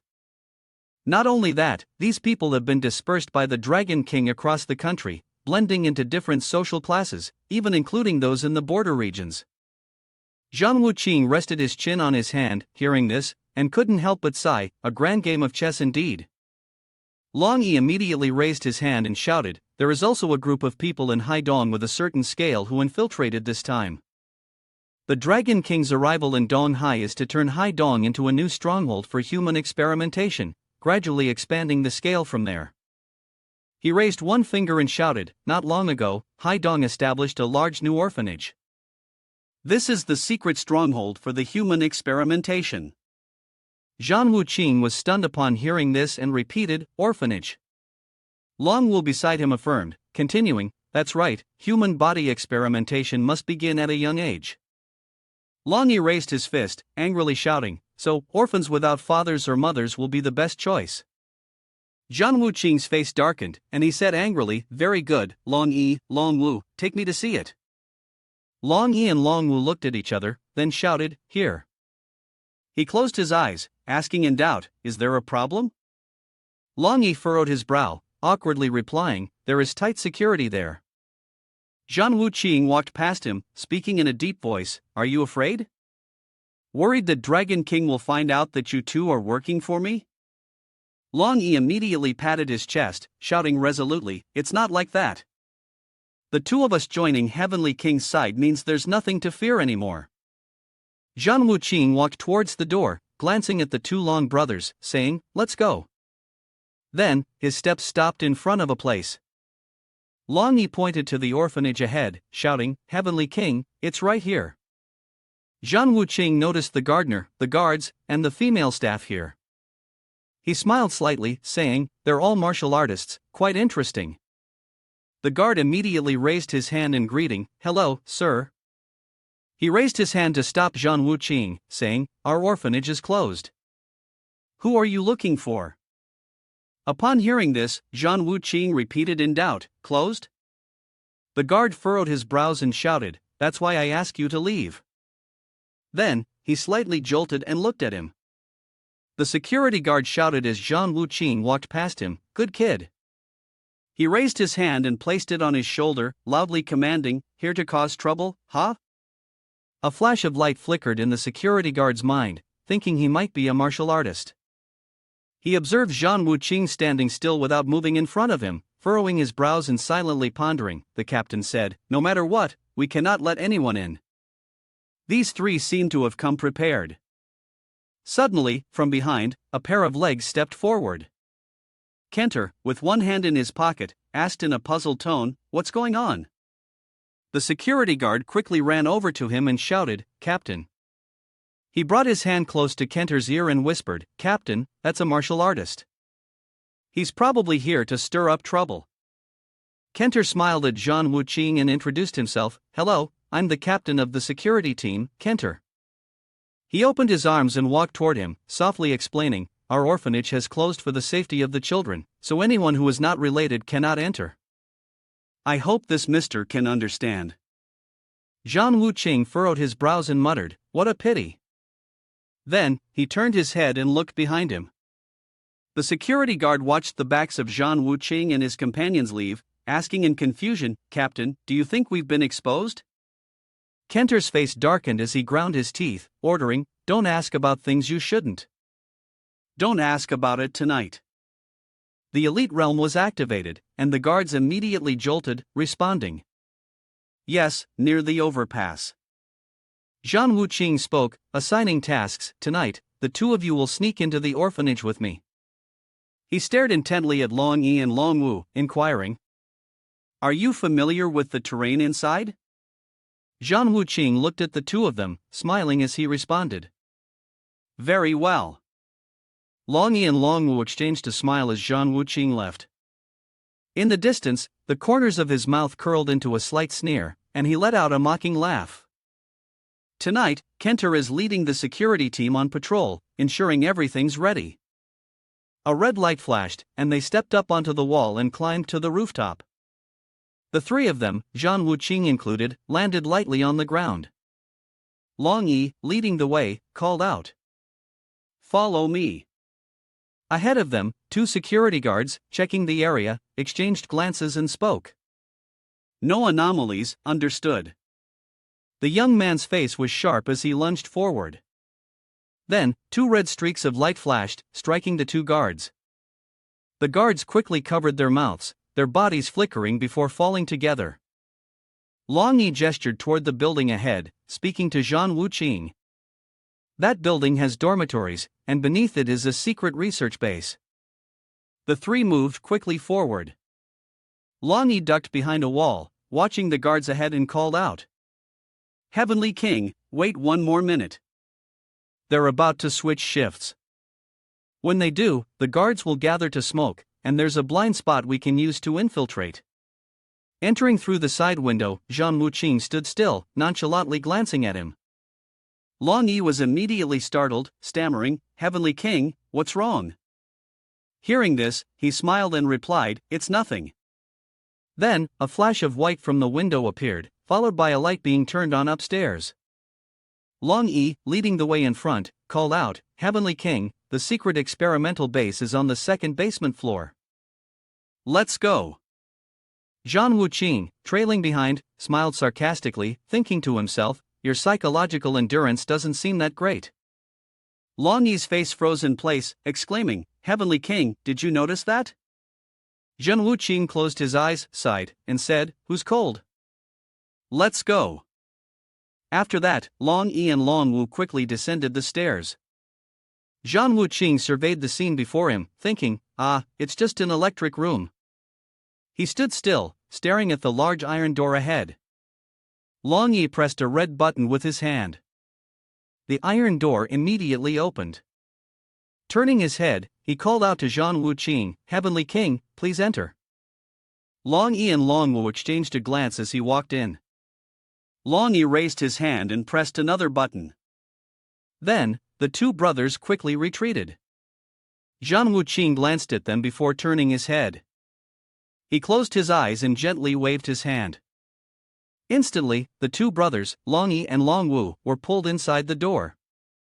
Following that, the large iron door slammed shut with force. Above, the high-pressure lamps on both sides instantly turned on at the same time. Zhang Wuqing stood still, observing the crowd around him with a questioning look. Is this your plan? Long Yi raised his hand to cover his mouth, smiled, and asked. You discovered it long ago? He responded with doubt, asking back. Such a clumsy scheme, do you really think you can deceive me? His two hands emitted a blue light, he scoffed coldly, and shouted, so what if you discovered it? You are still as arrogant and self-satisfied as ever. Long Yi squinted his eyes, showing contempt, and shouted loudly, you walked right into our trap. Today, I will eliminate you for my adoptive father. Kenter called out from behind the crowd, "War Medicine Heavenly King." He came out arrogantly and said, "The man who could gain fame alongside my adoptive father is only this appearance." Zhang Wuqing glanced at the crowd, asking, "Do you know what you're doing? Does Dragon King know about this?" Hearing this, Long Yi smiled and responded, "If I bring back your head, my adoptive father will naturally know." Zhang Wuqing then inquired, "If I'm not mistaken, your plan was rejected by Dragon King?" He immediately frowned, loudly retorted, and spoke nonsense. Zhang Wuqing placed a hand on his forehead, laughing softly and expressing his feelings. "Having followers like you, Dragon King is truly disgraced." Kenter frowned, shouting, "Still talking big when you're about to die." His face twisted in madness as he excitedly yelled, "War Medicine Heavenly King, even though you were strong and led your team to defend the border alone, you are still just a mortal." Kenter looked at the armed guards and said, "As for these people, they are all martial artists with internal energy. The daggers in our hands are made using new technology, incredibly sharp, and coated with poison. Just a single drop is enough to kill an elephant, and the victim would die within a minute." The sharp blade was coated with purple poison. Kenter raised his hand and laughed as he gave the order. Immediately, the guards charged toward Zhang Wuqing from all directions. Long Yi and Long Wu also struck at the same time. A golden flash appeared in Zhang Wuqing's eyes. Long Yi immediately took a blow to the left cheek, spitting out a mouthful of blood. Long Wu rushed in, only to receive a punch to the right, also spitting out blood. The two brothers, Long Yi and Long Wu, were sent flying back toward the iron door. Zhang Wuqing used his special ability to quickly move through the guards, knocking them aside. The daggers all fell to the ground simultaneously. Kenter was stunned, gritting his teeth in disbelief, and asked, Are you even human?" Zhang Wuqing lightly brushed off his clothes with his hand and replied, "If this is your plan." He tilted his head slightly and continued, "I can only say, you're greatly underestimating me." Kenter shouted in response, "Of course not." In his arm, he tightly gripped a small vial. The corner of Kenter's mouth curled up slightly. Seeing this, Zhang Wuqing was startled and looked toward him. On his side, Kenter swung the tube out, causing the white toxic smoke to quickly spread, shouting loudly, "This is the biochemical poison we've just developed." Zhang Wuqing immediately raised his hand to cover his nose, then his eyes widened in shock. Tiny purple dots immediately appeared on his arm.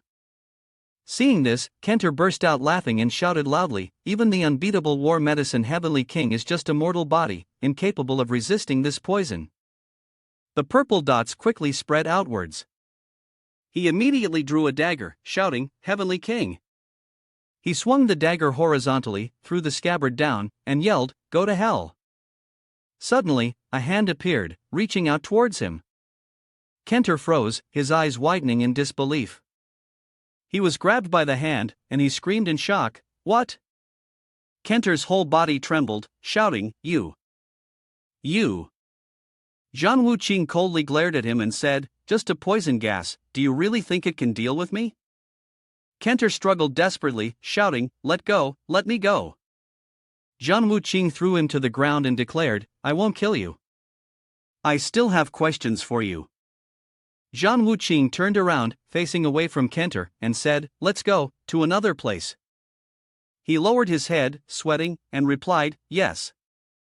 Then, Kenter stood before the iron door, entering the code, while Zhang Wuqing stood behind, supervising.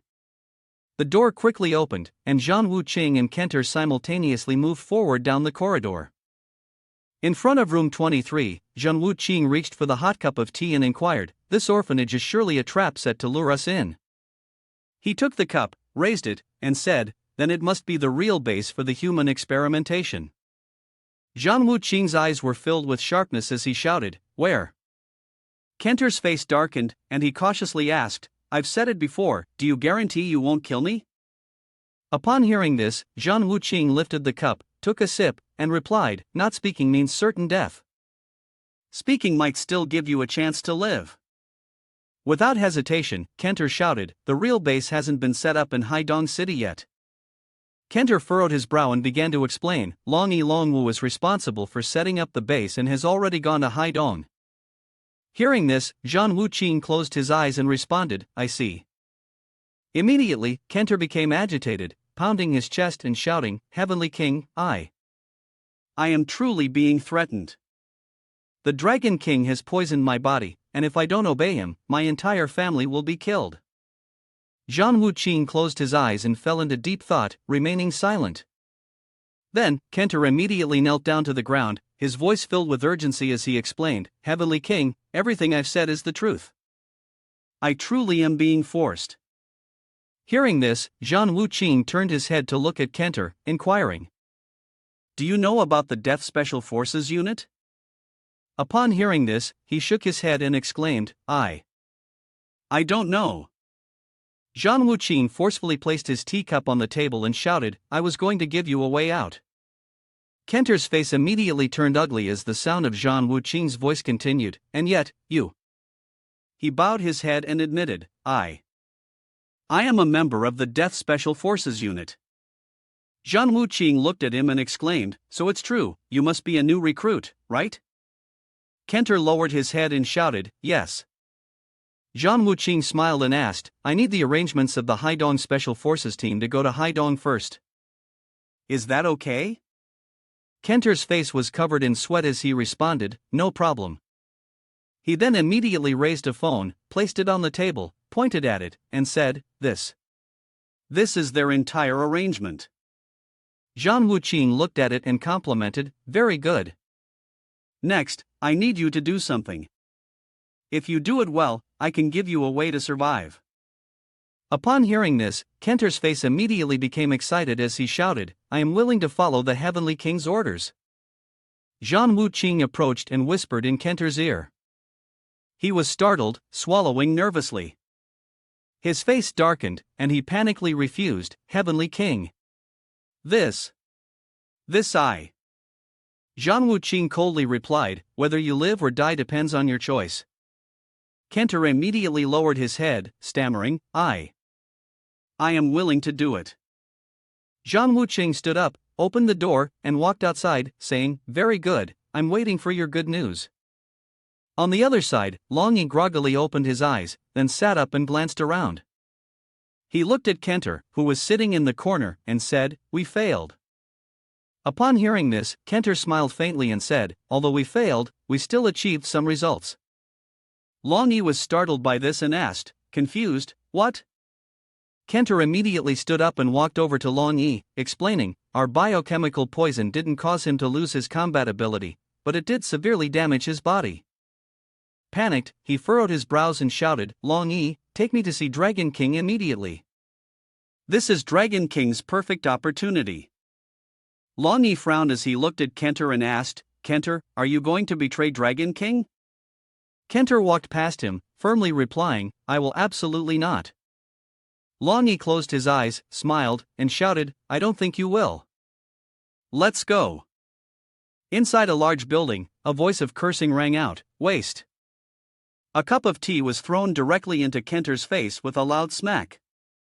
Dragon King's voice rang out, How many times have I told you? He pointed toward the group and shouted, I won't allow any of you to act recklessly. Kenter gently knelt in front and softly said, Please forgive me, Dragon King. Dragon King sighed deeply.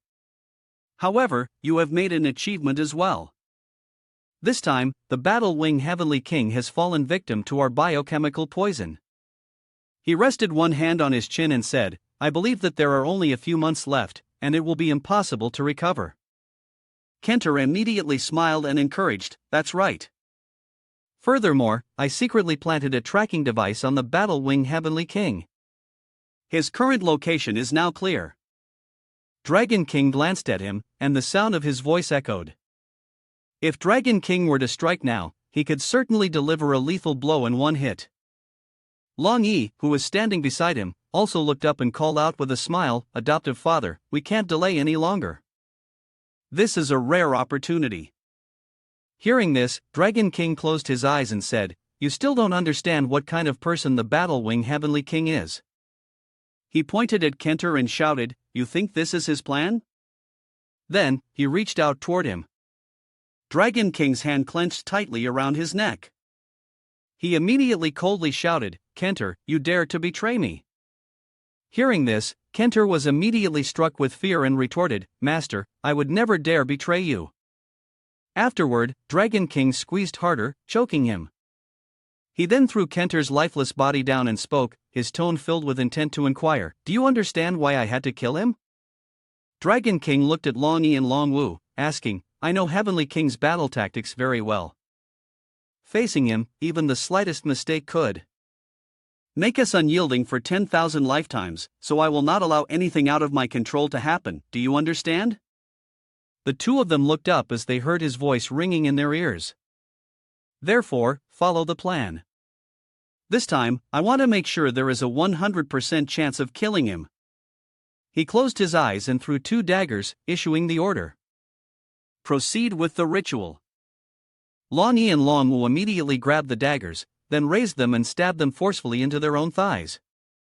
The Dragon King closed his eyes and gave the order, "All right, step back and tend to your wounds." He glanced at the two of them and reminded in a deep voice, "But remember, from now on, you must not act without my permission." Long Yi immediately bowed his head respectfully and called out, "Yes, adoptive father."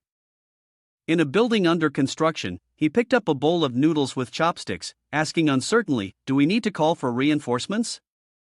Yi Shuko crossed her arms over her chest, looking out the window, and shouted, "Death Special Forces Unit, including me, there are 9 of us." She gazed outside, hesitating as she wondered aloud, "But right now, in this building, there is only Death and 1 other member. The scaffolding outside is still under construction." She raised her head and looked at Yi Shuko, asking, "What do you mean?" She smiled brightly, asking, "Do you think 2 against 2 would lose?" He pounded his chest and declared, "Of course not." Hearing this, Yi Shuko smiled and decided, "All right, tonight I'll capture Death so the Wang family will know I am no longer the little girl I once was." After that, she raised her hand and waved, signaling, and Tan and Yi Shuko immediately jumped outside. On the other side, a hand grabbed a bullet, a reaper lay on the couch, and another stood on the balcony, observing the surroundings. Captain Luo Zue noticed that 2 people were heading towards us. Hearing this, the man immediately responded, somewhat intrigued. The man holding the telescope shouted, "They must be under Heavenly King's command, one is nicknamed Tanko, and the other is an assassin." The other reaper, hearing this, asked in confusion, "Oh, is it that little girl? Just the 2 of them? Isn't War Medicine Heavenly King coming along?" The reaper holding the telescope looked toward them, at Luo Zue. His hand tightly gripped the gun on the table and said, "Interesting." The reaper sitting on the couch, holding the gun, declared, "Let's see how that little girl develops." The reaper with the telescope paused upon hearing this, looking at him. Captain Luo Zue called out, "Move out." The next day, in the center of a house, a pair of feet quickly entered. Zhang Wuqing stood still, lightly sniffing the air. He asked, puzzled, "What happened?" The divine doctor appeared behind Zhang Wuqing and reported, "The Wang family, last night Yishuko and Tanko went to hunt the reapers. Tanko was injured, but is fine now." He calmly narrated, "Shuko was poisoned with a type of biochemical toxin, but last night, I successfully neutralized the poison and created an antidote." The divine doctor extended his hand toward the door and added, "The antidote has already been injected, there's no need for further concern." He heard this and responded calmly, Inside, Yi Shuko had her arm bandaged. She lowered her head, lost in thought. As soon as Tanku and Yi Shuko saw Zhang Wuqing, they exclaimed, "Heavenly King!" He raised his hand to stop them, saying, "No need to stand up." "What happened?" Yi Shuko lowered her head, weakly stammering, "We lost 2-2, couldn't win. Those reapers are very tricky. We had already gained the upper hand, but that guy played dirty and used poison." The butler held a notebook and a pen, recording, "Guests, Tanku, each of you will lose 2 points." Tanku immediately clenched his fist, shouting angrily, "Damn it, next time, I'll definitely beat those reapers to a pulp." Hearing this, Zhang Wuqing spoke up and asked, "Can you explain the details of what happened yesterday?" Yi Shuko listened and calmly began recounting, "Wang family, Tanku and I found the temporary base of the reapers. Based on my analysis, She lowered her head sadly, saying, there were only reapers and one team member inside. Tan Ko and I had the ability to handle it. We trained in close combat and dealt with one of them first. The two quickly knocked out one enemy and then continued running. Yi Shuka's voice rang out loudly. After that, the two teamed up to deal with death. They were about to succeed when death took out a biochemical poison. Hearing this, TH shouted angrily, that guy doesn't even have the sense of a true warrior.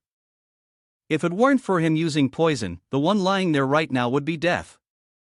Zhang Wuqing heard this and coldly shouted, the Death Special Forces unit is the best at assassination, sneak attacks. Are you asking him to fight you openly and fairly? Hearing this, TH lowered his head dejectedly, saying nothing. He raised his hand, pointing to the notebook, asking the butler to deduct one more point from him.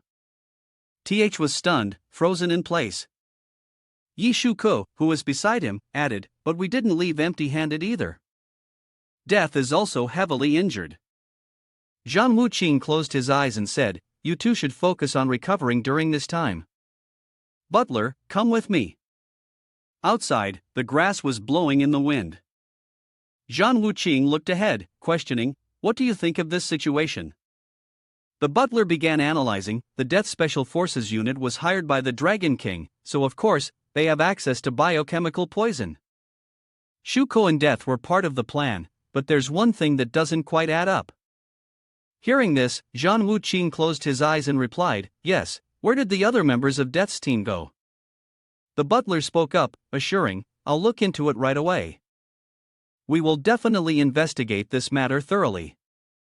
Zhang Wuqing recalled the words of the other S, your assessments have never been wrong.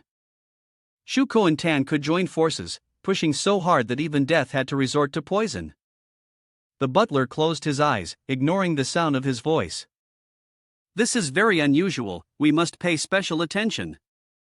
Zhang Wuqing turned and patted the butler's shoulder, saying, you've been working hard lately. The butler closed his eyes and responded, of course. Zhang Wuqing walked ahead, reminding, you should smile more often, otherwise, it's easy to get wrinkles. The butler immediately smiled and replied, got it. At the Chen family, members of the Death Special Forces unit leaned back on the sofa, and Yi Wuxing of the Yi family sat calmly in a chair. Chen Tianwei of the Chen family held a cup of hot tea in his hands. Yi Wuxing glanced at Death and asked, did you get injured? Death, upon hearing this, was startled and replied, it's just a small wound. He closed his eyes, lowered his head, and said loudly, I hope this doesn't interfere with our plans. The door opened, and Dragon King entered leisurely, his face showing a cheerful expression. Everyone, today marks our first official meeting. The people in the room immediately stood up and said in unison, greetings, Dragon King. Dragon King then asked, Death, how useful is biochemical poison? Death responded, the poison is a bit weak, but it works very quickly. But it was feared that, for Zhang Tiandi, it would fundamentally be impossible to pose any threat. Chen Tianwei suddenly spoke, that's right, last night my subordinates made contact with Zhang Tiandi. The Dragon King then said, the biochemical poison had no effect on him at all, but that was merely the most basic form of biochemical poison. This is the second-generation biochemical poison, which has stronger toxicity. A lot of my resources and manpower have been wasted in its development, so this time, we must succeed in Dongha City. At that moment, Zhang Wuqing was walking down the street when a thought suddenly crossed his mind, is a storm coming? Seeing the license plate of the car, he immediately realized that this was the vehicle of the city's underworld boss. The car suddenly stopped beside Zhang Wuqing. The door opened, and Manhwa stepped out. In a low voice, he asked, are you Zhang Wuqing? My master has invited you, please come with me. Zhang Wuqing looked at the shadow inside the car for a moment, then quickly responded, all right. As soon as he entered, he saw Bai He. She spoke, please rest for a moment. Zhang Wuqing thought to himself, interesting, and the car drove off to a more secluded area. After a while, it stopped, and the door was politely opened. Bai Hua invited him out. Then, Bai He led Zhang Wuqing into a mansion with an imposing design. She opened the door herself. When she reached the living room, Bai Hehe spoke up, "Please have a seat. My name is Bai Hehe, from the Bai family in the capital. Bai Yun is my grandfather." Upon hearing this, Zhang Wuqing remained calm. He replied, "So you are the granddaughter of old Bai. Is there something that happened today that you invited me here for?" Bai Hehe then stated, "The Bai family has changed." Suddenly, she stood up and bowed her head with deep sincerity, "Please, Battle Wing Heavenly King, save my Bai family." Zhang Wuqing furrowed his brows. He quickly helped Bai Hehe back up, "No need for this. Old Bai and I have a close relationship." She slowly spoke, "What happened to the Bai family?" Bai Hehe replied sadly, "Do you know my eldest brother, Bai Manhwa?" Zhang Wuqing quickly responded, "I think I've met him once." "Does this have something to do with him?" Bai Hehe began to explain, "A while ago, my grandfather fell seriously ill, and Bai Manhwa took him to a private hospital. From that day on, the Bai family began to face a series of major problems. First, there was a covert scheme to profit from my family's subordinates, then they exploited the Bai family's connections to cause turmoil in the medical industry and inflate prices. Furthermore, they have been secretly establishing a covert laboratory." This revelation shocked Zhang Wuqing. "A laboratory?" Bai Hehe replied, "Yes, as for the specifics of the experiments, I have no way of knowing. And now, I can't even see my grandfather anymore. Fortunately, before that, my grandfather had told me to say that my brother is in Haidong. This news, apart from you, no one else knows. Only then could I borrow the excuse of traveling to Haidong to come and ask for your help." Zhang Wuqing then asked, "Was it because there were eavesdropping devices on the vehicle that I wasn't allowed to speak earlier?" She responded, "Yes, the war medicine Heavenly King is asking you to save the Bai family's life." Zhang Wuqing felt somewhat confused and said, "If you're asking for my help, why don't you trust me?" Bai Hehe appeared flustered. She signaled the servant to close the door. Once the door was shut, she spoke hesitantly, "War medicine Heavenly King, I feel there's something you're reluctant to say." Zhang Wuqing interjected, "It's alright. It's normal for your family to be uneasy, especially with my relationship with old Bai. I will definitely help with this matter." His words made Bai Hehe smile with joy, "Thank you, Battle Wing Heavenly King." Zhang Wuqing then added, "However, I can't leave Haidong City for now. There's someone troublesome here who needs me to deal with personally. I will arrange for my people to help save old Master Bai first." Bai Hehe suddenly trembled and said, "Alright, if you think he's troublesome, then he must be someone formidable." Zhang Wuqing honestly replied, "He truly is not someone easy to deal with. Moreover, I suspect that this person might also be involved in Bai Manhwa's case." Bai Hehe suddenly exclaimed, "Could it be the Dragon King?" Upon hearing this, Zhang Wuqing said, "It seems I wasn't wrong in my guess." At that moment, the Dragon King was in Haidong City. She looked angry and said, "It really is the Dragon King. When my grandfather was healthy, the Dragon King came to the Bai family. It seemed there was some conflict between them, and the two of them parted on bad terms. After my grandfather was placed under house arrest, I secretly investigated and found that Bai Manhwa had close contact with the Dragon King." Her story made Zhang Wuqing think to himself, this guy's plan is bigger than I imagined. It looks like not just the capital and Haidong, but other cities may also be part of the Dragon King's scheme." Suddenly, Bai Hehe became flustered. "Wait, if this is the Dragon King's doing," she offered her hypothesis, "he clearly knows you're in Haidong, yet he still allowed Bai Manhwa to send me here. This is definitely a plot." Zhang Wuqing was a bit surprised. Things are getting more and more interesting. "Can we trust the person outside the door?" Bai Hehe was firm, "Absolutely trustworthy. If even he betrays me, then I truly have no one I can rely on." Zhang Wuqing pondered in his mind, what exactly is the Dragon King planning? He suddenly spoke, "Forget about this matter for now. I'll have someone investigate. Of course, I will also arrange for people to protect you." Upon hearing this, Bai Hehe gratefully said, "Thank you, Battle Wing Heavenly King." Zhang Wuqing instructed, when the soldiers arrive, the generals block them, when the waters rise, the earth obstructs them. Miss Bai, for this period of time, you can rest assured here. The matters of the Bai family will be handled. After saying this, he quickly stood up. Bai He bowed respectfully. The great kindness of the Battle Wing Heavenly King to the Bai family is deeply appreciated. On a sunny morning in the imperial capital, in a sick room, Xian Fei suddenly smiled wickedly. Grandfather, for the great cause of the Bai family, I hope you won't blame your grandson for being ruthless. The Bai family is changing every day, but an old-fashioned person like you insists on being stubborn and refusing to change. How can the Bai family develop? Only by following someone like the Dragon King can we grow and rise. The servant then spoke up, Young master, the young lady has arrived at Haidong and has even come into contact with the war medicine Heavenly King. Xian Fei quickly instructed, very good, immediately send a message to the Dragon King. This time, we must kill with determination. At a CAF, Zhang Wuqing was having a phone conversation. Have you arranged everything?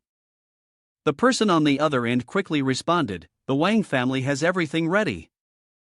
Just confirm, and don't hesitate. He said, certainly. After finishing the conversation, he hung up, gazing at the steaming cup of coffee, a thought forming in his mind. Next, wait for the drama to unfold tonight. At the Bai family villa one morning, Bai Manhwa brought a glass of water and said, Miss, drink some water. If you continue like this, your body won't be able to take it. Bai He appeared saddened, and she said, Thank you, Bai Manhwa, for the turmoil that has shaken the waves. The Bai family is fortunate to have you still by my side to help me. Bai Manhwa suddenly appeared quite annoyed.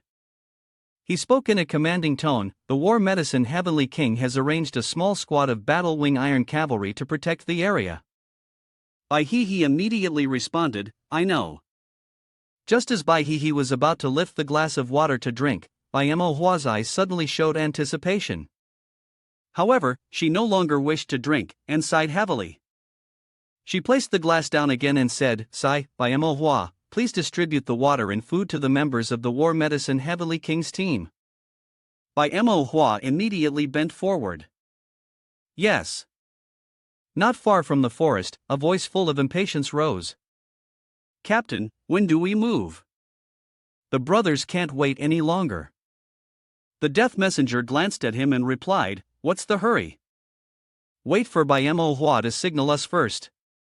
Who would have thought we'd get such a good opportunity, the young lady of the Bai family? Ha, when the time comes, we'll tell the brothers to hurry up. The others, hearing this, expressed their frustration loudly, we can't hurry, we're all men, over an hour, it's basically the same. At this moment, Bai He had finished drinking the water, and she was now in her sleep-like state. Bai Manhwa spoke with deep guilt, Young lady, I'm sorry. You have done so much for me, but Bai Manhwa is threatening my sister. I really can't refuse. After saying these words, he immediately pressed send on the message, feeling an immense sense of guilt inside. Young lady, once the plan is complete, I will definitely die to atone for my sins. Once done, Bai Manhwa slowly opened the door and stepped outside. As soon as the masked men saw him, they spoke up, well done. When we get back, I'll make sure to speak well of you to the captain. Bai Manhwa replied, hurry up. One of the masked men suddenly placed a hand on his shoulder and asked, Do you want to join us? This was a rare once-in-a-lifetime opportunity. Hearing this, Bai Manhwa immediately shouted, ridiculous. How could I do that with a young lady? Hurry up. Seeing his expression, the masked men burst into laughter. Ha ha ha. They looked at Bai He, lying motionless on the ground, and smiled lecherously. Let's get to work, brothers. One of them suddenly pulled down the lower part of his mask and said, teasing and killing people, this mind of ours really got a good deal, no one can stop us. Ha ha ha. Zhang Wuqing suddenly walked into the room. Nice plan. The plan to take Bai He to Haidong, then have her raped and frame me for it, I must say, it's really well done. As soon as they heard this from him, the men inside panicked, realizing they had fallen into a trap. The brothers quickly turned to kill Zhang Wuqing, giving him a look full of displeasure. Before long, they were knocked unconscious by him. Once it was done, he suddenly turned towards the remaining man and, "Now, it's just you left. That guy doesn't seem to feel any pressure, truly deserving of the title Battlewing Heavenly King. With such a meticulous plan, and yet he couldn't do anything to you. But don't think you've won yet, the final victory will definitely belong to us." As soon as he finished speaking, Zhang Wuqing struck him in the neck. He said, "Dying is not that easy, this butler is entrusted to you." The butler standing beside him nodded. "Understood." Then, he picked up Bai He and left. When they reached Bai Manhwa, he kicked him in the stomach and ordered, "Follow me." A while later, Bai Manhwa knelt before Bai He and apologized. She raised her face and said, "Thank you, Heavenly King, for saving me." Zhang Wuqing sighed and said, "Bai Manhwa is someone from your side, how do you want to handle this? You decide." Bai He looked at Bai Manhwa with deep disappointment. Bai Manhwa never expected that even he would want to betray her. Bai Manhwa immediately knelt down and begged, "Miss, please kill me, I have betrayed your trust."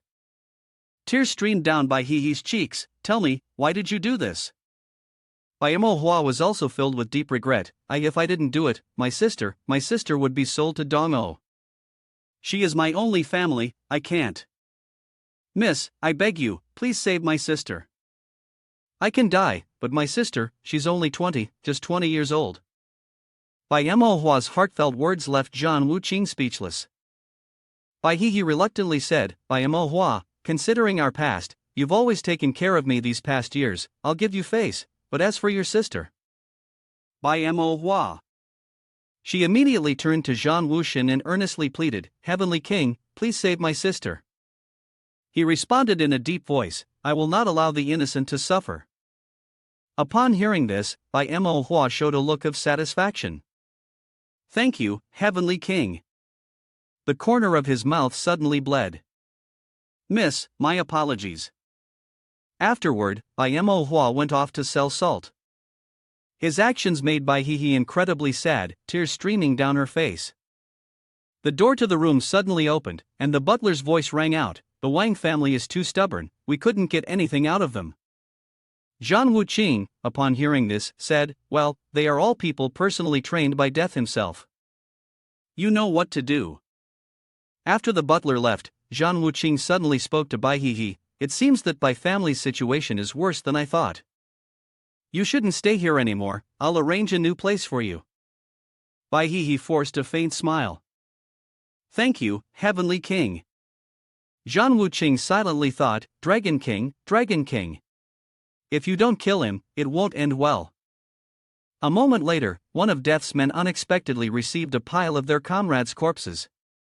He panicked and shouted, "Zhang Tiandi," then quickly reported to Death.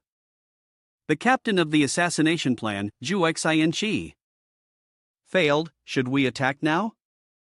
The god of death, upon hearing this, was filled with raging anger.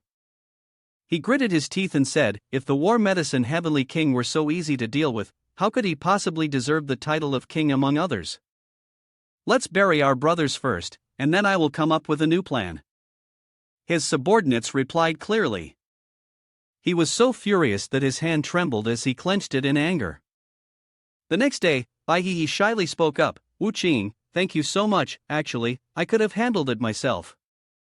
Bai Wuqing looked at her and responded, "You faced such a huge shock, how could you go out alone? The Bai family will still need your help in the future. If anything happens to you, how could I explain it to old Master Bai? Are you hungry?" Bai He then asked. Zhang Wuqing quickly replied, "What a coincidence, I'm hungry too. Let's go eat." The two of them entered a nearby restaurant. A cheerful voice welcomed them, "Welcome, honored guests." Bai He and Zhang Wuqing quickly sat at a table. Suddenly, Chen Fei also walked into the restaurant. He irritably remarked, "The living standards in this Haidong city are terrible. I've been walking for half a day and still can't find a decent restaurant. Seeing him, Zhang Wuqing became a little cautious. One of Qian Fei's subordinates cheerfully said, "Second young master, this place can't compare to our Jiangnan city. Please bear with it a little." Qian Fei asked irritably, "Have the people from the other families arrived yet?" One of his subordinates immediately answered, "They're all on their way." Bai He suddenly exclaimed, "Isn't this Qian Fei from Jiangnan city?" Zhang Wuqing quickly responded, "Do you know him?" She answered slowly, "The Bai family has some business collaborations with Qian Fei.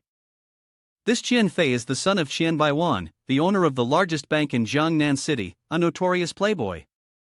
Upon hearing this, Zhang Wuqing's thoughts stirred. The Qian family from Jiangnan, why was he here in Haidong? Could it be related to the Dragon King? Qian Fei had also recognized her. Bai He, you're here too?" He immediately tried to backpedal to avoid saying anything inappropriate. His subordinate quickly cleared his throat a few times, and Qian Fei quickly shifted his mood to appear cheerful. "Hello, I'm Qian Fei from Jiangnan city. I don't believe we've met?" Zhang Wuqing replied calmly, "I'm just an employee." Qian Fei harbored doubts. How could someone like him, who sat with Bai He, claim to be just an employee? Unable to stay any longer, he had no choice but to leave, clearly in a bad mood. Suddenly, he extended an invitation. "I've booked a private room here, would you like to join me?" Bai He spoke up. Zhang Wuqing then said, "Sure, a private room for free, why stay in the lobby? It's much more expensive here." Qian Fei thought to himself, "I must be overthinking. A poor person like this could have no background, right?" In private room 666, Bai He was growing increasingly irritated by Qian Fei's constant chatter in her ear. "We haven't seen you in a while. Do you have a boyfriend now?" She inwardly grumbled, talking so much during a meal. Suddenly, Qian Fei spoke up, "Last year, I suggested to your grandfather that our families consider an arranged marriage, didn't I?" At first, the old man had pondered it, saying, "It seems we're fated to meet here today. Why don't you think about it seriously?" Bai He glanced at Zhang Wuqing with a faint smile. Qian Fei quickly noticed that look and thought to himself, as expected, this guy has some kind of connection with Bai He. After thinking this, Qian Fei couldn't help but speak up, "Bai He, you look down on money, yet here I am, falling for someone as poor as this. I really don't know what's going on with your taste in men." Bai He immediately retorted, "Qian Fei, be a bit more polite." Zhang Wuqing suddenly put his chopsticks down and said, "Enough of this meal, he. Let's go." Bai He quickly stood up, and as the two were about to leave, Qian Fei ordered his servant, "Find out who this guy is and what his background is." The servant replied, "Yes, young master." Just then, the phone on the table started vibrating non-stop. "Kang Kong Kong." Qian Fei answered the call, "Wu Shaoying is coming to Haidong." The person on the other end quickly replied, "We've arrived. Young Master Qin and I came together." When Qian Fei heard that, he said, "Perfect, I'll send you the location so you can come for dinner. Let's stop by the Chen family before we eat." The other person quickly responded, "All right, I'm almost there." Qian Fei suddenly said, "By the way, Wu Shaoying, guess who I just saw?" Wu Tang asked curiously, "Who?" He smirked and said, "Bai He. She's come to Haidong too." Wu Tang immediately said, "Bai He is in Haidong city as well? That's great." Qian Fei added, "Unfortunately, Wu Shaoying, your chance is gone." A cold gleam appeared in Wu Tang's eyes. "Qian Fei, make yourself clear." Qian Fei quickly told him, "Bai He already has a boyfriend. And he's just an ordinary guy." Those words left Wu Tang utterly shocked. "What did you say?" "Qian Fei, this isn't something you should be saying carelessly." Qian Fei replied calmly, "I told you to make a move earlier, now it's too late, isn't it? Just come over first, I'll explain everything when you're here." Wu Tang quickly hung up and let out a long sigh. Seeing the sadness on Wu Tang's face, Qin Fang asked, "What's wrong?" Wu Tang replied gloomily, "Bai he already has a boyfriend." Qin Fang smiled cheerfully. "So what? If she's the girl you've set your sights on, isn't it just a matter of time before you win her over?" As for Bai He's boyfriend, he was the one signaling the assassination. Wu Tang suddenly felt a bit lighter as Tan said, "That's true. Don't think he's just an ordinary person. Even if it's the giant hand of Dong Hai in front of me, it doesn't mean much." When Bai He walked out of the restaurant with Zhan Wuqing, she sighed in frustration. Who would like this kind of young master, Xian Fei, all dressed in silk? Sooner or later, his money would be wasted in his hands. Zhan Wuqing cheerfully responded, "Not necessarily. Although this guy dresses neatly, it doesn't mean he doesn't have a brain. He might not be as dumb as he looks." Suddenly, his phone rang non-stop from his pocket. After checking it, he happily said, "Let's go. I'll take you to visit the Chen family." Bai He obediently nodded. She followed Zhan Wuqing to the Chen family's residence. When they arrived at the door of the Chen family, Xian Fei had already been waiting there for a while. Not long after, a luxurious Rolls-Royce pulled up. The servant excitedly exclaimed, "It's here." When the door opened, Xian Fei spoke, "Young Master Wu, young Master Qin, I've been waiting for you for a long time." Qin Fang smiled, "It's been a while since we've met, young Master Qin." Xian Fei then said, "Let's go inside. Zhan Wuqing and Bai He have just arrived." Xian Fei suddenly spoke again, "Young Master Wu, Bai He is here too." Wu Tang quickly turned around. The two eyebrows furrowed slightly, and Zhan Wuqing said, "That's quite clever." Bai He quickly informed him, "The heavenly king you are with, Xian Fei, is Wu Tang, along with Qin Fang. They are successors of a prominent conglomerate in Jiangnan City. Especially Wu Tang, who, as I've heard, the Yu family used to sell weapons abroad, accumulating and hiding a large amount of resources." This piqued Zhan Wuqing's interest. The Wu family's weapons aren't exactly clean. When she approached, Wu Tang greeted her cheerfully, "Long time no see." Bai He politely replied, "Long time no see." Wu Tang then turned to Zhan Wuqing and asked, "This is Bai He's introduction, and this is my friend, Zhan Wuqing."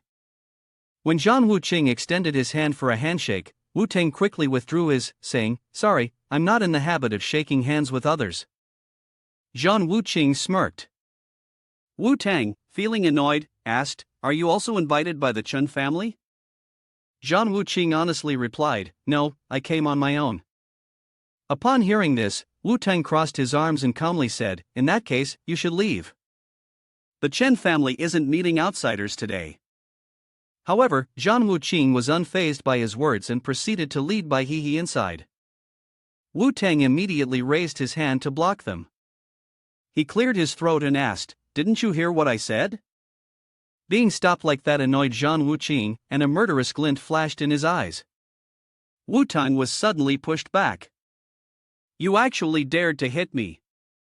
Seeing this, Qin Fang secretly thought, "This kid is done for." Xian Fei quietly thought to himself, "This kid Wu Tang is not like me. If you offend him, even the Chen family will be in trouble, let alone you."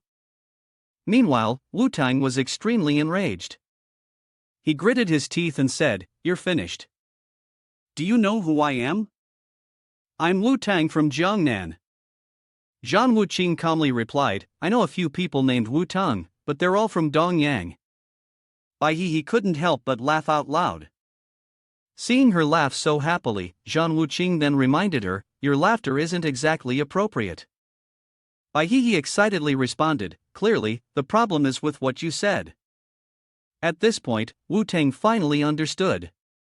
He immediately shouted, "Are you insulting me?"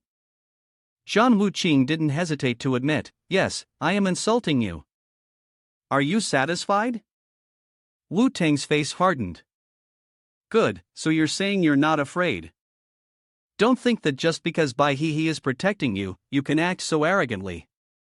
You must have family, right? Do you have friends?" Hearing these arrogant words, both Bai He and Zhan Wuqing felt displeased. Not getting a response, Wu Tham continued, taunting a kid like this, even if you kneel and apologize to me now, it would be useless. Not everyone from the Wu family is someone you can afford to insult. Xin Fang then spoke up, young Master Wu is really angry now, this kid is done for. A shadow slowly appeared behind Xin Fang. Upon seeing the person, Xin Fang's face lit up with excitement. Chen brother. Chen Tianwei cheerfully spoke up. Xin young Master Qin, you've had a tiring journey. Then, Chen Tianwei suddenly became serious. I've investigated these matters. Upon hearing this, Xin Fang replied. That's good. Wu Tang turned his face around, curling his lips and said. Wait, you little brat, I'll deal with you slowly.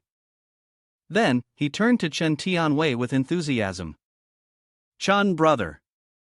Chen Tianwei suddenly moved closer to Wu Tang and whispered.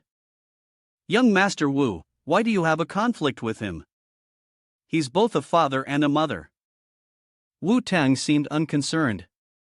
He's just a small first-grade martial artist, even if he's a shareholder of the Xianglong Corporation, so what? In front of me, he's just a bug. Let's go, Chen brother. This brat, I'll take care of him later. Zhan Wuqing suddenly called out. Chen Tianwei instinctively stepped back. Xian Fei couldn't help but think. Chen Tianwei seems to be very wary of this person, it looks like his background is far from simple. Zhan Wuqing stared directly into Chen Tianwei's eyes and asked. Why didn't you invite me in when I came to the Chen family? Chen Tianwei quickly responded. Zhan Wuqing, I have something important today. A servant suddenly approached and whispered something to Chen Tianwei. After listening, he said. The person who's come as a guest, let them in. This left Wu Tang utterly shocked. Chen brother, the matter we need to discuss today is a big one. Chen Tianwei hastily spoke, young Master Wu, I will explain everything to you slowly. In his heart, he thought, since the Dragon King had sent someone to invite me, how could I refuse? As Zhan Wuqing and Bai Hehe entered, they were immediately stopped by the servant. He bowed his head respectfully and announced, please follow me, someone wishes to meet you. Zhan Wuqing felt a sense of joy in his heart, so they finally couldn't wait any longer? He replied, all right. The male servant respectfully said, please enter. Zhan Wuqing and Bai Hehe walked calmly toward the room. When they reached the door, he opened it directly. As soon as the Dragon King saw Zhan Wuqing, he spoke in a cold voice, long time no see. Zhan Wuqing paused for a moment, then said to Bai Hehe, wait for me outside the door. Bai Hehe obediently complied, nodding before stepping out, carefully closing the door behind her. Only then did Zhan Wuqing speak formally, Dragon King, it has indeed been a long time. The Dragon King responded, the War Medicine Heavenly King never expected that after you left the frontier, you would stay in this small place. Zhan Wuqing shook his head. He said, if this place is so small, then why are you, the Dragon King, here? Dragon King, are you officially declaring war on me? The Dragon King replied slowly, I had planned to do so before, but I still wanted to give you a chance. These words made Zhan Wuqing slightly amused. He asked, give me a chance? Dragon King replied bluntly, that's correct, give yourself a chance, War Medicine Heavenly King. You are still young but have great skill. I don't want to see you die. I hope you also understand the gravity of the situation. Zhan Wuxin stood up joyfully, then thank you, Dragon King, for your esteem. Unfortunately, I've never been one to understand the gravity of things. Dragon King's brows furrowed suddenly, then there's nothing more to say. If that's the case, I won't show mercy. The beginning of your death, War Medicine Heavenly King, starts here in Haidong City. Zhan Wuqing turned to ask, if I make a move here, do you think you'll be able to leave? He responded angrily, War Medicine Heavenly King is still as arrogant as ever. Don't hesitate to try. As soon as he finished speaking, Zhan Wuqing moved. He threw a punch at Dragon King, but Dragon King was no ordinary man of the guest of the night ceremony, he quickly dodged to the side. Suddenly, a young man appeared. With a single glance, Zhang Wuqing swiftly punched him away. Only then did he speak, "You surely don't think." The young man with a scar on his face looked at him with greed in his eyes. Zhang Wuqing continued, "Do you think he can stop me?" Dragon King shook his head, "Of course not." A knife suddenly flew from somewhere. Zhang Wuqing swiftly jumped back. Death God, the one who threw the knife, spoke enthusiastically, "Battle Wing Heavenly King, long time no see." Zhang Wuqing was not at all frightened. He responded, "The Death God, who had been hiding, finally dares to show himself. You injured my Zhan-winged iron cavalry, you're asking for death." Zhang Wuqing took a quick run up and delivered a painful kick to the Death God. After receiving the kick from Zhang Wuqing, the Death God was sent flying backward. The scarred young man saw an opportunity and quickly charged forward. Just as the punch was about to land, Zhang Wuqing grabbed his wrist. Then, he lifted his knee and drove it into the man's stomach, causing him to cry out in pain. Ugh! The Death God pulled out a knife and, without hesitation, threw it at Zhang Wuqing. Die! Battle Wing Heavenly King! Zhang Wuqing quickly spotted the knife and thought to himself, "Humph, poor skills." In no time, he had caught the knife and hurled it back at the Death God. The Death God narrowly avoided having his shoulder impaled. Dragon King, who had been watching from the side, immediately clapped in praise, "No wonder you're the Battle Wing Heavenly King. 1 against 3, and still not at a disadvantage." Both the Death God and the scarred man were heavily injured, but Zhang Wuqing simply brushed off his shoulders.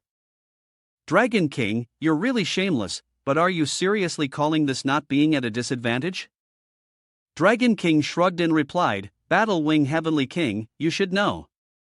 No matter what happens today, you won't be able to kill me. This is my turf." He lightly tapped his heel, and immediately a row of soldiers appeared before him in a standing position. Zhang Wuqing instantly recognized the Northern Europe Dragon King's Special Forces team, which had openly acknowledged it. Indeed, these 4 men were the 4 military kings from Northern Europe. "Battle Wing Heavenly King, do you still think you have a chance of winning now?" Zhang Wuqing's eyebrows suddenly furrowed, and he asked the Dragon King, "Do you know what your actions are right now?" The Dragon King paid no attention to the threat, replying, "Do I need you to flail around while I act?" Upon hearing this, Zhang Wuqing spoke, "It seems you've made up your mind." The Dragon King responded, "That's right." Zhang Wuqing calmly said, "Very well, I accept your declaration of war." The door was suddenly opened. "By he exclaimed in surprise. "Wuqing!" Zhang Wuqing walked out calmly, but he didn't say a word. The two of them left. Death God found it puzzling. Are we just letting him go like this? The Dragon King offered an explanation, "I understand, Battle Wing Heavenly King. Acting now would only result in both sides suffering. I need to win completely. Furthermore, the most important point is that I want to become the sole king of Nation H." After leaving the Chen family, Zhang Wuqing immediately took out his phone. When the call was answered on the other end, he spoke briefly, saying one word afterward. "Everyone is waiting for me at the base." The person on the other side immediately responded clearly. On the other side, Wu Tang, Chen Fei, and Qin Feng were having an extremely serious meeting. Chen Tianwei began to speak, "Everyone who has come from afar, Tianwei is truly honored." Qin Feng smiled joyfully, "Stop with the formalities, let's get straight to the point." Hearing this, Chen Tianwei became excited. Since that was the case, he snapped his fingers, "Then I will speak frankly, please take a look." A servant brought over a vial of blue liquid, and Chen Tianwei quickly raised his voice and asked, "Do you know what this is?" The people present showed that they did not know. Seeing their expressions, Chen Tianwei happily said, "This is something that can place us at the pinnacle of the world." Xian Fei, feeling anxious, said, "Brother Tianwei, stop keeping us in suspense. What exactly is this medicine?" Chen Tianwei picked up the vial and replied, "This is a cancer treatment drug." Wu Tang was immediately shocked, "Impossible." Qin Feng, somewhat skeptical, asked, "A cancer treatment drug? Brother Tianwei, isn't that a bit of an exaggeration?" Chen Tianwei responded, "Not at all. Here is a document, please take a look. Meanwhile, another meeting was taking place between Zhang Wuqing and his friends. Butler spoke up. What happened to the Heavenly King? Zhang Heavenly King seriously stated, Dragon King has officially declared war on us. Shuko, upon hearing this, appeared intrigued. Does that mean the Heavenly King can now deal with the Death God? Chen Guang also felt ready, thinking that they could finally handle them. Zhang Wuqing shot a glare at the two of them. Shut up, both of you. I called everyone here to learn how to deal with them, not to have two injured fools like you making mistakes again. The butler suddenly opened his notebook and made a note. Tan and the assassin both lose 1 point. Zhang Wuqing called out, Butler, do you have any ideas? Is there a way to deal with both the Dragon King and the Death God squad in one go? The butler immediately closed his notebook. I believe we should recall all the Zhanwing Iron Cavalry. That way, we can be sure to wipe them out all at once. Zhang Wuqing then issued the order, Warbird, go monitor the Dragon King and the Death God squad first, and also keep an eye on the Northern Europe movements. She quickly responded, clearly acknowledging the command. After that, Zhang Wuqing ordered Butler to summon 5 squads of Zhanwing Iron Cavalry. In the dark of night, in a luxurious restaurant, Chen Tianwei carefully poured wine. Mr. Yi, I'm lucky that with your and Dragon King's help, I was able to become the king of Haidong. Yi Wuxing, holding 2 beautiful women on either side, thought to himself, this narrow-minded fool, you're just a pawn in our game. Just stay there and nod in self-satisfaction. Only then did he speak. Of course, if Dragon King deals with Zhan Tiandi this time, those families will no longer be a match for you, they will all have to bow under your feet. Hearing this, Chen Tianwei suddenly felt the authority, and he couldn't help but smile smugly. Ha, I am the only king of Haidong City. Yi Wuxing, seeing his expression, snorted softly, then turned and walked away, standing on the high tower to gaze at the city. Below, Zhang Wuqing's thoughts flashed through his mind, truly rotten to the core. It's time to clean up. Just then, Butler appeared, reporting. Heavenly King, I have brought 5 squad leaders from the Battle Wing Iron Cavalry to pay their respects to Heavenly King. Wuqing responded, all right, as long as you finish your business, no need to come here intentionally. Everyone, please stand.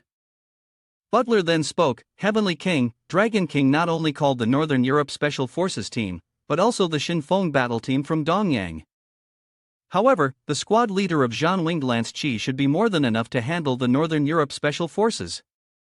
Zhang Wuqing's eyes suddenly lit up. He thought, if this old man cooperates with the West, fine, but now he's also cooperating with our greatest enemy, he really is no longer human. The sky darkened with thunder and the clouds gathered. Zhang Wuqing gave Butler a compliment. Very well. The notification below states that the Iron Cavalry strategy has destroyed the Xinfeng Special Forces team. Change into their clothes and report to Dragon King. Butler bowed deeply and respectfully. It was a beautiful morning in Chenfu. Yi Wuxing spoke in a flattering tone. Dragon King, that fool Chen Tianwei has used a drug to recruit a group of people. We will soon become the most powerful force in the entire country. Dragon King responded with satisfaction. This pawn, Chen Tianwei, isn't bad.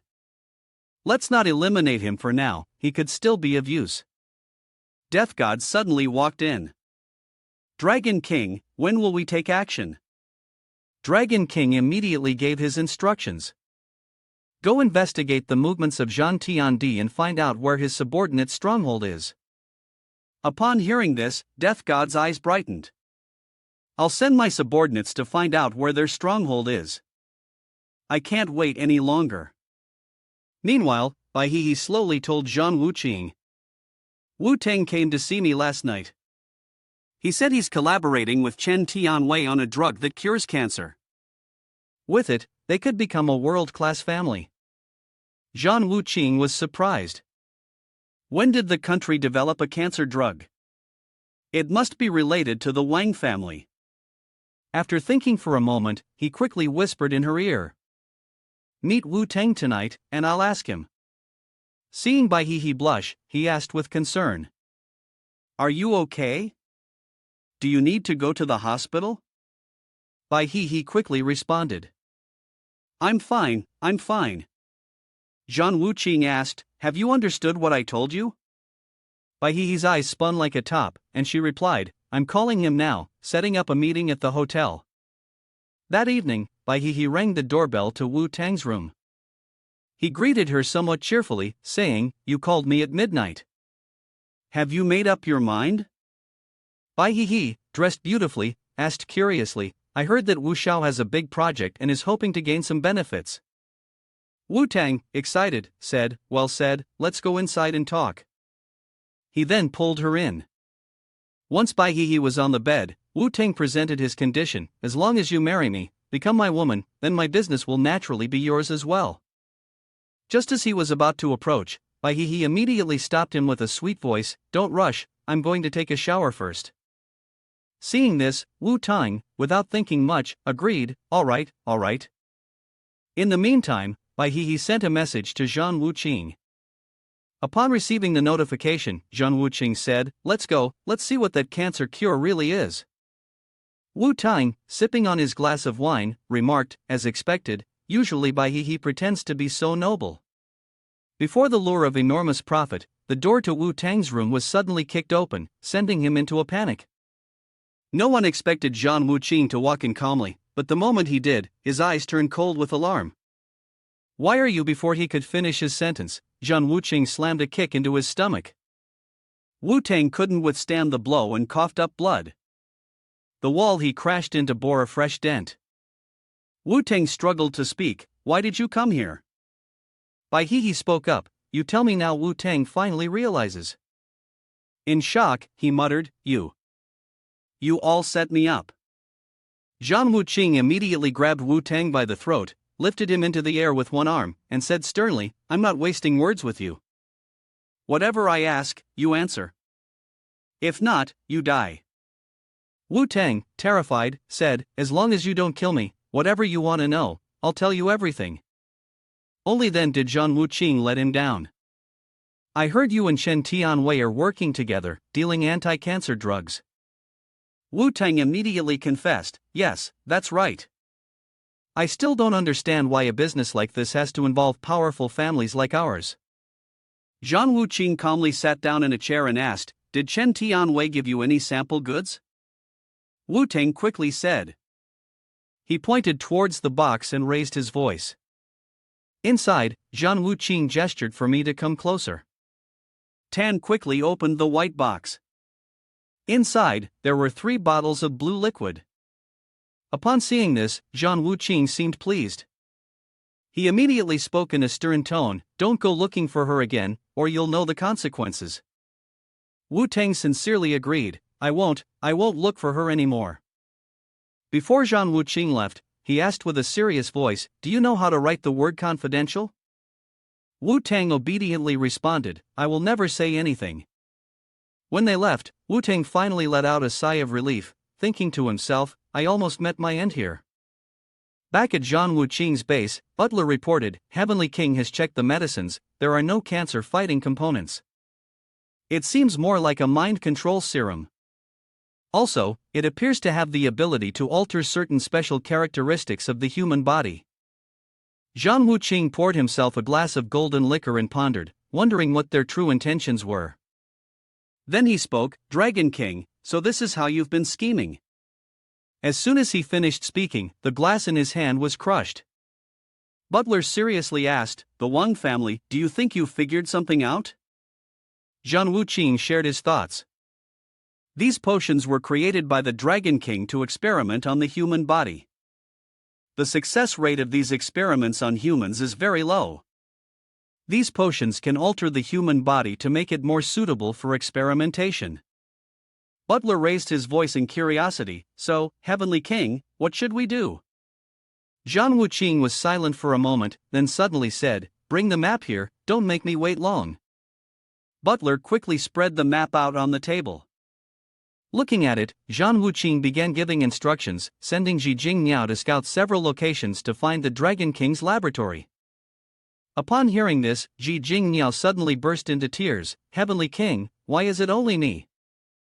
Zhang Wuqing, a little frustrated, said, all right, I'll send an assassin to accompany you.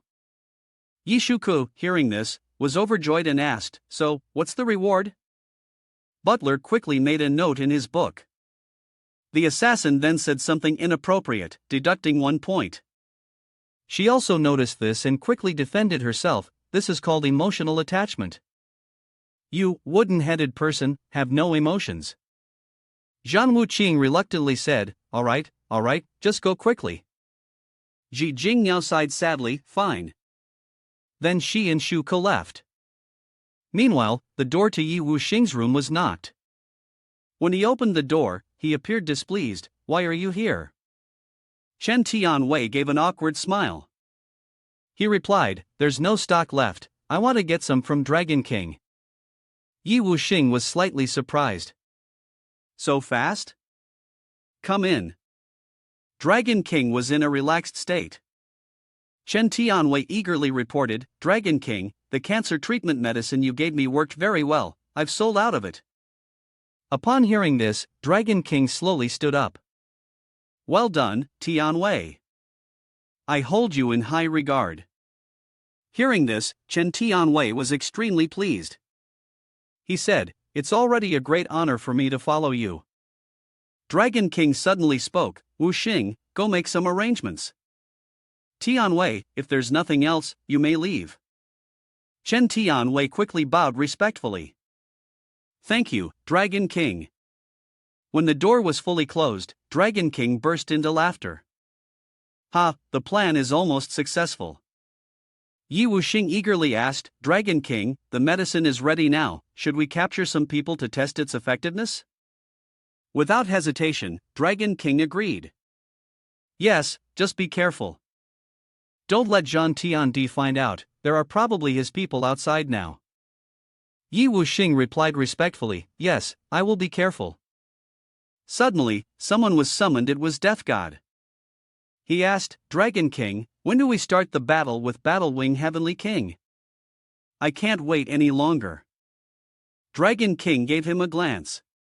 Why the hurry? Death God immediately pressed the knife to his neck, but my patience has its limits.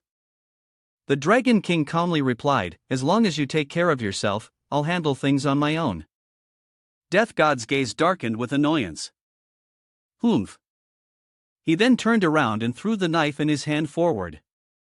The Dragon King silently fumed, just a hired hand, daring to have that kind of attitude with me.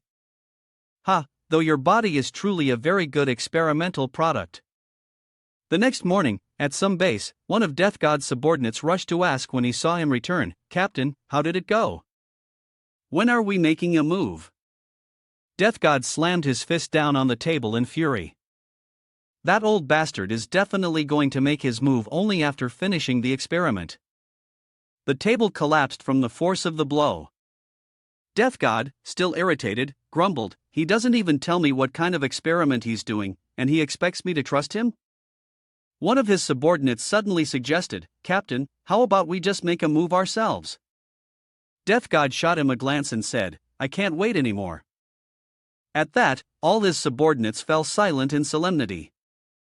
Meanwhile, over at Zhang Wuqing's place, he was reading a book when his phone in his pocket began to vibrate. He quickly answered. The voice on the other end said, the Wang family. Over the past few days, someone from the Death Special Forces unit has been tailing you, but I've already taken care of them. Zhang Wuqing replied in a low voice, yeah, I know. Come pick me up. Closing the book, he suddenly stood up and thought to himself, why is it someone from Death God watching over me? Isn't it supposed to be someone from the Dragon King? A blue car suddenly stopped in front of Zhang Wuqing. Tan got out and said, Wang family, get in the car. The door was quickly closed. The butler called out, Heavenly King, these days, the Death Special Forces unit has been very restless.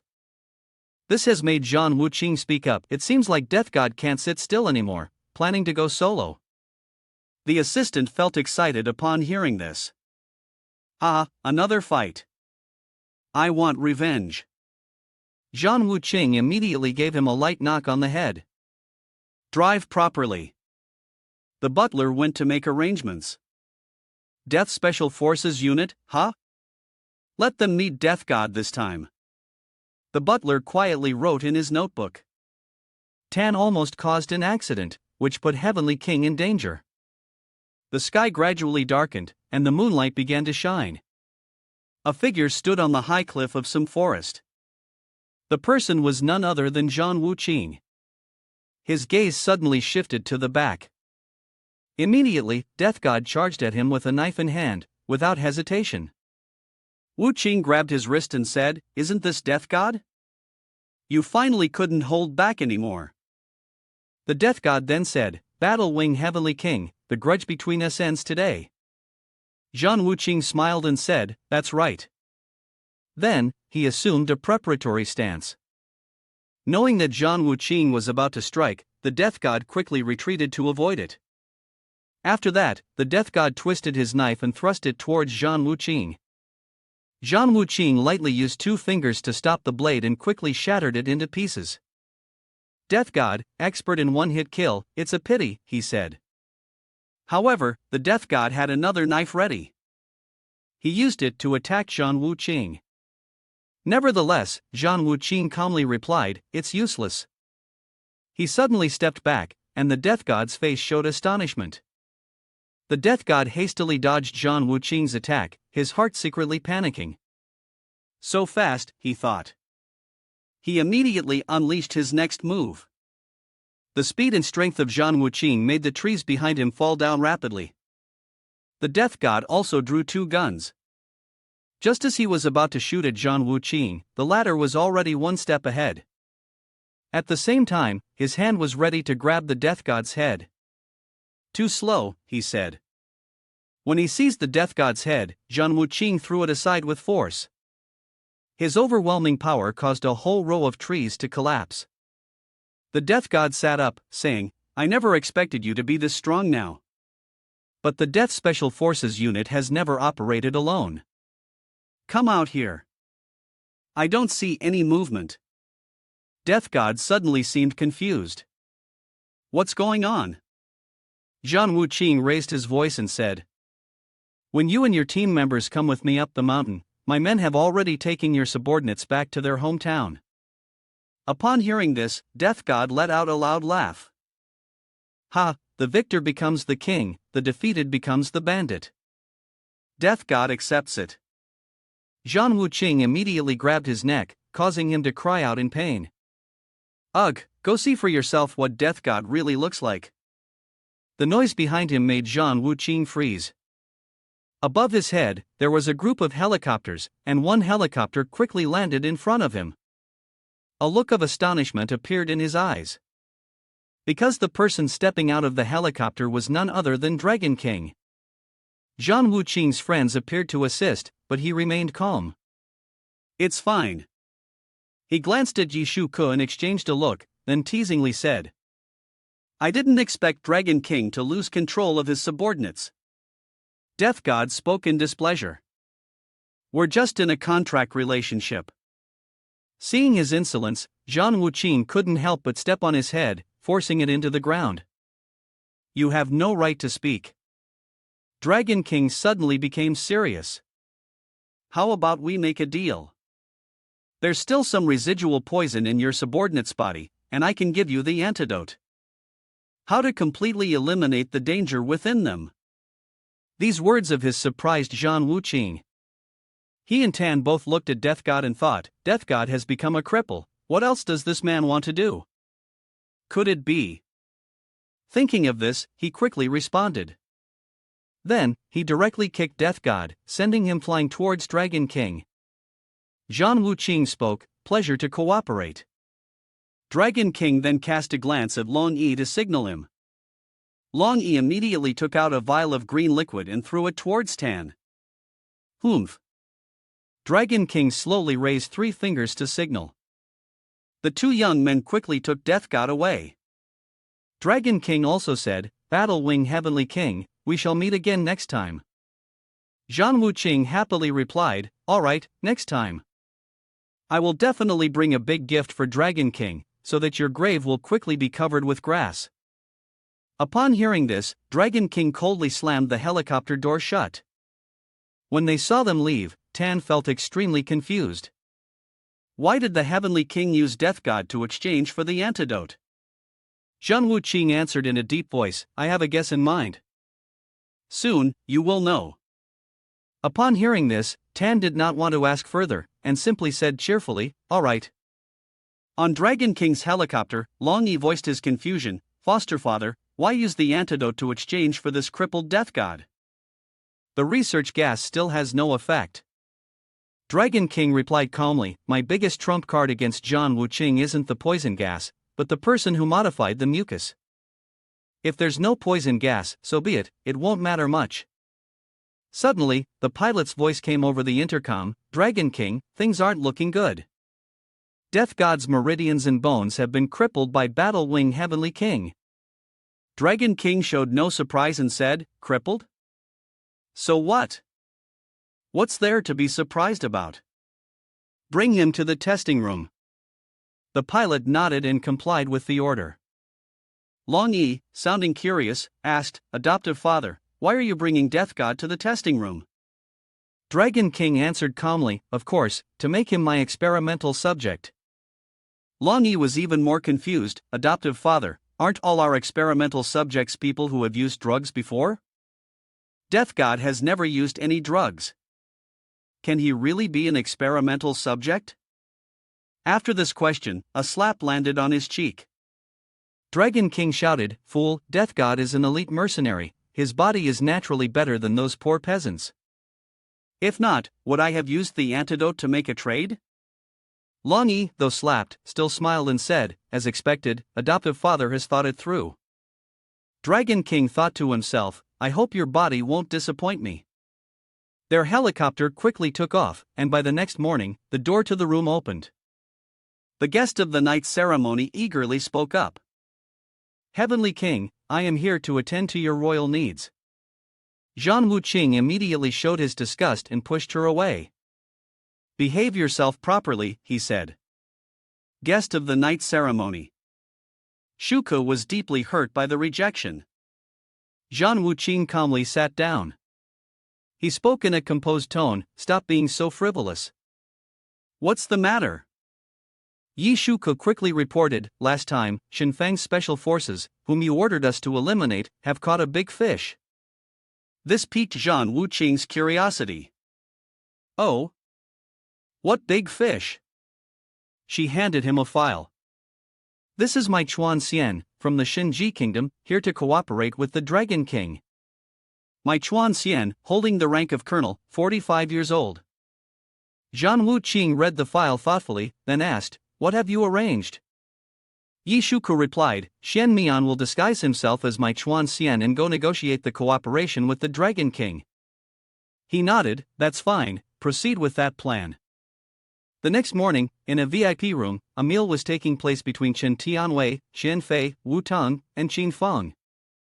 Chen Tianwei stood up, raised his glass, and said, cheers, to the successful sale of our large shipment of medicinal herbs. Xian Fei responded eagerly, the business deal Mr. Chen introduced has been the best. I have a few friends who also want to join in, what do you think? That's not bad. Haha, let's wrap this up. Dragon King will definitely value me more. Xian Fei suddenly stepped forward and said, Mr. Chen, if this is not possible, I will go back and decline their offer. Chen Tianwei replied excitedly, all right, I welcome it greatly. Suddenly, the door to the room opened, and Yi Wuxing walked in. My Chuan Xian, Colonel Shinji from Shinji Kingdom, and my Xian, the heir of a prestigious clan, followed behind, all looking very surprised. Ha, Yi Wuxing, the big shot from Shinji Kingdom has come all the way here. Is it to discuss cooperation with Dragon King, or to just look at these four gorillas? Upon hearing this, Chen Tianwei muttered in discomfort, how dare this ugly thing belittle me like that? Yi Wuxing smiled brightly. My Xian, eldest young master, Dragon King is busy, so he has asked that you and Mr. Chen cooperate for a while. Suddenly, he was slapped by my Chuan Xian, who scolded him angrily. Guest of the night ceremony. Is it Dragon King who wants to cooperate with our My Xian clan, or has it turned into them instead? Is this your sincerity? My Chuan Yu firmly made a demand. If you want to cooperate with the My Xian clan, you must meet with Dragon King first. Yi Wuxing cheerfully responded, yes, I will discuss with Dragon King a bit more. Eldest young master My Xian, please wait for a few days, I will also take the opportunity to travel around Donghai. Upon hearing this, my Chuan Xian was somewhat appeased. He said, arrange it quickly for me. Chen Tianwei suddenly. He spoke in a commanding tone. Yi Wuxing spoke, giving instructions, Mr. Chen, please take good care of my Shuyan, the eldest young master, on my behalf.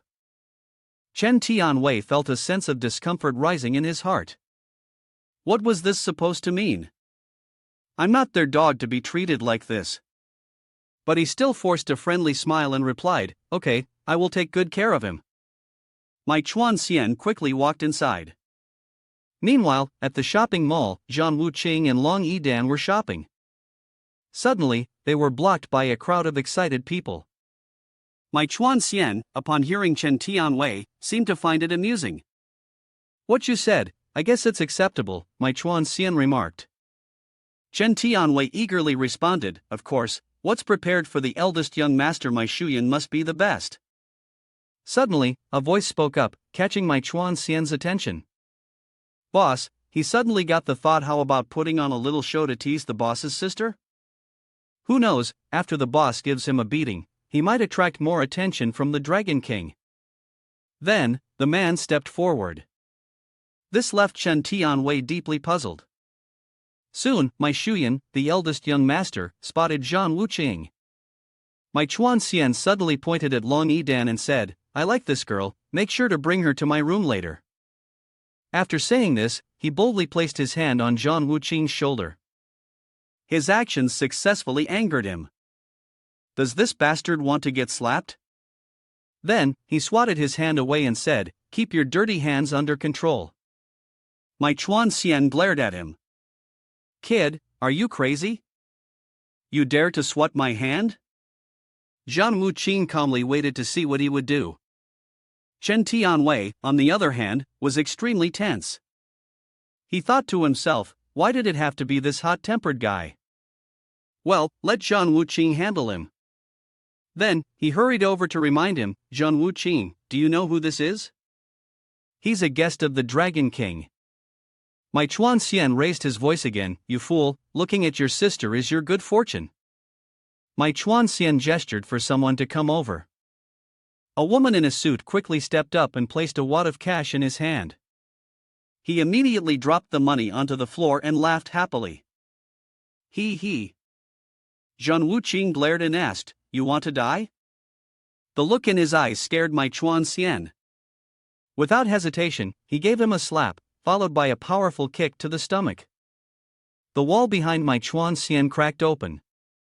My Chuan Xian winced in pain, thinking to himself that the boss's kick was too strong. He quickly ordered Chen Tianwei, go out there and hit him for me. Chen Tianwei had no choice but to tell him, charge. Then the bodyguards heard the command and rushed forward.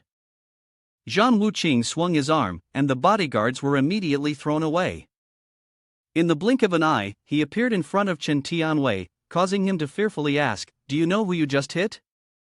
Zhang Wuqing glared and sternly replied, I don't care who he is.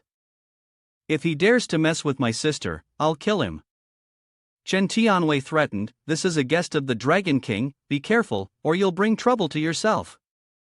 Zhang Wuqing grabbed his shirt and said, if the Dragon King dares to mess with my sister, I'll kill him too. What does being a guest of the Dragon King even mean? After saying that, he threw Chen Tianwei to the ground with a swift motion. Zhang Wuqing deliberately took a step forward, making Chen Tianwei extremely frightened. Zhang Wuqing's eyes revealed a murderous intent, clearly enjoying helping others. He then kicked Chen Tianwei with his foot. As a result, Chen Tianwei found himself in this situation, suddenly becoming more defiant, if you have the guts, kill me. His words sparked Zhang Wuqing's interest, oh, so you're saying that, huh? Then, Zhang Wuqing stepped on Chen Tianwei's arm. It seemed like the bone in his arm had broken. He cried out in pain, Zhang Wuqing, you won't die in peace. A voice came from behind, drawing Zhang Wuqing's attention. Subordinate shows mercy. Behind him stood the Dragon King, with Yi Wuxing following closely behind.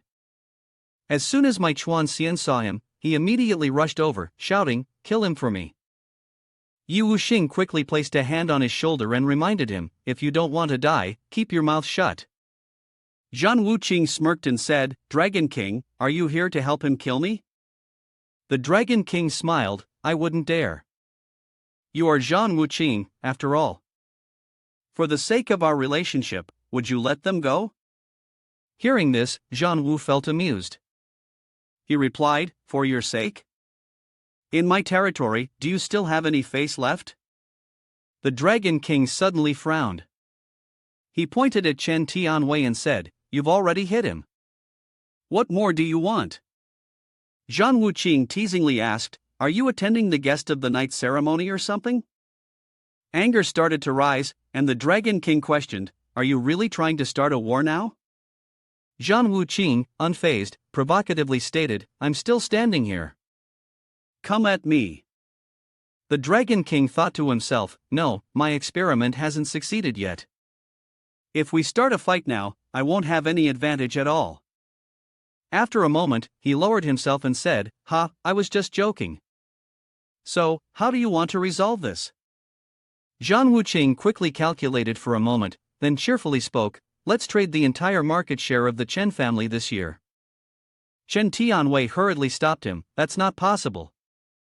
The Dragon King shouted angrily, "Shut up!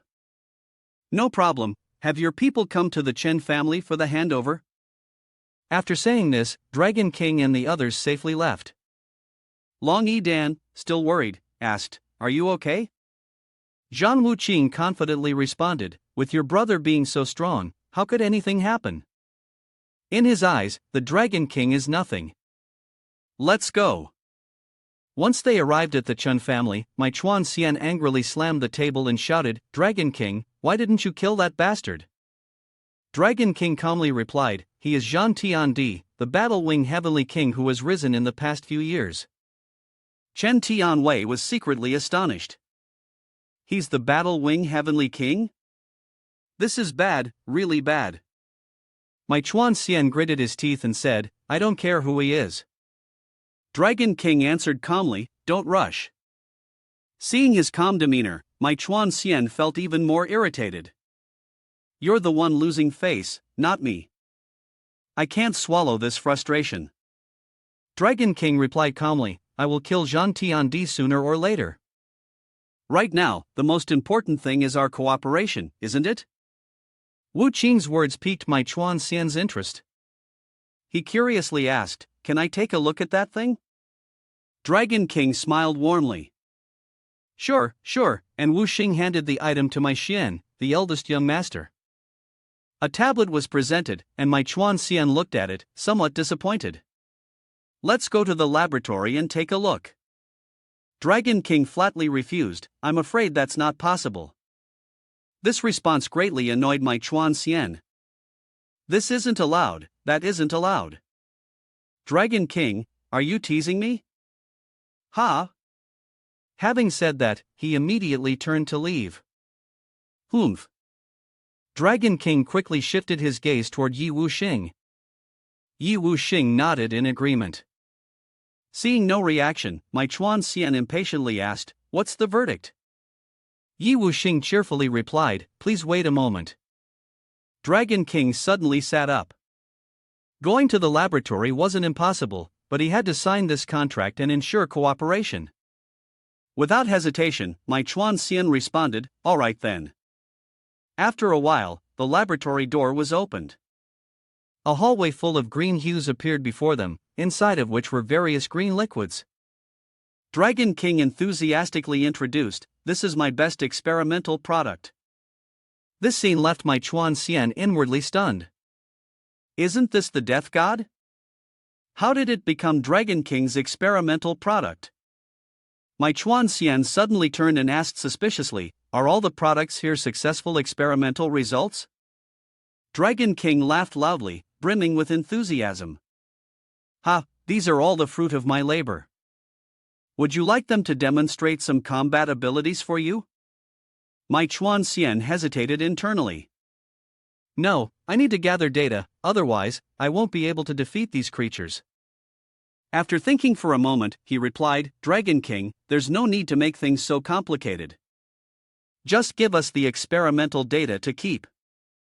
The Dragon King responded bluntly, that's not possible. My Chuan Xian asked, puzzled, why would Dragon King go back on your word? The Dragon King sternly replied, the experimental data is the foundation of my existence. How could I give it to you? If the Mai Xian family obtains this data, where would I stand? These words left my Chuan Xian deeply disappointed. It seemed the Dragon King wasn't sincere about cooperating after all. Suddenly, the Dragon King stepped forward and grabbed his coat. Who do you think you are? My cooperation with you is merely to give face to you. Don't get too greedy. With that, he forcefully threw my Chuan Xian to the ground. Humph. My Chuan Xian fell with a painful thud, landing squarely on his rear. He immediately reacted with anger, offending the Mai Xian family? We'll make you regret this. After saying this, he stormed off in frustration. The Dragon King looked at him and gritted his teeth. Wait until I finish dealing with Zhang Wuqing, then I'll take care of your Mai Xian family. The next morning, Tan met Zhang Wuqing on the road. He pointed ahead and said, Boss, look. A man appeared and saw a beggar child sitting unconcerned in front of the door. The man stepped forward and kicked the child in the back, then yelled at him, Get lost, don't block the business of our shop. The young boy hurriedly spoke, I'm sorry, I'll leave right away. The man showed signs of irritation. Leave. The boy quickly picked up the baozi, carefully blowing the dust off it. Just as he was about to put it in his mouth, a hand stopped him. Zhang Wuqing gently patted the boy's head and softly said, It's dirty now, you can't eat it. Without hesitation, Zhang Wuqing lifted the boy up. The boy, now in his arms, appeared frightened. The man who had previously mistreated him looked on in confusion at the scene. Humph. And so, he received a painful slap, the glass door shattered upon impact. Seeing the broken glass, the shopkeeper rushed out. He spoke in an irritated tone. Who the hell is this? Daring to cause trouble in front of my shop? Zhang Wuqing sternly asked. Are you the owner of this shop? The shopkeeper, enraged, responded. How dare you cause trouble in my store? Do you want to die? Zhang Wuqing's eyes gleamed with killing intent. What did you say? The shopkeeper quickly grabbed a cane and swung it at Zhang Wuqing, shouting, Do you want to die? Suddenly, a fist flew toward him, and Tan landed a punch. You're the one who wants to die. Next, Tan stomped on the shopkeeper's arm. Furious, the shopkeeper shouted, Let me go. Tan threatened. How dare you show disrespect to the boss? Are you tired of living or what? The shop owner was infuriated by this remark and yelled loudly. Do you know who I am? I am the young master of the Zhu family from Upper Capital. You dare to lay a hand on me? Are you looking to die? Upon hearing this, Tan suddenly raised his foot and stomped hard on the man's head. I don't care who you are, remember this, there are some people you can't just recognize whenever you feel like it. This is the guest of the night ceremony, I'll teach you a lesson. Meanwhile, at a lavish banquet, people were raising their glasses in celebration. In high spirits, a portly man was happily greeting guests when suddenly a servant approached him and whispered something in his ear. The wine glass in his hand immediately dropped and shattered. He looked enraged. Investigate this for me. I want to know who the hell dared to beat my son. Back at the base, Zhang Wuqing was on the phone. He said, All right, I understand. I'll be back right away. Then he ended the call and punched the wall in frustration. That damned Asan, he actually had the guts to fire shots at our border, causing a blatant disturbance. Tan, witnessing this, spoke up. These bastards, we should just kill them all. The butler appeared and reported. The Wang family has just captured a spy. Upon hearing this, Zhang Wuqing said, "Let's go, take me to the prison." The butler bowed respectfully and replied, "Yes, sir." "Clear, your heavenly king." The prison door suddenly opened. The two people inside looked visibly surprised. Upon seeing Zhang Wuqing, they immediately stood up. "Greetings, heavenly king." Zhang Wuqing asked, "Has he spoken yet?" The warden quickly replied, "Not yet." Upon hearing this, Zhang Wuqing instructed, "Step aside, I will interrogate him." He then sat down facing the man and asked, "Speak, what is your purpose for coming here?" The man seemed quite displeased. "Hoof." Seeing that he refused to speak, Zhang Wuqing tapped the table a few times. "Guest of the night ceremony, Shuko, appear at once. I'm here to assist you."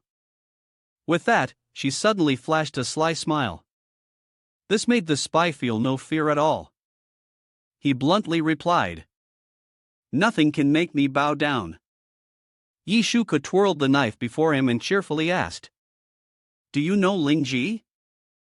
"Luckily, my knife skills aren't bad. Don't worry, I'll let you feel the pain." Slowly. Without hesitation, she drove the knife into his upper arm. "Ah!" The spy screamed in pain. "Don't you treat your prisoners well?" Zhang Wuqing responded eagerly. "We only treat honest prisoners well." "Assassin, do your thing." Guest of the night ceremony. Shuka swiftly swung the knife, leaving a scar across the spy's face. Terrified by this, the spy quickly spoke up. I'll talk. The mission is to steal your troop deployment map." Zhang Wuqing immediately curled his lips and said, "You guys think you're worthy of this?" "What else?" The spy, terrified, said, "That's all, really. There's nothing else. Everything I know, I've told you." Zhang Wuqing stared at the spy. "Tell me, why did you want to steal the border patrol map?" The spy answered honestly, "Because we wanted to make a good deal with the Dragon King." These words made Zhang Wuqing realize that this had something to do with the Dragon King. Then, his voice turned serious as he probed, "What exactly is the deal between your general and the Dragon King?" The spy nervously responded, "Our general is responsible for selling the lowest class civilians of a Sand Kingdom to the Dragon King as experimental subjects." This statement made Zhang Wuqing feel furious. He slammed his hand onto the table and shouted, "You truly have no humanity left." He then looked up at Tan and said sternly, "Tan Ko, give him the fake border patrol map and block their people outside the border." Tan smiled confidently and replied, "Don't worry, Wang family, this is my specialty." The scene shifted to the Dragon King's mansion, where he was sitting quietly, playing chess. Just then, Yu Wuxing rushed in, flustered, his face full of panic as he said, "Dragon King, something's happened." He quickly composed himself and urgently reported, "The slaves from a Sand Kingdom that were brought in yesterday, everyone was captured." Hearing this, the Dragon King stopped the chess piece in his hand, furrowed his brows, and asked, "All of them got caught? What's going on?" Yu Wuxing broke into a cold sweat, looked at him, and answered, "General Sand Kingdom said our deployment map was fake. As soon as they reached the border, they were ambushed." Upon hearing this, the Dragon King pressed the chess piece onto the table, clicked his tongue, and snorted. Then, he angrily said, "Zhang Wuqing is up to his tricks again." After that, he gestured for him to leave. "Forget it, you can go now." As the person left, the Dragon King furrowed his brows and stared at the pieces on the board, speaking in a deep voice, "The white side is strong. No matter how much the black general resists, the outcome will still be defeat." Ha ha. The scene shifted back to Zhang Wuqing, who placed a piece of paper down on the table and stared intently at the boy sitting opposite. At this moment, Yishuka patted the boy's head and asked, "Heavenly King, how should we handle this child?" Zhang Wuqing looked at the boy and gently asked, "Little one, do you have any family?" The boy, frightened, glanced at him and gently shook his head. Zhang Wuqing then softly asked, would you be willing to go to an orphanage? As soon as he heard this, the boy jolted up in fear, then immediately shrank back and tightly clung to the arm of the guest of the night's ceremony. The glass of water on the table was also knocked over by the boy. Seeing this strong reaction, Zhang Wuqing suspiciously asked, "Did you run away from the orphanage?" The little boy looked at him, gently shook his head, then shook it more forcefully, full of panic. Seeing the boy unwilling to say anything, Zhang Wuqing offered a suggestion. "How about this? If you tell me the reason, I won't take you back to the orphanage." Upon hearing this, the little boy hesitantly opened his mouth, looked at him, and responded, "Really?" Zhang Wuqing immediately smiled lightly, reassuring the boy, "Of course, it's true. I keep my word." Then, the boy began recounting the entire story to him. He had lived in the Tianhai orphanage since he was little. A few months ago, the director of their orphanage took them to a laboratory. At this point, Zhang Wuqing's brows involuntarily tightened. The boy continued trembling as he spoke. It was completely hellish there, not a place for humans to live. A month ago, a kind man secretly helped me escape. By this point, the little boy could no longer hold back his tears, which silently fell down his face. But he didn't dare return to the orphanage, so he could only sit on the street, begging. Seeing this, Zhang Wuqing placed his hand on the boy's cheek to comfort him. "Don't be afraid." Then, he looked at the boy with a certain gaze and said, "It's very safe here." Afterward, he continued asking, "Little one, where is that laboratory? Do you remember?" The boy answered softly, his voice full of fear, "It's in a waste factory in front of the Tianhai orphanage." After hearing this, Zhang Wuqing immediately stood up, his voice firm as he commanded, "Find someone to take good care of it." Before leaving, Yishuke gently patted the little boy's head, then held his hand and led him away from the place. As soon as they left, the butler immediately transmitted an urgent message to Zhang Wuqing. The heavenly king Huan Mian had sent word that the Dragon King was using the death god as an experiment. After hearing this, he calmly replied, "All right, I understand. Tan Ku, the assassin, and I will go." The butler immediately bowed his head, respectfully answering, "Yes, your majesty." The scene shifted to the abandoned factory. A guard was standing watch at the entrance. He unconsciously turned his head when he noticed someone approaching. "Humph." He immediately grabbed a nearby metal rod, then looked at Zhang Wuqing and warily called out, "This is a closed-off factory. Unauthorized personnel are not allowed to enter." Zhang Wuqing said nothing, merely giving a brief glance toward Tan, who was standing beside him. Tan immediately understood, rushed forward, and attacked the guard. A palm strike to the stomach caused the guard to gasp in pain. Tan didn't stop there. He jumped into the air, glaring at the guard, then delivered a punch straight to his face. After just a few moves, the guard could no longer withstand the blows and collapsed to the ground. Quickly, Tan moved to clean up the scene he had created. Then, he went to open the factory door, and the three of them confidently entered inside. When they arrived in front of a room, Zhang Wuqing suddenly stopped, his cold gaze fixed on the old man standing there. The man seemed to sense something and immediately turned around, seeing the three of them. He panicked and shouted, "Who are you? Who allowed you to enter here?" Zhang Wuqing coldly extended his hand, pointing behind him, and said to the man, "Where I want to go, no one can stop me." The man looked forward, his whole body trembling, his eyes filled with fear as he spoke. What? What? His subordinates had been knocked unconscious by Zhang Wuqing, lying motionless on the ground, none of them able to stand. Then, he furrowed his brow and shouted fiercely, "I warn you, this is Dragon King's laboratory. If you don't want to be killed by the Dragon King, get out of here immediately." Hearing this, Zhang Wuqing responded coldly, "Bring the Dragon King here if you have the guts." Upon hearing those words, the man quickly thought to himself that the situation was critical, and the only option left was to use the semi-finished product. With that thought, he stealthily reached behind him and quietly pressed a red button on the desk. As soon as he pressed it, a test tube behind him began to move, and the man inside shattered the glass and stepped out. He charged forward, standing right in front of his master. Tan and Yishuko, upon seeing the figure, were slightly surprised and both exclaimed in unison, "Humph!" Immediately, the two took a defensive stance, standing in front of Zhang Wuqing to protect him. Zhang Wuqing frowned as he looked at the person standing in front of him, silently thinking to himself, as expected, "It's here." At that moment, he burst into loud laughter when he saw his experiment's subject undergoing a transformation. Ha! Truly a masterpiece of perfect art. He then pointed towards Zhang Wuqing and commanded him, "Kill them for me." However, Death God did not obey the order. Instead, he casually punched him with a devastating blow that sent him flying far away. The punch caused him to spit blood out of his mouth. Coup! After knocking him down, Death God advanced straight towards Zhang Wuqing, squinting his eyes in anger and saying, "Zhang Wuqing, we meet again." Zhang Wuqing coldly stared at him, sneering slightly, "To think that the mighty Death God has been turned into your experiment. How pitiful."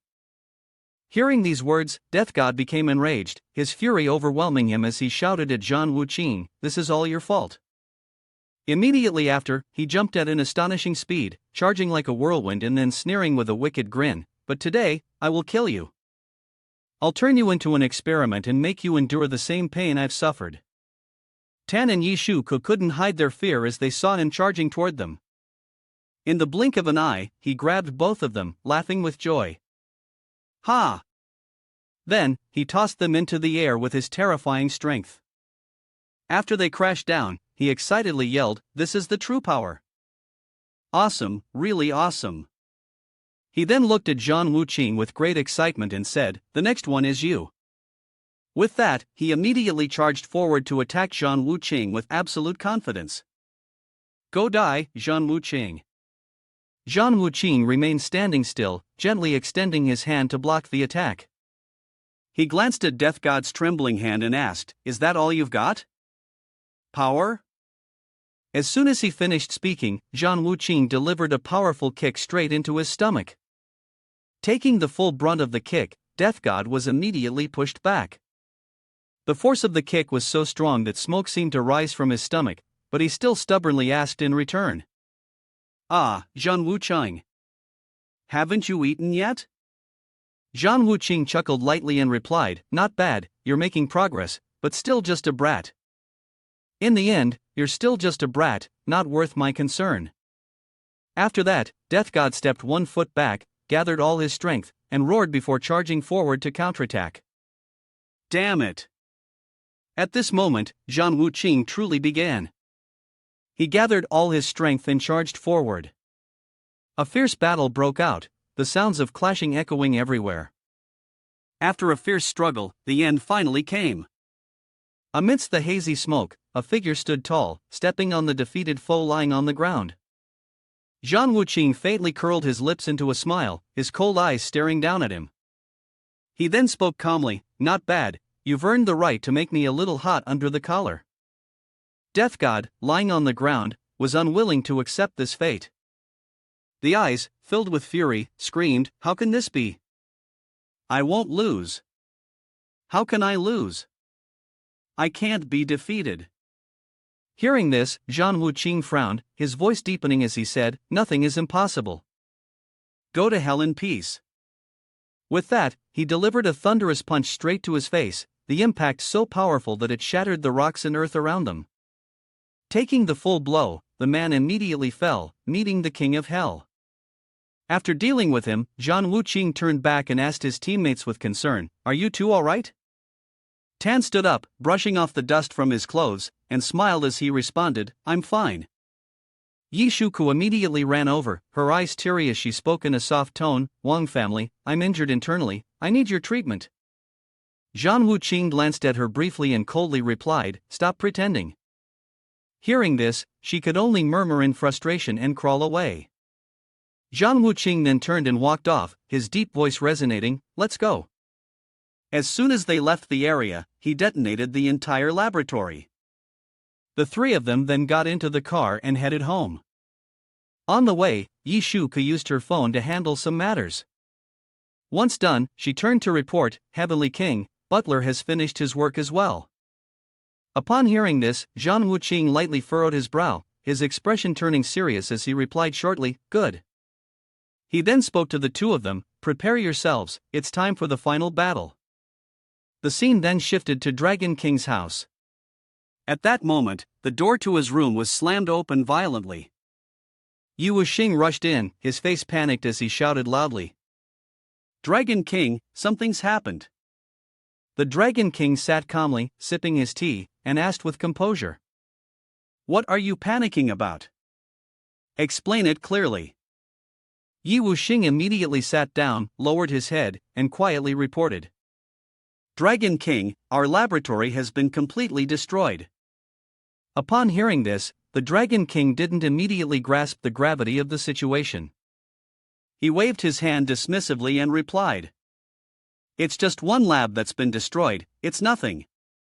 But then, he suddenly froze, his gaze turning icy as he asked, "What did you say?" Yi Wuxing bowed his head deeply and repeated, "Our laboratory has been completely destroyed."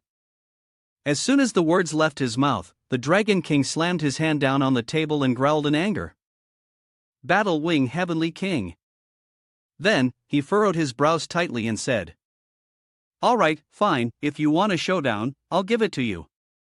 Yi Wuxing looked up, his face full of concern, and asked, "Dragon King, what should we do now?" In a fit of rage, the Dragon King kicked the table violently and ordered him to locate the person responsible. Yi Wuxing immediately lowered his head and replied, "Understood." Then, the Dragon King looked out the window with a gaze full of murderous intent and said, "If you've pushed me this far, then I will grant your wish." Scene shifts to Zhang Wuqing's base, an old house in the heart of the city, where Dragon King's men quickly gathered to seek revenge. He brought along hundreds of people, preparing to engage in direct combat with Zhang Wuqing's three-member team. Upon seeing him, Zhang Wuqing slightly curled his lips into a smile. "Oh, isn't this the Dragon King?"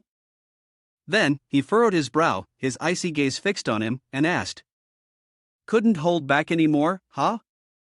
Dragon King glared at him in anger and replied, "You dare to come to my laboratory, I have to admit, you have some skill. You've destroyed all my years of hard work, and I will make you pay with your blood." Zhang Wuqing looked at him, then pretended to be surprised and asked, The laboratory's been destroyed?" Then, he let out a sarcastic remark that made Dragon King seethe with rage. "A Dragon King, yet you couldn't even protect your own laboratory. How pitiful." Hearing these words, Dragon King was furious beyond measure. He pointed directly at Zhang Wuqing and shouted, "Battle Wing Heavenly King, prepare to meet your death." Zhang Wuqing lightly snapped his fingers and said to him, "Well, we'll see if you have the ability to make that happen." Immediately, his men brought out the corpse of Long Yi and threw it in front of Dragon King for him to see. Dragon King was stunned by the sight, thinking, "Long Yi? How did he end up in Zhang Wuqing's hands?" Zhang Wuqing looked at him and said, "He also said he would kill me. Unfortunately, the one who ended up dead like a dog is not me, but him." Dragon King was so enraged that his body trembled. He pointed at him and, with a voice full of hatred, uttered, "You." Zhang Wuqing remained calm, his lips curling into a slight smile as he continued, "Can't take it anymore? If you're getting old, you'd better not die from anger here." The Dragon King glared at him in fury, spitting out, "The one who will die here is you." Zhang Wuqing then turned his head towards the Tan family order and said, "You all step back, let me see the skills of this Dragon King." The Dragon King also took a pill from his sleeve and turned to his subordinates, ordering, "You all step back too." He then popped the pill into his mouth, and immediately, his body began to transform. He grew so muscular that his clothes tore apart. His eyes turned bloodshot, and his muscles swelled and rippled in layers. Without saying another word, the Dragon King charged directly at Zhang Wuqing with terrifying speed. He roared, his voice filled with rage, "Battle Wing Heavenly King, go die." Zhang Wuqing calmly raised his hand and easily blocked his punch. The collision between them created a shockwave of immense power that shook the space around them. Both were instantly knocked back, flying in opposite directions. The Dragon King seemed somewhat pleased, his eyes filled with murderous intent as he looked at Zhang Wuqing and said, "War Medicine Heavenly King, your strength has indeed defeated me before, but I've long since developed a potion that can greatly enhance my cultivation." Zhang Wuqing lightly curled his lips in response, "I really didn't expect you to successfully concoct it." Immediately after, the Dragon King's eyes gleamed with a sharp light. He frowned and looked at him, saying, "Then I will make you open your eyes." As soon as he finished speaking, the Dragon King charged forward, launching a palm strike. In the face of his attack, Zhang Wuqing easily dodged with ease. Not stopping there, he immediately jumped high and, using the momentum, threw another powerful blow. "Ha!" Zhang Wuqing frowned, his sharp gaze darting toward his opponent's attack.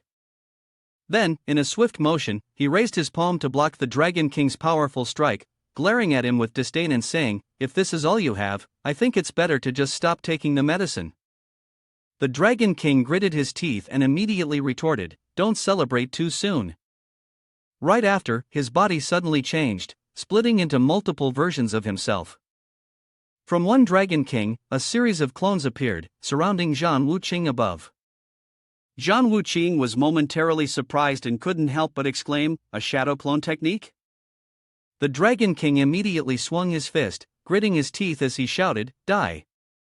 Zhang Wuqing quickly raised his hand to block, fending off the barrage of attacks. Seizing the opportunity, the Dragon King landed a direct punch to Zhang Wuqing's abdomen, causing him to wince in pain and furrow his brows, unable to hold back a grunt. "Ugh!" After the punch, Zhang Wuqing quickly realized the key point and furrowed his brows, thinking, "It's not a clone technique, it's just that the afterimages are appearing too fast." At this moment, Dragon King was still relentlessly pouring all his strength into his attack. He raised his hand high and shouted fiercely, "It's over." Zhang Wuqing looked at him, the corners of his lips curling into a cold smile. "I've found it." Immediately after, he threw a powerful punch directly at him. The blow hit Dragon King before he could react, sending him flying. With just one punch, Dragon King couldn't hold back and spat out blood. Cough. Zhang Wuqing didn't give his opponent a chance to recover, following up with another palm strike towards him. Dragon King fell to his knees, blood dripping from his mouth, and exclaimed, "How? How could this be?" He clutched his chest, frowning as he looked at Zhang Wuqing in disbelief. "My speed has surpassed human limits, you can't even see it." Zhang Wuqing took a step closer to him and replied, "Is that so? I want to see if there's anyone in this world I cannot touch." Then, he reached out toward him and said, "Today, you will die without any injustice." With that, he tightened his grip around Dragon King's neck. At that moment, Dragon King was not afraid and loudly warned, "Battle Wing Heavenly King, the people behind me. You can't touch them. If you kill me, you will surely die." Zhang Wuqing showed no sign of hesitation after hearing this, and calmly responded, "Is that so? I want to see if there's anyone in this world I cannot touch." Saying that, he immediately finished off Dragon King without any hesitation. Yi Wuxing, watching from behind, was terrified. He clenched his teeth tightly, thinking to himself, "Damn it." After finishing off the Dragon King, Zhang Wuqing immediately approached him, coldly saying, "It's your turn." Yi Wuxing trembled all over, hurriedly kneeling on the ground, begging for his life, "Please spare me. I was only deceived into helping the Dragon King. If you don't kill me, I'll give all my wealth to you." Hearing these words, Zhang Wuqing remained unmoved, his eyes cold and indifferent as he replied, "If you die, everything you have will still belong to me." Yi Wuxing realized there was no way out. Angrily, he glared at him and shouted, "You!" Then he suddenly stood up, trying to fight back. "If that's the case, then even if I die, I'll at least take a piece of your flesh with me." Zhang Wuqing said nothing more. He raised his fist and delivered a powerful blow to his head. In one strike, Yi Wuxing lost consciousness, lying motionless on the ground with his skull cracked open. Once the matter was resolved, Zhang Wuqing turned and walked away. He then turned back to give an order to his men, clean up the mess. The man immediately nodded in response, understood. The scene shifted to another location. In a dimly lit room, an angry man said, "The war medicine Heavenly King has killed the Dragon King, and the laboratory is gone." A subordinate immediately added with contempt, "I knew the Dragon King would never amount to anything, just a useless fool." The man slammed his hand on the table in frustration, his face twisted with rage. "I'll send my people to kill him myself. That brat Zhang Wuqing." Another man, calmer in demeanor, immediately reached out to stop him. "Don't be rash. We've already acquired all the Dragon King's lab documents." The first man was still seething, his voice filled with bitterness. "He actually dared to ruin our good plan. We can't just let this go, he must be brought back here." Upon hearing this, the other asked, "If you send someone to kill him now, it would only expose our existence. The risks outweigh the benefits." At that moment, the leader cut in to stop their argument. "Enough. Stop bickering. I'll prepare a grand gift for him." Upon hearing that, the man replied, "If that's your decision, then we'll follow your arrangements." The leader gritted his teeth and spoke coldly. "Replicate the research documents and distribute them to everyone below." He immediately accepted the order, responding firmly and clearly. The scene shifts elsewhere. A silent, starry night sky stretches endlessly overhead. Chen Tianwei stands atop a tall building, gazing down at the city below, a faint smile playing on his lips. Speaking of this city, the Chen family has always ruled it. Just then, the door behind him suddenly opens. Chen Tianwei quickly turns around to look. At that moment, Zhang Wuqing and Lu Qingqing stride confidently into the room. Seeing the two of them, Chen Tianwei freezes, blurting out, "You're still alive." Zhang Wuqing walks over to the sofa in the room, sits down, and speaks calmly. "Seeing that I haven't died, are you disappointed?" Chen Tianwei immediately asked with a worried expression. "Dragon King and young Master Yi," Zhang Wuqing smiled, the corner of his mouth curling slightly as he replied, "They're all dead." Upon hearing this, Chen Tianwei couldn't believe it and immediately shouted in anger, "How is that possible?" Zhang Wuqing then got straight to the point. "Starting today, all the market share of the Hai Dongchen family will be transferred to the Lu family." Chen Tianwei, in fury, ground his teeth and helplessly called out, "You?" Zhang Wuqing frowned and reminded him, "You only have one chance left to speak up." Hearing this, Chen Tianwei sighed, "Haze." Then, he lowered his head in agreement, "All right, I agree." Immediately after, Zhang Wuqing turned to Lu Qingqing and said, "Qingqing, tell your family to handle the transfer procedures. If he dares to pull anything, let me know." She nodded in response, "Yes." Having resolved everything, Zhang Wuqing stood up and turned to leave the room. The next day, at the cemetery, Zhang Wuqing quietly placed a white flower on the grave, then sorrowfully spoke, "Mother, I've avenged you." Long Yidan, standing beside him, wiped away the tears on her cheek and continued, "Mother, don't worry, we are living well, you don't have to worry anymore." Zhang Wuqing then turned and placed a hand on her head to comfort her. "Wu Shuang, the matters in Haidong are settled, and I must return to the border now." Long Yidan looked up at him and softly asked, "Can you not go?" Zhang Wuqing frowned, his tone firm as he replied, "I can't." Long Yidan gazed at him, her voice soft yet tinged with a hint of frustration, but still obedient, "Okay." Just then, a helicopter roared into the sky, slowly descending and lowering a rope ladder. Zhang Wuqing immediately turned and walked toward it. Long Yidan stood behind, watching his back, silently thinking to herself that it seemed like he really had to leave. She wondered how long it would be before they could meet again. She quickly stepped forward and reminded him, "Be careful outside, don't make me worry."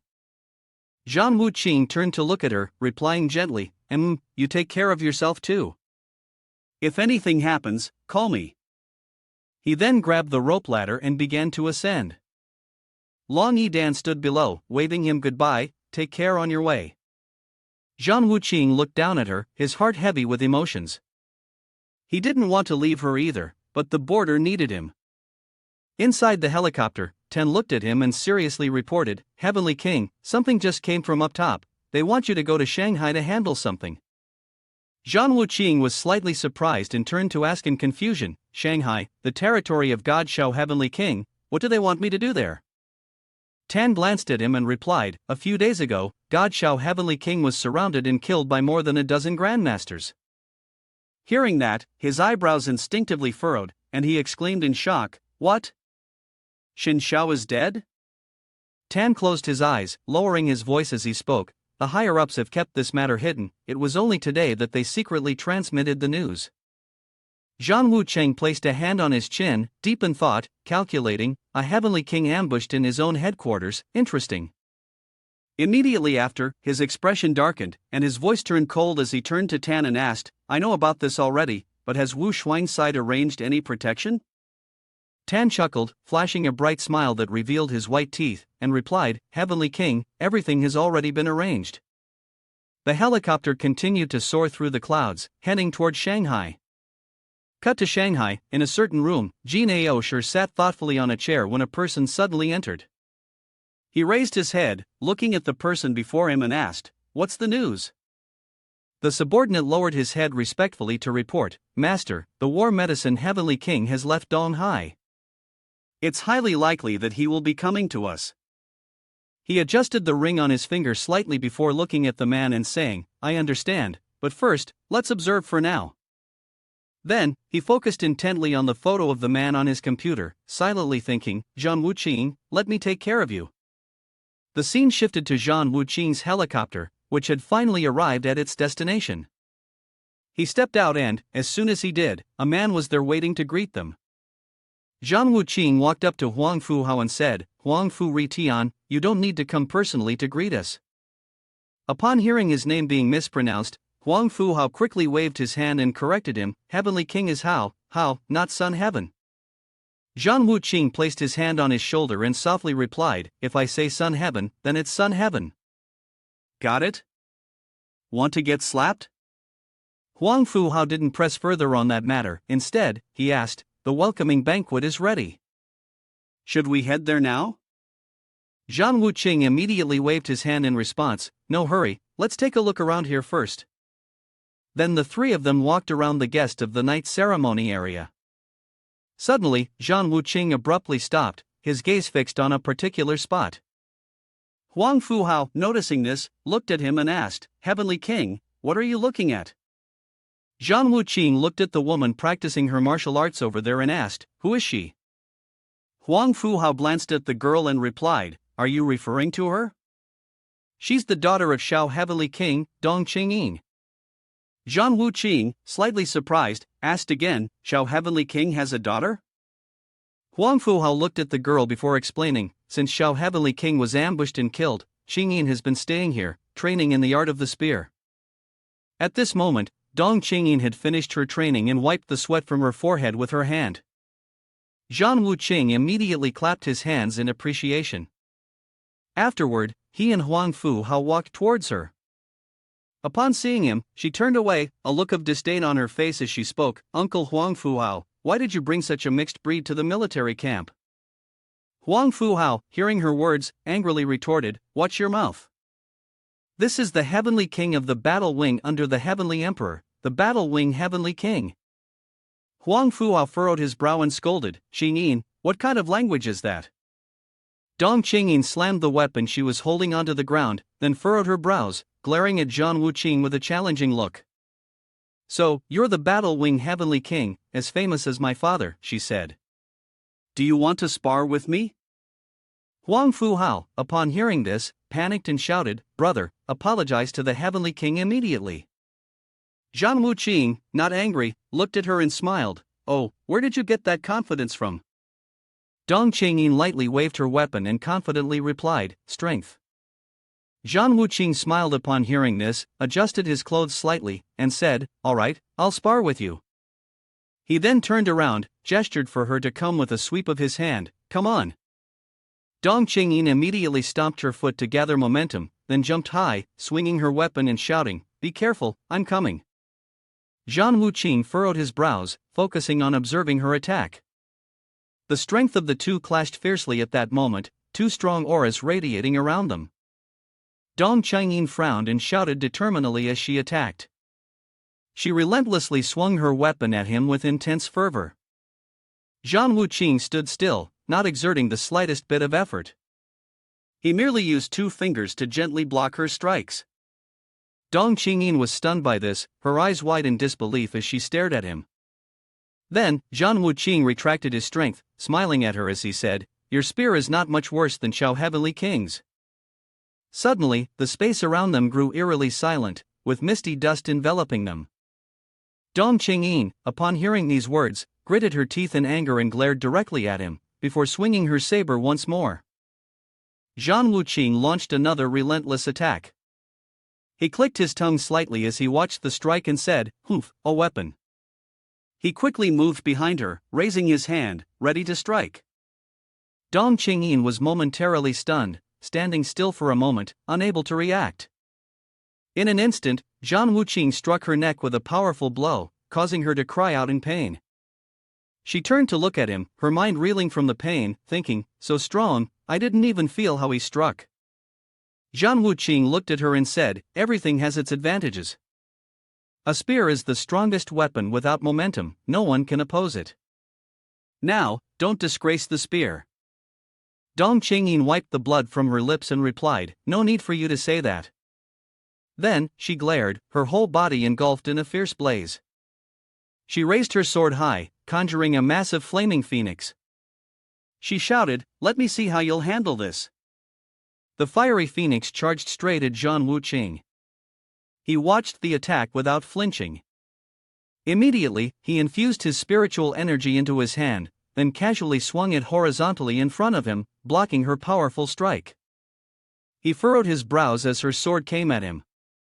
At that moment, Dong Qingyin confidently yelled, "Give up!"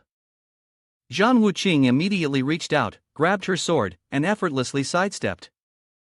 Dong Qingyin was astonished and exclaimed, "How is that possible?" He looked at her with a slight smile and said, "You've revealed too many weaknesses." Hearing this, she angrily shouted, "Shut up!" Immediately, Wu Qing threw her and the weapon high into the air, causing her to scream in panic, "Ah!" Then, she and her sword fell freely to the ground, the dust rising around her, engulfing her. Zhang Wuqing then stepped forward, took her sword, and said, "Do you know why you lost?"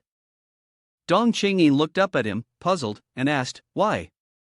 Zhang Wuqing looked at her, then gently explained, "You are too impulsive, too hot-headed, eager for success too quickly."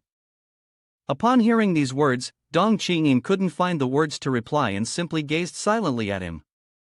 Zhang Wuqing continued to look at her and said, "Your obsession with hatred is too deep, it has become a demon within you. If you keep practicing day and night like this, your body will soon break down." Hearing this, her tears couldn't be held back and began to fall. Clenching her teeth, she angrily said, "If I don't do this, when will I ever be able to take revenge?" Zhang Wuqing sighed and replied, "I can help you take revenge." Dong Qingyin immediately refused, "The vengeance for my father's death is irreconcilable. I must avenge him myself." Upon hearing her response, he smiled with satisfaction and said, "Very well, this is the true daughter of Xiao Heavenly King." After that, he returned the sword to Dong Qingyin and said to her, "Let's go." A while later, they arrived at a large secret base here. Zhang Wuqing circled his index finger on the table and asked, "Huang Fuhao, tell me, have you managed to uncover any useful information?" Huang Fuhao immediately looked at him and replied, "Sorry, we haven't uncovered any useful information." At this moment, Dong Qingyin suddenly reached into her pocket and took out something, saying, "I found a jade pendant at the scene of the incident." She then handed it over for him to see and continued, "Unfortunately, I don't know its origin." Looking at the jade pendant in her hand, Zhang Wuqing was somewhat surprised and let out a sound, "Humph." Immediately after, Dong Qingyin handed the jade pendant over to him and said, "This is the pendant." Zhang Wuqing took the jade pendant in his hand, examined it, and placed his hand on his chin, thinking, who could have hired someone from the Shadow Assassin sect to kill Xiao Heavenly King? Dong Qingyin, seeing him focus so intently on the jade pendant, pondered, could it be that Heavenly King recognizes the origin of this jade pendant? Then, without realizing it, she called his name, Heavenly King, Heavenly King. Zhang Wuqing looked at her and asked, "What is it?" Dong Qingyin looked at him with a hopeful expression and asked, "Does Heavenly King recognize this jade pendant?" Zhang Wuqing immediately shook his head and replied, "I don't recognize it either." He then looked at her and said. Dong Qingyin followed his instructions, stood up, and left the room, returning to her own quarters to rest. After she left, Huang Fuhao immediately turned to Zhang Wuqing and asked, "Heavenly King, do you know something?"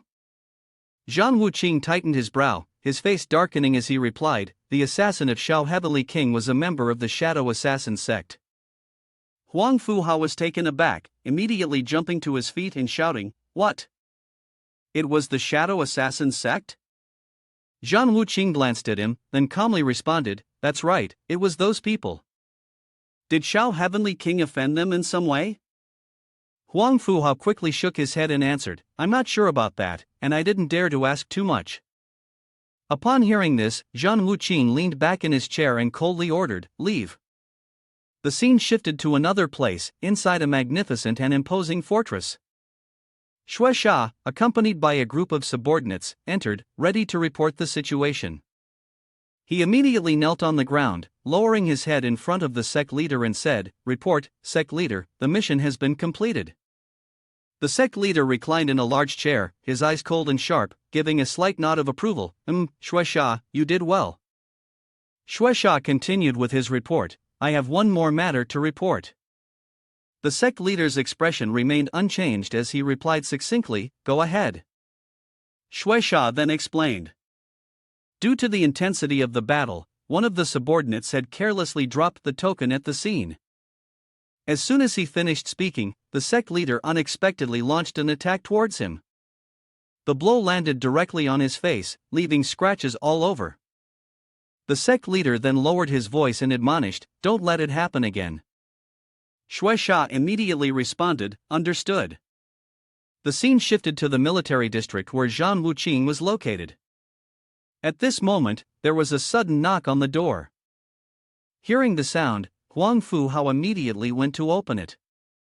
Upon seeing who it was, he was surprised and asked, "What wind has brought Secretary Qian here?" Secretary Qian smiled and asked, "May I ask if Battle Wing Heavenly King is here?"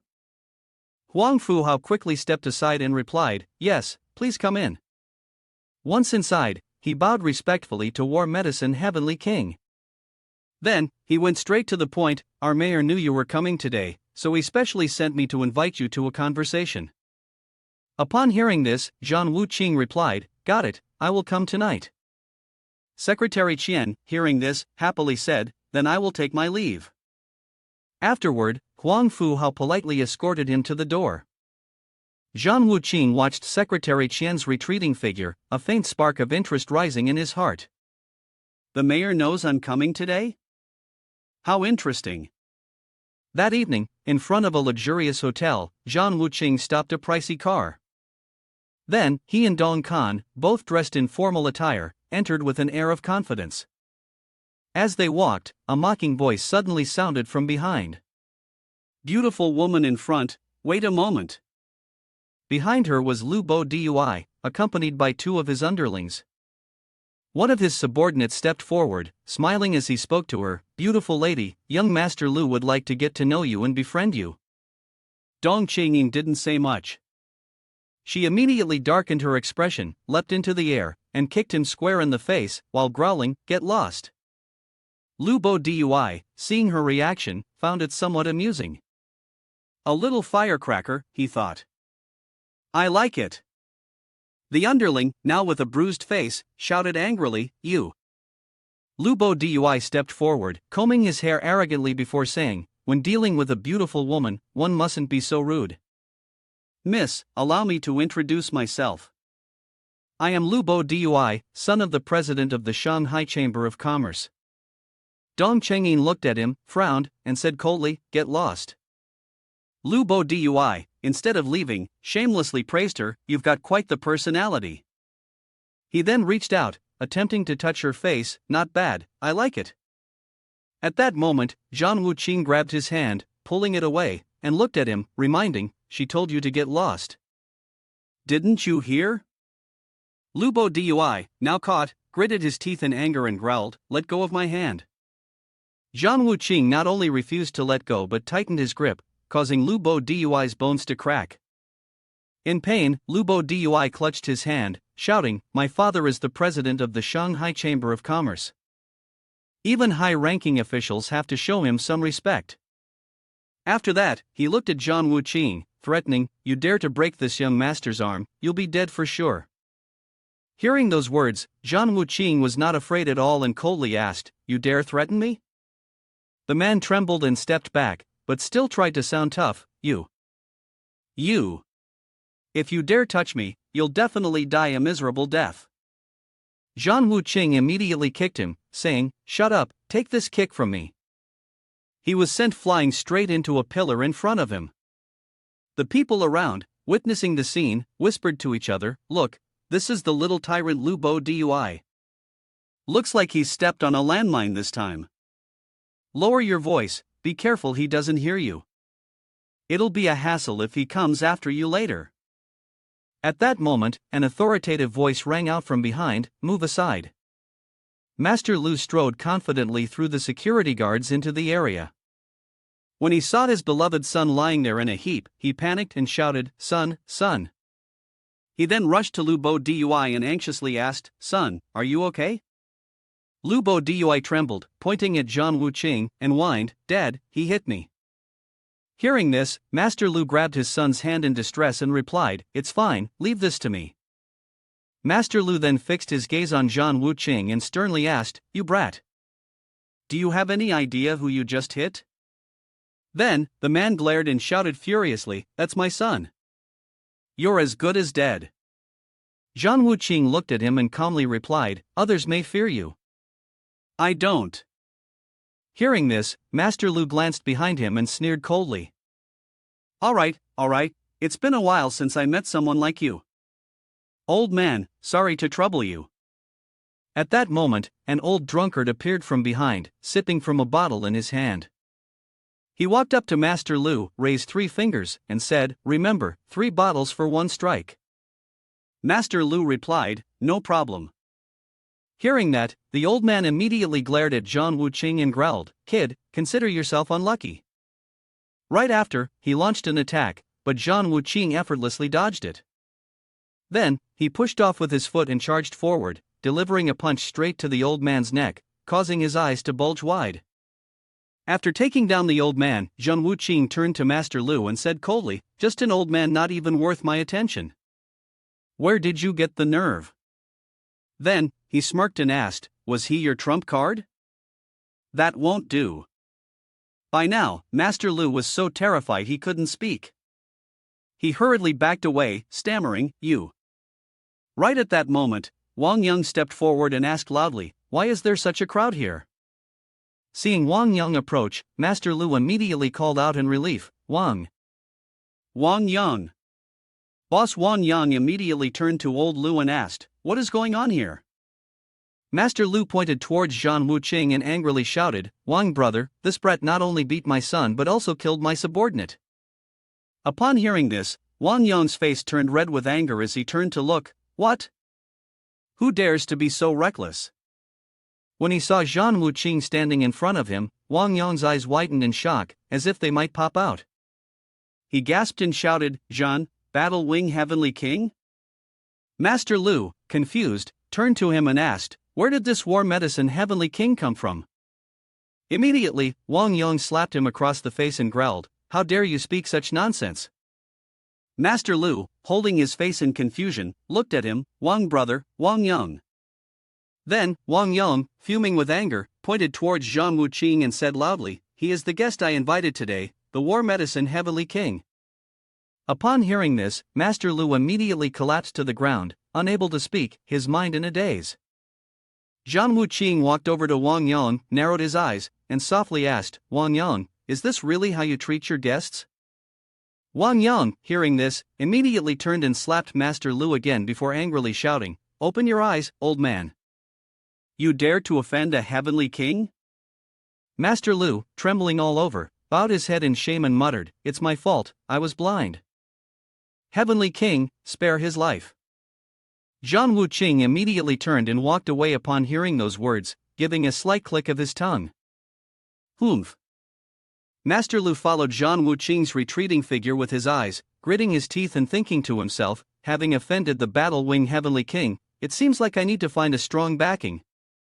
A moment later, at the banquet table, Wang Yong raised his glass and invited Zhang Wuqing, his voice full of apology. Heavenly King, it's all my fault. I didn't arrange for the reception properly. Zhang Wuqing lowered his head slightly, responding coldly. I think your position here is a bit too relaxed, isn't it? Upon hearing this, Wang Yong was stunned and quickly exclaimed in a panic, Heavenly King, please, let me explain. Zhang Wuqing glared at him, his voice icy as he asked, Go ahead. Wang Yong immediately lowered his head and began recounting the situation to him. Actually, I'm just here for show. The entire city of Shanghai is currently dominated by the major families and trade guilds, many things are obstructed by them, and I am truly helpless. After hearing this, Zhang Wuqing gave a faint smile, the corners of his mouth curling up.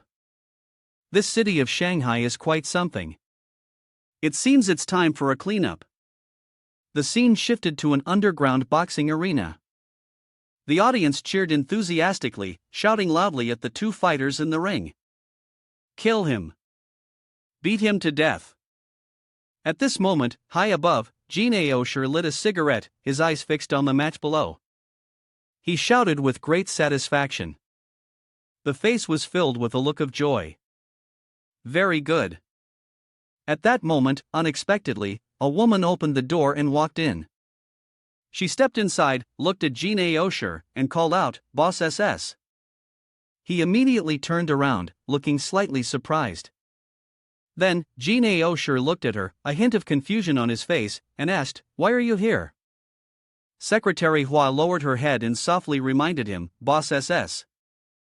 Please call me Secretary Hua outside.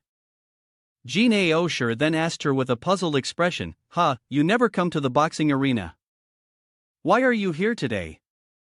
Secretary Hua smiled, her eyes flashing with a hint of amusement, and replied, Something very interesting just happened. Upon hearing this, Jin Aosher suddenly jumped, asking, tell me about it. Secretary Hua, excited, quickly reported, the El family just offended the Battle Wing Heavenly King.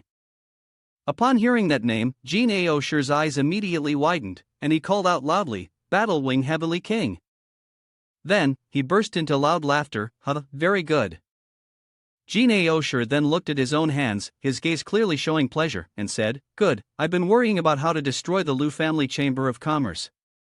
The War Medicine Heavenly King has just handed this opportunity to me. Then, he turned serious, looked at Secretary Hua, and spoke in a stern tone, The War Medicine Heavenly King has sent an invitation. I must build a good relationship with him. Secretary Hua immediately bowed his head and nodded in response, yes. The scene shifts to Zhang Wuqing. He was sitting alone in a quiet room, deep in thought, his hand resting on his chin as if pondering something. Just then, someone suddenly opened the door and walked in. Huang Fuhao entered, looked at him, and asked, How is the Heavenly King? Zhang Wuqing shook his head repeatedly and replied, The situation is more serious than Huang Fuhao anticipated. Upon hearing this, Huang Fuhao immediately said, That's also the reason why Shao Heavenly King wanted to dismantle those aristocratic families before. Then, he looked at Zhang Wuqing with a sorrowful expression and continued, I never thought that Shao Heavenly King, just as he was about to act, would be. At that moment, Zhang Wuqing unexpectedly smirked, gave a light smile, and said, In my opinion, there's a possibility that all of them will be involved. Huang Fuhao, upon hearing this, slammed his hand onto the table, angrily shouting, Damned! At that moment, someone else entered the door, holding an invitation card. The person walked in, called out his name, Heavenly King. Then, he brought the invitation to him and said, This is an invitation from the Jin family. They will hold a banquet in 2 days, and all the families in Shanghai will be attending. They invite you to join. Zhang Wuqing reached out to take the invitation, then lightly smiled and said, Just after making an enemy of the Lu family Chamber of Commerce, these people have already caught wind of it. How interesting. He then looked at the invitation and said to Huang Fu Hao, "Fu Hao, secretly investigate these families." Immediately after, Huang Fu Hao and Tan Ke left his room. After they left, he looked outside and thought to himself, "Let me have some fun with you all." That evening, at Master Lu's house, he sat on the sofa, holding his head in worry, thinking, "I've offended the Battle Wing Heavenly King.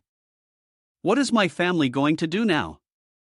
At that moment, Lu Bo Dui swaggered in with his hands in his pockets, looked at him, and asked, "Has father helped me get revenge yet?" Master Lu glared at him when he saw him return, then casually picked up the glass on the table and threw it straight at him, angrily shouting, "Unfilial son." Lu Bo Dui quickly dodged to the side, then looked at him with an innocent expression and asked, "Father, what are you doing?" Master Lu, enraged by these words, gritted his teeth and glared at him, then pointed at Lu Bo Dui and shouted, "You'll be the death of me one day. Do you know who you've messed with?" Lu Bo Dui, still confused, scratched his head and looked at his father, asking, "Who, father?" Master Lu, still furious, shouted, "Battle Wing Heavenly King." Upon hearing this name, Lu Bo Dui, still slow to grasp the situation, casually waved his hand and said, "Isn't it just a battle strategy?" At this point, he suddenly froze, his eyes wide open, and he shouted, "What?" He then immediately kneeled in front of his father, asking again, "Father, what did you say?" Master Lu looked at him and sighed deeply. Lu Bo Dui then lifted his head to look at his father, trembling as he asked, "Father, please think of something." He grabbed his father's hand, fearfully saying, "Battle Wing Heavenly King is ruthless, he would even dare to kill his own father." Master Lu held his head and replied, "I haven't figured out a way yet." At that moment, suddenly, a voice came from outside, "I can help you." Secretary Hua confidently walked in. Master Lu pointed at her and asked, "Who are you?" Secretary Hua looked at him, smiled faintly, and answered, "You don't need to know who I am, you just need to know that the Jin family will help you." Upon hearing these two words, he jerked in surprise and called out loudly, "The Jin family?" He then looked at her warily and asked, "Are you really so kind?" Secretary Hua extended her hand and responded, "Let's make a deal. I will buy your Shanghai Trade Association." Master Lu immediately reacted, shouting loudly, "Don't even think about it, this is the result of my lifetime of effort." Hearing this, Secretary Hua's face darkened, and she coldly said, "Then you'll have to wait to bury your family." After that, she turned and left without a second glance. Lu Bo Dui anxiously clung tightly to his father's leg, pleading, "Father, agree to it, I don't want to die." Master Lu quickly raised his hand and called out to her, "Wait." Upon hearing his call, Secretary Hua immediately turned back and asked. It seemed Master Lu had made up his mind. He then raised a finger and made a condition with her. "I agree with you, but with one condition." Secretary Hua looked at him and asked, "What condition?" Master Lu, angry and furrowing his brow, said to her, "I want the War Medicine Heavenly King to die in this city, Shanghai." Without hesitation, Secretary Hua raised her hand to adjust her glasses and replied, "No problem." The scene shifted outside the hotel. Zhan Wuqing strode confidently inside. At that moment, a man suddenly stepped forward to block his path. "Stop," the man said. Zhan Wuqing, confused, stared directly into his face. The man sneered wickedly and spoke, "You can't go in.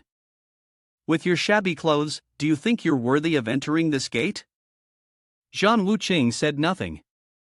He quickly grabbed the man's finger, snapped it, and gave a playful smile. "Guest of the night ceremony," he said. The man, now sweating in pain, gritted his teeth and shouted loudly, "Where are my people?"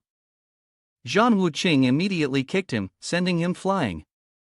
His subordinates, seeing this, rushed forward with weapons, shouting loudly, "How dare you hit our boss? Charge!" Zhan Wuqing glanced at them, then slightly curled his lips into a faint smile, "Ha, a bunch of bugs." He then gently raised his hand, sending them flying with a single strike. At that moment, Jin Aosher appeared, looking at him with a nod. The man lying on the ground lifted his head and said, "Boss, it's this brat who's come here to cause trouble." Jin Aosher immediately slapped the man across the face and snarled, "You blind fool. This is the Battle Wing Heavenly King.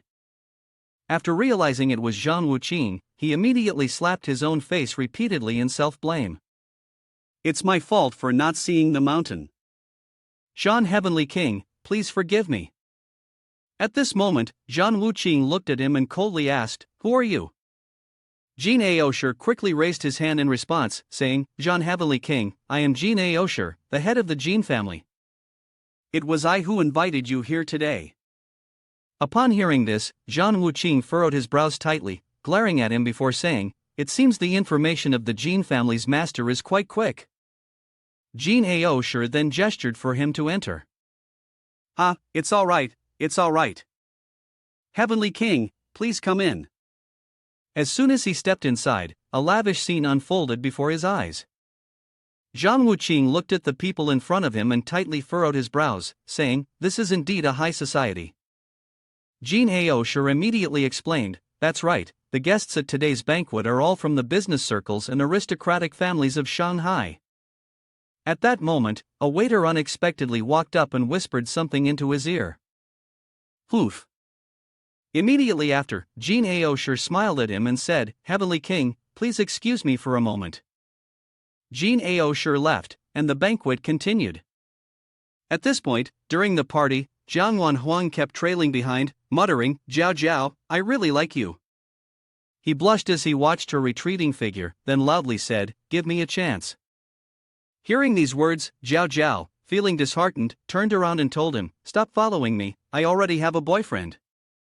After that, she looked at him seriously and said, He's here. Jiang Wanhuang, hearing this, looked at her in confusion and asked, Where? Then, he shouted angrily, I want to see how bold that bastard is to dare steal my woman. Jiao Jiao, upon hearing this, immediately glanced around. After a while of observing, her gaze stopped at the spot where Zhang Wuqing was sitting. Found him. She then quickly walked over to him, sat down in the chair, and casually draped her arm over his, smiling. Jiao Jiao then looked at him with sparkling eyes and said, Could you help me a little bit? Zhang Wuqing stared at her, not understanding what she was saying. At this point, Jiang Wanhuang had also walked over to the two of them. He glared at Zhang Wuqing, frowned, and gritted his teeth as he asked, Are you Jiao Jiao's boyfriend? Jiao Jiao tightly held Zhang Wuqing's hand, looked at him, and replied, Jiang Wanhuang, I already have a boyfriend.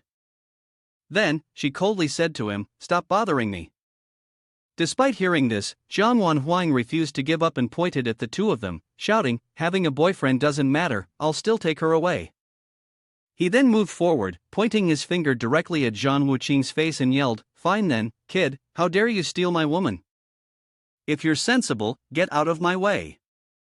With that, he furrowed his brow and warned him. If not now, I'll show you the power of this judgmental official. Jiao Jiao, seeing this, stood up in fear and asked him, Jiang Wanhuang, what do you want to do? She then glared at him, threatening, Do you dare to act recklessly here? Jiang Wanhuang looked at her at that moment, called out to Jiao Jiao, and then glanced at Zhang Wuqing, saying, You do know my family's background, right? He then moved closer to Zhang Wuqing, looked at him, and said, Who am I afraid of? He reached out to grab his collar. Zhang Wuqing didn't let him touch him, immediately kicking him away with a loud thud. Then, slowly standing up, he said, Like a fly buzzing in front of me without stopping. He glared at him coldly and asked, Do you know how annoying you are? Jiao Jiao, at this point, watched Zhang Wuqing's retreating figure in shock, thinking to herself, Jiang Wanhuang is considered a master, and this guy just kicked him away with one move.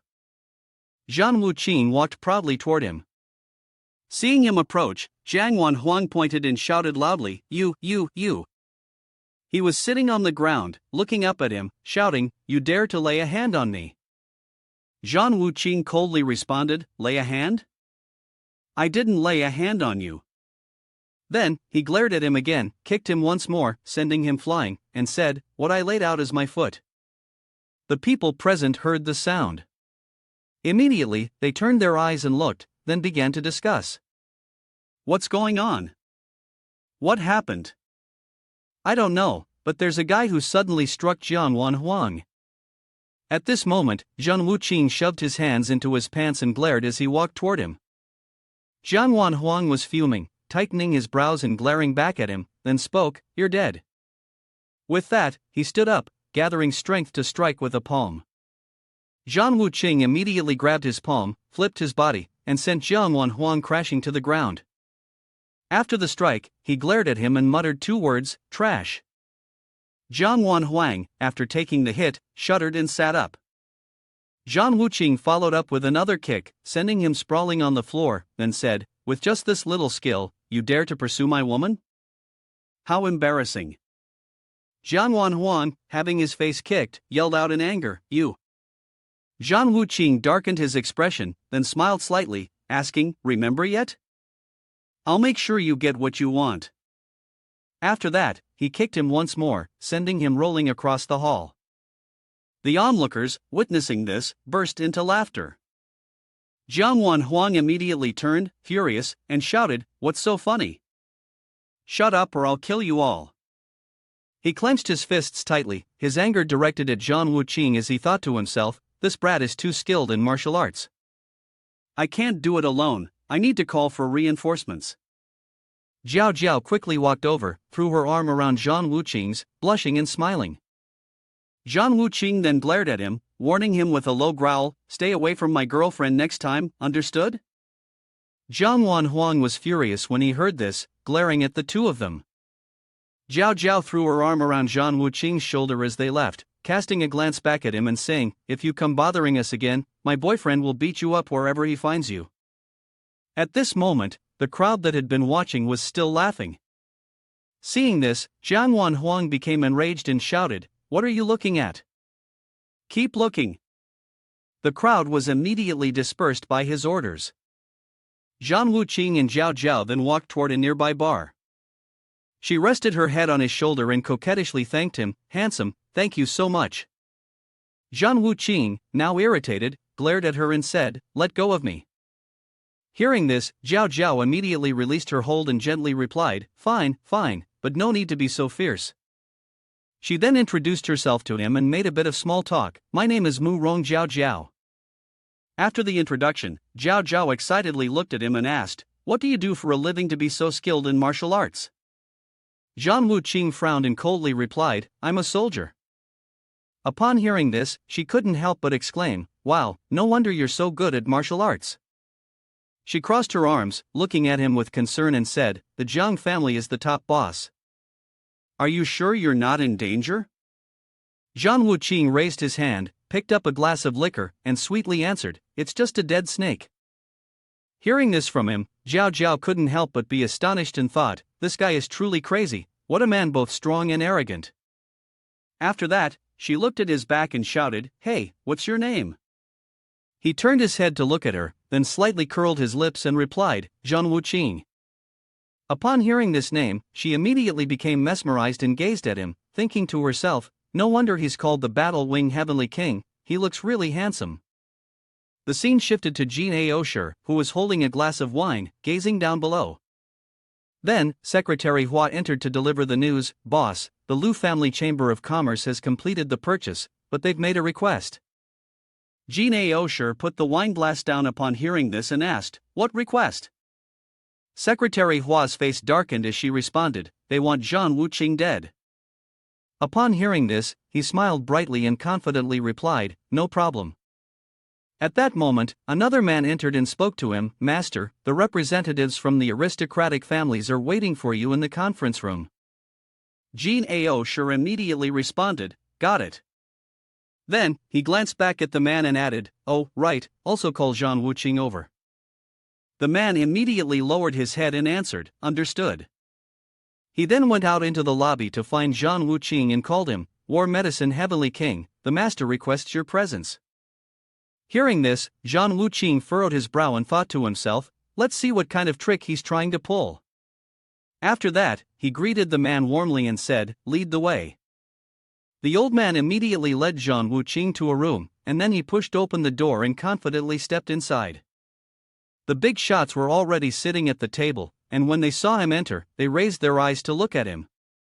Jiang Wanlong, seeing him, angrily shouted, "Who dares to barge in here?" Wu Zhelan, amused, looked at him and said, "And he's a little handsome guy too." At that moment, Jin Aosher stood up and walked toward the battlefield. Wu Qing said, "Everyone, please remain silent." Then he extended his hand and introduced the man to everyone. "This is the newly arrived Battle Wing Heavenly King." Upon hearing the name, all 5 of them were startled and shouted, "What?" Wu Zhelan then threw him a glance, blushed, and said, "The War Medicine Heavenly King is indeed as handsome as the rumors say." Seeing her reaction, Jiang Wanlong immediately chimed in with a mock, "The old woman looks at you seductively." Jin Aosher then proceeded to introduce each person to him. "Now, let me introduce you. The person on the left is the master of the Murong family." The man immediately raised his hand and politely returned the greeting. "Greetings, Heavenly King." Jin Aosher continued introducing the next person. "The person below is the master of the Li family." Old Li coldly ignored him. At that moment, Jiang Wanlong arrogantly stepped forward and said, "I am Jiang Wanlong." Zhang Wuqing immediately extended his hand in a polite greeting. "Oh, it's an honor." After that, both of them shook hands to get acquainted. The handshake between the two released an overwhelming aura of murderous intent, as if they wanted to devour each other. Suddenly, Jiang Wanhuang lunged forward to attack Zhang Wuqing and shouted loudly, "This little brat has some skills, let's see if you can withstand this palm strike." Zhang Wuqing frowned and looked at him, intending to counterattack, but unexpectedly, Jin Aosher's hand reached out to stop him. Zhang Wuqing was a bit surprised and looked at him. Jin Aosher then spoke to both of them, "Don't ruin this good relationship." Jiang Wanlong crossed his arms and looked at him, then replied. After that, he turned around and returned to his seat, saying, "I'm letting Jin Aosher off the hook." He slumped down in his chair, arrogantly raising his chin. Zhang Wuqing then turned to look at Jin Aosher and said, "I didn't expect the head of the Jin family to be a master as well." He quickly waved his hand, smiling as he looked at him, replying, "Oh, no, even if I were stronger, I wouldn't compare to you, the Battle Wing Heavenly King." Hearing that, Zhang Wuqing glanced at him and faintly smiled. After that, Jin Aosher continued the introduction, "Heavenly King, this is the head of the Yu family." Wu Zhelan immediately stood up, greeted him warmly, and called his name, "Heavenly King." She then looked at him and politely said, "I hope you'll offer more help in the future." Zhang Wuqing looked at her, then gave a slight smile and nodded. Jin Aosher immediately pointed towards the youngest young man. She said, "This is the young master of the C family." Then, he glanced at the expression on the boy's face and added, "This young master of the C family can be quite unpredictable." He then turned to Zhang Wuqing and said, "I hope you won't mind." Immediately after, Zhang Wuqing cast a glance at the boy. After the introduction, Jin Aosher took a few strides toward his seat and sat down with the others. At that moment, Jiang Wanlong walked straight up to him and asked, "Why did you call us here?" Jin Aosher slammed his hand on the table and shouted, "Please, maintain order." Then he smiled and pointed toward Zhang Wuqing, saying, "First and foremost, let us welcome our Battle Wing Heavenly King to the city of Shanghai." After the introduction, he paused for a moment before getting to the main issue. "We must immediately convene the once in 5 years Dragon Tiger Valley meeting, and I hope all the masters are well prepared." Upon hearing this, Jiang Wanlong spoke up, "It's about time for the Dragon Tiger Valley meeting." He then clenched his fists, filled with excitement, and continued, "I, Jiang Wanlong, have been waiting for this moment." Unexpectedly, he turned his head and glared at Zhang Wuqing with a displeased look. However, this Dragon Tiger Valley meeting does not need the involvement of outsiders. Hearing these words from him, Zhang Wuqing gave a faint smile. Then, he slammed his hand down on the table and looked at Jin Aosher, saying, "If outsiders are involved, then I won't participate anymore." After saying that, he decisively stood up and left the place. Zhang Wuqing watched him walk past with a hint of amusement, thinking, "Quite interesting." The people present immediately exchanged glances without saying a word. Kim Il then spoke up, breaking the silence, "Heavenly King, this person is very stubborn and hard to deal with. I hope you won't blame him." Zhang Wuqing didn't pay much attention, quickly waving his hand in response, "I'm fine, everyone, continue." After the meeting ended and they stepped outside, Wu Zhelan approached him and said, "Heavenly King, one day, please come to my family and visit. She looked at him and spoke sincerely, I'd really like to sit down and talk with you. Zhang Wuqing coldly responded to her. The next day, he left the hotel and headed home. On his way, he encountered Jian Wanhuang again. The latter, leading a group of subordinates, stood in front of him and said, Kid, so you finally came out. He pointed a wooden stick at him and angrily shouted, Young master, I've been waiting for you for a long time. Zhang Wuqing looked at him, then smirked and asked, Isn't the beating inside enough for you?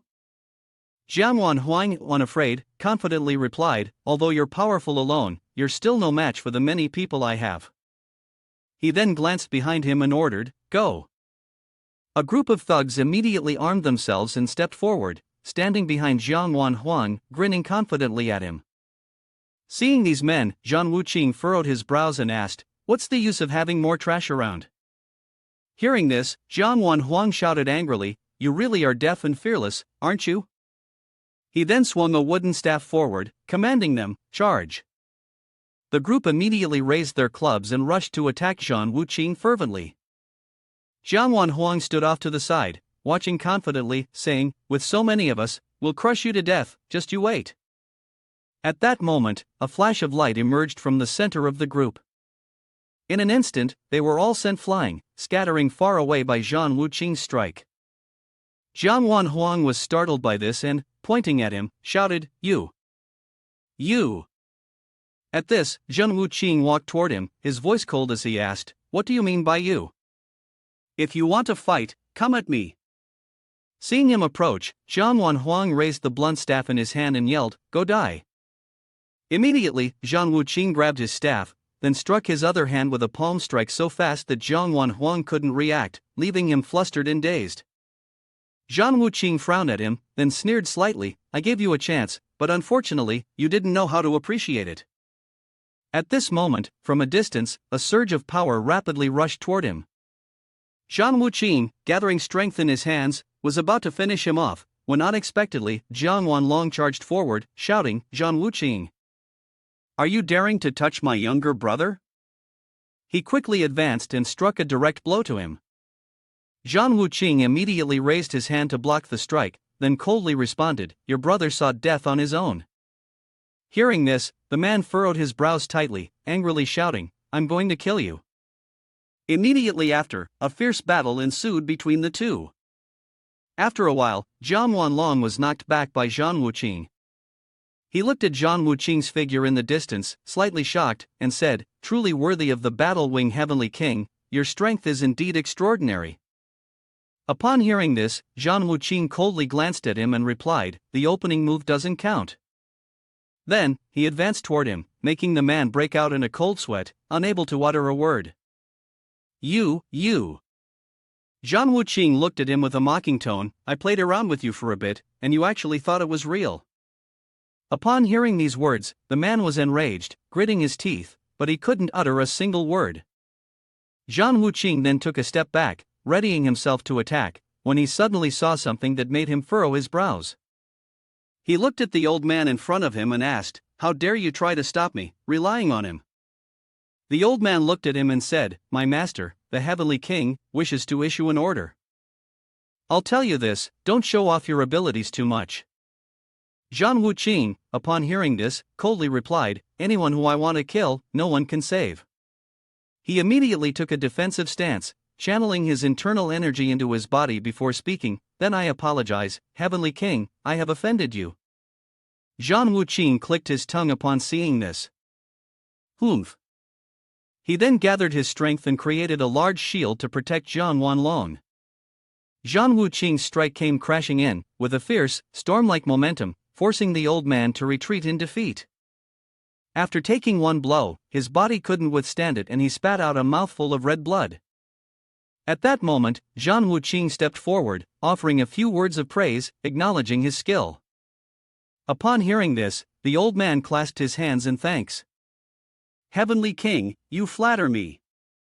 Zhang Wuqing then looked at him and said, Jiang Wanlong can still keep his life. He turned and walked away, adding, It's because I'm showing respect for you and your master. Those present immediately followed his retreating figure, not daring to say a word.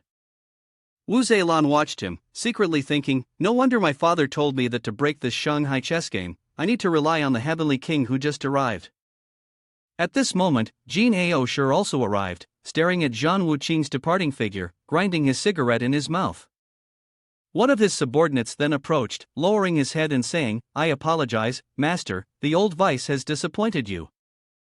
Jin Aosher looked at him and shook his head, replying, I never expected him to defeat Zhang Wuqing. Then he immediately asked, how would you compare the strength of Zhang Wuqing with Xiao Heavenly King? What do you think? Without hesitation, the old man replied, stronger than Xiao Heavenly King. Upon hearing this, Jin Aosher was stunned, his eyes widening in surprise, then he waved his hand and told the old man, go rest and recover properly. Understood. At this moment, Secretary Hua stepped forward and stood behind him, asking, do you need to send an assassin from the Shadow Assassin sect? Jin Aosher immediately replied, I want to deal with Zhang Wuqing myself. Upon hearing this, Secretary Hua said nothing further but looked straight at Jin Aosher. The next day, in front of the military district, a shadowy figure appeared at the gate. Dong Qingyin stood at the corner of the wall, arms crossed, absent-mindedly gazing in one direction. Suddenly, she saw someone approaching and was startled, lifting her head to look. Zhang Wuqing walked in coldly ahead. Seeing him, Dong Qingyin quickly ran towards him, looked at him with concern, and asked, Heavenly King, are you okay? Zhang Wuqing glanced at her and coldly asked, what could possibly happen? What are you doing here? Upon hearing his question, Dong Qingyin felt a bit awkward, turned her face away, and replied, I'm just waiting for a delivery. Zhang Wuqing didn't understand and looked at her, saying, you could have asked the gatekeeper to bring it in. Why stand here waiting yourself? Hearing this, she was so angry that she couldn't help but stomp her foot in frustration.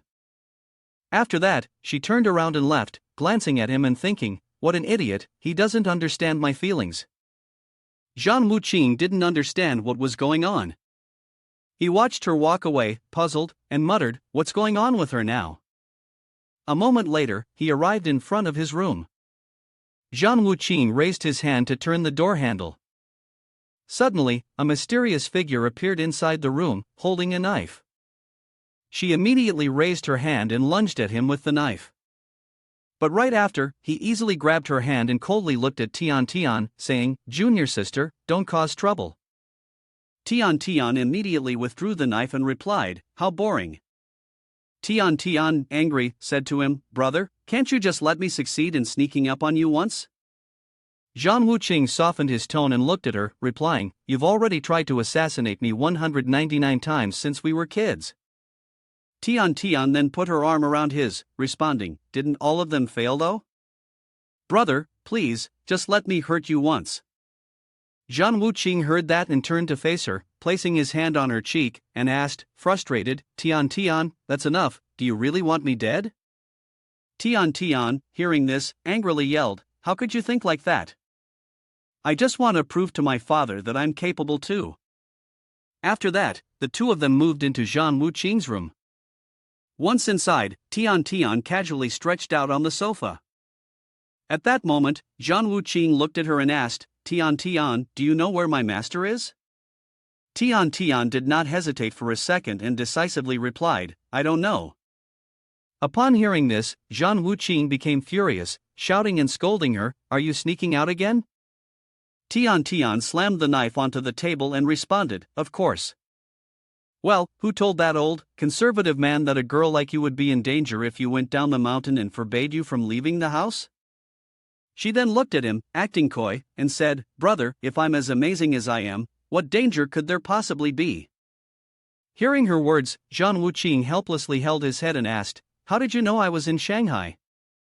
Tian Tian lightly stroked her hair, then looked at him and replied, I found out from the news. I'm not someone who's stuck without a phone or a life. At that moment, her stomach suddenly rumbled. Tian Tian looked at him and pouted, saying, brother, I'm hungry. Zhang Wuqing stood up, sighed deeply, and replied, all right, let's go. Brother will take you out for some food. He then proceeded to prepare a lavish meal for her. When Tian Tian saw the food, she immediately grabbed it and stuffed her mouth without hesitation. Zhang Wuqing, seeing this, anxiously said, "Take your time, there's no one racing you." Tian Tian looked up at him with a dazed expression and asked, "Wuqing, what did you say?" Seeing her reaction, Zhang Wuqing helplessly held his head and said, "Nothing, go ahead and eat." Upon hearing that, she nodded repeatedly, replying, "Okay." She then continued to devour the food on the table. A moment later, the entire dining table was cleared by her, with not a single piece of meat left. Tian Tian sat on the chair, rubbing her round, full belly, then said, "Phew, finally done." Zhang Wuqing immediately stood up, turned around, and left, coldly saying to her, "Once you're full, go back quickly."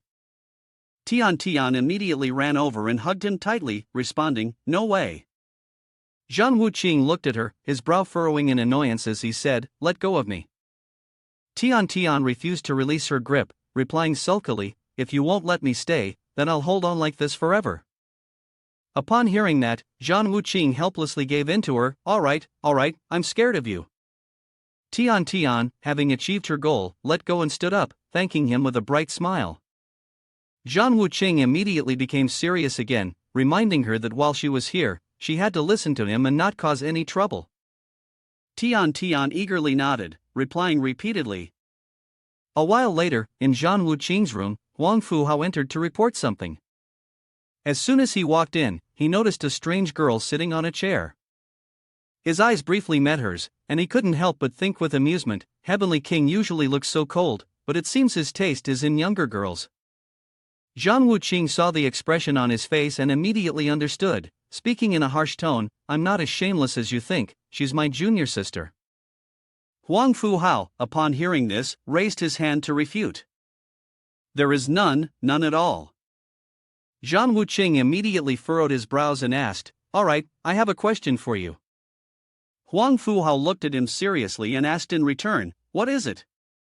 Zhang Wuqing then said to him, "What is the requirement of Dragon Tiger Valley?"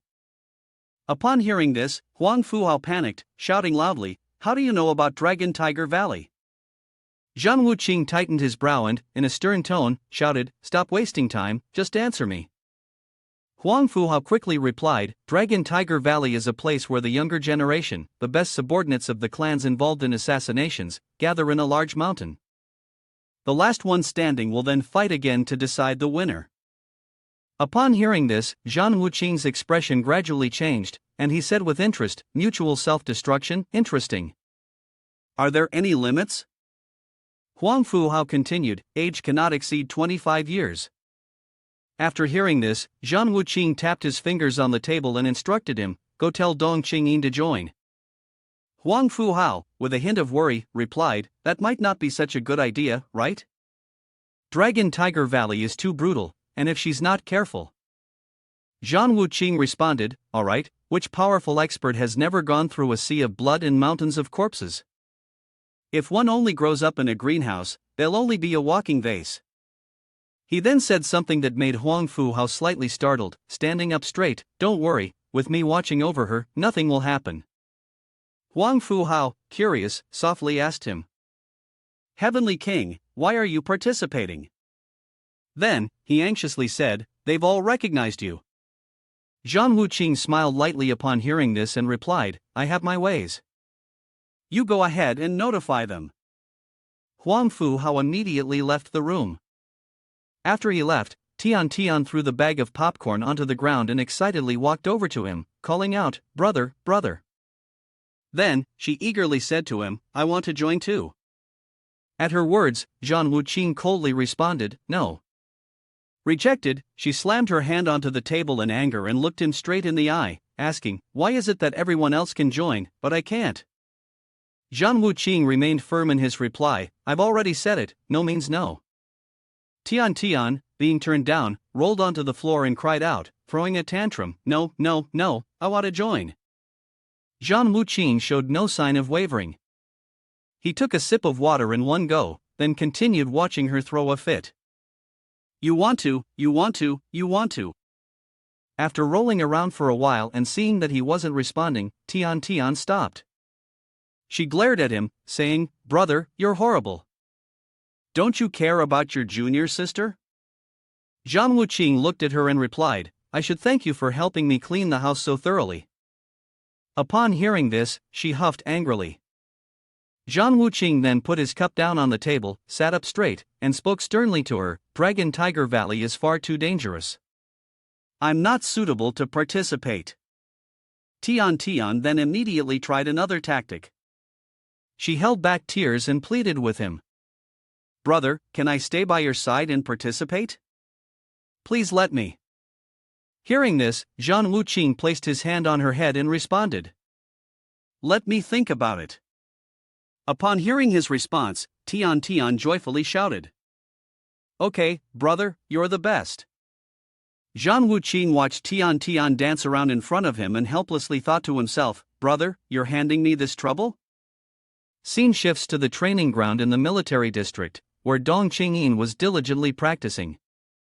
At this moment, Huang Fuhao had arrived to deliver some news. Qingyin.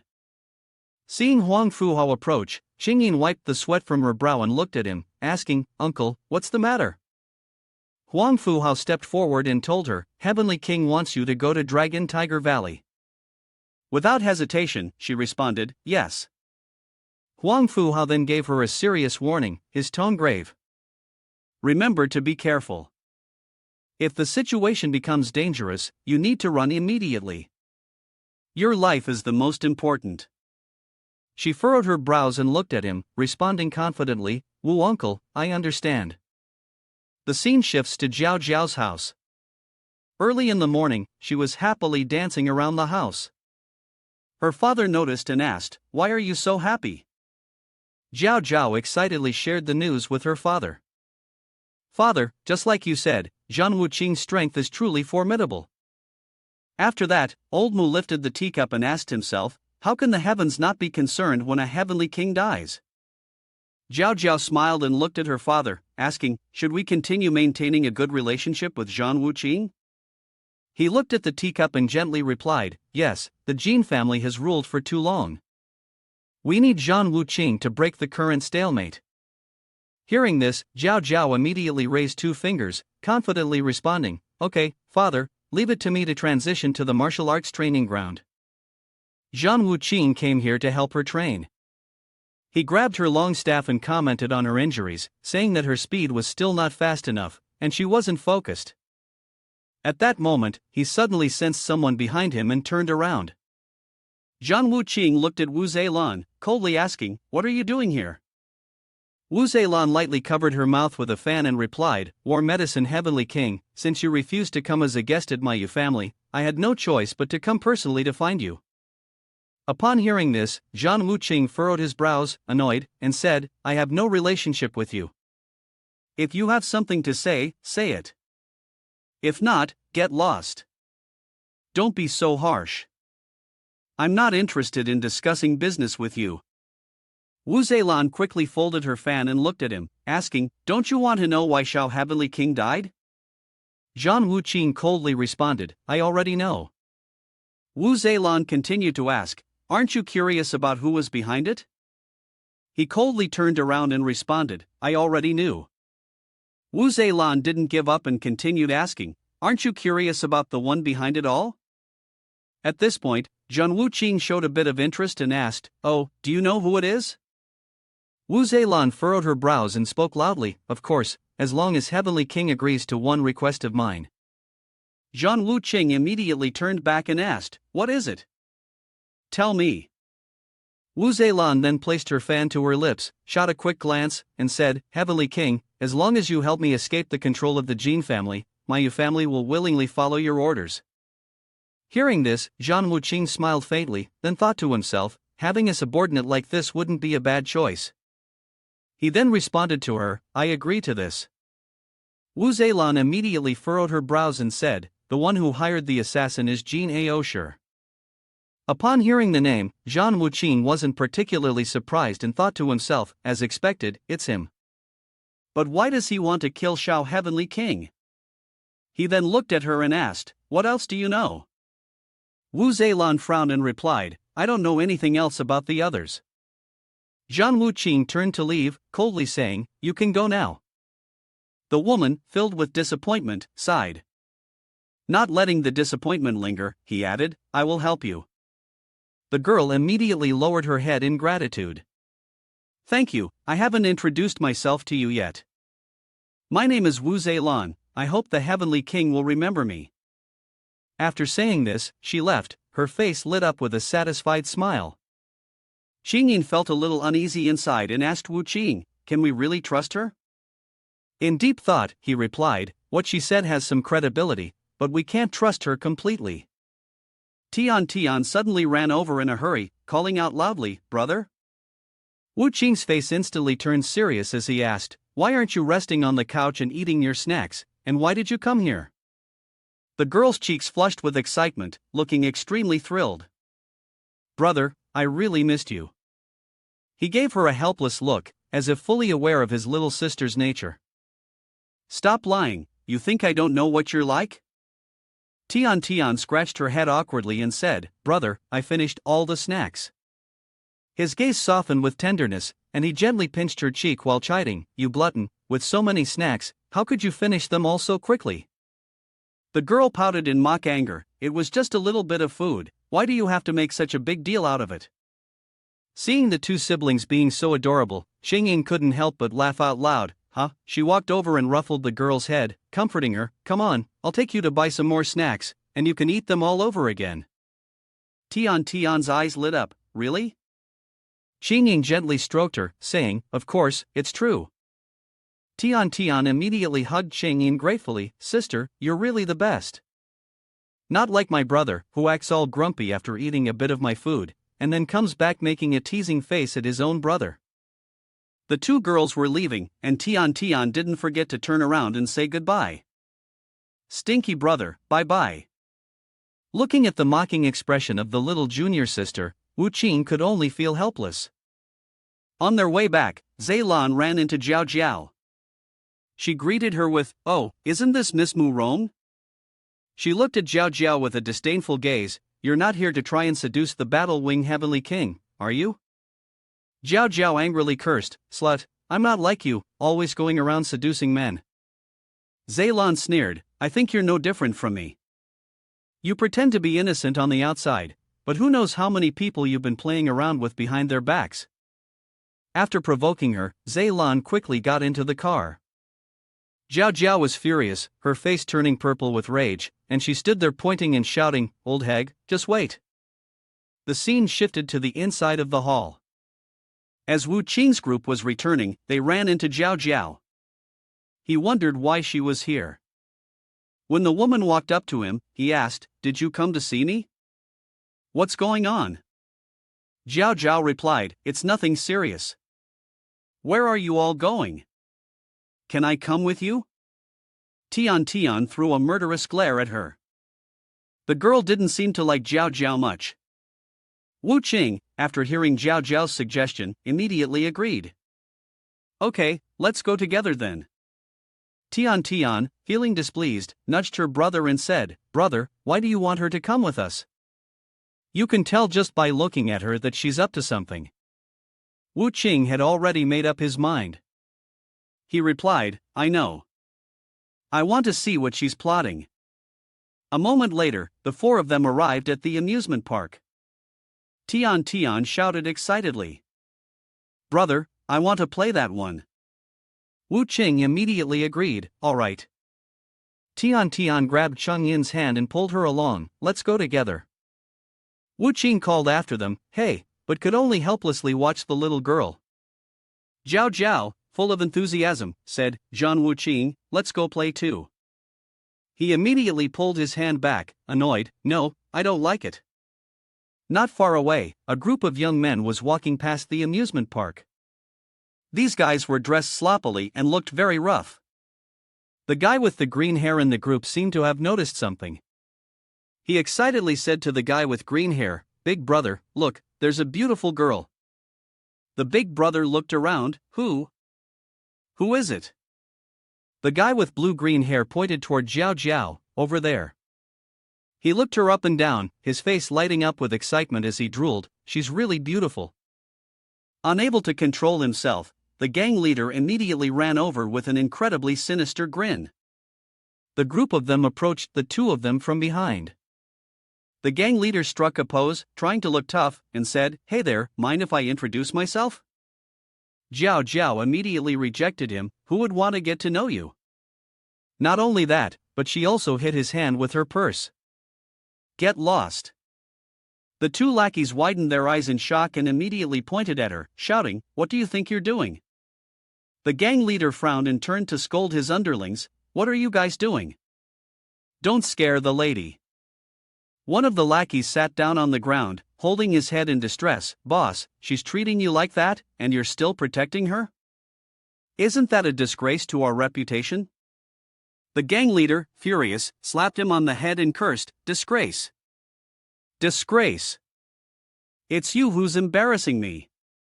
Then, he turned back to smooth his hair, trying to look handsome, and said, "My underling doesn't know any better, please don't hold it against her." The lackey who had just been slapped sat in a corner feeling sorry for himself and muttering, "Looks like the boss likes this girl, he falls for anyone he meets. Wasn't he just with another girl yesterday?" Jiao Jiao then hooked her arm around Wu Qing's, pretending to be affectionate, and said, "I'm really sorry, I already have a boyfriend." Hearing this, the man with green hair yelled out threateningly, "You little punk, you better leave her alone if you know what's good for you." Then, he pretended to crack his knuckles, as if threatening to hit Wu Qing. If not, he immediately withdrew his hand, coldly saying, "Don't bother me, I haven't forgotten about her." Jiao Jiao even called him husband, with a pitiful expression, "Husband, I won't cause any more trouble next time, please don't leave me."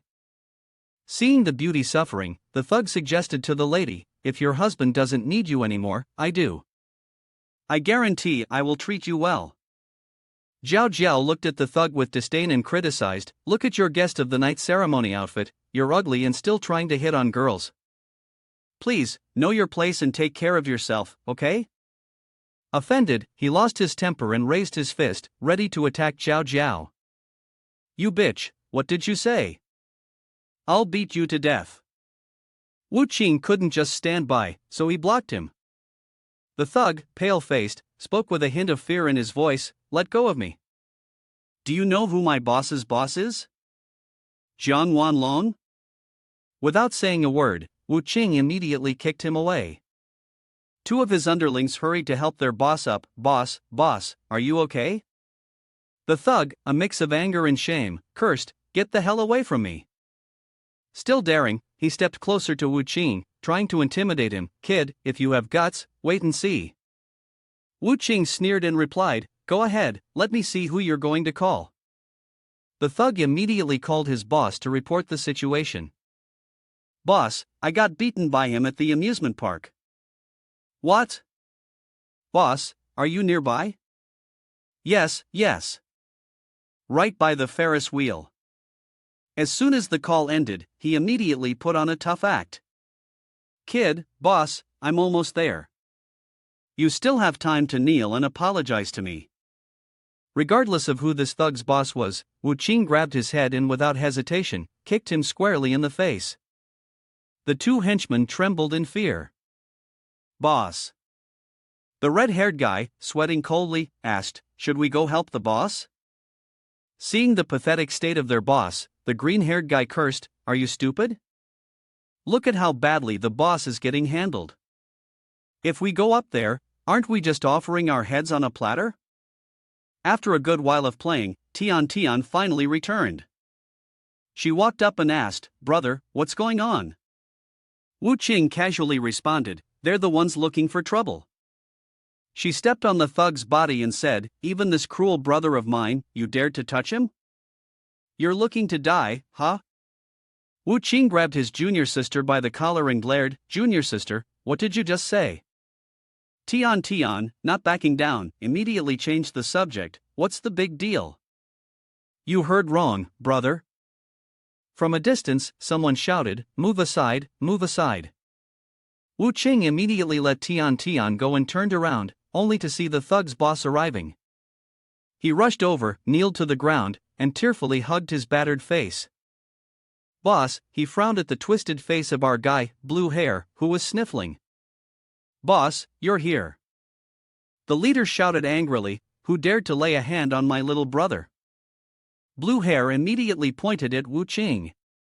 "Boss, it was him." The moment the leader saw him, his face turned pale, drenched in sweat. "Oh shit, why is the god of slaughter here?" He instantly smacked Blue Hair hard. "Ah! Blue Hair!" The guy cried out in shock. "Boss, why did you hit me?" The leader kicked him again, cursing as he did. "Do you want to get me killed too?" Blue Hair, face in utter misery, begged, "Boss, please stop hitting me, someone's gonna die if you keep this up."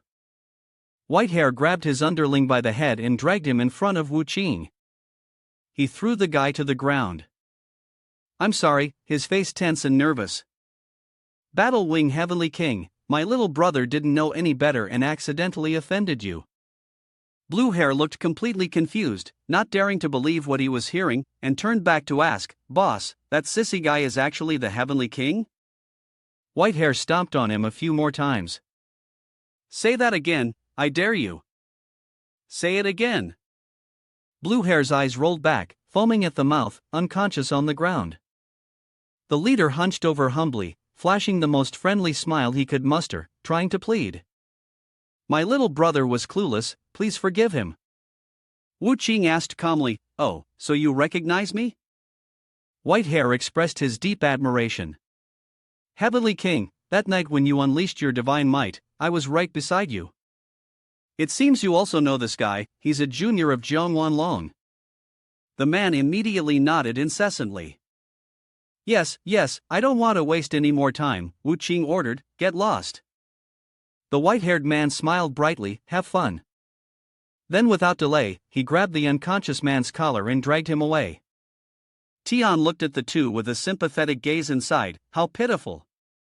Wu Qing warned junior sister not to add fuel to the fire. Tian pulled out a sinister knife and said, "I still want to show off my strength."